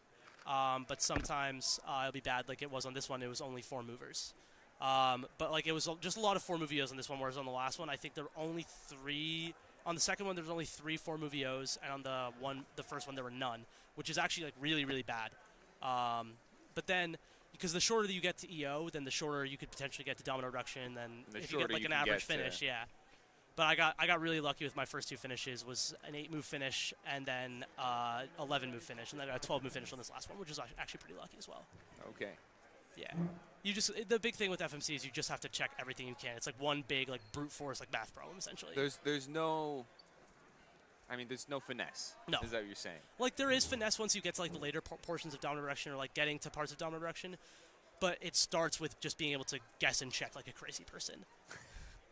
And there's some skill in that, or it's just Yeah. you have to be able to brute force more. Yeah, you have to be able to brute force more. Like one thing that really helped me recently is instead of like solving the cube into EO each time, like I can just like look at an axis and write down the moves to get to EO in each one. Like I don't, so I'll just look at each axis, write down all the EOs I see, and then check them move by move, like after. Oh my goodness. Yeah, it's been a grind. I've been going for this for probably like 5 years. I got into this event like November 2018. And I was like, okay, I'm pretty good at this. Hopefully one day I can like win a championship, because that's been my goal since I was like 13 years old. And now I'm here. So now you're going to have a new tab on your WCA profile that says Championship Podiums. Yeah. Well, I have the tab. Oh no, you have it from I have the tab from NAC 2022. Right. I got. You didn't have the dub. You didn't have the dub though. I didn't have the dub. I'm also the prize money for winning FMC is 1 month's rent, so that's pretty good. I mean, I can. Does that say more about the prize money, or does it say more about the rent in Worcester? It says more about the rent in Worcester, Massachusetts, which is exciting. I mean, it means I can splurge a little more now. I am almost done with college, guys. We're so close. So, Worlds is next year. Yeah. It's in the U.S. Yeah. Are you going to continue your push to try to be world champion? I don't know, because the top 3 in the world, or like top 2 really, I think Jay and Firstgen and Chongwen. Yeah. I think I think are low-key kind of locks, and then also all the Europeans are really good. I actually did really, really well at FMC 2024 in early June. What time did your event start? 6 a.m. So FMC 2024 was a competition where they hosted, it was a bunch of locations simultaneously around the world hosting FMC meets at the same time, and everyone was starting at the same time, and I think they drew straws to see like which regions would go when. And North America East went at 6 a.m., and so 6 to 10 a.m., which was awful. But it was the largest round of FMC ever, over 1,000 people, and I started that meet off with a 20 and a 21. Oh. And then, so I was like, oh, wow, I need a 22 to get North American record. Like, I've never gotten a record. I got a 25 on the last one. I got 4th place. I was so bummed. Oh. And the top 3 that beat me were Chongwen in 1st, Kale Schoen in 2nd, and Jay McNeil in 3rd. Oh, so yeah, Firstgen, I don't know if he went or he might have done bad. I'm not exactly sure. I just remember being like, oh, wow, if I just got like a 24 in the last one, I would have podiumed. And if I got like a 22, I would have gotten NAR. So I think it was nice. That was like kind of a wake-up call to realize how good I am compared to other people in the world. And it definitely gives me some confidence going into Worlds, but also it's Worlds. Anything can happen. And FMC is an event where it's like it's so volatile. Like last year at Nats, I started off with a 25 and a 26, and I was like devastated. I got like 8th place. So I think there are really no favorites in this event. And I think that's really important to like know mentally. I think that was the difference this year. I sort of crashed and burned last year because I went in and I was like, okay, people were always telling me like I'm the favorite, like this is crazy. And then like I went in thinking I was the favorite, and like I had all that like pressure on me. But this year I went in and I was like, you know what? I just want all my solves to be sub 24, and like I'll be happy, and like I don't care how I place amongst everyone else. If I just do well for myself, I'll be happy, and then I ended up winning. It's an exercise in mentality. So you're not going to do a major Worlds push, but you are still going to practice a bunch. Oh yeah, well, just because I love it. Like FMC is so much fun, and like all my friends do it. We'll hop on Discord calls all the time and just do FMC. Like I think. How many solves are you doing a week? Leading up to NA Champs, probably like 1 a day, maybe 2 a day. If I have absolutely nothing going on, sometimes I'll do 3 in a day. But like during a week of school, maybe like 1 or 2 a week. But like it's crazy because it's such a social thing for me now. Just like getting on Discord and doing FMC with my friends. I think our friend group makes up like the North American champ, the national champions last year, and then the North American champ the year before. We're all like people I'm really like best friends with, and we've sort of like formed like an identity around this event, which is crazy. People used to call us the Northeast Cringe Club, and now they're like, oh, the FMCers. So we've graduated.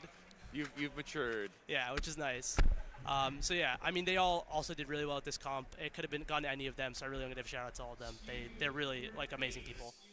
So you guys as a group practice FMC. Oh yeah, so much. Reflect on each other's solutions. Yeah, I think we make up like probably like 50-60% of the top 10 North America, which is crazy. And we all became friends before we started doing FMC. Like we all started learning together. Yeah. It started with Christopher Chi, who was the national champion in 2018, world champion in 2019. Yeah. One of the few people to hold both titles at once in FMC. And he taught all of us how to do FMC. So he's like sort of like the start of all this. He unfortunately DNF'd his mean. He got like DNF 23 DNF. He kind of after the first DNF just started messing around and doing blocks. Actually, the old school stuff. Yeah, funnily enough, if you took the best block solutions on each solve and combined them, that mean would have podiumed. Really? So it was Luke Garrett's hilarious 21. Then Chris's 23 on the second, and then Luke got a 24 with blocks in the last one too. Oh my God. LL skip. Oh my God. Yeah. It was really funny. Wait, Luke didn't podium though, right? No, he got a 24-6 mean. He got 21, 29, 24. Okay. But what's so funny is Luke's best solve outside of competition is a 24. And he has 2 23s and a 21 in comp. Well, he's just doing blocks, right? Yeah, he's just doing blocks. We always tell him, we're like, dude, learn EO. And he's like, hey, learn EO, learn DR. And he's like, maybe one day. He would nemesize like so many people. Like, so many people are actually like praying he doesn't. He's actually, I think, only FMC off of nemesizing me. Oh my goodness. Actually, no, Scube single, Square One single as well, which are both like fluky, and he can get them at any time. But yeah, hell of a comp. I think I've had such a fun time here, and I think that really helped me do well. Well, we're extremely happy for you. Yeah. Congratulations Thank again. you. It's good to be back on the stream. Yeah, I mean, you're always a natural. Do you have any shout-outs that you want to do? Shout out to my parents. They have helped me through all of this with like so much love and have always rooted me on. Shout out to my girlfriend who's watching back home. I called her after. She was really excited. Oh, that's great. Shout out to like all my friends, Alexi, Chris, Owen, Daniel, Zach, Carrie, AJ. Oh my God, I'm forgetting someone. Luke, Carter, Daniel. Like there's so many that I could thank. You all know who you are. I love you all, and thank you for helping me get here. And thank you for being so supportive. Well, this has been an interview with Krish Shanatwani. Krish, thanks so much, and congratulations. Thanks so much. Have a good one. We'll be right back.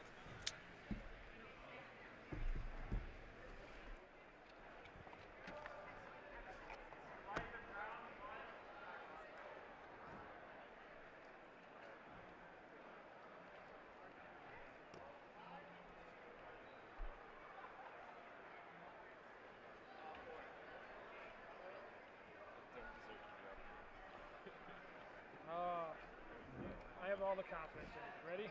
Whenever you're ready, let me know. I'm ready.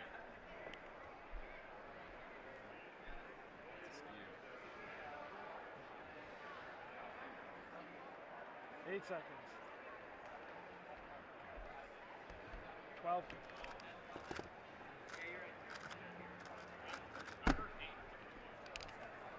See, you do belong up here. Too bad. Yeah. Considering I couldn't find anything. Thank you. Yeah, good job.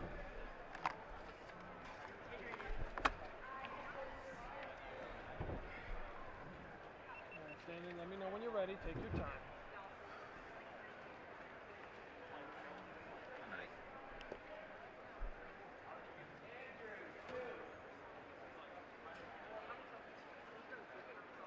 Eight seconds. 12 seconds.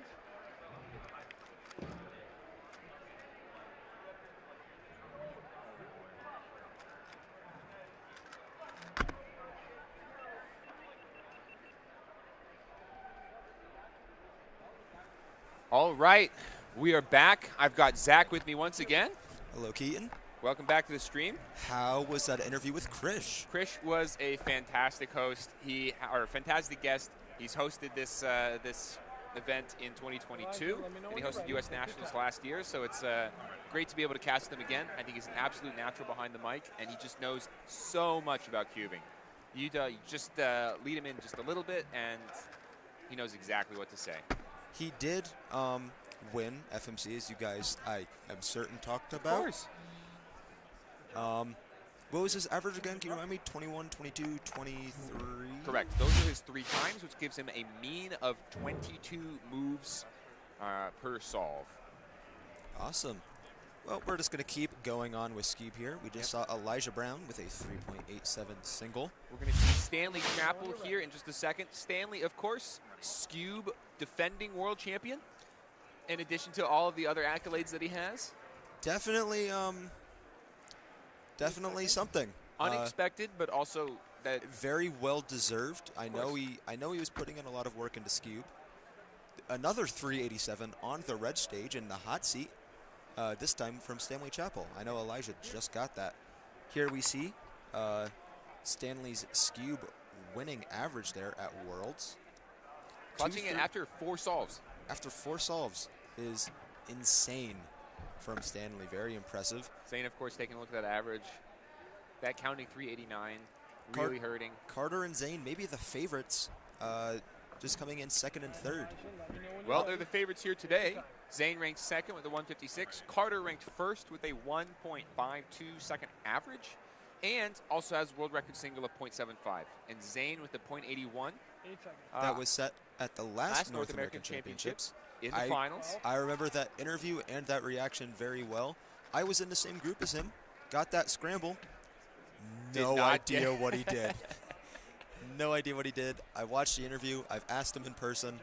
Still clueless. Elijah Brown here with a 423. Seems all right with it. We're going to see here on the blue stage Simon Kellum, also quite talented in Scube and the Pyraminx department like Elijah. Simon has a 184 average and 0.85 single for Scube. Very well talented. Quite busy. I know he delegated or attended a ton of competitions in the last year. Yeah, but still managing to keep up with practice is amazing. Yeah, he flew to California for a competition. Very cheap flight out of Sacramento to go to a competition in Davis. But there is no public transportation that's really convenient from the Sacramento airport to Davis, California. So he told me his flight was cheaper than his Uber. Wow.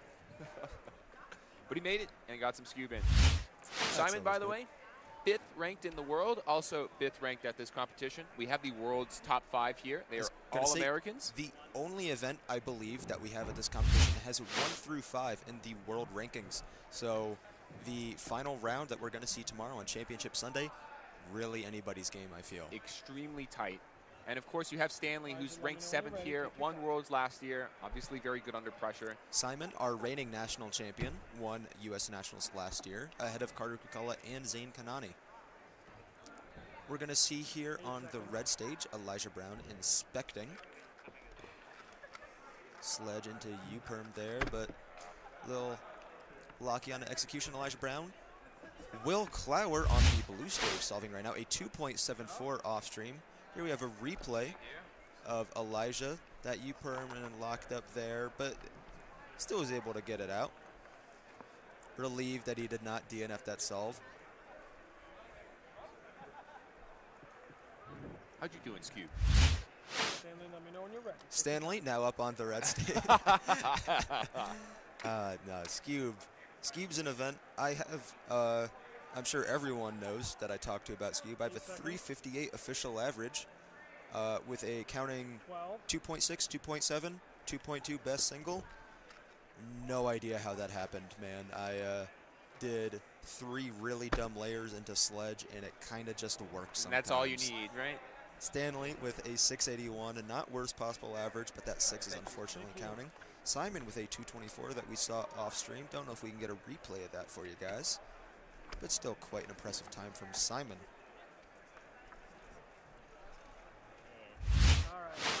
Here we're seeing that replay. Very quick layer into what looks like a 10 move NS. Looked like sledge, and then some sort of fixing of the layer, but quite fast, quite high DPS. Elijah Brown on the red stage. I'm trying to make out what that logo is on the Scube Center. I don't know if you know. Maybe I'll have to ask him sometime. I'm not quite sure. 6:59. A little bit of a funny timer stop. Taking it in stride. Congratulations right there. Maybe That cube just did not want to stay in your hands that time. that is Chris DeBar, the judge of that attempt.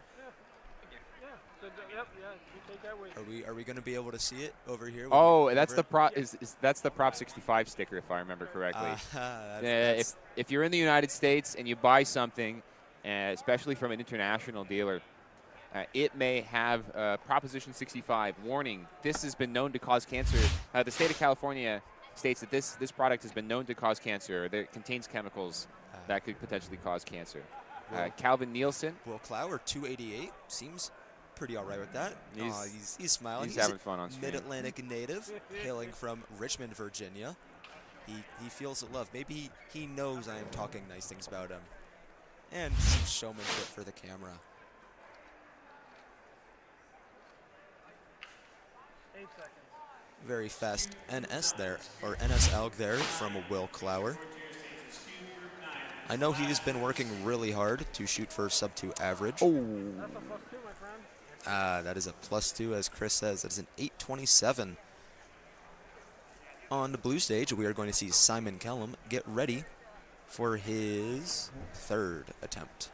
We've also just had Scube Group 9, which is the last group of Scube, be announced. This is the group that Zayne and Carter are going to be in. We'll have Zayne on the red stage and Carter on the blue. Simon inspecting. I see a big block there in the white layer. Simon doing the same solution as Will Clower, just fumbling at the end there, a 333 for Simon Kellum.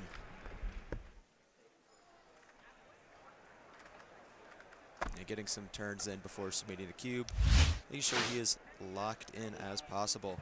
So we see that same white layer, and then the same NS Alg, 2 moves away from being solved there. Definitely a good thing he went and fixed that. That would have been a DNF if he stopped with more than. Yeah, it also looked like he started an Alg with a corner misoriented. So he had 3 solved corners, and then he had 1 corner left. So some cases, it might have been a case. A lot of NS Algs, I know one, so I know them all. Some NS Algs are very good cancellations with moves leading into them. There are only 4 axes you can turn on a Scube. Oh no, you can turn on every corner. My bad. There are 8 corners you can. Well, I mean, it's still 4 axes. It's the same axis for 2 different corners. Yeah, my apologies.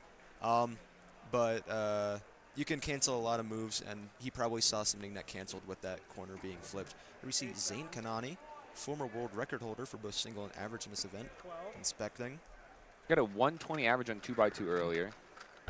Currently slotted in first place for that event. Quite high TPS from Zayne there. A 264 single. Maybe not what he's hoping for, but he's still got 4 more solves. Will Clower off stream with a 455. Zayne repping that Virginia shirt. Just committed to going to the University of Virginia this fall. He is committed. An excellent school from Thomas Jefferson himself. Of course, as a University of Maryland alumni, I cannot endorse a school any more than that. We're seeing Simon Kellum prepare for his 4th Scube solve of the average. Seeing here, and I see a nice orange block and blue block for him to possibly build off of. Simon trying to find and one look his entire solve and inspection, which it seems that he did. 208, quite fast turning there from Simon Kellum.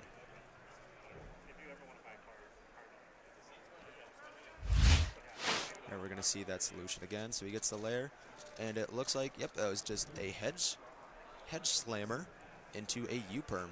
So that is a 12-slice solution after the layer. Not sure how many moves the layer was, but very high TPS there from Simon. So tell me a little bit about that term you just used, hedge slammer. Hedge slammer. So on Scube, there are 2 main short algorithms that build up the basis of a lot of Scube, called sledgehammer and hedge slammer.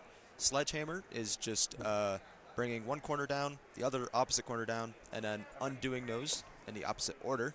And hedge slammer is just doing that backwards, or doing it from the mirrored angle.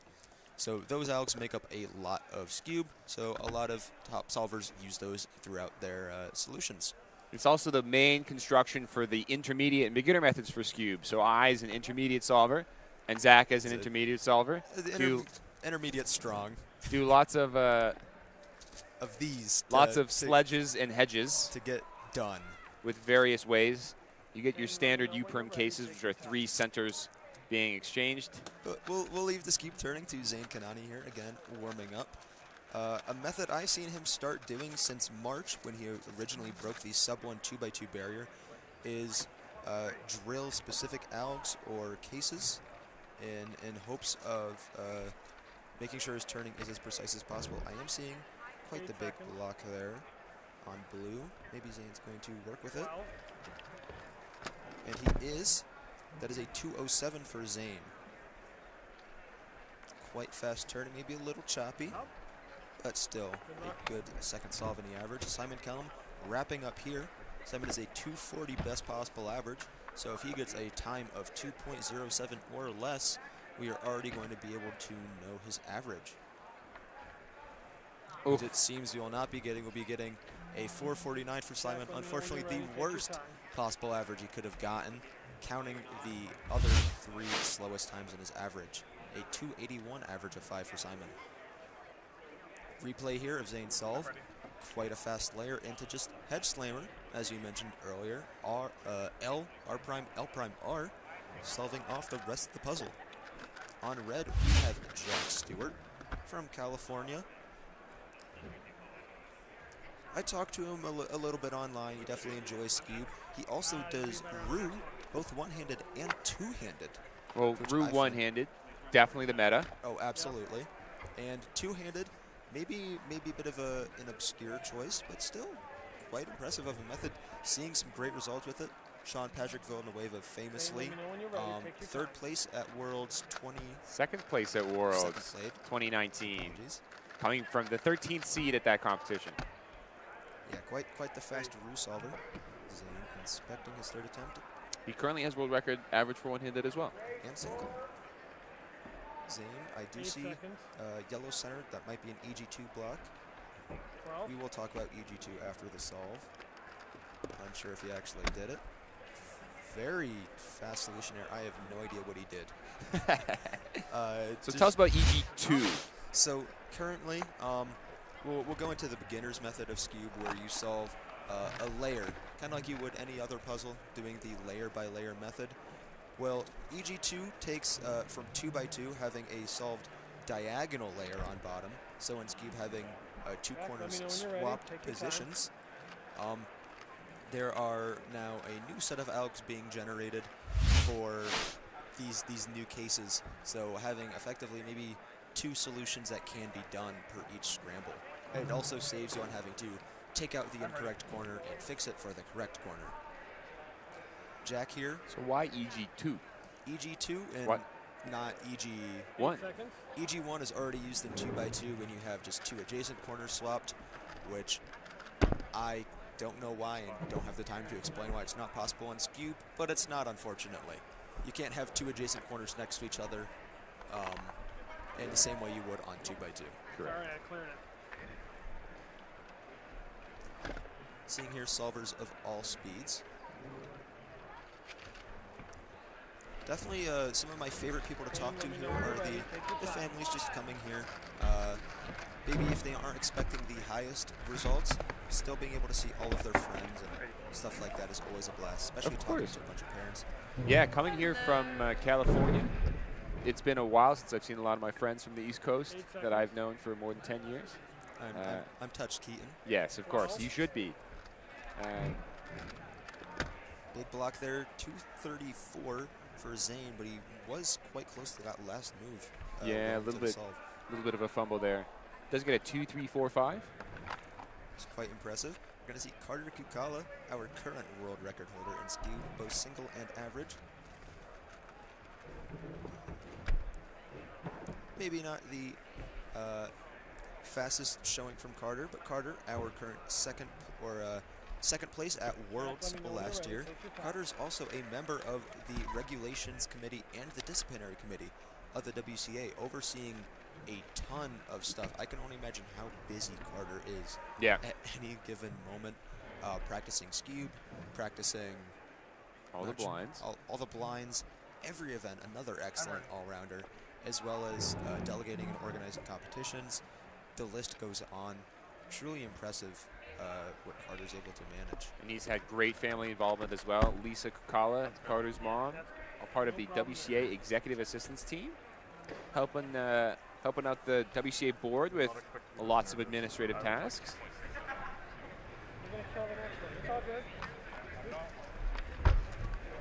We saw Jack Stewart there.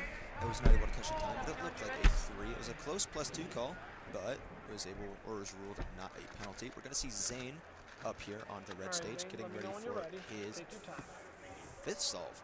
Wow, he has flown through these things. Yeah, Carter's just finished what we've recorded as his first time. Zayne on solve number 5 right now. Very quick there, 197, best possible average for Zayne Kanani. We are hopefully going to get him in here for an interview. I know I have a couple questions planned for him, so it'd be awesome to get to talk to him, get inside the mind of an amazing solver across several events. He's going to go drop a couple things off first, and then we'll go grab him to bring him on here. And I'll step aside for just a little bit at that point. Maybe I'll see you again on commentary, but if not, it was lovely talking to you as normal, Keaton. It's always a pleasure, Zach. All right, we will be back shortly. We'll keep commentating until we are ready for the interview. Jack Stewart getting ready for, I believe, his 5th solve. We do also have Carter preparing his 2nd solve and starting inspection on the blue stage as well. 8 seconds. Jack 173, fast single, and a 167 for Carter Kukala. Carter, both of these guys pulling out incredible solves. Jack did give a big thumbs up and smile to the camera. Very happy with that. I'm unsure of Jack's PR single, but I can only imagine a 173 is still very fast for him. Absolutely. Let's see a replay of Carter's here. So that looked like a 3-move layer, and then a couple moves for NS, and it was just done. Quite impressive solving from both Carter and Jack Stewart there. That's almost half of Carter's last time. 3.2 down to 1.6. Wow, fast. Here we see Caleb, let me know when you're ready. Take your Kearney, time. Pennsylvania state champion in clock. We just had the state championship last month, I believe. Out in Mechanicsburg. Out in Mechanicsburg, Messiah University. Go Falcons. Quite a lot of blocks here on this Keep Scramble. This looks like a lot There are of 3 different colors you can choose from: blue, orange, or green. Goes for orange. Caleb, maybe picking the right one there. 353 thing single, quite fast. We also see Taj Bresser on the blue stage. The time just got reset, but it was a 3.6. Not a bad time for Taj. Yeah, absolutely. Here we see a replay of that. Taj getting pi plus Z perm for the advanced NSKs, but very smooth turning from Taj there to solve that. We see Carter Kukala again getting ready for their 3rd solve. Inspecting, seeing some blocks here.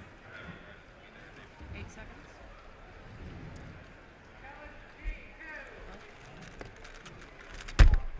Carter with a 2 flat there.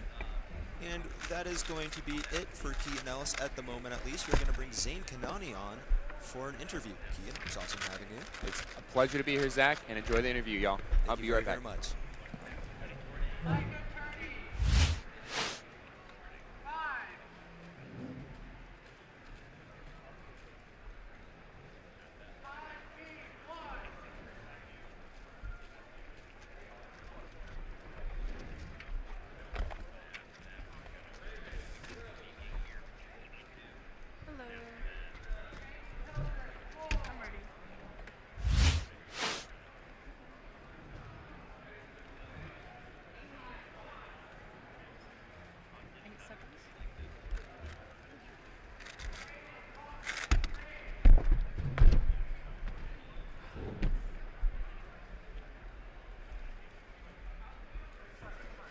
Sorry about that. It's okay.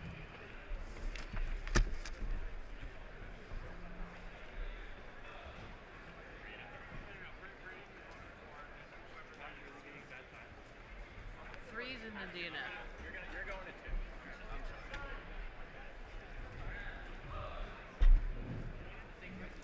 2. All right, everyone. This is Zach Reidel here with Zayne Kanani.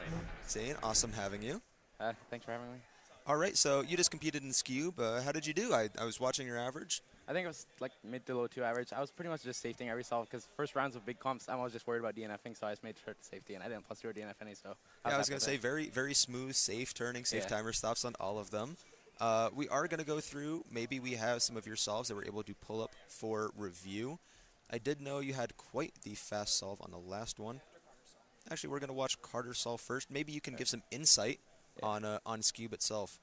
Carter off to a decent start. Yeah. I saw this scramble. I did not execute this very well. I did a kind of weird solution. Looks like Carter might go for the foremost, do this nice NS. Oh, the other way, okay. A Good 193 execution. from Yeah. Carter. So do you want to talk about that solution, maybe NS as a whole? Maybe explain to the audience what NS is and how it's gained a lot of popularity as of late? So yeah, it's pretty much just this, like on 2x2 you do CLL by solving a layer and then finishing with an ALG, and then on Cube you do layer and then NS, which is basically the equivalent on Cube. All right, so a lot. We'll get more into Scube as well as the methods to solve it and 2x2 later. But first off, I see your amazing shirt, Virginia. Yeah, we going this fall. You just committed to the University of Virginia. Yep. You excited? You ready? Yeah, excited but nervous. Do you have any plans on maybe how you're going to balance cubing and college? I know a lot of our viewers are either college aged or going to be in college maybe one day, and maybe you want to give them some advice or what you're planning on doing. And I probably won't practice as much, at least like the first few weeks when I'm like getting settled in, but I'll try not to like get super rusty or anything and just still cube. All right. So I do have a couple questions in here, right? Or questions written down for you. Currently, you are a favorite going into both 2x2 and Scube here at this competition. Reigning North American champion in both and the national champion in 2x2. How have you found it best to stay composed in these major final situations, especially as of late? I know I've seen you start a new practice or warm-up routine for solves starting around in March, right when you got your sub-1 2x2 average. Congratulations again. Do you maybe want to talk about that, stuff that you've been practicing to maybe stay composed? Yeah, so the thing I started doing in March, because I used to do it a few years ago and I just stopped for some reason, but basically I just like warm up by executing a few times so I'm confident in my turning, like just doing random solutions, and then I go on the official solve. All right, and you've been doing that across all events? Well, or basically it's 2x2 and Scube. 2x2. The events where your turning really needs to be dialed in. So I have written down here, sorry. You broke the sub-1 barrier earlier in March and attained another 2 sub-1 averages since, with several close calls in between. With sub-1 being the last second barrier for 2x2 to be broken, and thus we're breaching into negative times here, which isn't going to shock me at this point. When do you think we are going to see the human limit of 2x2? Do you think we'll see a limit ever? Are we going to keep going on? I don't think there's like an exact limit. It'll just become like, once it gets to like 0.6, it'll become super rare that it gets broken, and then like 0.5. I'm not sure if we're going to see better than 0.5. Maybe 0.4 could happen, but like, yeah, I don't know exactly. So speaking of the limit, ways for competitors to approach this limit, there are a bunch of new methods, or at the very least, there are a ton of 2x2 methods that I know of that are mind-blowing to me. So as you mentioned earlier, CLL, where you solve a layer and then the top corners, and then EG1 and EG2, where you solve the layer, maybe not in the solving all the corners together, as well as TCLL, and newly, that has blown me away, CBL and TCBLL, or a TCBL. Do you maybe want to talk about those methods, how much you've been experimenting with them? Yeah, I haven't experimented all that much. It's basically I'll explain. So CBL and TCBL is basically when you have, like, you solve all of one color into one layer and then all of the other color into the other layer, but it doesn't have to be like oriented any certain way. So you could basically have a Soon on one layer, and then on the other layer you could have a TOLL, and then you just do one algorithm to solve the rest. So how much of those do you know so far? I don't think I can give an exact amount. I learn random cases. Got it. So talking about learning random cases, not every scramble is the greatest, as you can imagine. Some scrambles are naturally different than others. You know, some are 4-movers, some are, not 4-movers. When you find a bad scramble in competition, how do you choose to attack that afterwards? Well, yeah, like after the comp, usually I try generating and just trying to find like whatever the best solution I think would be for the scramble, and try to find a way I can like see it, like learning a scramble kind of. But it's not exactly like ALGs. It's like there could be like some weird LS that I didn't think of, and I would just try to be able to find that. All right. I do have wrote down here that I really wanted to talk to you about. You come from a family of cubers, or at least there's the 3 of you. There is you, reigning in 2x2 and Scube, Hassan in Square 1, and Ibrahim across big cubes, as well as just being a very knowledgeable competitor overall. How do you feel maybe joining the list of cubing dynasties, such as we have the Egdal brothers, the Vire brothers, the Juan Key brothers? How do you feel maybe attaining that level of status there as a family? It feels kind of weird to me. I don't really think about it that much. Do you think that you all benefit from each other? You all teach each other things? I'm not sure how much Hassan is teaching you about 2x2, but is there things that maybe he's helping you with, either like inside or out of like 2x2 itself, or maybe just competing, anything like that? Yeah, I would say he's helped me definitely more with like square one. I haven't worked on it as much recently, but like he's helped me with like better PBL logs and stuff. Well, it's nice still being good at square one. So at our local competitions, we can get our acclaimed HCZ podium. Do your siblings take any other kind of role in your cubing career, if we'd like to call it that? I guess it's like if I do bad, helping support me, or like just my mindset and stuff for competing. I have seen Ibrahim a ton today, watching you and helping make sure that you have all of your solutions dialed in, as well as with Hassan as well. Yeah. So we do have some of your scoop solve here. I know we have started with 3x3 round 2. Let's maybe go over your fastest scoop solve from the last round. Maybe you can tell us what you did, what you saw, maybe some options that you could have taken. Yeah, it was your fifth your fastest solve? Yeah, it was 1.9. It was really not that good of an execution. It was a one-move layer cancel into an NS Elg. Let's get it up on screen so we can talk about it to the viewers. So it was, I was canceling with the Elg, and it's like set up to hedge in like 7 moves or something, but I just locked up a lot, and it was really not that good of an execution. Yeah, I saw it was close, and there was maybe a weird layer into sledge, or did the layer cancel an AUG and then the sledge was the result? It was pretty much 2 AUGs canceling. It was like a 7-move AUG and then hedge after it, and the first move of the AUG was done, so nice. So with these fast events like 2x2 and Scube, you are one-hooking your solutions in order to find multiple solutions and then pick which one is the best out of all of those. Yeah. How many solutions do you think you find or look for on each one of those puzzles? I mean, it depends. It really depends on the scramble. Like, I would say usually on 2x2 I might find around 5 or something, and then on Scube maybe like 3 or so, but it really depends. Sometimes it's more or less. So I do want to know, what is the most solutions you have found on one 2x2 scramble? Five sounds like a crazy amount. But I don't think I could give an exact number, but it's also like I might be able to check a solution and then from that know what a few other options give on a certain phase, so then I can just go off of it even without technically one looking like multiple. Okay. We do also have some of your 2x2 solves. We'll go over solve 3 from the first round. Do you maybe want to talk about what you did here for your solution?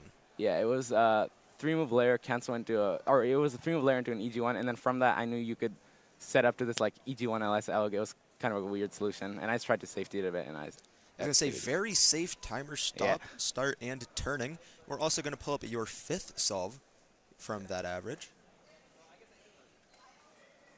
Maybe walk us through what you did there. Oh yeah, okay, now I remember. It was an insert into anti-CLL, and I just tried to safety it a bit, and that was actually probably the best execution of the round for me. All right, well, it looked very fast. Maybe just going into what you have expectation-wise for the rest of the competition. I imagine you're trying to become our North American champion twice now in 2x2 and Scube. Any other goals or PRs that you're looking to break? I would say I usually try not to set too many goals. Like, I would like to get defending my title, but if not, it's okay. Like, yeah. Well, that's a great mindset to have. I'm not sure how active you are on social media, but I do know you have a YouTube channel. Is there any social media or YouTube that you would like to promote where people can find and see more of you? I mean, yeah, the main thing is just my YouTube channel, which is my name. I don't like use social media too much. All right. Well, it's been a pleasure having you, Zayne, on for an interview. It's great to learn more about these events, which I'm starting to realize how little I know about. It's been awesome having you, and good luck in 3x3 round 2. Thank you. Awesome.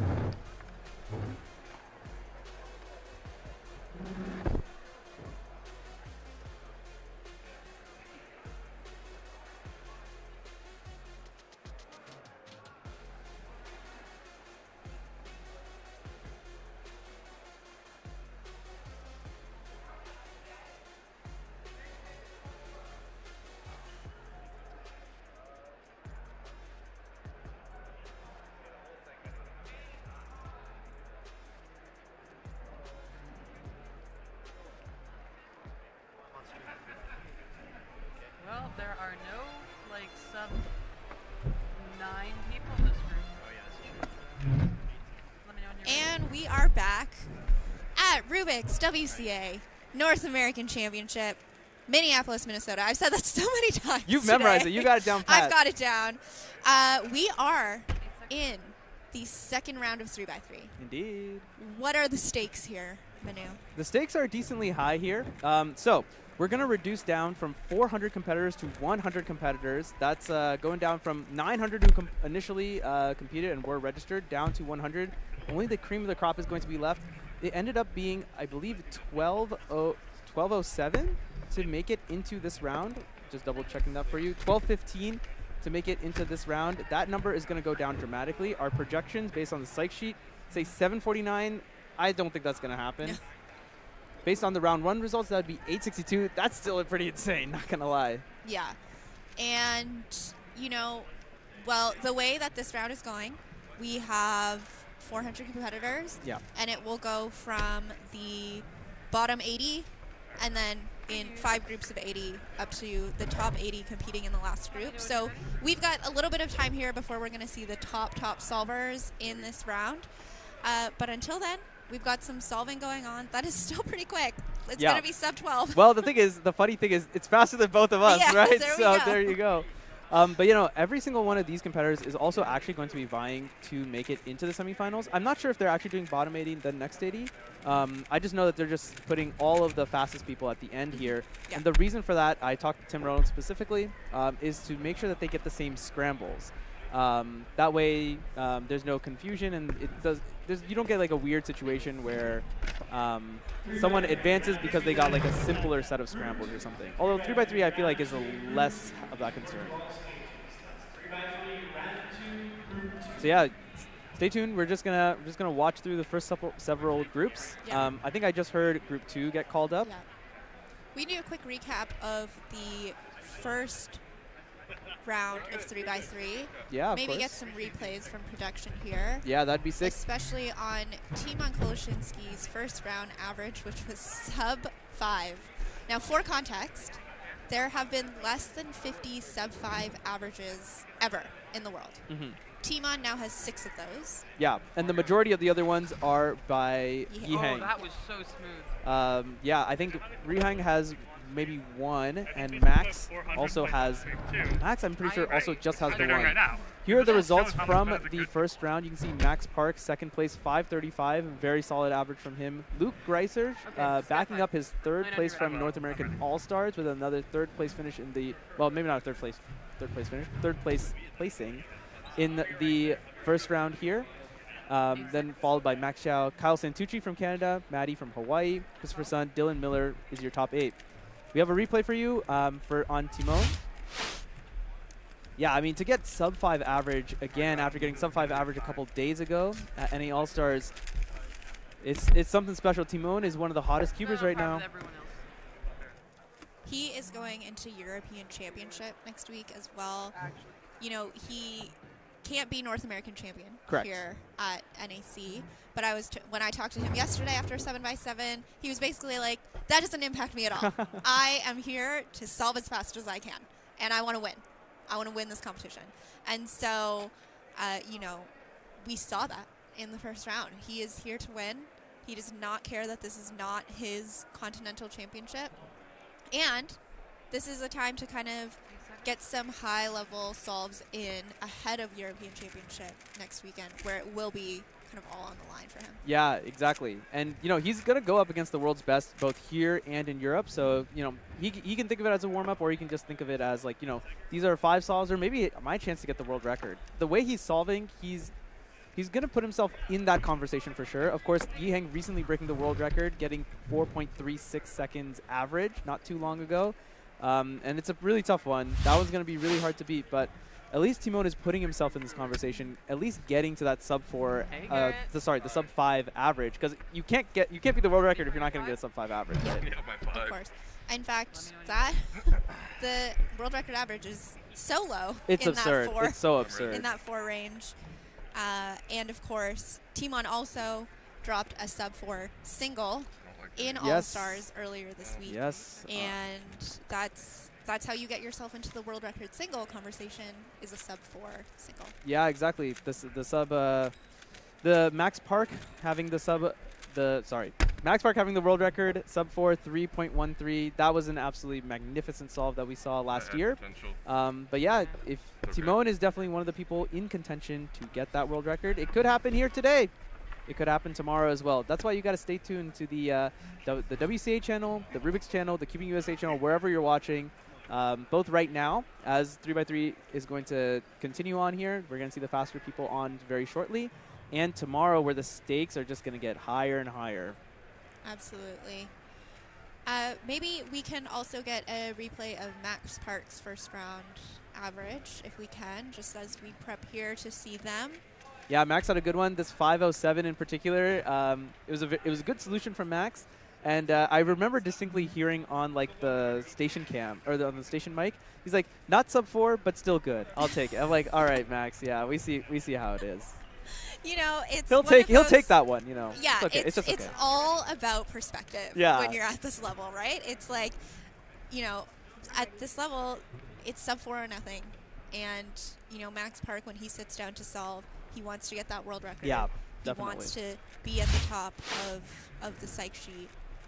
All right, here are some of Max's solve from the first round earlier today. Yeah, and what stands out to me is, you know, Max is this type of solver that's just very consistent. He doesn't really vary. Yeah, so he doesn't vary too much across averages.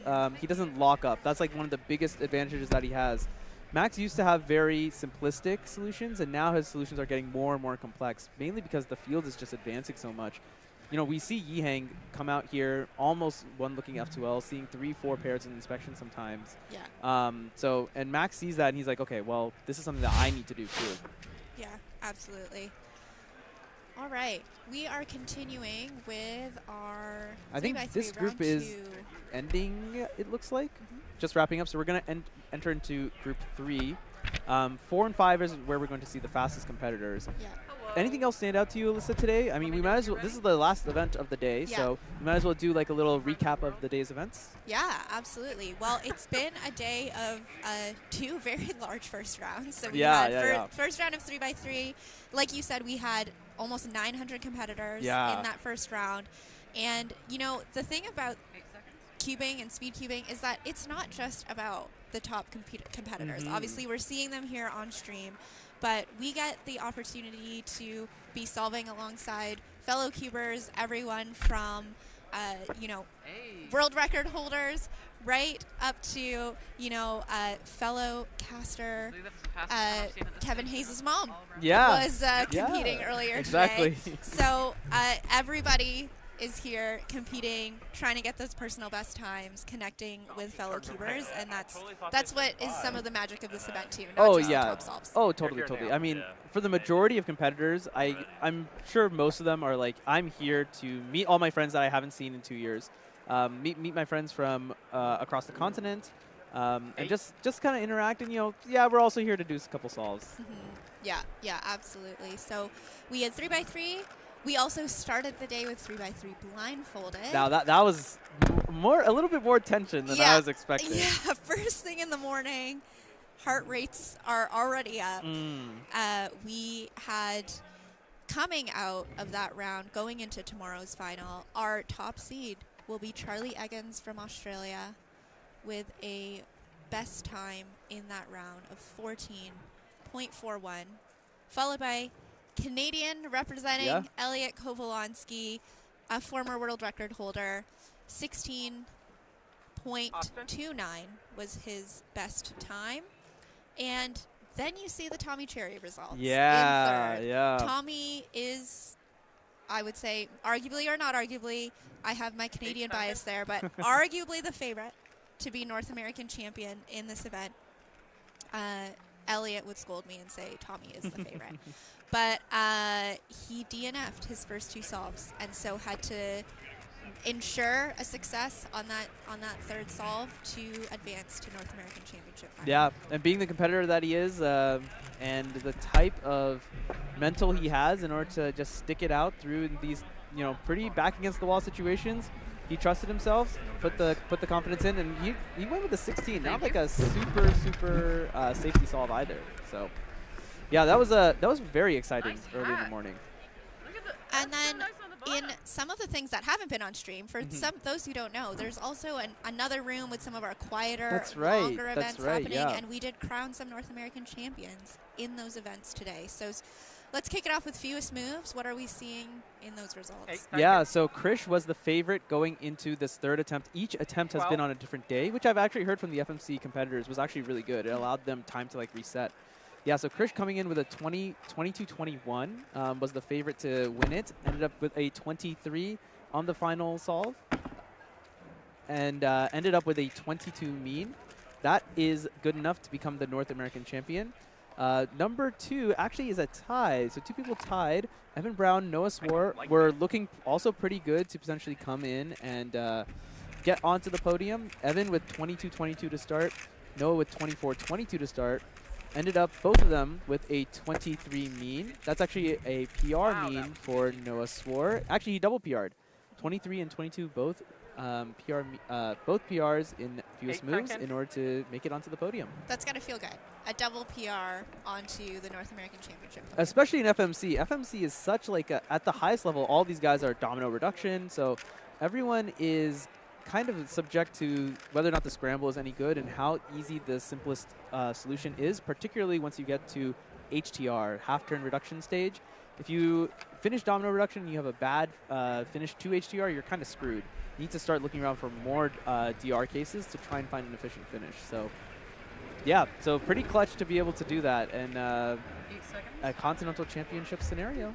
Awesome. Then we had 5x5 blindfolded final, and we crowned our North American champion in that event. No surprises here. Stanley Chapel is so far ahead of the field in North America, at least. In terms of 5-blind, of course, Hill Pong being the world champion, Stanley getting onto the podium, but here in North America, he's ahead an entire minute on this podium, 2:52.72.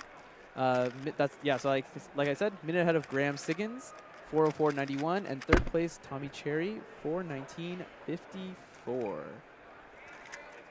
And then finally, we settled 3x3 multi-blind in today's events, and once again, I think some surprises that you just never know in a championship, right? Yeah.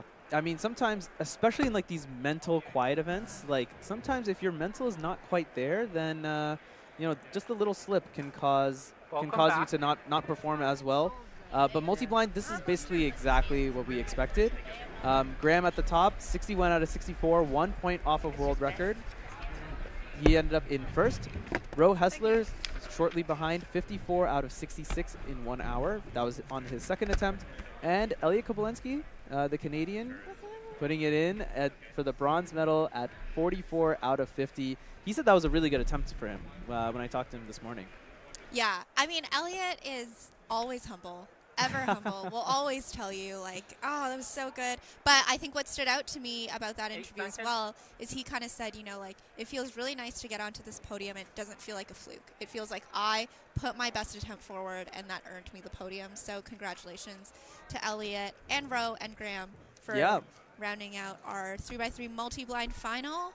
And Graham Siggins, our 3x3 multi-blind North American champion. Multi-blind is such an interesting event to follow because it's very rare to actually watch multi-blind. Most people don't want to watch it, but the results are always so interesting. Graham being 1 point off of world record here.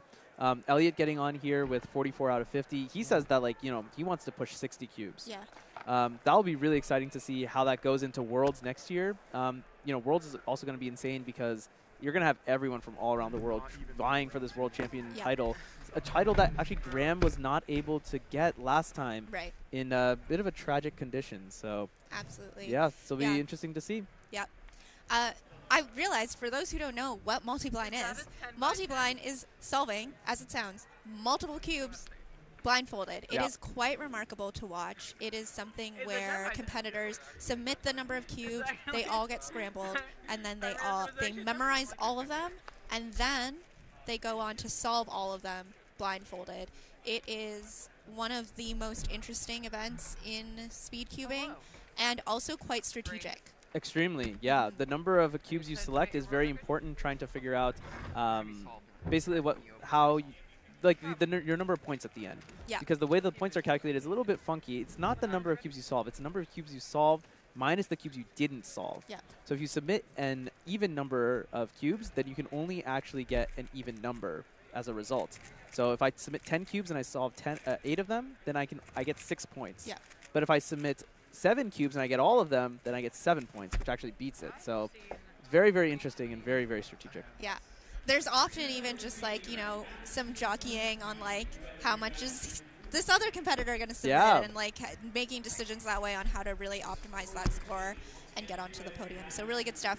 All right, and then the day just before this round of 3x3 that we're in now, second round, we had the first round of Scube. Yeah, I wasn't on this, so I didn't really see a lot of the stuff that was going on.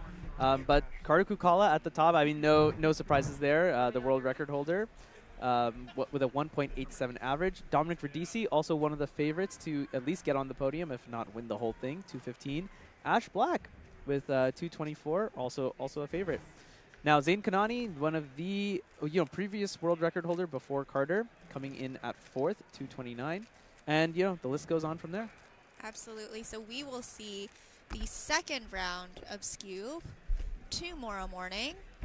And that will determine our Scube finals, which will definitely be one to watch. We have Carter and Zayne vying for that top spot, but also we have been told on this stream not to sleep on Dominic and Ash. Also here in the third spot. Yep. It's going to be a really heated fight for that. I'll throw one more name into the fight. Taj Bressert, cuber from the West Coast. She has the female world record. So if she can get onto some kind of pace, then she says she has a good chance to podium. I love that. Yeah. So that'll be exciting to see. Okay, once again, we are in the second round of 3x3 Cube here at North American Championship in Minneapolis. We are looking at just the middle of the pack right now, and we are awaiting our fastest competitors who will be looking to make it into the semifinal of 3x3 Cube, which will be happening tomorrow morning.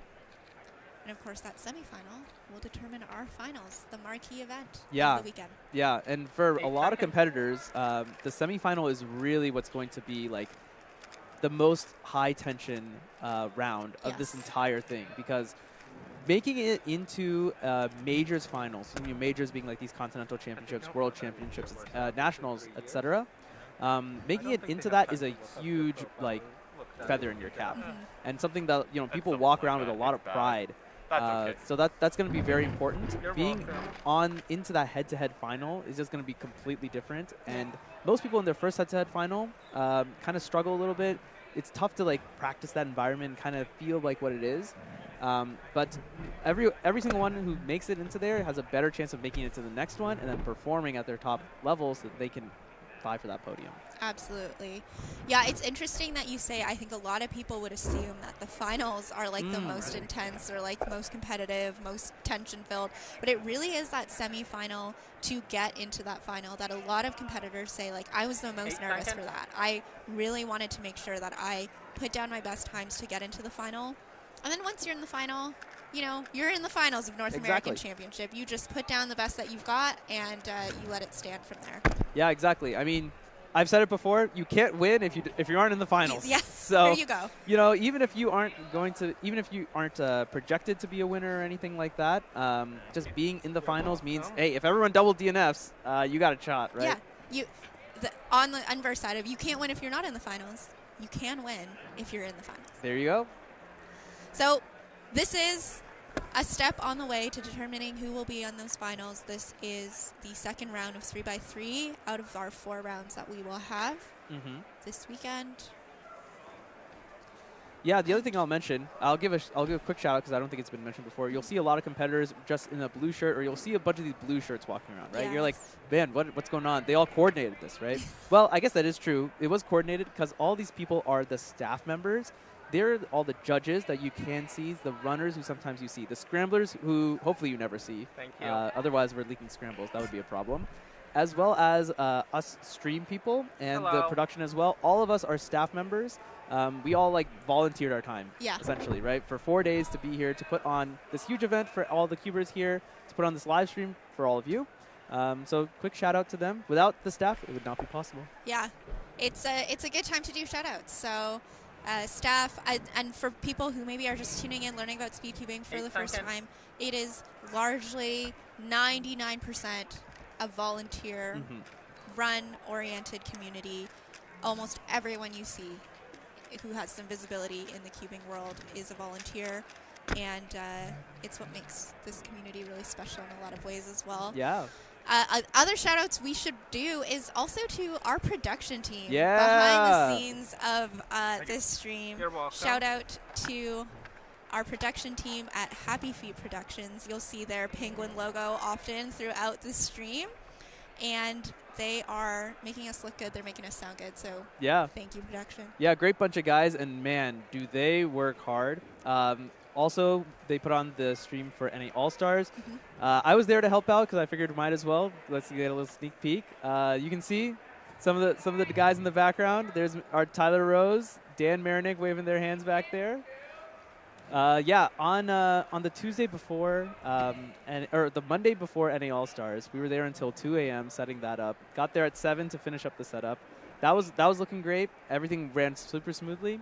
After the setup, for the teardown, we were there until, I think, 8 doing teardown. Then immediately, as soon as we get back to the Airbnb, what do we need to fix for NAC? We did a bunch of graphics work. That's all up here. Then we took Wednesday and Thursday until 11 p.m. to set everything up. And now the stream is just more or less running itself. I'm sure Tyler, our technical director, has some complaints. He's like, I could have done a little bit better here and there, but trust me, if you all like the stream, would love to see like a +1 or a yes, or just clap emoji in the chat for all the Happy Feet people. Awesome stuff. And yeah, everyone in the chat, I'm also curious to hear what moments you are most looking forward to, whether that Or be favorite moments from today. Yes, exactly. Let us know what you thought was the coolest thing that you saw, or what you're looking forward to either today as 3x3 round 2 continues, or tomorrow as we're going to get into our finals block. Awesome. I think we are in the third group of 5 now of 3x3. We've got a few of the stream team of our caster team in some of these groups. So yeah. I don't know if we can get a roaming cam to Brandon Lin, who I see just out of the corner of my eyes finishing up a solve here. Yeah, I see the mobile cam walking around. Had the camera on Kevin for a second. Yeah. Back here, he's been warming up hard. Yeah, Kevin is warming up hard. He's in group 4. And maybe, a secondary storyline that we can follow. Kevin was 101st in the first round of 3x3. Now remind everyone how many competitors make it into the semifinals. Well, exactly 100. Number 100 makes it in. 101 is out. So, pretty high stakes for our one and only commentator, Kevin Hayes. Kevin's been competing for a long time, too. So. Kevin knows how to handle stakes like that. And, yeah, those spots are some of those heartbreak moments in cubing, yeah, right? Man. The 100, 101 cutoff, and tomorrow, that 16, 17 cutoff will be someone's heartbreak moment for the weekend. It'll be someone's potentially a little bit of a heartbreak motivating moment for the next final. Yep. I don't know if Dylan mentioned this when you talked to him, but he did. Yeah, exactly. Missing finals 1 year, that really motivated him. He was like, yeah, I spent the next day crying, and the day after that, it's like, all right, it's time to get to work. I'm never missing a finals again. Yeah. So, it's not all bad news. Yeah. That is Dylan Miller, who we spoke with earlier this afternoon. A great conversation. We've been speaking to so many great cubers over the last couple days, and this stream obviously has replay available, so would encourage you to go back, listen in on some of those conversations because they have had some great insights. Have you had a favorite interview, Manu? Well, the only interview that I've done on the stream was with Elliot. Man, dude, Elliot, because I mentioned you mentioned this earlier. Elliot is a great talker, 100% vouch. He is a fantastic talker. He has a lot of interesting thoughts. He even explained like the way that like multi-blind like rooms work to the audience, which I was like, okay, like that's not what I was expecting, but you know, sounds great to me. You're welcome. All right, here we got Keaton Ellis. Yeah, there giving you us go. a wave, getting ready to compete in 3x3 round 2. Keaton, of course, more well-known. Well, I don't know. This is up for debate. Keaton is well-known for his one-hand solving. Here's Zach Rydell as well. Oh, man. But Keaton is very well-known for being a almost two-time world record holder. Yeah, Keaton, very, very famously, infamously, shall we say. I forgot the exact River Hill Fall 2015 is what I want to say. Was the competition, gets 5.08, I believe I forgot which round it was. In round 1, let's say. He has the world record at the time. He's celebrating, it's all good. In the next round, so it's a completely different scramble, Lucas Eder gets the world's first sub-5 single, 4.90. The way the WCA tracks world records is at the end of every day. So Keaton never had a world record, even though, you know, technically it was a world record for like two hours or something, but never in the database. So it's a lost world record, something lost to time. And recently got some mainstream attention. That's right. Yeah. I didn't look at this NPR thing, but I did hear that he was on Tom Scott's Lateral podcast, right? Was that what it was? I believe so. Yeah. Yeah. It's interesting because that podcast is something I've been listening to a while, and never have they mentioned speed cubing.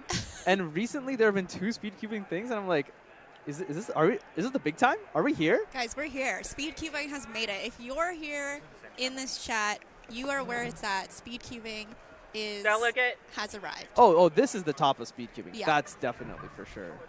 This is the best of the best, and you know the live stream is like the best it's ever been. Hopefully, it's easier for you all to Alex, follow can you along. come back? I think the commentating has been fantastic also. If you do say so yourself. No. Forget my commentary. You know, I'm listening to everyone else. Everyone else is fantastic. Look, we said it at the jump. The commentary team is star-studded. Other than me, I'm just a kind of a bozo who's just here. But yeah, no, everyone has done such a great job. I've loved following everything from NAC so far, and man, Sunday at a major championship. Yeah, absolutely. Anyway, here's Dylan. He's one of our good friends from SoCal. He, as you can see right there, Rue Solver. Explain Rue to us. Yeah. Here's one thing we'll say also. If you hear us saying acronyms or things like that that you are not familiar with, in the description there's a link to a Google Doc that hopefully will help give you some context to some of the terms we're using. Yeah, exactly. So, about Rue. Rue is a very interesting method to solve the 3x3 Rubik's Cube. Most competitors will be doing a cross, then F2L, the first 2 layers, and then they will solve the last layer in 2 steps, OLL and PLL. Rue instead solves 2 blocks, kind of like this. So you see that there's 1 block over here that's in my right hand and 1 block over here in my left hand. So first block, second block, and then from there, Rue orients all of the remaining edges like this, permutes a couple of them, and then just does everything else. Just solves everything else. The corners can also be misoriented. That's a step called CMLL. Very similar to COL, but a little bit easier since you're allowed to use the M layer and you don't need to worry about edge orientation. Yeah, and so with Rue, you'll notice you recognize Rue. This is how I recognize Rue as someone who's not as proficient in recognizing methods. A lot of M moves is what we call is this kind of move, moving that slice in the middle. Yeah, that's that middle layer slice. So you'll see that a lot at the end. All right, Brandon Lin, here of casting team fame. Well, Brandon has actually had a world record, so you could say he's even There more we go. famous That's than true. Keaton. That's true. Brandon's also commentated in like loads of like big time competitions. NAC 2022, for example. Shout out to NAC 2022. Yeah, that's a comp I wish I had went to, like in retrospect.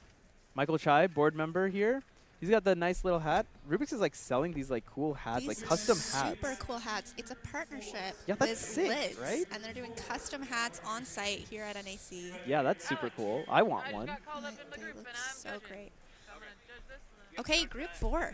Group 4. As the tension builds and we get closer and closer, one thing I will mention for all the viewers, not everyone is going to be on these stream tables. For load balancing purposes, first of all of the faster people are in like the later groups.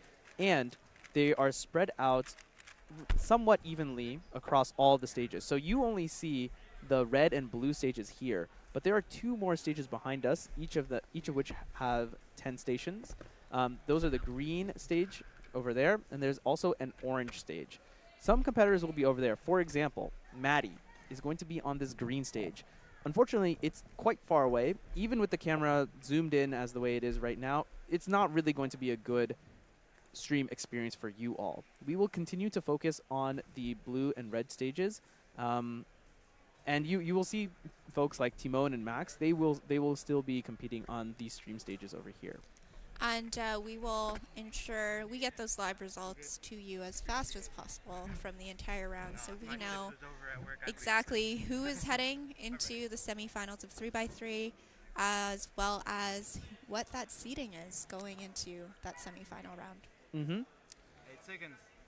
Alyssa, who do you think is going to come on top in this round of 3x3? Who do you think is going to end up in the top place? Such an interesting one. I'm not going to say Max. Okay. Even though that's never a bad pick Yes, to say indeed. Max Park. You know, so for those who don't know, I was part of the organizing team for NAC 2022, where Maddie Heroanaba was our North American champion at that event. So I am partial to Maddie. I'm a big fan of Maddie's because of that. And so I'll say Maddie. I think that he's been doing some incredible solving as of late. Yeah, Maddie is a very, very hot competitor. I think there are 3 people right now who are on absolute top of their game.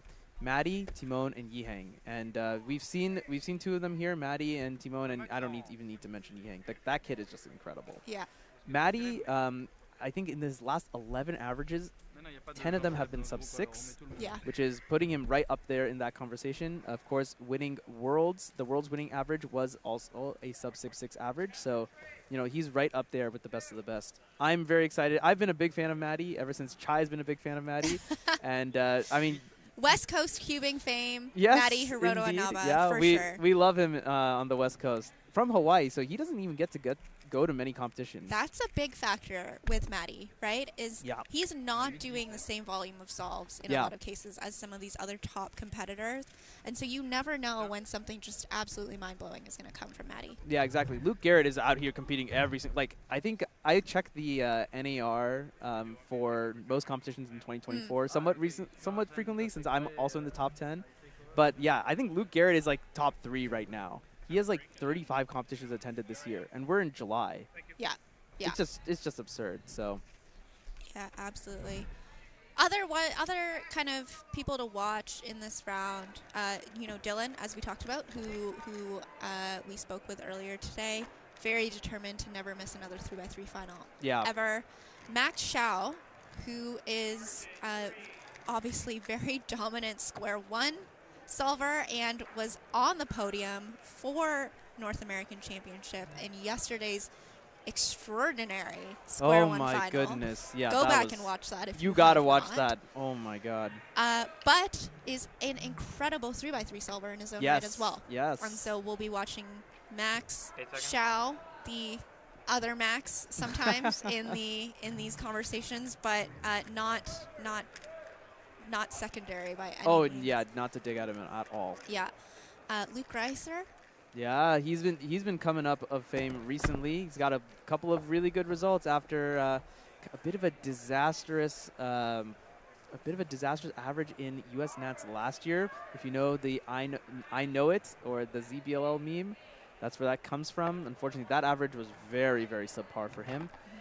He made a vendetta that my solving for NAC is going to be the best it's ever been, and it's looking like that. Third place finish at All-Stars as well. So. Yeah. And then we have Brennan Land, the Canadian national record holder.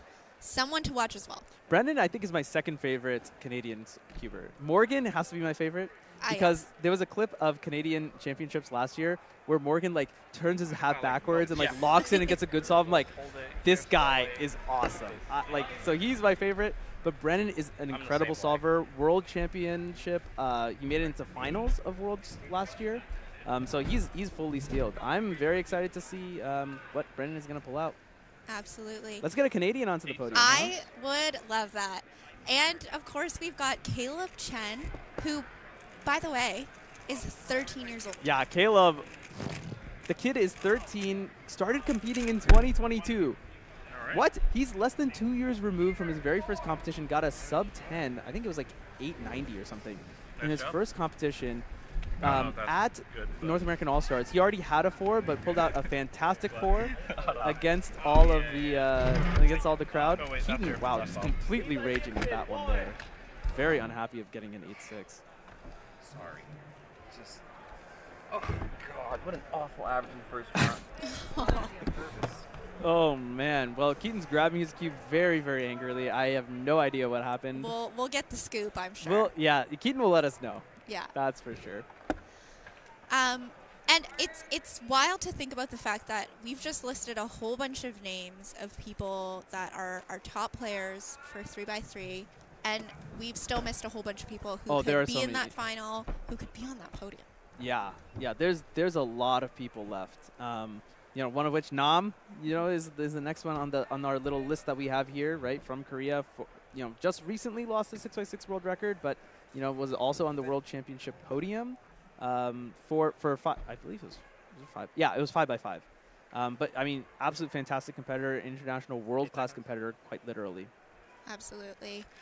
And yeah, I'm thinking of, you know, even Canadians like Kyle Santucci. Right. Yeah. Very much. Kyle is an insane solver. Yeah. I feel like Kyle could just get like a low 5 average at any point if he like locks in. His TPS is absurd. Yeah, I believe in the first round actually Kyle was on pace at some point for the Canadian national record. He did end up getting a PR, but unfortunately it looks like he got worst possible average 746 at the end to get, you know, the worst possible average 5.88. What is the Canadian CR? I guess Brennan probably has it, right? Yes, it is 563. Okay, so he was very close. So he was very, very close. Yeah. He actually didn't even need something absurd. He probably just needed like a mid. Well, he needed a mid 5, I believe. Never mind. I take that back. Mid 5 is pretty good. Still, something he's very capable of. Oh yeah, definitely. For him, it's within range for sure. And just to add insult to injury. What a +2. Yeah. I actually thought. Yeah, unfortunate that one layer being off there. I still missed the turn. This is a member of the data entry team, someone we didn't mention earlier when we were doing staff shoutouts. How could I forget? The data entry team gets all of our live results to you fast, accurate, and they're just, I mean, competitions wouldn't be the same without our data entry team. Yeah. I mean, you may have seen them. You may have seen what we're talking about here. You'll see little pieces of paper. That's the scorecard. That is the scorecard. That's where all the official results get written down. And from there, they go to the data entry team. The data entry has to read that, associate that with the competitor, and then enter that into WCA Live. They're doing that as fast as possible in order to get you all the live results. So everything you see on WCA Live, all the results that we're talking about, all have to go through data entry. And look, after doing some data entry, I can tell you that is not an easy task. There is some bad handwriting out there. Also, just high concentration. All right, here goes Kevin Hayes, looking to make that semifinal. Man, he is pausing a lot. This is not what we saw in his practice. 876. Kevin has some of the best reactions, I think, in the world. If you go back and look at some of the reactions from like previous competitions, man, dude, they're hilarious. Chat, give us some predictions. This is now Group 4 because we're seeing Kevin, so Kevin's in Group 4. But as we get to Group 5, tell us who you think is going to be at the top of this group going into the semifinals. Jacob. Also, shout out to Canadian legendary Canadian keeper Eric Lineback in the chat. Hi, Eric. Thanks for the shout out. Favorite part is the penguin logo. All right, well done, Happy Feet. They've selected a good logo. Glad to hear it. There's also another Canadian in the chat. Hi, Chris. Good to see you. 8 seconds. Good. I'm glad to see the Canadians are coming out. It is North American. It's North American champion. You know, it's all of our championships. It's not the U.S. Nats. It's not Canadian championships. It's North American championships. All right, we've got a lot of Team On in the chat. I'm all the way Team Maddie. Absolutely, both flukes will make it top seed. They can't both. They can't both be number 1. They could be 1 and 2.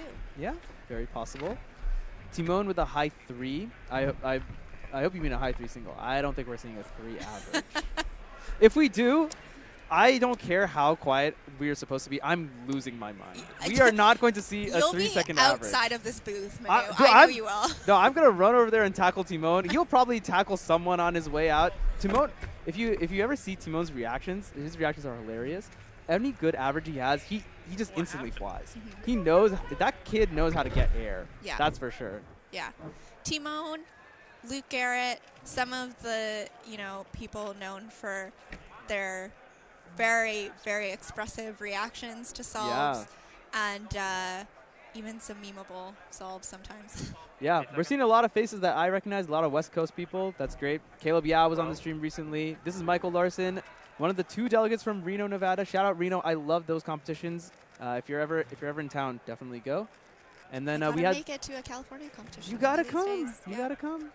And then we also saw Lucas Guerin on the stream earlier, formerly of actually I think he's still on WRC Regulations Committee, and is probably most well known for breaking his sub-10 barrier after 17 years of competing. Yes, absolutely. That was a trivia question yesterday. All right. Kevin's not going to be happy with this. Yeah, this is a... I'm going to say it right now, Kevin. This is a solve I could have gotten. Sorry. Look, man, all respect. You're way better than I am, but that one solve, I'll take it. I got 1 on you. Got a shark. One thing I guess we should also mention is a lot of people have been mentioning it in the chat for a while. Yihang. What's going on with Yihang? He's on the psych sheet. I haven't seen any results from him. Yihang did not compete. He was not able to show for whatever reason that is. So while he may appear on the psych sheet, you may see his name in some places. He did not compete in any of these round 1s. And so even if he showed up tomorrow, he would just not be able to compete at all. I'm shaking so bad. I doubt he will be showing up tomorrow. I don't think... I would not show up from China for one day to actually, North American Championships to not compete. It's, especially, he doesn't know English, so it seems a little odd. Lucas Guerin again, I was just mentioning. Let's see if he can get sub-10 here. He actually got another sub-10 average earlier. I saw that.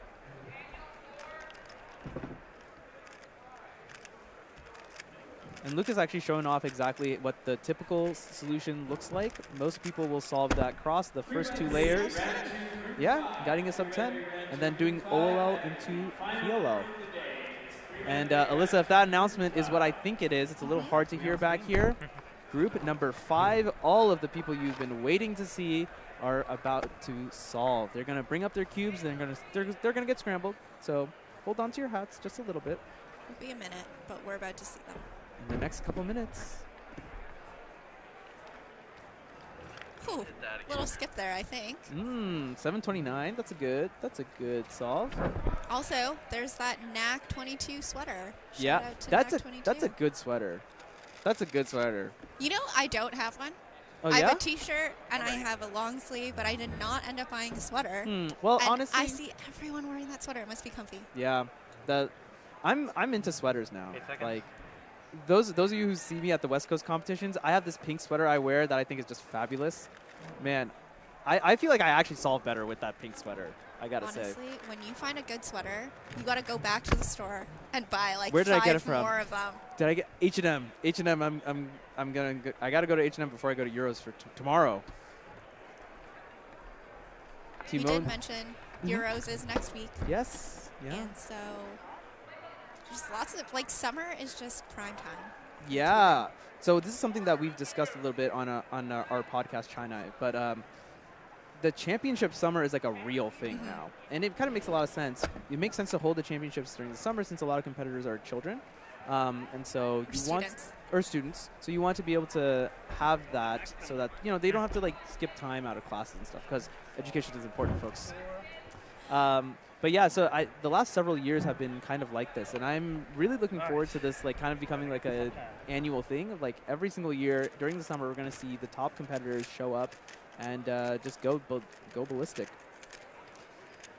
I see a question about Regions Relay. So Regions Relay is going to be a little bit different. It is going to be streamed, but the the stream is going to be a little bit different. I'm actually going to be back behind the production doing a little bit of the camera Shout out switching. Manu. And therefore, you are not going to get the same high quality stream that these guys are going to do. I think Alyssa and Zach may be commentating. Yes, I believe Did I just so. sign you up for something you weren't supposed to? No, I think I signed myself up. Okay, for okay, earlier okay. that Sounds day. good. But Regions Relay will be streamed. It is super fun for those of you who don't know.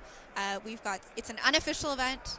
No official times are being recorded, but in the last NAC Regions Relay, we saw what would have been a world record single. So definitely some fast solving happening in Regions Relay. It's a 3x3 event where people have formed teams based on the regions that they're from, and they will be solving 3 cubes in succession of one another and looking for the fastest time amongst the team, which adds this extra level of, extra anything degree can of happen. freedom. Yeah, anything can happen. Very actually, in the last Worlds, Timon was actually part of his team for Poland. And, Poland was a pretty solid team. They were looking to, make it into, the semis or quarters. And Timon tragically did not start the timer. DNF'd. A lot of drama. All right. We are going to swap some things out here. We are going to get Kevin Hayes into this booth as we start to look at Max Park's first. All right. Thanks for your commentary, Alyssa.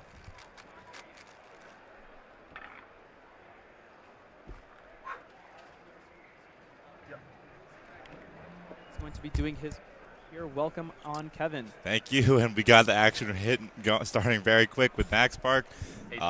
Number 2 seed? It's going to go back to back to back, folks, so buckle in. Oh, yeah, we are on for it. Yellow cross to start us off. Rough OLL. Yeah, that was a bad looking Yeah, that was a OLL. really good F2L. Rough execution on the last layer, but not a bad start, 5-7.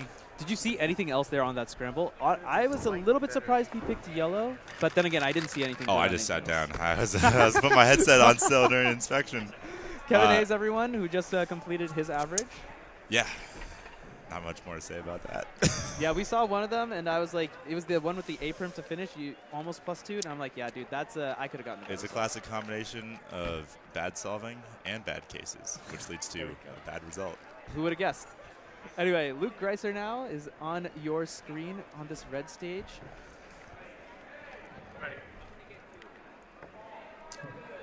So he's going to be getting the same scramble that Max just got. Max picking yellow cross. Let's see what Luke is going to do here. Looks like yellow cross as well. Getting a different last layer case. Into one look last layer. Ooh. Very nice. Very, very well done. 5.9. Just a note to production, if we have the PVZ cams to get the side people also, because there's every single top seed is up right now, and so we want to get jammed in. We want to try and get as many people as possible, and tracking as many people as we can. All right, we got Timon. Top seed, big start to the weekend. Yeah. The only time I got a hint of that little nervousness, maybe was like, oh, it's 2 4s in a row, or 2 4 averages. Start stringing those together. That's a pattern. That's a pattern, most certainly. Oh my goodness. We got Timon's ahead of Max. Let's switch to Timon. Thank you. Great. All right, is he going to go yellow as well? It looks like he might be. He's got yellow on bottom. Yeah, yellow it is. Yellow is definitely the best in this first one.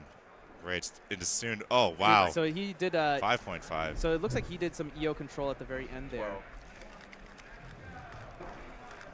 Yellow again for Max. Oh, rough OLL again. Yeah. Good A-prim execution. But I mean, the fact that this is insane. For a bad solve for Max is getting like this 5-7, right? And even Luke, who had a good solution, Luke Greiser just now, you got a 5-9. Yeah. Also, I was like, oh, 5-5 for Timon, and I'm like, wait, that's bad for him. He wants 4s every single time. Yeah, exactly. There's so much drama. Oh, sorry. We got Max Shop. He's taking his time. I think, none of these top guys are worried about making the next round. It's going to be like 8.6 as the cutoff. But yeah, it should be comfortable. It's still, especially when they're all going in the same heat, it's kind of the same vibe we're going to have tomorrow for semifinals, and that's really, you want to get a good average under that pressure. Yeah. 8 seconds. 8 seconds. Yeah, Max, such a decorated competitor here. Max Chow, that is. 12. Both Maxes. Greiser started as well. They both. Oh, Greiser's out. Greiser had to mess up. He leaned back. This is a pretty bad. Well, yeah, from bad to worse for Max. All right, rough start. 9-6 for Greiser, 8-8 for Max. I mean, there is a slight like saving grace, like it shouldn't be. Hope you should never think about this yet, but like they can both count those times and still make it. Like there is that lingering like disaster that's possible. It's not very likely. Insurance. They got the insurance. DNF is significantly worse than an 8-8, even though it might seem like. Oh yeah. Even though at first thought it might think like that. No. 8-8, you can get 8. I mean, these guys are going to count a 6, and then. Yeah. It should be fine. Yeah, you just really want to avoid that true disaster.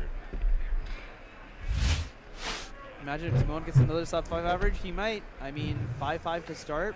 He's Could happen. It's gonna be tough counting a 5-5 though if you want a sub 5 average. He's gonna have to go high 4 from here if he wants to give himself a chance. I'm wondering if it's possible to get the PTZ cams a little in, just so we can like have non-stop action. This is smooth. Wow. This is a really yeah, good there we go. solve. 4.8, very 4.83. smooth. There he goes. So he's on the trek. He's looking for another one. The D move on the OLL is really very nice execution. Max on the yellow cross. Whoa, what was that? Yeah, rotation, the OLL execution. Yeah, very odd. Very odd. It was smoother there, but the entire TPS in that solve seemed a little slower than we're kind of used to him. So Max is not off. Max is doing fine, but yeah, he's on pace for a high five. For a high 5, yeah. Yeah, and Timon is very open-ended on his. Yeah, anything could really happen for Timon.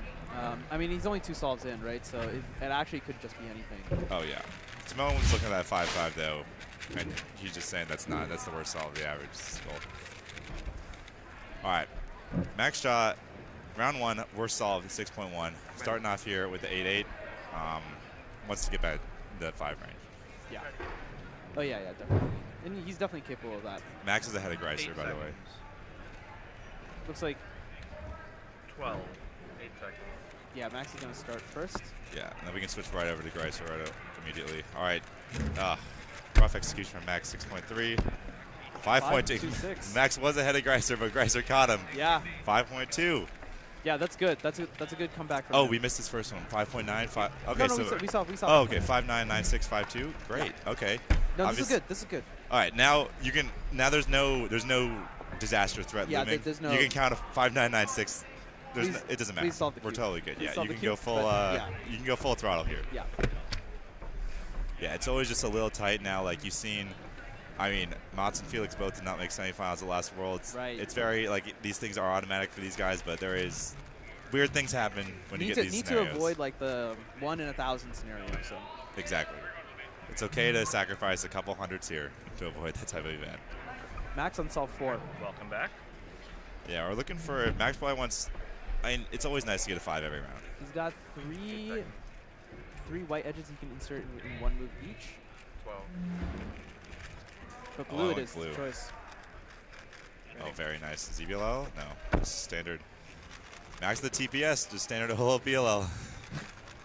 But 6.0. Okay, so worst possible 6.0. 8 seconds. Max certainly isn't bad, but nothing crazy. 12. Just very consistent solving for him. TPS is slow, but it looks like something fancy was going on. Yeah. 627, but yeah, you have to think that slow TPS at the beginning definitely cost him a lot of time here. Yeah, he probably went for something a little fancier, but just not worth. Like the trade-out, like you can execute it, worth. Timon knows he's capable of it, but the execution wasn't quite there. I mean, if he ends up counting, you know, the 6 and the 5, he should. But also a good note from like for everyone at home, like Timon's bad execution wasn't lockups; it was slower TPS, Oh yes, and that's better. And almost certainly he's thinking. Greiser started. Yeah, almost certainly he's thinking a little bit more about his solution. Yeah. Timon's very advanced in his solution building. Nice solving. Oh, wow. Yeah, it was looking good. Oh, that was the worst 5.4. That's actually the worst 5 I think I've seen in a while. Oh, man. He, like, burned straight. The F2L was so fast. That was a really, really good F2L. That was a wildly fast F2L. You know, so I couldn't see the time because, you know, his fabulous hair is blocking it. But, like, I thought that was, like, going to be a mid-6. He's done right. And it's like, there. Yeah, wow. And then that, at a 5.4, his 6-move OLL took, like, a full second. Into Y perm too. I mean, not the greatest. These guys, their Y perm executions are so fast, though. It's crazy. Oh, we got Max Shaw is gonna be done before Max starts, I think. Okay, yeah, perfect. Yeah, here's Max will be okay. Back onto the white cross. ZBLL. Pretty good looking solution. I mean, maybe he just knew that it was gonna do CP. He definitely knows CP on that one. Yeah, that one's a really easy one. I'd imagine he knows the full ZBL case and just does H-perm after is the fastest option. Yeah. All right, Max is looking to get his 5-second average here, and he locks that in. Best possible average for Max, 5.88. Yeah, I mean, just a completely solid average. Totally solid. It's amazing that's fifth in the first round was 5.88. Yeah, I mean, I can't really commentate anything else about this. I feel like this is more or less exactly what I expected from Max. I didn't expect to see any particular fireworks unless there was a really, really good scramble out there. Yeah, it's just a good, like, 5-3 first round, 5-8 second round. You want to make sure every single round is consistent. You don't need to pull out that insanity until the finals, but just make sure that we're doing things that are getting in the top 5 ranking every single time. Yeah, exactly. All right, Timon, still super open-ended in this average. Only 3 solves in. This solve is going to tell us a lot. Yeah, anything could kind of happen here. On green. Oh, this is... 8 seconds. That pseudo, yeah, the pseudo. A little bit slow on the PL execution. I think he knows it because that looked real nice. I mean, overall, his turning does look a little slower. Oh, those are killing Greiser. 5.88. I mean, very happy with that. Well, because his solving is looking really, really good. I mean, his solving is amazing. You just need to clean up a little TPS, and he's going to be. Yeah, exactly. I mean, 5.74. 5.74 with some serious, like I think some pretty like that. Like at least obviously, like that's some pretty bad execution in some spots. With the last 2 solves, the execution was costing him probably half a second on solve 4 and a third of a second on solve 5, and those were counting times. I mean, for someone who like kind of struggled a little bit in like last year, right? I'm going back to last year, and he like that was almost. I feel like in his words, he would probably describe it as a little bit embarrassing. Yeah. So to take that as fuel, and he's gotten like a couple of sub-6 averages now. He's looking really good. Really good. Also, 5.7 nice Max. solve for Max. Getting it back down. Also, like. You can't become like a more advanced F2L solver between today and tomorrow. Right. You can get the nerves down. You can stop those lockups. Yeah, clean up some of that execution. If you're gonna have a mistake 5, you want it to be mistakes that can be handled by tomorrow. Yeah. All right, is everyone like? Was that Shaw should have one more? Timon. We're looking for Timon's last one. Yeah, Timon is coming up now. All right, we got Timon on deck here. As Alexi is gonna finish up this solve. Ooh, yikes. Yeah, 8.88. Didn't know that U case. All right. Yeah, most of the top guys do all the UZBLOs like every. I've been seeing a lot of UZBLOs. It's the first one you learn, and everyone knows all of them because they're all. It's such a bad OLO, and they're all good ZBLOs. All right, Timon, big range here. Full half second on best possible, worst possible. Yeah. Oh, ZBLO saves the day. 519. I feel like he got bailed out by that. ZBLO saved the day. He got bailed out. That F2L execution was not what we've seen from him. Yeah, you put that ZBL on the first solve, and you get a bit of a different result. Yeah. All right, so Timon with the 5.3, he's eyeing. He's had the 5th bump, happy with that. He's off to a great start this competition with a 4.7 and a 5.3. I mean, yeah, just absolutely fantastic. His solving in general just looked very, very I mean, good. he beat Park and Greiser. Like that could easily win this round as well. Like second place was Max. In the first round, it was 5.35. And no one else. It's like, yeah, no one has gone faster than the average Timon just got, except for Max, and we already saw Max not beat that just now. Yeah. Ready. All right, Shaw is. This is just a confidence booster solve. Yeah, there's I no mean, might risk as well here. get something nice to clean up the average here. Yeah, there is literally no risk. He should be good either way. Yeah, 6.2 is a solid time for him as well. So, yeah, there it is. Bring the cube down. It's over. Yeah, whatever. I mean, he tried something, didn't quite work. I mean, yeah, that's data. The only thing, I guess, like in those scenarios, I think it's better habit building if you just keep the effort up 100%. Because in this case, it doesn't matter. But you don't know what's going to happen. Tomorrow it's going to matter. Maybe you're in a position where you got 2 really lucky solves and you have a 4. You're counting a 4, and now it's like, okay, the difference between like a 6.5 and a 6.6. Normally you can't count that if you want to win, but now you can because you're counting like a mid-4 somehow. Right. Like, you don't know which solves. Like you have bad solves. Even through a bad start doesn't mean the solve is not going to count. You have to assume every single solve is going to count, and always get in that mindset of finishing every solve. Yeah, exactly. That's something that Felix, I know, talked about recently at Cube Camp as well. He gave the kids like, give yourself 3 good solves, and then back yourself to get those 2 good solves to finish out that average. Let me know whenever you're ready. All right, Dylan's up. We don't have any. Oh, we do have results for Dylan. Wait. Oh, no, we don't have results for Dylan. Yeah. Yeah, so not sure what he's gotten. Do we have Alyssa on mobile cam? It looks like she is. Yeah, it looks like Greiser, awesome. Looks like she's going to be ready. Let's watch this solve from Dylan, and then let's switch it over to her. Yeah, she's right there. Yeah, it's just I don't know. Dylan might take a while. We could switch to because this is probably this is the end of Dylan's average. Like it Almost won't mean as much during without the context. That's true. That's true. So we go to Alyssa if we want, whatever production's choice. Yeah, I'm down for either or. I think both will be interesting. Dylan does not look like he's about to start the solve in the next 5 seconds either. I mean, Dylan he's a very he's a bit of an emotional solver. He needs to he needs to get into the right headspace in order to put out his best result.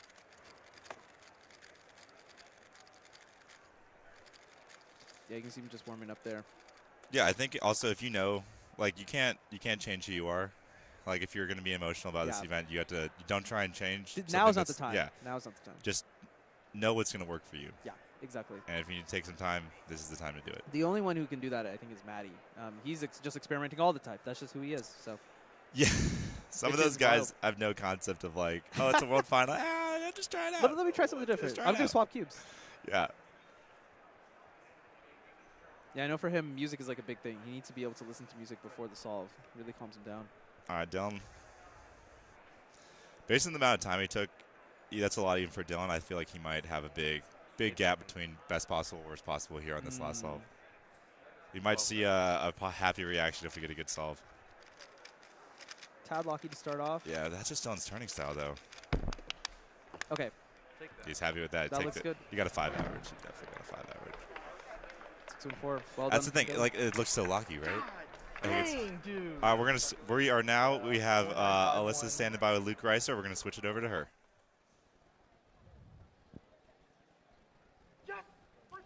We just finished the second round of 3x3 Cube at Rubik's WCA North American Championship. A very exciting event. You can hear some applause in the background, I'm sure. I'm here with Luke Reiser. It's going to take us a little bit of time to know what exact seed you ended up in, but a very solid average of 574. However, your second solve was a 9-second solve. You put that down. What's going through your head in that moment? At that moment, I was kind of like, okay, you get one bad solve per average, so like that's just going to be it. So I just try to put it behind me and move forward. Do you feel any pressure that, now you can't get another bad solve, though? Yeah, but like I just tell myself not to get one, and I kind of don't. I like that mindset. Okay, a 574 average. How'd you feel? What did the scrambles look like? It felt great. The scrambles were like all right. I feel like I was able to see like pretty good solutions. I was able to see at least one pair every time. I don't remember exactly what I saw on the 9, but whatever I saw, it wasn't good. But I feel like I was able to take advantage of the scrambles and do a pretty good, have a pretty good average. Awesome. Tomorrow is a big day. What goes into the prep tonight, and how are you feeling going into tomorrow? I'm feeling good. I'm feeling really good. I'm coming off of 3 very solid sub-6 averages. As for tonight, I'm going to eat and sleep. As for tomorrow, I'm going to not cube a lot, and when I do cube, it's going to be fast. Awesome stuff. Luke, thanks so much. Good luck tomorrow, and make sure you stay tuned. The best is yet to come at Rubik's WCA North American Championship. Tomorrow is finals day. It's Sunday of a championship tomorrow. Yeah, so eat and sleep is what Luke Greiser says he's going to do. That's what I'm going to do also. It sounds like a great plan. I think sleep is going to be high on the priority list. It's been another long day, but it has been an action-packed one. Very important day, this one. It was a little bit, as you mentioned, a little bit of a rest day for some of the top solvers, but there's been a lot that went on. This last set, 3x3 round 2, absolutely electric, as some would say. Sparks were flying. We, unfortunately, due to the logistics of the competition, we only got half of the top competitors. We were waiting on a lot of results to go in. I imagine the Data team will be getting those in real quick, and we'll have a live results for the semifinals. Top 100 make it. It's going to be about 8.63 was the cutoff in the first round, so looking out for kind of the middling tier favorites there if you have friends in that range, but that's what we're expecting. And yeah, let's see what comes up from Data. About Dylan, a lot of people asking, you could hear the celebration in the background. It seems like Dylan has gotten 5.29 average. That's a PR. You'll see on WCA Live whether or not that's legit or not. Someone in the chat also saying he needed 527 for a sub-5 average.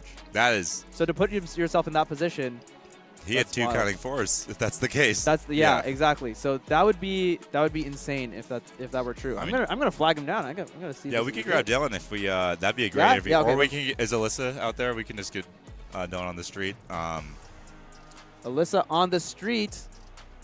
But yeah, I mean, in any case, so just some great solving. What are your thoughts going into tomorrow, Kevin? The finals day. It's Sunday, Championship Sunday Championship is always. Sunday. I mean, it's such a crazy feeling when it's just there's so much going on. It's people's years are made or broken, and it's just like back to back to back to back to back. There's finals for every single event.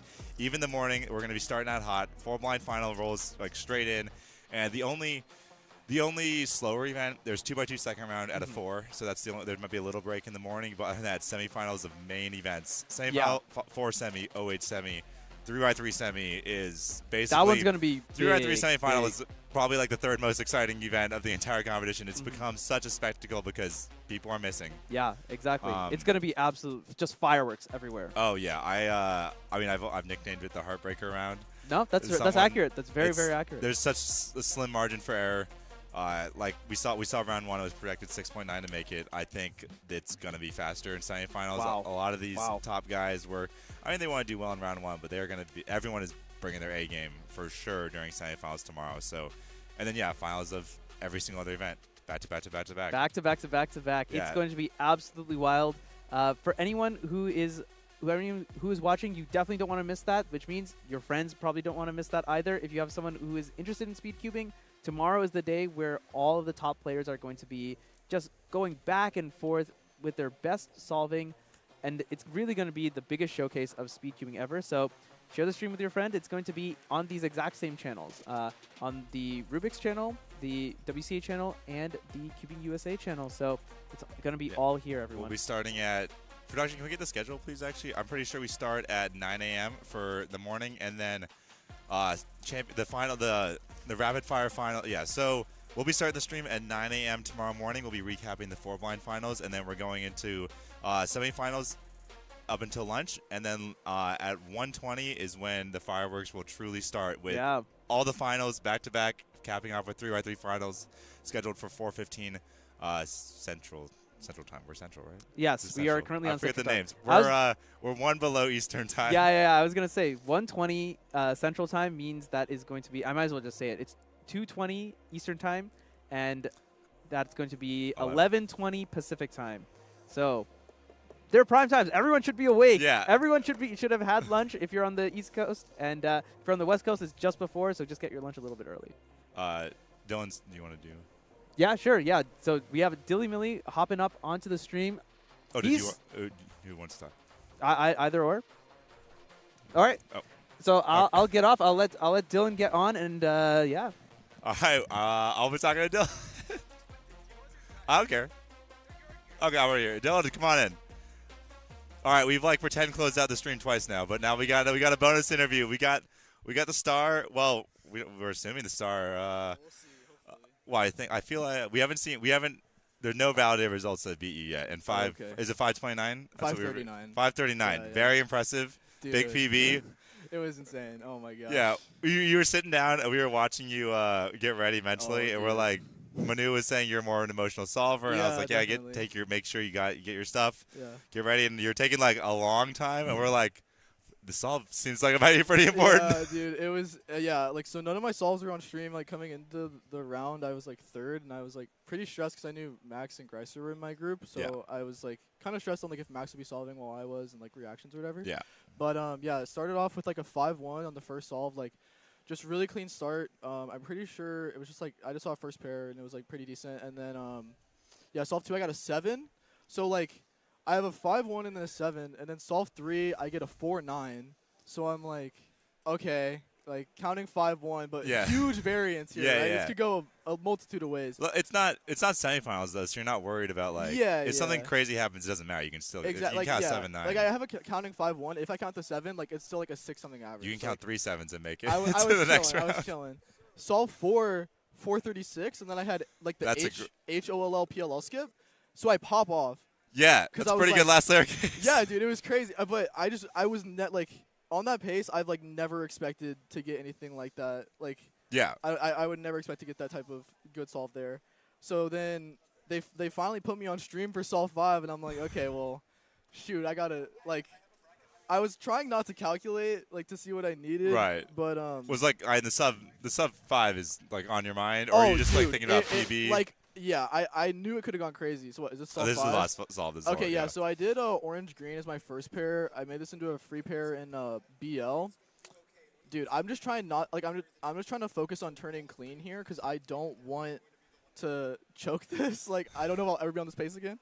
You'll be on this pace again. Well, hopefully. I don't know. Yeah. But you don't know when it's going to happen next. Yeah, You don't want to waste the opportunity. Yeah, so I'm like shaking here. And then, yeah, so I set this up. I have to rotate for it like that. That push is a little tricky, this start. And then here I just like didn't see anything. That move was unnecessary. This and a really clean third pair. Yeah. That was an unnecessary move as well. And then this OLO tripped me up. If my exec here is like so trash because I was like actually on decent pace. And then F-perm to clutch. This is like the third time I've had F-perm to clutch PR average, dude. Oh my gosh. But like I was like 6-1 is like serviceable. Like I was fine with it. Yeah, we did hear you were like very happy with the 6-1. You're like, oh, that's good enough. Like yeah, because I mean, dude, like counting 5-1-4-9 is crazy. Yeah. Like I would have never expected that. I mean, how often do you even get on that pace at home? Pretty frequently. Like it's not that crazy. It's not that crazy yeah, for like ever, but this is not. I don't the same normally thing. perform well in comp. Like my turning was just really crisp this round, and like last round it was so tough. But yeah, this Olo kind of threw me, and then the last layer. But like it was fine enough, which is like all that really matters. Yeah, so. I mean you're like, it's if anything goes wrong, you're gonna miss PR, let alone like a really potentially good average. Yeah, so, yeah. My goal ever. Like I got top 10 in the world April 2018 with like a 672 average, which is like crazy to say now. Yeah. But that's not gonna get top 10. Like yeah, you're back right now like finals tomorrow. Exactly. With that. So ever since then, recently my goal has just been get top 10 in the world again, and getting on that pace is like, I don't know. It felt like within my grasp, and like I don't know. What's 10th right now? 524 Leo. Okay, so you're very close. So I've been trying to do more comp style stuff at home of like when I get on good pace, trying to like hit the mark that I need for it. And like I was a little off on this one, but like I'm just glad I got PR with like a crazy pace like that. Well, like little off is a lot better than just like entirely the all falling apart. Yeah. I'm super happy anyways. Yeah, you'll get on this pace again, and then yeah. you'll remember this moment and how it felt and like how to handle that, and you'll do better. Second by 0.01 is crazy. Yeah, that's we're still missing a couple people, but I mean, there's not that many people that are that are capable really of beating that. But oh man, I mean, I think there's no way you're worse than third in this round. Yeah, you'll probably be second. Dude, yeah, I don't know. That's insane, man. Good way to cap off day 3. Yeah, dude, I wasn't expecting this. Round 1 went kind of meh for me, so like, I just wanted like a serviceable average, and then I was on pace after. Yeah, like the 7 was, yeah. After solve 3, I'm like, this could go so many ways, but I'm glad it went the way it did. All right, what's your prep for tomorrow? What are you doing tonight? I think I'm gonna go play mini golf. Mini golf, wow, yeah, all right. Mini golf and hit the arcade. Good activity to get your mind off things. Yeah, kind of like not worried about the big day tomorrow. Yeah. I don't know. If I don't make finals at this point, like 539 average is like insane. So I mean, I can't really be too mad about coming here. So yeah, I mean, yeah, it'd be a great experience no matter what. Yeah. All right, well, thank you for joining us. Yeah, Congratulations again. Thanks for having me. Appreciate it. Good luck tomorrow. Thank you. And I think that is going to do it for us now. We are planning on streaming Regions Relay later, but we will be taking an extended break before then. Thank you, everyone, for tuning in. Get excited for the big action tomorrow and for the Regions Relay later tonight.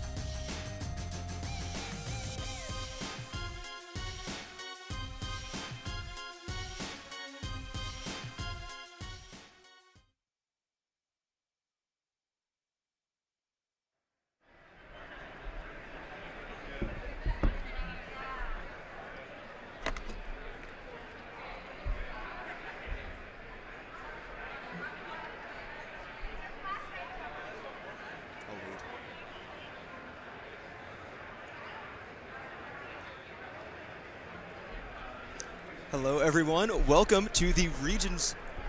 Can you hear me? Okay, sorry. There's something going on. Welcome to the Regions Relay at North American Championships 2024. I'm Zach Riedel, joined with Alyssa Espras. We are going to see 16 of the best solvers, teams and regions across the North American region, all compete for the title of the Region Relay champion. Absolutely. So 16 teams, 3 solvers per team, and all of them have been organized by certain regions. They've got to get the best of the best from their region. And what they're going to do, this is a 3x3 event, so they're going to solve they're going to do 3 3x3 solves in a row, and whoever does those 3 solves faster in a knockout head-to-head format is going to move on to the next round. So we're starting with 16 teams. We'll go down to 8, go down to 4, and then we will go down to that final showdown. Yeah, I'm extremely excited. I love this format. I love seeing bracket elimination style in cubing. And I remember Regions Relay at North American Championships 2022, where we saw Maddie Heroanaba with a 3.08 3x3 single. Absolutely amazing. Not official, unfortunately, but still, we could see anything. You could see anything at any time. It's true. I'm reading through our list of names of people we got solving together. I think it's going to be unlikely that we see nothing interesting. Like, just reading off the names: Luke Garrett, Luke Greiser, Maddie Heroanaba, Brendan Dunnigan, Max Shaw, Samir Agarwal. The list goes on. Dylan Miller, who just had an amazing performance maybe 30 minutes ago, is going to be solving with a team of amazing solvers. Chat, while you are here, we have several different teams from across the region. I'm going to list through all of them, or at least the team names. I want to know who you think is going to win. We have Great Lakes 1, West 1, Pacific Northwest 1, Southeast 1, Mid-Atlantic 1, South 1, Great Lakes USA 2, Canada East 1, Mid-Atlantic USA 2, Southeast 2, New England 1, Canada West 1, Rocky Mountain 1, West 2, Heartland 1, and Mexico. A bunch of top solvers on each one. There are too many names to go through all at once. We'll introduce them all when they come up to solve. We absolutely will. Passing it off to you. I've been talking way too. I'm too excited for this. I'm Alyssa. so excited. This is awesome. I've been looking forward to this all day. Didn't do the greatest in 3x3 round 2, so this is going to help us out. Here we're seeing a whole bunch of faces. I mean, you already can see in there, they're getting their instructions. Obviously, this is a different format than people are used to, so we're going to have a stellar organizing team telling them where to go, what to do. You see Luke Garrett, Maddie Heroanaba, you see Brennan Lynn. It's looking great. We are set for a really awesome final. You also see there, by the way, Jonathan Espras. Just a quick shout out to my little brother representing on Canada East with Brennan Lynn and Arhan Serene.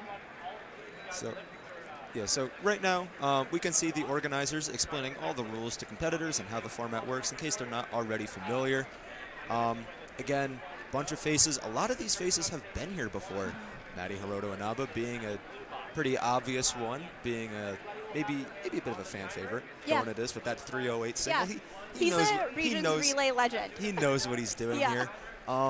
Maybe this is a time for us to list off our personal picks for Regions Relay, in case it's not obvious. In case it's not already obvious. Mid-Atlantic 1's going to win, right? I mean, a team of Jerry Yao, Carson Wajaya, and Sean Mack. New Jersey 1, essentially. Just 3 incredible solvers. I want to see them go all the way. I do know that they'll win. Let's be honest. Let's be honest. But do you have anything, or who do you think is going to win? Setting aside your obvious bias. Yeah, my obvious bias. We've got a few Canada teams here, a couple Canada teams. Also, shout out to Mexico 1 as well. Getting some representation. Mexico and Latin America out here at North American Championship. I'm going to go with a favorite. You know, I was in person there when Maddie got that world record single. I was in the pool. I did not see it happen, unfortunately. You never know what can happen. But West 1, Maddie Heroanaba, Varun Hanraj and Brendan Dunnigan. They are the 2nd seed, but I think we could see something pretty special. I'd like to see something from them, but realistically, I think all of these teams are gonna have an amazing showing. At the very least, representing their region. There were a lot of applications, I believe, for regions teams, and these are just the top 16 that we went with. Yeah. These are the best of the best in the region. Ranked by their official time. So they get seeded based on the official times of the people on the team that are on their WCA profile. And that can, I don't know, these site sheets can kind of like bias things a certain way. Some of these teams might be much slower than they actually are today. And of course, you never know what could happen in terms of something faster happening. We have the lovely Matthew Dickman explaining to the audience how the bracket works. You can see we have seed 1 paired against seed 16, 2 against 15, 3 against 14, and so on. You can see 5th from the top there. Nope, 7th, that can't count. Mid-Atlantic 1. They're going to go all the way, Alyssa. I'm here for it. This is the storyline to follow. So everyone seeing all the teams, maybe rattling off some of the names, who do you think is going to win this, guys? I will give them the typical 8 to 12-second time inspection announcement, and then I'll give a 3, 2, 1, go. At that point, all 3 competitors will put their hands on the timer, and the inside stations will be solving first. So that's this one, and then the one closer to me on that side will be going first. As soon as this person stops the timer, that is when the next person goes. So it's like a relay, regions relay. And then at the end, we have Matthew Dickman right now explaining the rules of the regions relay. Chuckling a little bit because couple things he said are a little bit obvious, but we want to make sure everyone knows the rules of this unofficial event. Yeah, obviously there's maybe a lot of new faces watching. I imagine family members of some of these competitors. Awesome. Thank you guys for supporting them and supporting your teams, everyone from your region especially. Sorry, it's hard to talk with Matthew shouting. Shouting in the background, yeah. Shouting through that headset. But yeah, just I'm excited. I'm at a loss for words, really. Give us in the chat. Introducing Luke Garrett coming up here. You can see on the blue stage representing Great Lakes 1. Up next we have Luke Greiser. Luke Greiser, fellow Luke G, also had an amazing showing in the second round. And there's Brian Johnson. Avid square 1 solver, but still quite fast at volunteer runners, we also have Addison on the blue side. Addison can start running your teams up. And then we also have Jeremy on the red side. On the red side, we will have our Mexico team. First up, we have Joaquin Hernandez. Awesome. Team Mexico coming up here on the red stage. Joaquin Hernandez. Then we have Alejandro Rivera. Alejandro. Followed by Salma Mendez. And Salma Mendez rounding out Team Mexico.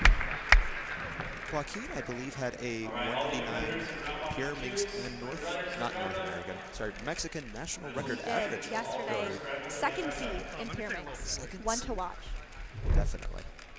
While we wait, my show of hands, who got a PR today? I still have not PR'd at this competition. Thanks for reminding me, Matthew. I did not PR at this competition, and I'm done for this competition, so no PRs here, but it's all good. We're having fun, and it's just fun to solve on these stages, to be honest. No round three. Oh, absolutely. Okay, so a factor here in this relay is people, like, the order that the teams choose to go in is a definite factor. Oh yeah, definitely. I know I was talking a little bit getting in the mindset of Mid-Atlantic 1, maybe becoming a part of them. They've been working on their order for like the last 3 weeks, doing online calls, trying to figure out what order they're going to go in. People take it really seriously with the prep and like practice. It's serious. It's a prideful event. Absolutely. 1000%. All right, these teams are going to be going at the same time, and we're only going to get one of them. So let's make sure we'll probably see a lot of blue, so maybe we'll stay on red. This might be their only one. We will keep you updated. Alyssa is going to be taking care of commentary of all the red stage times. I'll be going over the blue stage times. If that can help anyone in chat know what all we're doing. Excuse me. All right, little bit of hesitation there. It's the first one. Get all the nerves out of the way, but teams are inspecting the puzzles now. 8 seconds.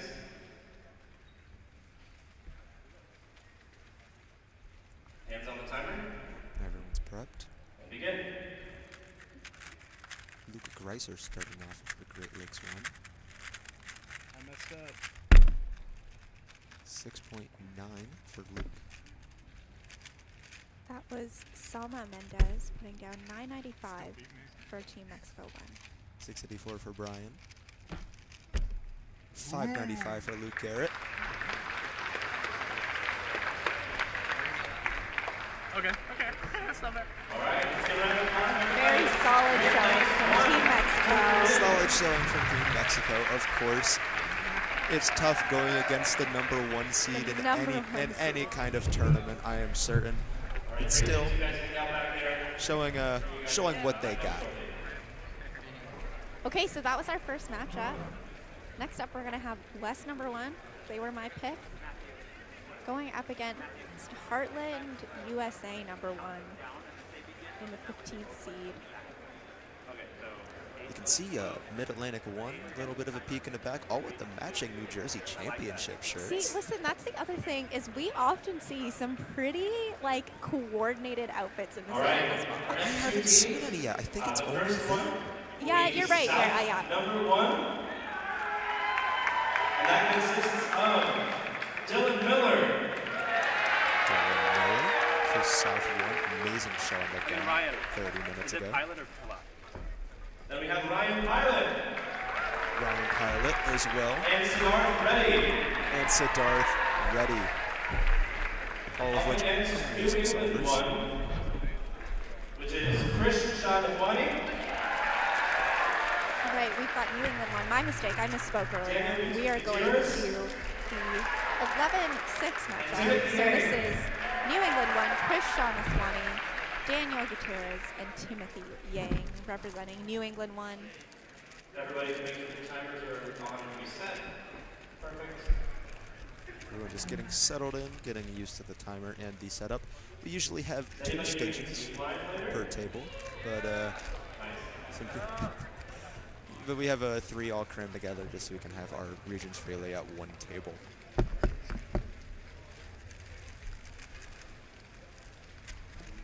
Taking deep breaths. There's a lot going on at once here. There is, you know, Regions Relay, it is one of those things where you don't even know what to watch. And I remember when Maddie got that world record single, again, not an official world record single, at the last Regions Relay, some people didn't even know what happened because they were watching the other stage, they were... I'm bummed. I know I mentioned earlier, I was in the pool.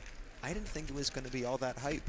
And now I refuse to miss one of these relay-style events.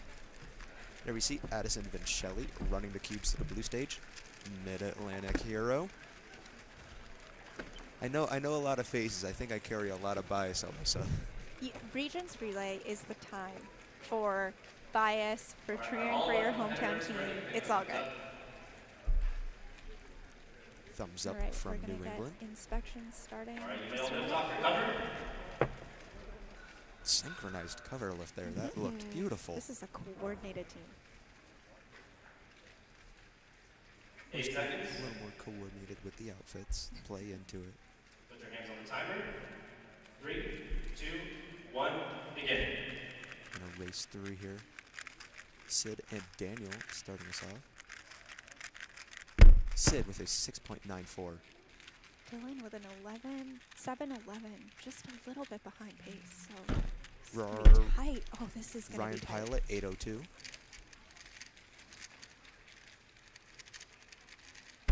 Dylan Miller, 703. I believe that does it for South. Krish maybe fumbling a little bit at the end there, but South takes it. That one Team of came Dylan down. Miller, Ryan Pilot, and Siddharth Reddy. It came down to the last solve. That's what you want to see in these regions relays. That's what we're here for. New England not taking the hint to prepare for the next stage. Is that water bottle somebody? I don't know. I saw a water bottle sitting on the stage, and it might just be left there. It's probably the #1 thing that gets lost at Cuban competition. I had water bottles. Canada East on the blue side. Let's go, Canada East. Canada East. Maybe I'll let you take over the blue stage for this one. Brennan Lynn, Arhan Serene, and my brother, Jonathan Esperas, giving us some solves on the blue stage here. Mid-Atlantic 2, I think it's fitting. Look at this. Michael Neelson and Alex Neeland. There we have Xavier Valadon, Michael Neelson, and Alex Needland. I'm gonna put this out here, setting bias aside. These are three, I don't want to say sporadic, but these are 3x3 solvers that are capable of anything at any time. Yeah. Alex Needland, still a sleeper pick on the come up. Xavier Valadon has some great results. He was at North America. All three of these competitors on the Mid-Atlantic side were at North American All-Stars.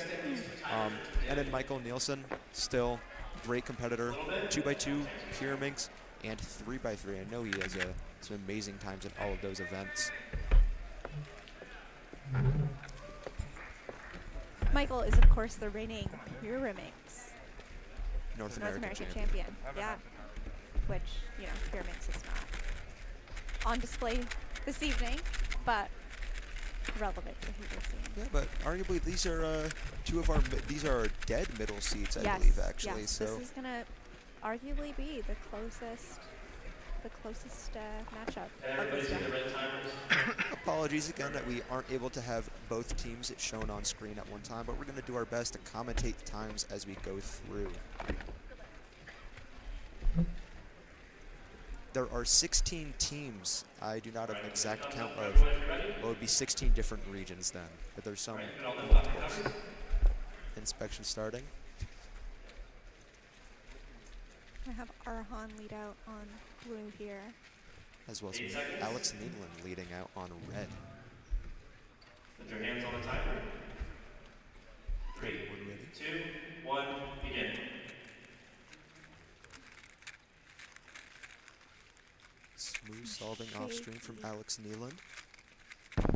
8:59 for Alex Needland. Ooh, an 11 from Arhan is not what he's looking for. Xavier smooth 6:56. Michael Neelson 6:19. That locks it in for Mid-Atlantic 2. I think Brennan would have needed a 3 to catch up on that last one.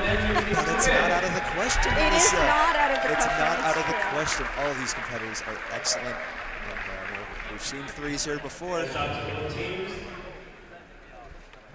All right, so Mid-Atlantic 2 is going to advance. We have Pacific Northwest, number 1. We have Max Snow. Samir Agarwal. That's going to we have Pacific Northwest 1. You can see Max Shaw, Samir Agarwal, Ashton Jarrett on the stage. We have Paul Bobby, Elijah Brown, and Jack Stewart. On our red stage, Paul Mavi, Elijah Brown, and Jack Stewart representing West USA number 2. So this is the number 2 team coming out of the West region.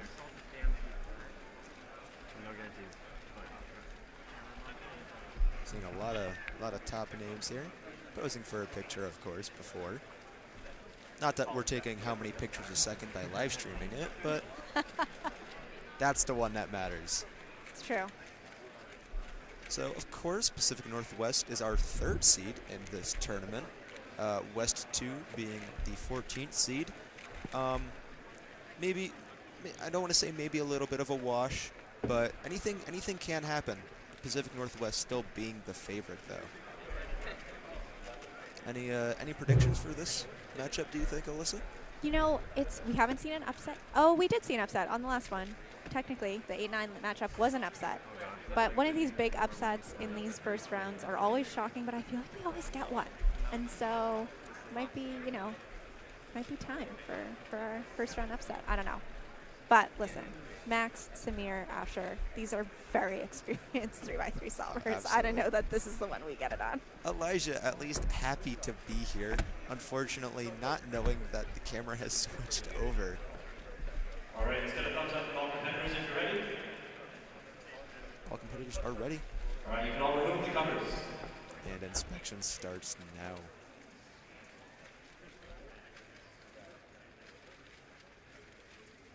Eight seconds. Chat asking what the regions are. These are split up by the Cubing USA regions, hands which on are time. listed on the Cubing USA website. 3, 2, 1, begin. Samir starting off for Team Pacific Northwest. Paul Mavi giving solve. Ooh, Paul that is Mavi a puts down an 879. 9.3 for Samir. 792 for Max Shaw. Hold on here. Oh, just some nerves here. Asher Kimajiro, Oh. 1044. And we might have gotten we our just- upset. We're going to need to do some work. West 2 took it. Oh. We saw the upset, Alyssa. Listen, The team I was just saying. Paul Mavi, Elijah Brown, Jack Stewart. Once again, anything can happen in My Region 3. God, that's amazing to watch. And we're what, 4 matchups in? We're 4 matchups in. Anything can happen. Anything can happen. Oh my God. Sorry, 5. No, 4. 4 matchups in, and we're already seeing amazing stuff. This is gonna be awesome. You that guys is need to stay tuned in, share this with all your friends and family. 14th seed pulling off an upset 14th against seed. the 3rd seed. It's not impossible. It's not impossible. Rocky Mountain 1, our 13th seed, we have Jacob Noakes. All right. Getting a little caught up here. My apologies. Southeast 1 on the blue stage of Nicholas Sanchez, Caleb Chen, and Dominic Radici.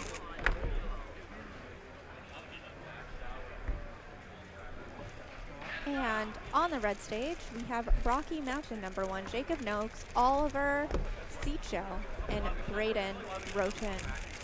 I believe this might be Team Colorado, as they have the Colorado flag right there. And I believe all 3 competitors are from Colorado. Makes sense. Rocky Mountains, it's clicking. Great Lakes 1 has gone already. Right now, we have Rocky Mountain on the red stage and Southeast 1 on the blue stage.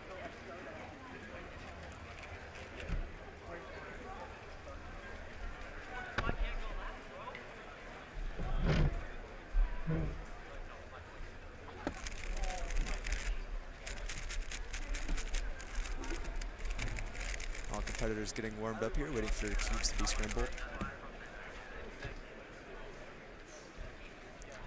I'm a little scared to make any predictions now. Yeah, Alyssa. I know. I may have Apologies jinxed it to my there. friends in the Pacific Northwest. I didn't mean it. It's hard. I like all these guys. I don't want to see any of them lose. No. All right, we'll adopt the covers. Inspection starting now.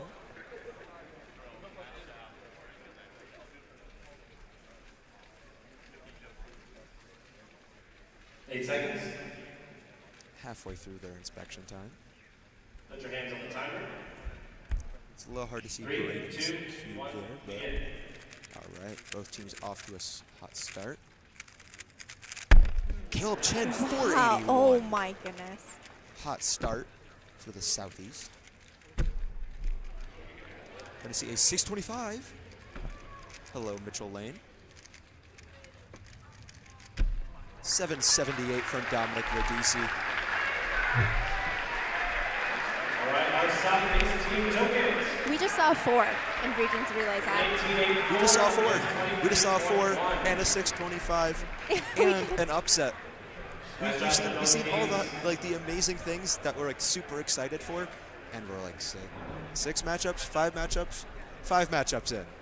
This is incredible. I'm loving this. Sorry, I'm speechless. I know I'm commentating, but I'm still a fan. Yeah. I love all this. I'm loving what all the teams are doing. We are going to see Southeast 1 advance.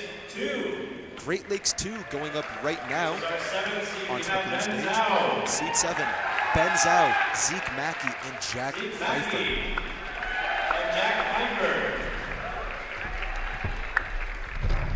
Our seed 7 going up against seed number 10. Our second Southeast team, Tommy Cherry. This is Southeast USA number 2, Tommy Cherry, and Matias Martoni Nunez. I wonder if Tommy pulls out a blindfolded solve here.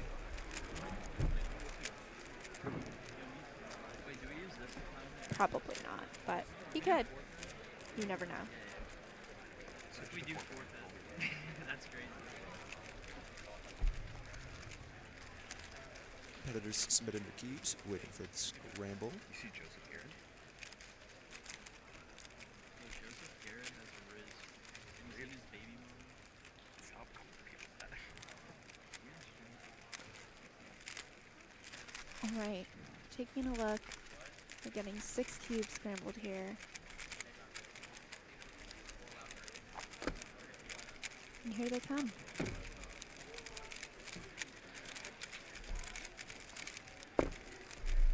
So this is the 7-10 matchup. It is one of those opportunities again for an upset. It's one of those closer seeded matchups. And of course we got an upset in one of the further. Oh yeah. So I think this is definitely possible for either team to take. All right, we all lift the cube cover. We all lift off the cube covers. Senior delegate Matthew Dickman, by the way, for getting the name of cube covers. It happens to the best of us. It is the end of a long 3 days. We are going to see Zeke and Mackey started out for Great Lakes 2. Put your hands on the timer. 3, 2, 1, begin. There we Got go. Matthias giving us some solves on the red stage.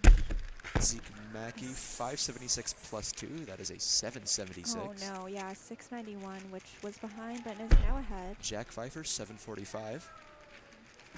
Carey with a 1020, not going to be happy with that. Ben Zhao, And 615. Wow.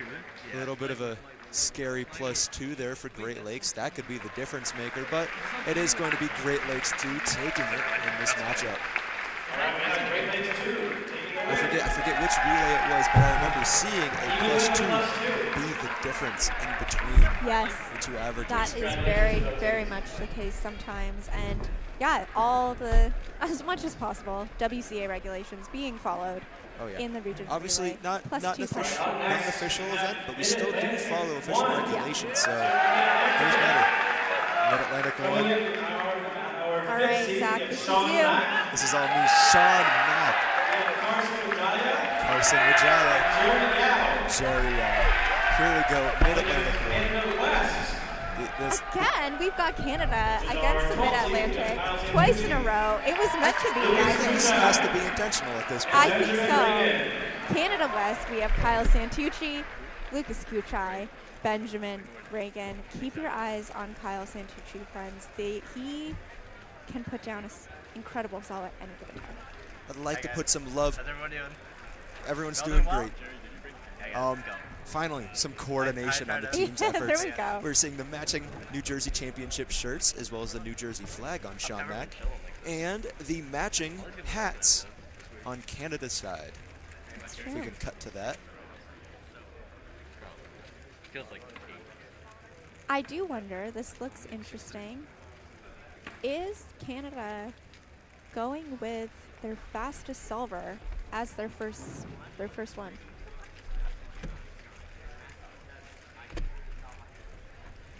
All competitors receiving their puzzles. Got to go in the order of Sean Mack, Carson Wijaya, Jerry Yao for the Atlantic region. In order of slowest to fastest. Inspection starting now. Kyle placing the cover on floor, taking his time to inspect it. Yeah. Okay, so I think that must mean he's going last. he knows that he'll have some extra time to take a look at it with his hands on the pass. He's ready already. 3, 2, 1, begin. And I stand corrected. They went with Kyle as their first solve. Sean Max starting off. Little shaky. 7:04 from Kyle, starting them off ahead. 8.62 but for Sean Max. Mid-Atlantic catch up. Carson Wijaya. Don't count him Benjamin out. on the Roo. 7.66 for Carson Wijaya. That is solved, not a +2. Jerry Yao locking back in. Does he got it? Oh, this is very close this as well. This is close. Hold on to the math. We're going to get an answer for you all guys. 23.75 over here and 23.38. Very close one. Very, very close. Probably a lot closer than I was hoping. I am shaking over here, but Mid-Atlantic takes it. Amazing showing still from Canada. There's a lot of nerves here. Yeah, it's funny. There's no PRs, no world records to break. It is just bragging rights. And it still means more than everything. Stakes are high. Stakes are high. I believe we do have one more matchup in the first round. That is going to be in between South 1 and South. No, it's going to be West 1 and Heartland. My apologies. Yeah, we're going to see some hype names here. Maddie Heroanaba for 1. Again, one of the favorites in the relay format. West 1. There we go. And we have West 1 on the stage. Maddie Heroanaba. Varun Maharaj. And Brendan Dunnigan. Brendan is a fan favorite everywhere he goes. I mean, again, as a fan, not just a commentator, Brendan's one of my favorite keepers ever. An amazing come up. Only competing as of very recently and sweeping his first competition is amazing. All right, on the red stage, we've got Heartland, USA 1, Caius Young, Brody Rhodes, and Brody Lassner, a double Brody team, 2 Brodies. Maybe playing into the fun. I did run into them on my way out as we were still setting up, and all 3 of them are very thrilled to be here. They are all happy to be on stage, and we are seeing West 1. They are all locked in. Brendan, just chilling, getting his zone. Maddie doing some warm-up solves. Varun just taking deep breaths. Definitely an upset is not out of the question here.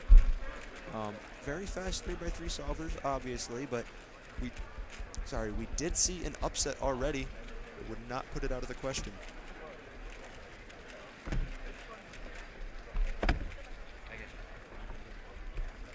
All right, let's get a thumbs up from both teams if you are all ready. Matt, you ready? You guys all ready over here? All right, you can all lift off your covers. All right, inspection starting now for both teams. We're going to see Varun starting off on the blue stage. And on the red stage, we are starting with, I believe, Caius. Hands on the timer. 3, 2, 1, begin. Varun starting off. Big pause there, starting off too well.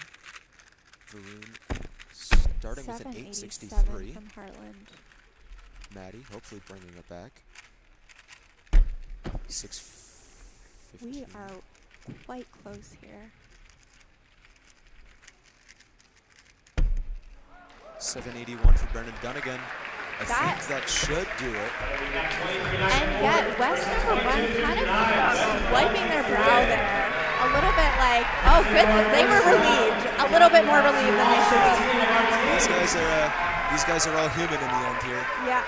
All right. Well, I think that is it, unfortunately. I think you're hopping off, Alyssa. I'm going to hop off. We're going to take a short break as we get into the next groups and enjoy the rest of this Awesome. bracket. I'm going to. It was awesome talking to you, being able to commentate that first round with you. It's nice talking to you, Alyssa.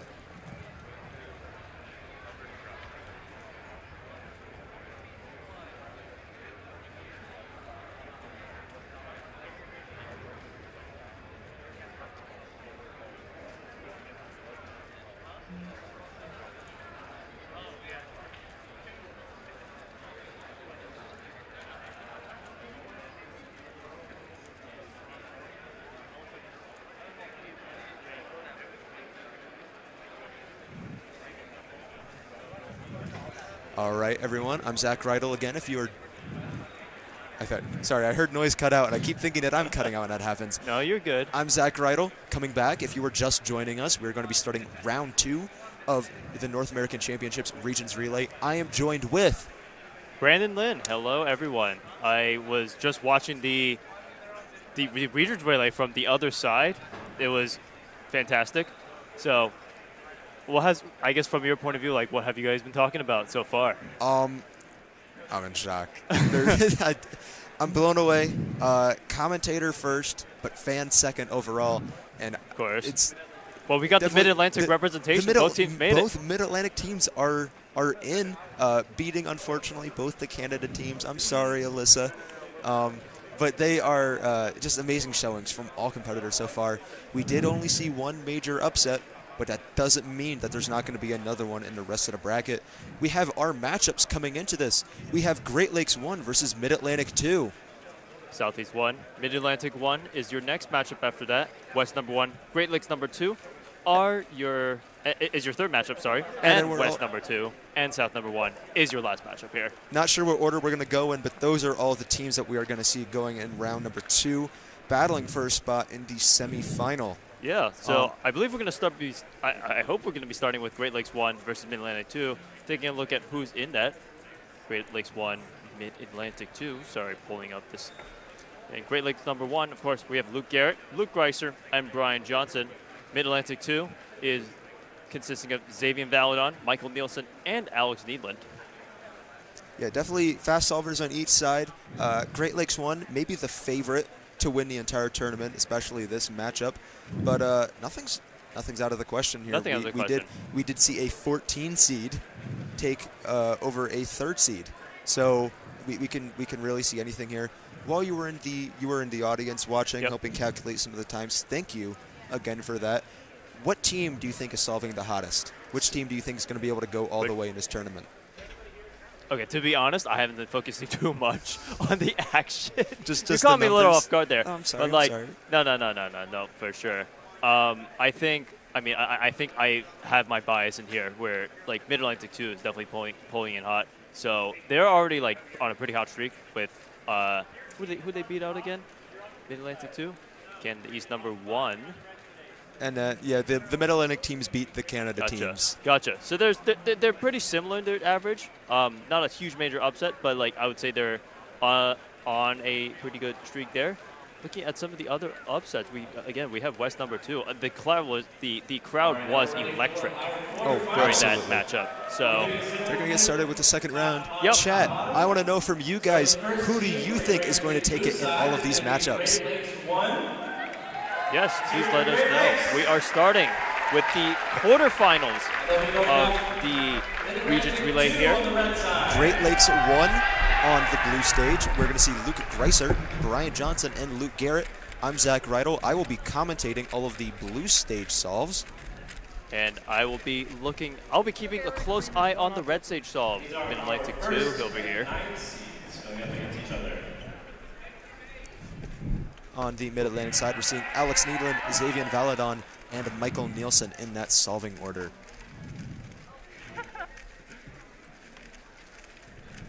It's getting so intense. I have to take off my jacket for this. Make some noise. Luke Garrett looking. Oh, yeah.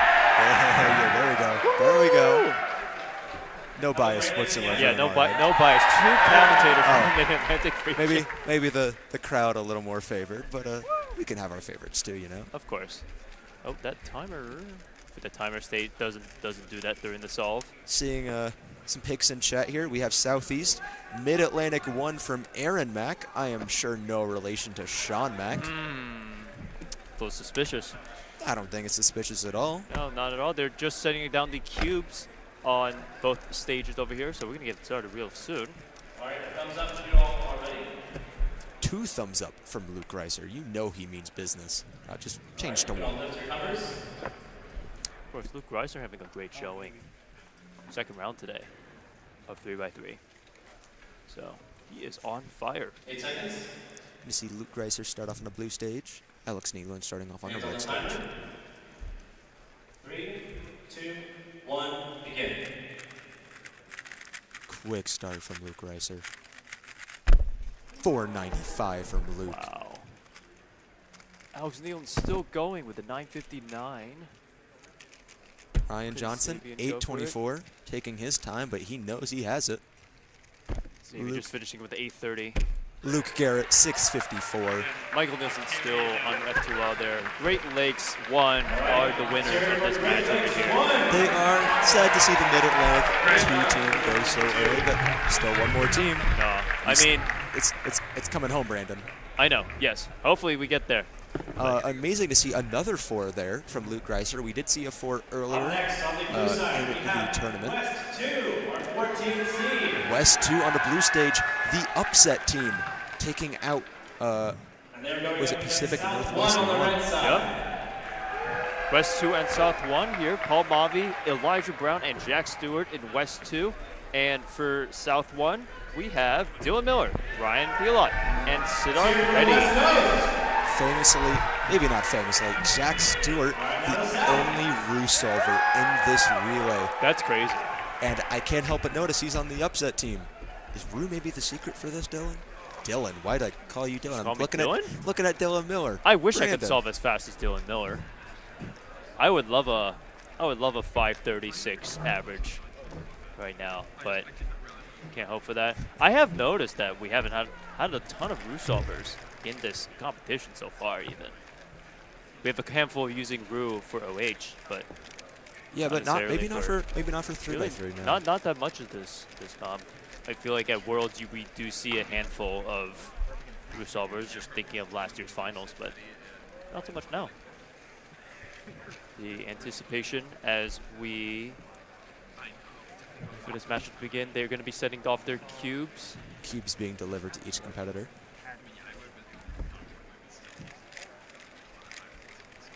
Let's see, can West number 2 pull off another upset?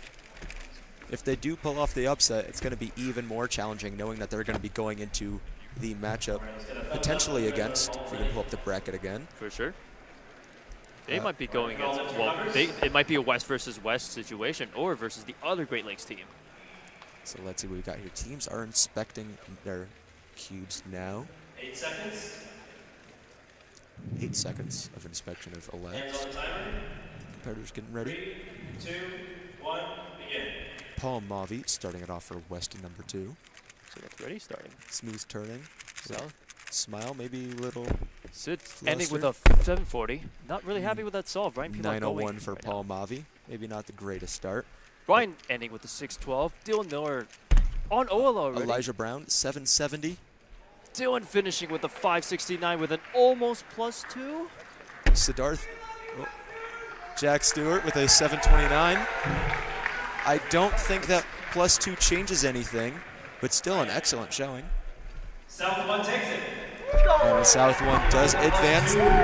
No Cinderella story in this year's region. Unfortunately. Relay. But I feel like it would have been cool to see a West versus West relay. That would have been crazy. That would have been crazy. Once again, the crowd would be electrified. True. We have a team. Maybe if you can take the blue stages, I want to take some bias for my New Jersey folks. Yeah, for sure. So now we got Southeast 1 versus Mid-Atlantic 1. Cheer again for Southeast 1. Southeast 1. Nicolas Sanchez, Keelan Chen, and Dominic Adisi. Mid-Atlantic 1 making their way to the red stage. Sean Mack, Jerry Yao, Carson Wijaya. It's from New Jersey Championships. It is. Yes. I gave all 3 of them a pep talk separately before this region's relay, telling them all that one of them is going to outshine the others, and I told all 3 of them that. So hoping that we see an excellent result here. Might be a tough matchup though. They're seated right next to each other in the site sheet here. Southeast just a little bit ahead. Team average in between the two, I'm looking at my stats, is just a 0.15 difference in between the 2 seeds. But we've seen gaps bigger than that here so far at the competition. Cubes delivered to the Mid-Atlantic 1 team. Sean Mack maybe not realizing that we have microphones still on each stage. That's all love, though. We have the Regions Relay happening right now. This is round 2, Mid-Atlantic 1 versus Southeast 1. Here you see your Southeast team. We are in the quarterfinals right now. We're actually halfway through the quarterfinals right now. I'm out of breath, Brandon. This is awesome. I'm so excited. I want to see all these guys do great. For sure. There's only going to be one winner, though. I think they're still Southeast is still waiting on their cubes. There as we I go. speak, they are getting their cubes right now. Addison Vincelli. Again, as I mentioned, Mid-Atlantic hero. Hopefully dropping those cubes a little roughly. Making them harder to solve. Sure it works like that. Yes, yes. Getting a thumbs up from the Southeast team. Thumbs up from Mid-Atlantic. They're going to start inspecting now. I'll be keeping a close eye on the Southeast team here. 8 seconds. I'll be keeping an eye on the Mid-Atlantic team. Sean Mack starting off for Mid-Atlantic. Hands on the timer. 3, 2, 1, begin. Caleb starting for Southeast over here. Sean Mack maybe a bit of a locky start. Caleb started ending with a 572. 720 for Sean Mack. Putting Southeast in an early lead. Nicholas was a 713. Carson 780. We're going to see Jerry have to pull something off. Does he know the ZBLL? He does not. 765 for Jerry Yao. Southeast 1 is going to take it. Unfortunately, the end of the road for Mid-Atlantic. Better luck next time, Mid-Atlantic. Better luck next time. Effort. Maybe a little too much New Jersey going on there. Congratulations to Southeast 1. We'll move on to the semifinals. West 1, the blue side. All right, now we have West 1 versus Great Lakes 2. West 1 are the favorites to come in.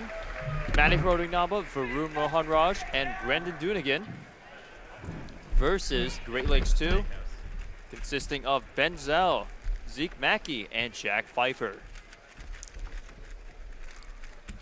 Are we able to see who is the higher seed going into this? If Yes, it still so shows West on the 1 is bracket? still highly seeded. Oh, yeah, no, my bad. They have fantastic, like really fast 3x3s, but oh yeah, definitely. There's a difference between them, but not ginormously large. Still not the furthest apart matchup. I believe that they did have a close call in the first round. So looking to see what happens here.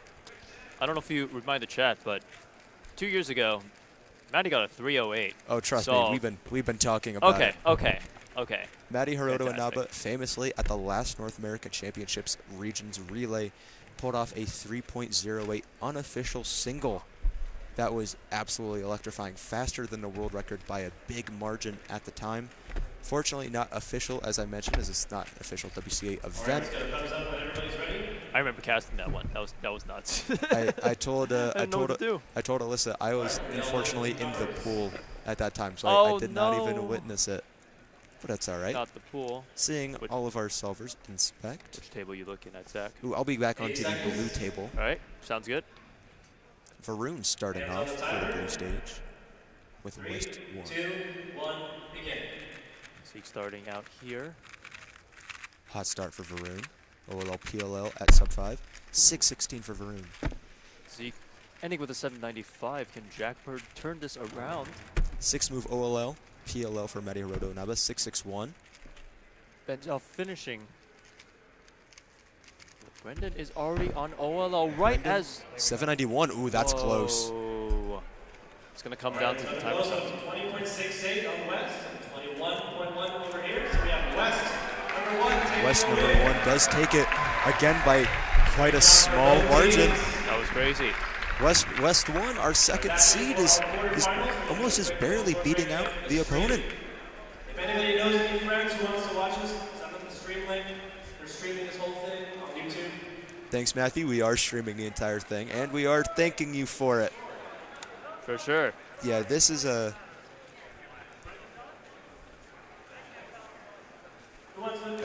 All right, so we are going to see, I believe, all of the matchups have happened in the second round. So your bracket for the semifinals. We lost internet on our bracket page. My apologies. I believe it's Great Lakes 1 versus Southeast 1 and West number 1 versus South 1. All right. I think. So yes, definitely some favorites. Great Lakes 1 and West 1 are top 2 seeds, opposite ends of the bracket. Would love to see them go against in the finals, but I am not opposed to seeing maybe a little bit of an upset here. For sure. For sure. All right, so just writing down for us. Yeah. Yeah, taking a quick break while we're still getting things organized on our end. Chat, I want to know what you all think of not just Regions Relay, but the entire North American Championships 2024 stream experience. And you guys who are watching, who are here at the competition, any PRs this weekend?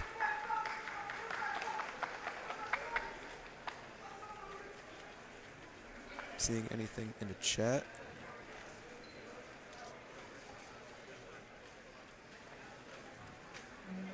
So hopefully it should be. I think are we taking a quick break? I think we're taking a really quick break right now. Taking a quick break? All right. We'll be back with the semifinals matchup shortly. I'm Zach Rydell. Thank you for tuning in. I'm Brandon Lin. It's nice seeing you for watching.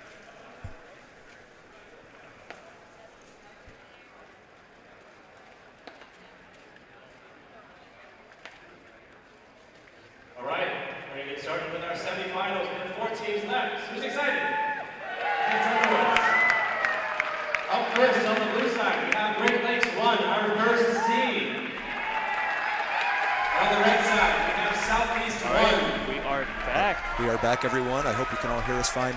Great Lakes 1 on the blue stage, the favorites to win it all. Versus Southeast 1, if I'm not mistaken. Yes. Wait. Yes. Yes. No, that is correct. Yes. So our 1 seed versus our 4 seed. Again, I am Zach Rydell. I'm going to be commentating all the solves on the blue stage. So this is going to be from Great Lakes 1. I'll be taking Southeast 1.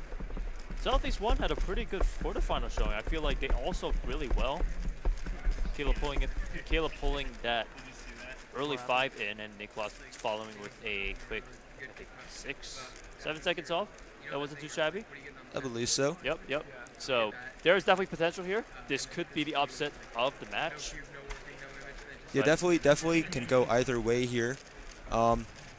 Again, we'd like to thank you all for tuning into the stream. We do not have the abilities for a split screen, so we're going to try and swap between each. Make sure you can see everyone solve. But we are still going to make sure you see all of our top solvers. For sure, as the cubes are being set down right now. We will be getting into this match very soon. All right, let's get a thumbs up when both teams are ready. Thumbs going Thumbs up. Not up yet. One at a time. Thumbs up. There we All go. right, we lift off your covers. Thumbs up. Inspection time going now. Here we see our 1 seed and our 3 seed. 3 seed, 4 seed? You got blue? Yes, I got blue. Fantastic. Luke Greiser starting us off. 3, 2, 1, begin. Oh, Caleb with a big pause at 3 seconds. That's going to cause Luke them, Greiser, unfortunately. 6:17. Maybe not super thrilled with it, but in the lead. Can Brian Nicholas Johnson, 6:88. Nicholas is Still going up in the second lead solve. on Great Lakes 1. Luke Garrett, 5:89. Great Lakes 1 taking this by a pretty sizable margin. Awesome work again on the southeast side. For sure. Definitely a dominating victory over It's them. But hard going against the 1 seed. Exactly. You know they're the Exactly. you know they're 1 for a reason. Exactly. But I like to root for the underdog, so great effort from them. I can blame you. Yeah. Second seed, West 1 on the blue side. West 1 coming up on the blue side. Maddie Heroanaba, Varun Mohanraj, and Brendan Donegan. They are taking on the South here. South number 1, Dylan Miller, Ryan Pickle, and Siddharth Reddy. South, our 6th seed, made it all the way to the semifinals matchup. Quite impressive. Actually, if you update Dylan's average with what he got today, they move at the 5th seed. Not that much change. But still, still Dylan decent. Miller with a 5.39 average in the second round, coming second place in second round of North American Championships 2024. After this, oh, sorry. My bad. Wait. That would be Southeast versus the loser of this one. I'm so sorry. Oh, I think Matthew Dickman may have just called the South team losers. Oh, no. Well, that's quite unfortunate to hear. I know he didn't mean it. Gotta wonder if that's maybe playing into their mindset, though. Now they have to win to prove it wrong. Maddie smiling, Varun smirking, Brendan yawning. Oh. I can't blame it. It's 7:20. We've been here for almost 12 hours, Brandon. Thumbs up, Maddie. So looks much exhausted, too. All right, you can lift off the covers. Inspection has started. Gonna see Varun starting off on the blue stage for West 1. 8 seconds. Hands on the timer. 3, 2, 1, begin. Here we go. Varun starting off quick start. Siddharth slightly blocking. 5.87 for Varun. 7:47 for Siddharth. Maddie, 5.69. Brian with a 7.4. Dylan going as fast as Brendan Dunnigan, 6.37. A little unfortunate for South 1. West 1 taking it. Your matchups currently, we're going to see Southeast 1 versus South 1 for a third place matchup. Bronze medal. And then we are going to see West 1 versus Great Lakes 1. We are going to see our number 1 and number 2 seeds go at it. Not this next matchup, but the one after that for the title of Region Relay winner. Yep, so let's see who can take this third place finish. Once again, we have Southeast 1 sitting down on the blue stage here. Nicolas Sanchez, Caleb Chen, and Dominic DC. We also see on the red stage, still South 1, we have Siddharth Reddy, Ryan Pilot, and Dylan Miller. This is a battle for third place, so that is why South 1 is still up on the stage.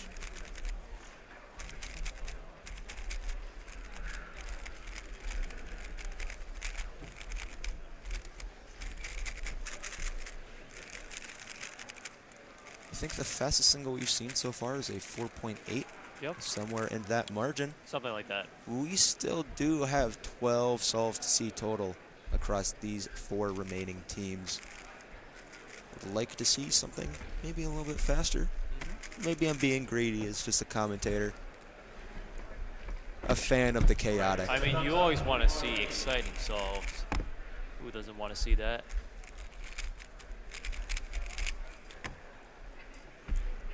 Again, we are trying our best to make sure that we are able to show both teams, but we do have some limitations at the moment. Inspection starting on both sides. 8 seconds. The battle of the South. South versus Southeast. Hands on the timer. 3, 2, 1, begin. Caleb starting it off for Southeast. Siddharth starting again. Siddharth on Ola with a 5.76. Caleb finishing with an 8.30. Brian also with a 5. Can Dylan get another 5 and complete the streak? Nicholas with a 6.56. Oh, but Dylan made it. Dylan Miller with a 7.28. Dominic Radici just now finishing up 10.04. South is third place here at Regions Relay. Still a huge congratulations to Southeast for making it this far in the tournament. Gonna take a quick break, and then we, Sid, off camera, tripping over some of the stairs they have going up to the stage. We didn't even mention South is actually slightly lower seated than Southeast. They are, Yeah. so a little bit of an upset there. we are going to see our grand finals matchup here in between Great Lakes 1, our seed number 1 team, and West 1, our seed number 2 team. My apologies. Yes. Brandon, Team. we got to wonder who's going to take it. Who's going to take Who do Great you Lakes think? and West? I mean, I honestly got to say Great Lakes has been solving fantastically. We did. I feel like I have expected a little bit more from West, but if they can solve under this pressure, that's what really matters. I do think that Great Lakes has a lot of. I mean, Great Lakes has a lot of people that want to solve the pressure. Here we see the 2 teams making their way to the stage now. It's honestly, it's awesome. Luke Greiser, Brian Johnson, Luke Garrett.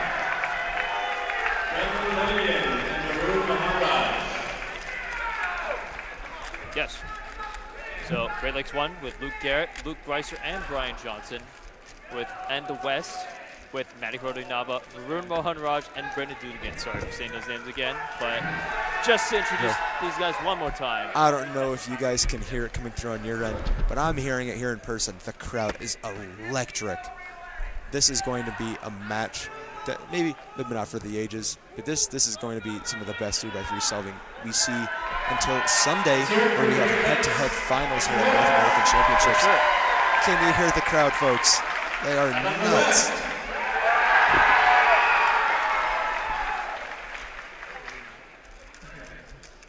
You can see Brandon there peeking through on the stream. Oh. Oh wait, no, that's Manu. That's Manu. Yeah. I was like, I moved my head and that didn't move. A little hand heart there from Luke Greiser. I am Zach Reidel. I'm going to be commentating the blue stage, which is Great Lakes 1. And I'm Brandon Lynn. I'll be doing the red stage, which just got its cubes dropped off right over here. Varun's going to be starting for, well, he's always been starting for the red stage here, or rather the West number 1. Great Lakes maybe in some home state advantage or home territory. Inspection starting now. Let's see what we got here, Brandon. Yes, the Great Lakes. Hands on the timer. Doing some tent inspection. 3, 2, 1, begin. And we're off. Luke Greiser starting off. Hot start, OLO, PLO, 6:11 for Luke. 6:55 for Varun. Can Maddie pull something off here? Brian Johnson, 6:18. Great Lakes into the lead right now by about a second and a half. It comes down to Brendan and Luke. Can Luke or Brendan? Luke Garrett, 7:26. You can hear that huge shout from Luke Greiser. I apologize for headphone users. But Great Lakes 1 are your North American champions in the Regions Relay. A huge congratulations again to West 1, your second place team, and for South 1, your third place team. Again, huge congratulations to all teams that competed tonight. This has been amazing to watch. I'm having a blast here. Brandon, how do you feel? Good. Yeah, I mean, I feel proud of these teams. Like Luke, both Luke's. Yep. Both like Luke Garrett, Luke Greiser, and Brian Johnson. Congratulations! Congratulations to all the teams that participated in this Regions Relay. A little unfortunate, maybe our favorites, the Mid-Atlantic teams, as well as Alyssa's favorites, the Canada teams, to go so early, but it's been worth it. That was amazing to watch, amazing to see high-level 3x3 solving. There is going to be Team Blind, an unofficial event, but I don't think that is going to be on stream, unfortunately. We are working with some limited resources, but I'm glad we were able to get this all shown to you. I know I was really, really hoping, and it was definitely much worth it to have everyone get to watch this. For sure, for sure. This is really exciting to watch. I'm glad you got to experience this year. Right. Yeah. Yep. So we're going to be wrapping up day 2 of the stream, day 3 of North American Championships 2024. We're going to see you all bright and here early tomorrow for Championship Sunday. I am Zach Reidel, joined with again. I'm Brandon Lynn. We're going to be signing off for the night. Thank you again very much for watching. Thank you, everyone. Hope to see you tomorrow.